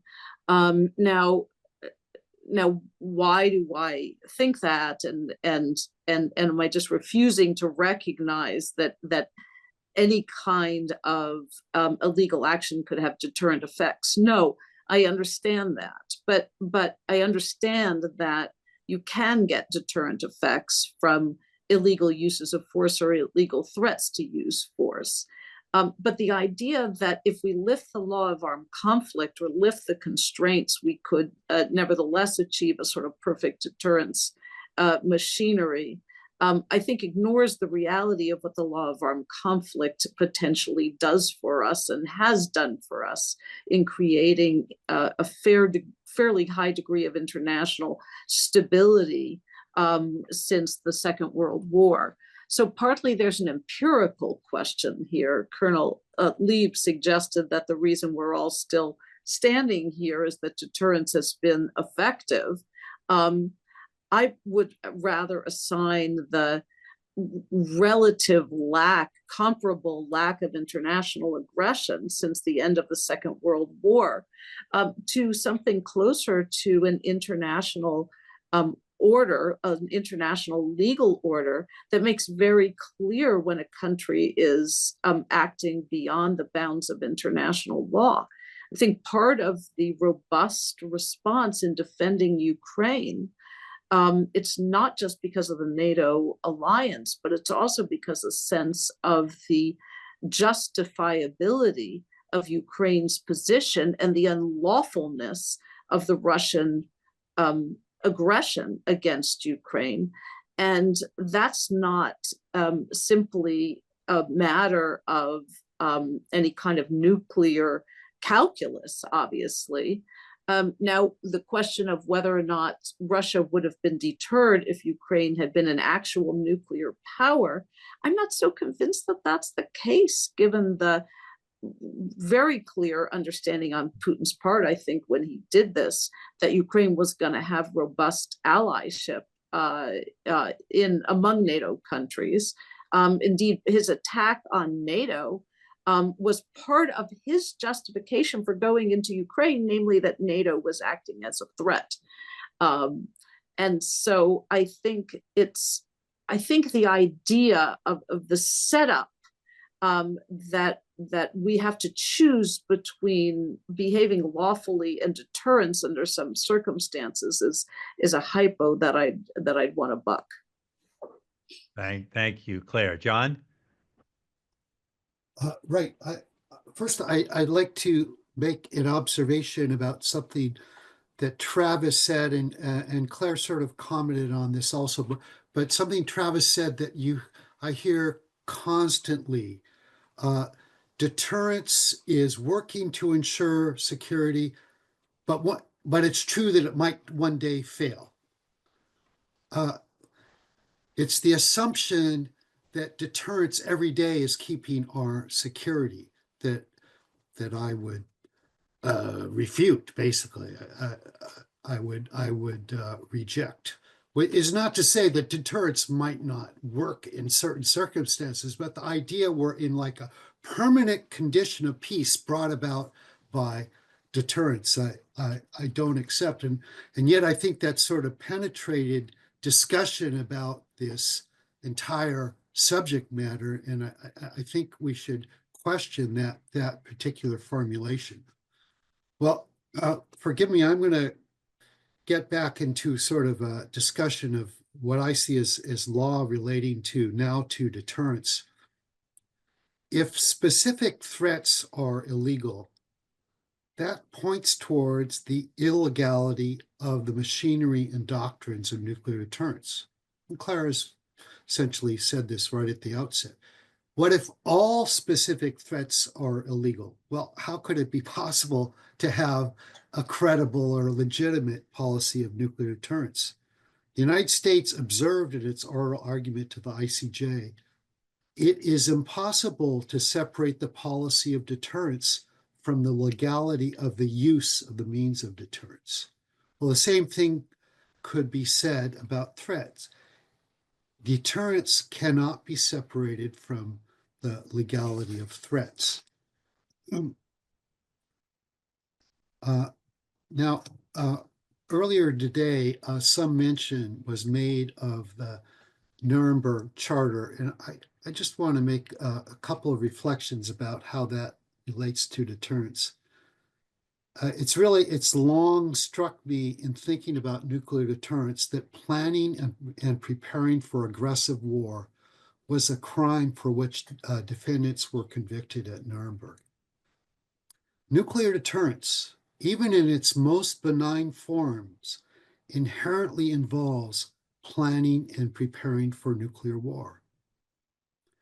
The Nuremberg Charter also provides that individuals may be convicted for participating in a common plan or conspiracy to commit any of the Nuremberg crimes, aggression, crimes against humanity, or war crimes. Of course, aggressive war was actually carried out by the Nazis. And decades later, the Rome Statute of the International Criminal Court provides that an individual may be convicted of planning or preparing for aggression, but only if a state act of aggression is actually committed. Nonetheless, I think that the Nuremberg injunction against planning for the commission of international crimes is all too relevant with a situation in which 9 of the world states rely upon the possible use of nuclear arms under the rubric of nuclear deterrence. This is a condition of, at best, dubious legality, and I think it is also one of immorality and irrationality. The ICJ's opinion can be understood in this way. Having dealt in depth with issues arising from possession and possible use of nuclear arms, the court laid great emphasis on an issue about which it had not been asked: compliance with the international obligation of accomplishing nuclear disarmament in all its aspects. So I think that the global imperatives are non-threat, non-use, and elimination of nuclear weapons. Thank you, John. Anna? Thank you. My comments are actually going to pick up on a point John has just touched on, and that is the obligation under Article 6 of the Nuclear Non-Proliferation Treaty, which requires all states parties to the NPT to pursue negotiations in good faith on effective measures for nuclear disarmament. And the ICJ, as well as many different commentators, have all said that what this obligation under Article 6 requires is that all states, whether they have nuclear weapons or not, need to be working in good faith consistently towards nuclear disarmament until it's achieved. And I think this has implications for nuclear deterrence and for states that are under nuclear umbrellas and extended nuclear deterrence. So if all states are having to work towards nuclear disarmament, at some point in time, nuclear weapon states are going to have to give up their policy of deterrence and relying on that. Now, from nuclear weapon states, there are many other steps that they can be taking towards nuclear disarmament. So it may not be that that has to happen right now, but it will come a time, not too far away, where that has to happen. I think, though, for states that are under the nuclear umbrella, there's a very strong argument to say that they actually need to give up their position under nuclear deterrence pretty imminently, if not, it's the time is now, because there are very few steps that those states can take towards nuclear disarmament, given they don't have their own nuclear weapons. So I think getting beyond the world of jus ad bellum and jus in bello, there are other laws that we can bring to this conversation for trying to advance the goals that John has set out, and I share those goals of wanting to see us in a world without nuclear weapons where we don't have these policies. Thank you. Thank you, Anna. Dr. Lubin? Well, yeah, I think I cannot disagree with that. Suppose that we can't get rid of nuclear weapons in a timely way, which it seems to me is very likely. The best that we can do then, it seems, would be an international agreement to settle on a no first use policy. And that would give us some kind of a hard law that would, in a world that has nuclear weapons, which I really can't see many states giving up, would at least give us a hard law that might substitute for nuclear deterrence. If the weapons are there, the deterrent, I think, is automatically there. It's, this was what Bundy called existential deterrence, because you don't know what happened. Now, and John, I don't read the Nuremberg principles the same way that you do. Let's just first of all, the Nuremberg Charter itself, in and of itself, was not international law. It was the law of the 4 victorious allies, and by its terms, it applied only to crimes committed by the Axis, not the same crimes as committed by any of the allies. It doesn't become international law, arguably, until the UN commissions the International Law Commission to come up with the principles of binding international law that are in the Nuremberg Charter. The ILC did come up with the Nuremberg principles, but then the General Assembly never approved the ILC doctrine. So there isn't really a Nuremberg hard law right now. There's Nuremberg soft law. And that's the soft law would be the Nuremberg principles, which prohibits planning, preparation, initiation, or waging a war of aggression, which defensive. I mean, I take it that this is not planning a war of aggression, but a war of retaliation or self-defense or whatever, or a war in violation of international treaties, agreements, or assurances.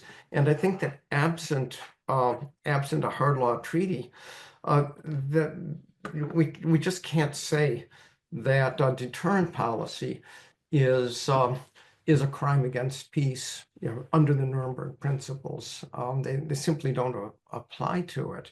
So it seems to me that I think that you made the point that we don't know that it's deterrence that's kept us safe. And I certainly don't pretend to know that deterrence has kept us safe. I've often thought it's just a big question. Was it deterrence that has kept the nuclear peace, or is it just sheer blind luck that no catastrophic accident or act of human folly or rage or passion, that we've lucked out, and that's what kept the peace. I'm agnostic. If I come down on one side of the agnosticism, which is that deterrence is the thing that's kept us safe, then it seems to me that something that would make deterrence illegal would be very dangerous. I mean, let me pick out something from one of the separate opinions in the nuclear weapons advisory opinion. This was Judge Shahabuddin's opinion, who thought that it was insane to use the Lotus principle to say, well, every state gets to decide on their own defensive policy. Because he said, look, that means that states can do something in their own self-defense that annihilates all law on earth. And he's a little bit snarky about it, kind of says, law depends on the existence of human beings. I'm paraphrasing, but that's more or less what he said. You can't have law if you've destroyed everything on the planet. True enough.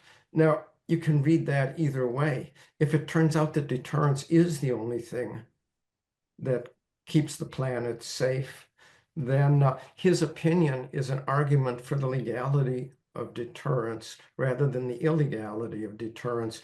So in a system of agnosticism, I'm not sure which way the precautionary principle points. So that's the question that I want on the table. And I think that I've been making arguments that are more on the level of policy and empirics, but it seems to me that the questions of law turn decisively on those questions of policy and empirics. So I think that's my sort of parting piece of inquisitiveness. We are at just a Charlie, can I just respond quickly on the Nuremberg Charter point? I agree with you that planning and preparation applies to initiation of aggressive war under the Nuremberg Charter. But if you go down to the end of Article 6, there's also provision saying participation in a common plan or conspiracy for commission of the foregoing crimes. All three of them, war crimes, crimes against humanity, crimes against peace. I don't remember how the International Law Commission handled that particular point. You've raised a lot of other troubling and fascinating issues, but I'm not going to try to comment on them. What I'm going to suggest is that everybody take a minute. Let's just go around and get final comments from everybody. And I mean, this discussion could go on for hours, but let's just get final comments. Colonel Lieb? I just want to say thank you to everybody today, for allowing me to participate and to learn from everybody else. I think that by taking part here today, I will bring this back with me to United States Strategic Command and use that to help inform the way we do things going forward. And I can only hope that someday I'll be out of a job, that disarmament will occur and there will be no need for nuclear deterrence. But unfortunately, those days lay in the future. But thanks again for having me. Well, we're with you on that hope. John? I think I've pretty much said what I have to say, but I'm glad that we had this panel. So good job by all of us. Thank you, Claire.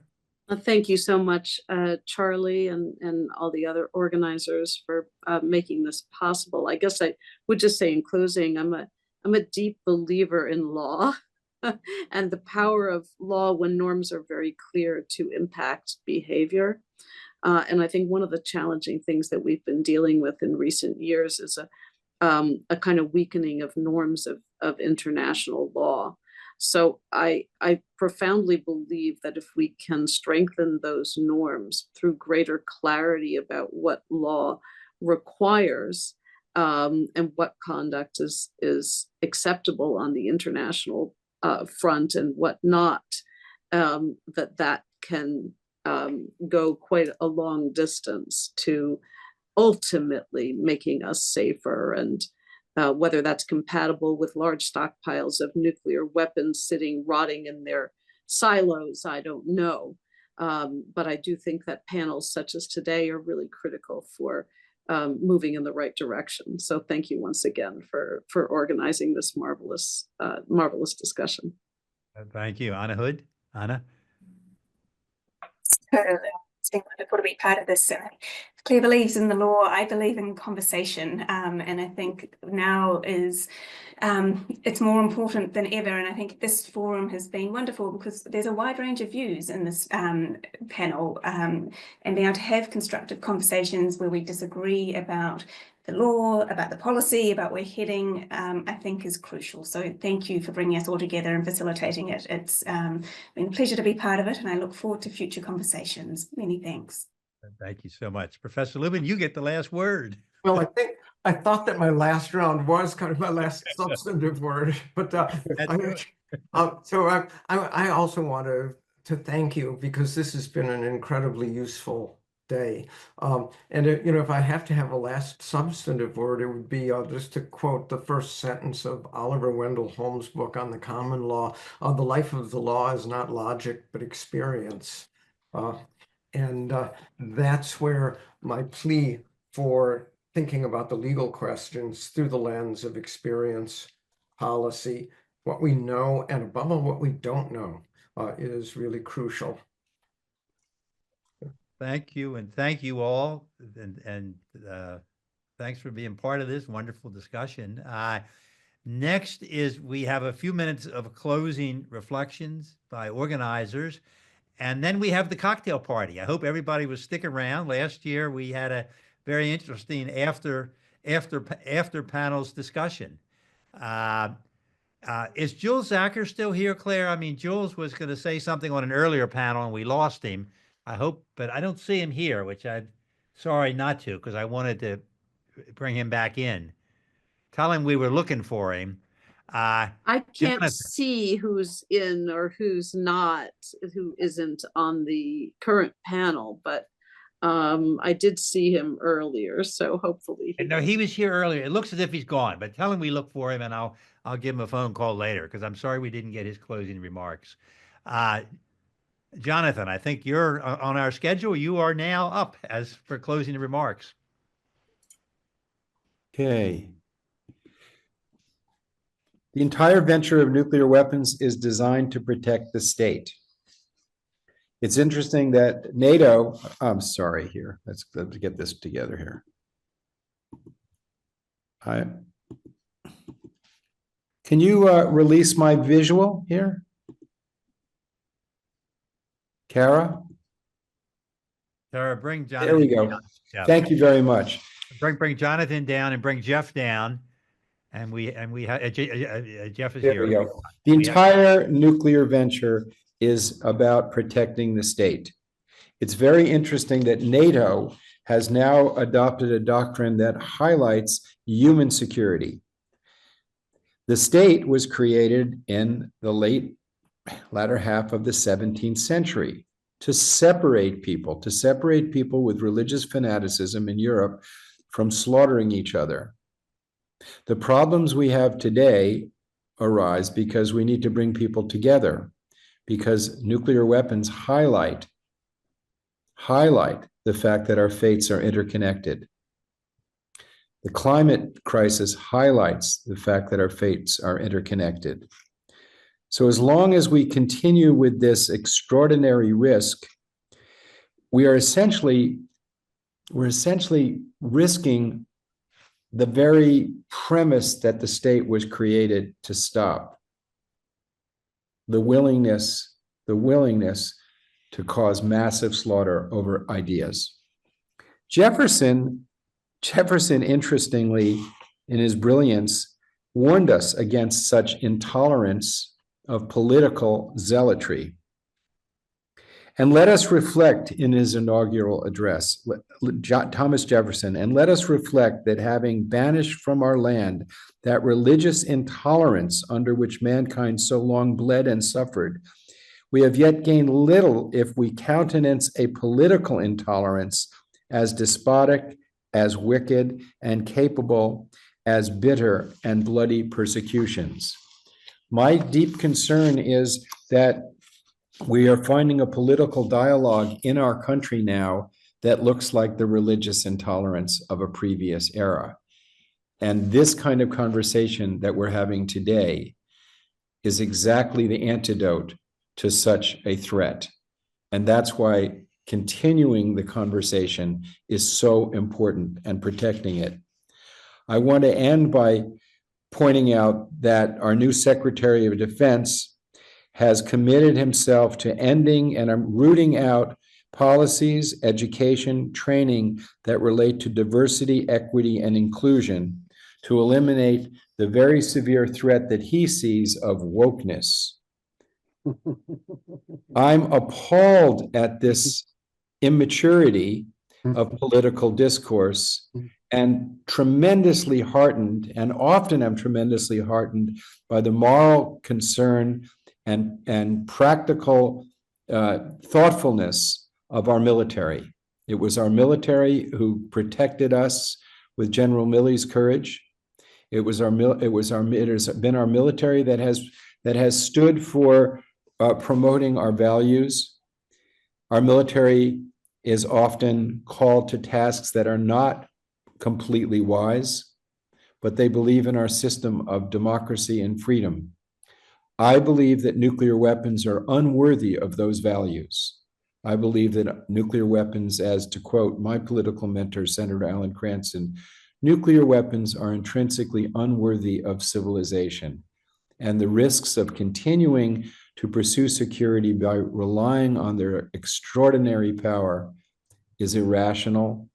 And in the same way as if you're driving on a highway at 60 miles an hour and there's a speeding sign that says you're in a 25-mile-an-hour zone, you don't slam on the brakes. The car would flip over. You have to gradually come down and come into compliance.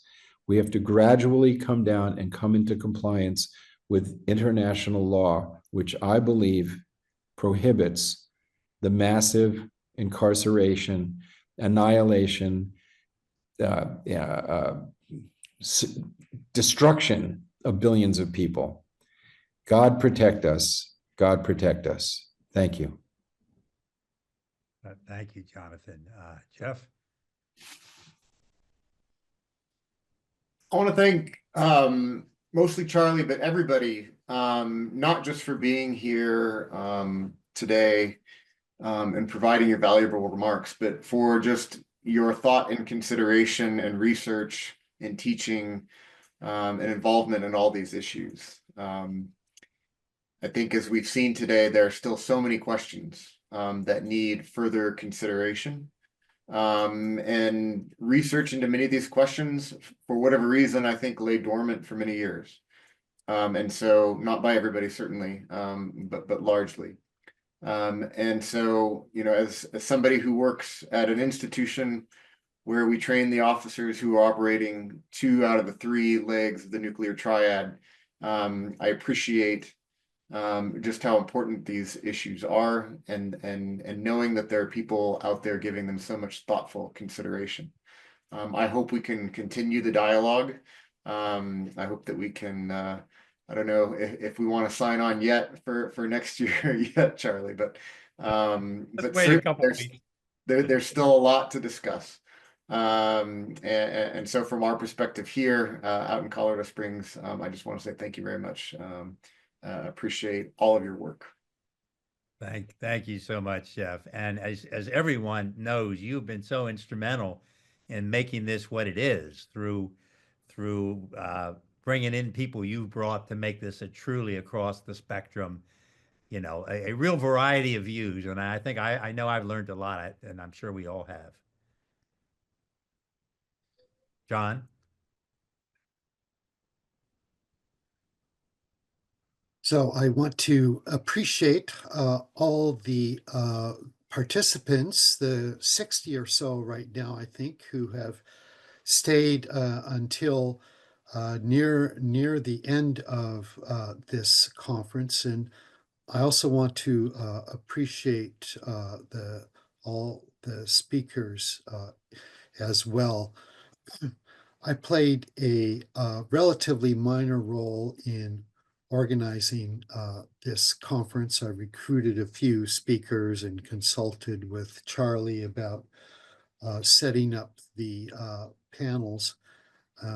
Then I was happy to speak about threat, which I had been thinking about, but then Charlie said, John, you also have to chair this panel on application of international law, which involves a lot of to potential uses of nuclear weapons, which involves a lot of knotty issues that I had to wrap my head around once again. So I think, thank you for that, Charlie. So anyway, I was glad to be involved in organizing this conference, and I'm glad that it's not just the people who watched it today.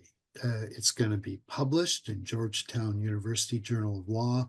The video will be available, and the sponsors, the co-sponsors, should make sure to publicize the video once it's available. So thanks to all.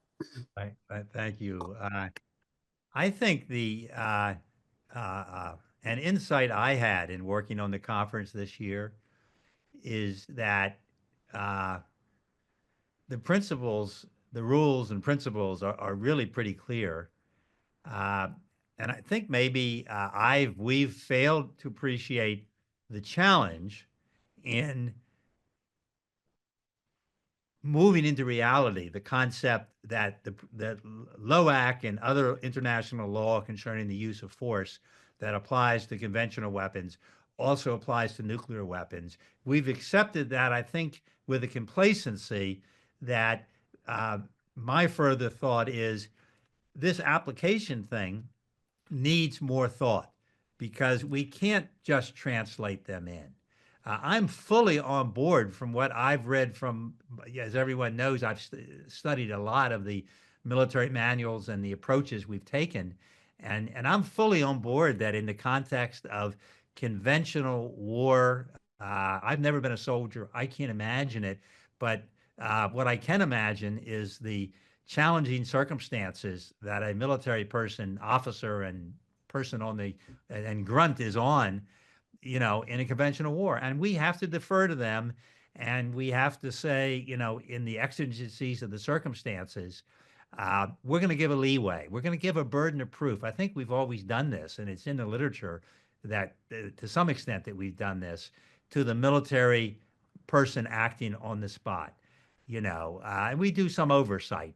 But I think we need to take away from this conference and, you know, from at least for me, from my further thinking about it, that we need a new level of thinking. We need a new burden of proof. I mean, I was very taken by Jeffrey Korn in his Pepperdine article, and he had been former head of, as I understand it, law of war for the U.S. Army, you know, that reasonableness and reasonable precautions and the like imposes a duty of inquiry. And that was frankly why I had suggested we invite Shira Shinlin and Professor Painter, because in my world of commercial law and securities law, there's a very heavy duty of inquiry before anybody can act on something of great significance. So I think we do that. I could not agree more, Jeff, with your comments that we need to work on these issues, something you and I have discussed. And I know you were going to raise it with Mike Schmidt. We were going to talk with him, and then we ran into the scheduling issues. But he has this wonderful Holland Manual 2.0, and there's a 1.0 where substantial resources. I can't imagine it didn't cost, you know, I'm making up a number, $5 million. I mean, you had all these people and you brought them to conferences and you had a staff. It would be a lot, but that's nothing in light of what we're talking about. We need a broad process involving people from inside and out and from academe and from practical. And I can't imagine, I mean, we've had this discussion. I mean, Colonel Lieb was so, and I see, Travis, you're still here, and if you want to just come in, but he was so, you know, respectful and complimentary to us. But I join in Jonathan's comments that we owe a debt to the military. And frankly, we have reason to believe that among the most thoughtful people now will be the military, you know? So we need to work on this stuff. I think, and I'm going to stop in a minute, you know, on this deterrence side, I think that several of the comments I heard Claire say it, Judge Shinlin said it, you know, clarity and specificity. And I understand. I mean, I've been studying this stuff for 30 years and I was working on this. I mean, I was working with Jonathan in that group you mentioned, the laws group. I mean, it's probably 40 years ago, you know. I understand that the ambiguity, as Colonel Richard has written and Travis, as you mentioned, you know, is in one sense an important part of deterrence, because you don't want the bad guy to know, you know, when you'll respond harshly and when you won't. But there's a problem, right? Because we heard from panel one that the risk factors are so great and you have to go by what is good. And I remember Dr. Ford saying, you know, you have to go by what's going to deter your adversary. But I think what we have to add to that is what we know about human nature now, right? We don't need to read, you know, 30 stories from Rand, you know, 30 100-page studies from the Rand Foundation from the Cold War on deterrence to know that human beings, when any of us are threatened, it gives us a reaction. And to the extent that our deterrence policy is ambiguous, it's broad, it threatens the use of weapons we know we can never rationally use against targets that are co-located in major urban centers that we know we can't use them. We're raising the risk factors. And maybe deterrence would be better if it were realistically limited and not threatening such blunderbuss. Anyhow, I'm going to stop. Obviously, as Jeff, you said, you know, maybe we need to do another of these, but I don't know about you. I'm not ready to discuss it yet.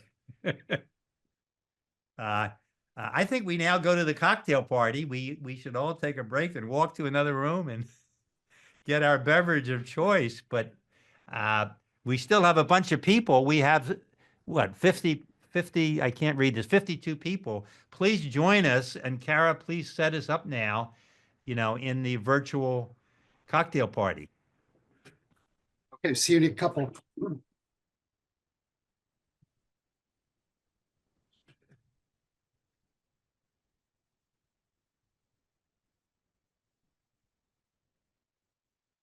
Kara, are you still here? I know your assistant, one of your colleagues was going to come in at Hi, some point. my name's Emily. I'm Oh, hi, Emily. Emily, yes, of course. sorry. Yes, yes. Kara mentioned that. How are you? Good, good. How are you? I'm just promoting everybody to panelists so they have the option to join in and talk with everyone. That's perfect. And some of us are going to walk away for just a second. Okay. And if attendees would like to join the reception, just accept the panelist request.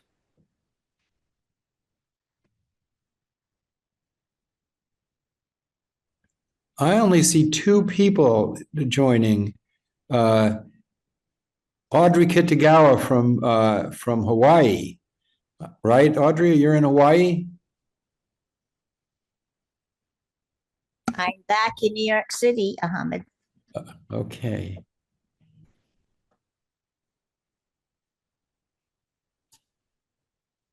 And Driz Laratfi, are you in Morocco?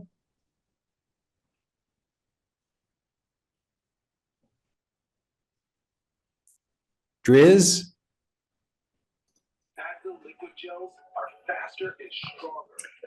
I had one question. Whoops. And let me say, excuse me, that anybody who wants to come in but doesn't want to have their camera on because they're not camera ready. I've been there, you go to these webinars and so people can come in without their camera if they like, but we certainly invite everybody to come in if they like.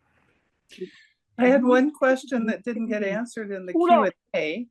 Can you hear me? Yes, we hear you. Professor Reichert's slides on human rights cases, he made some slides. Would those be available? Daniel, are you still here? From panel 4, I think. Right, 4. that's Daniel. I don't see that Daniel's here because it's probably about 1 or 2 in the morning there, but I think so. And I'll ask Kara if she, we'll confirm with Daniel and circulate them to everybody, assuming it's fine with Daniel, which I assume it will be. And there were a lot of good links put in the chat, but it's hard to kind of pay attention to that and pay attention to speakers. Any chance that you might include those in your follow-up email? Can you, is that possible? I know Kara said that she was going to copy all them for us. So can we also circulate all the chats and questions that were recorded today? Yes, that's an option. I can let Cara know. That'll be great. Yeah, because Kara was going to, was going to save them. I think that's a good idea. We'll just circulate them to everybody who signed up, along with, once we have any permissions we need, PowerPoints. My team comes for this candy bar. Give me some sucky with that $5. Let me alone. Somebody needs to turn off, to go onto mute if they're not, Let's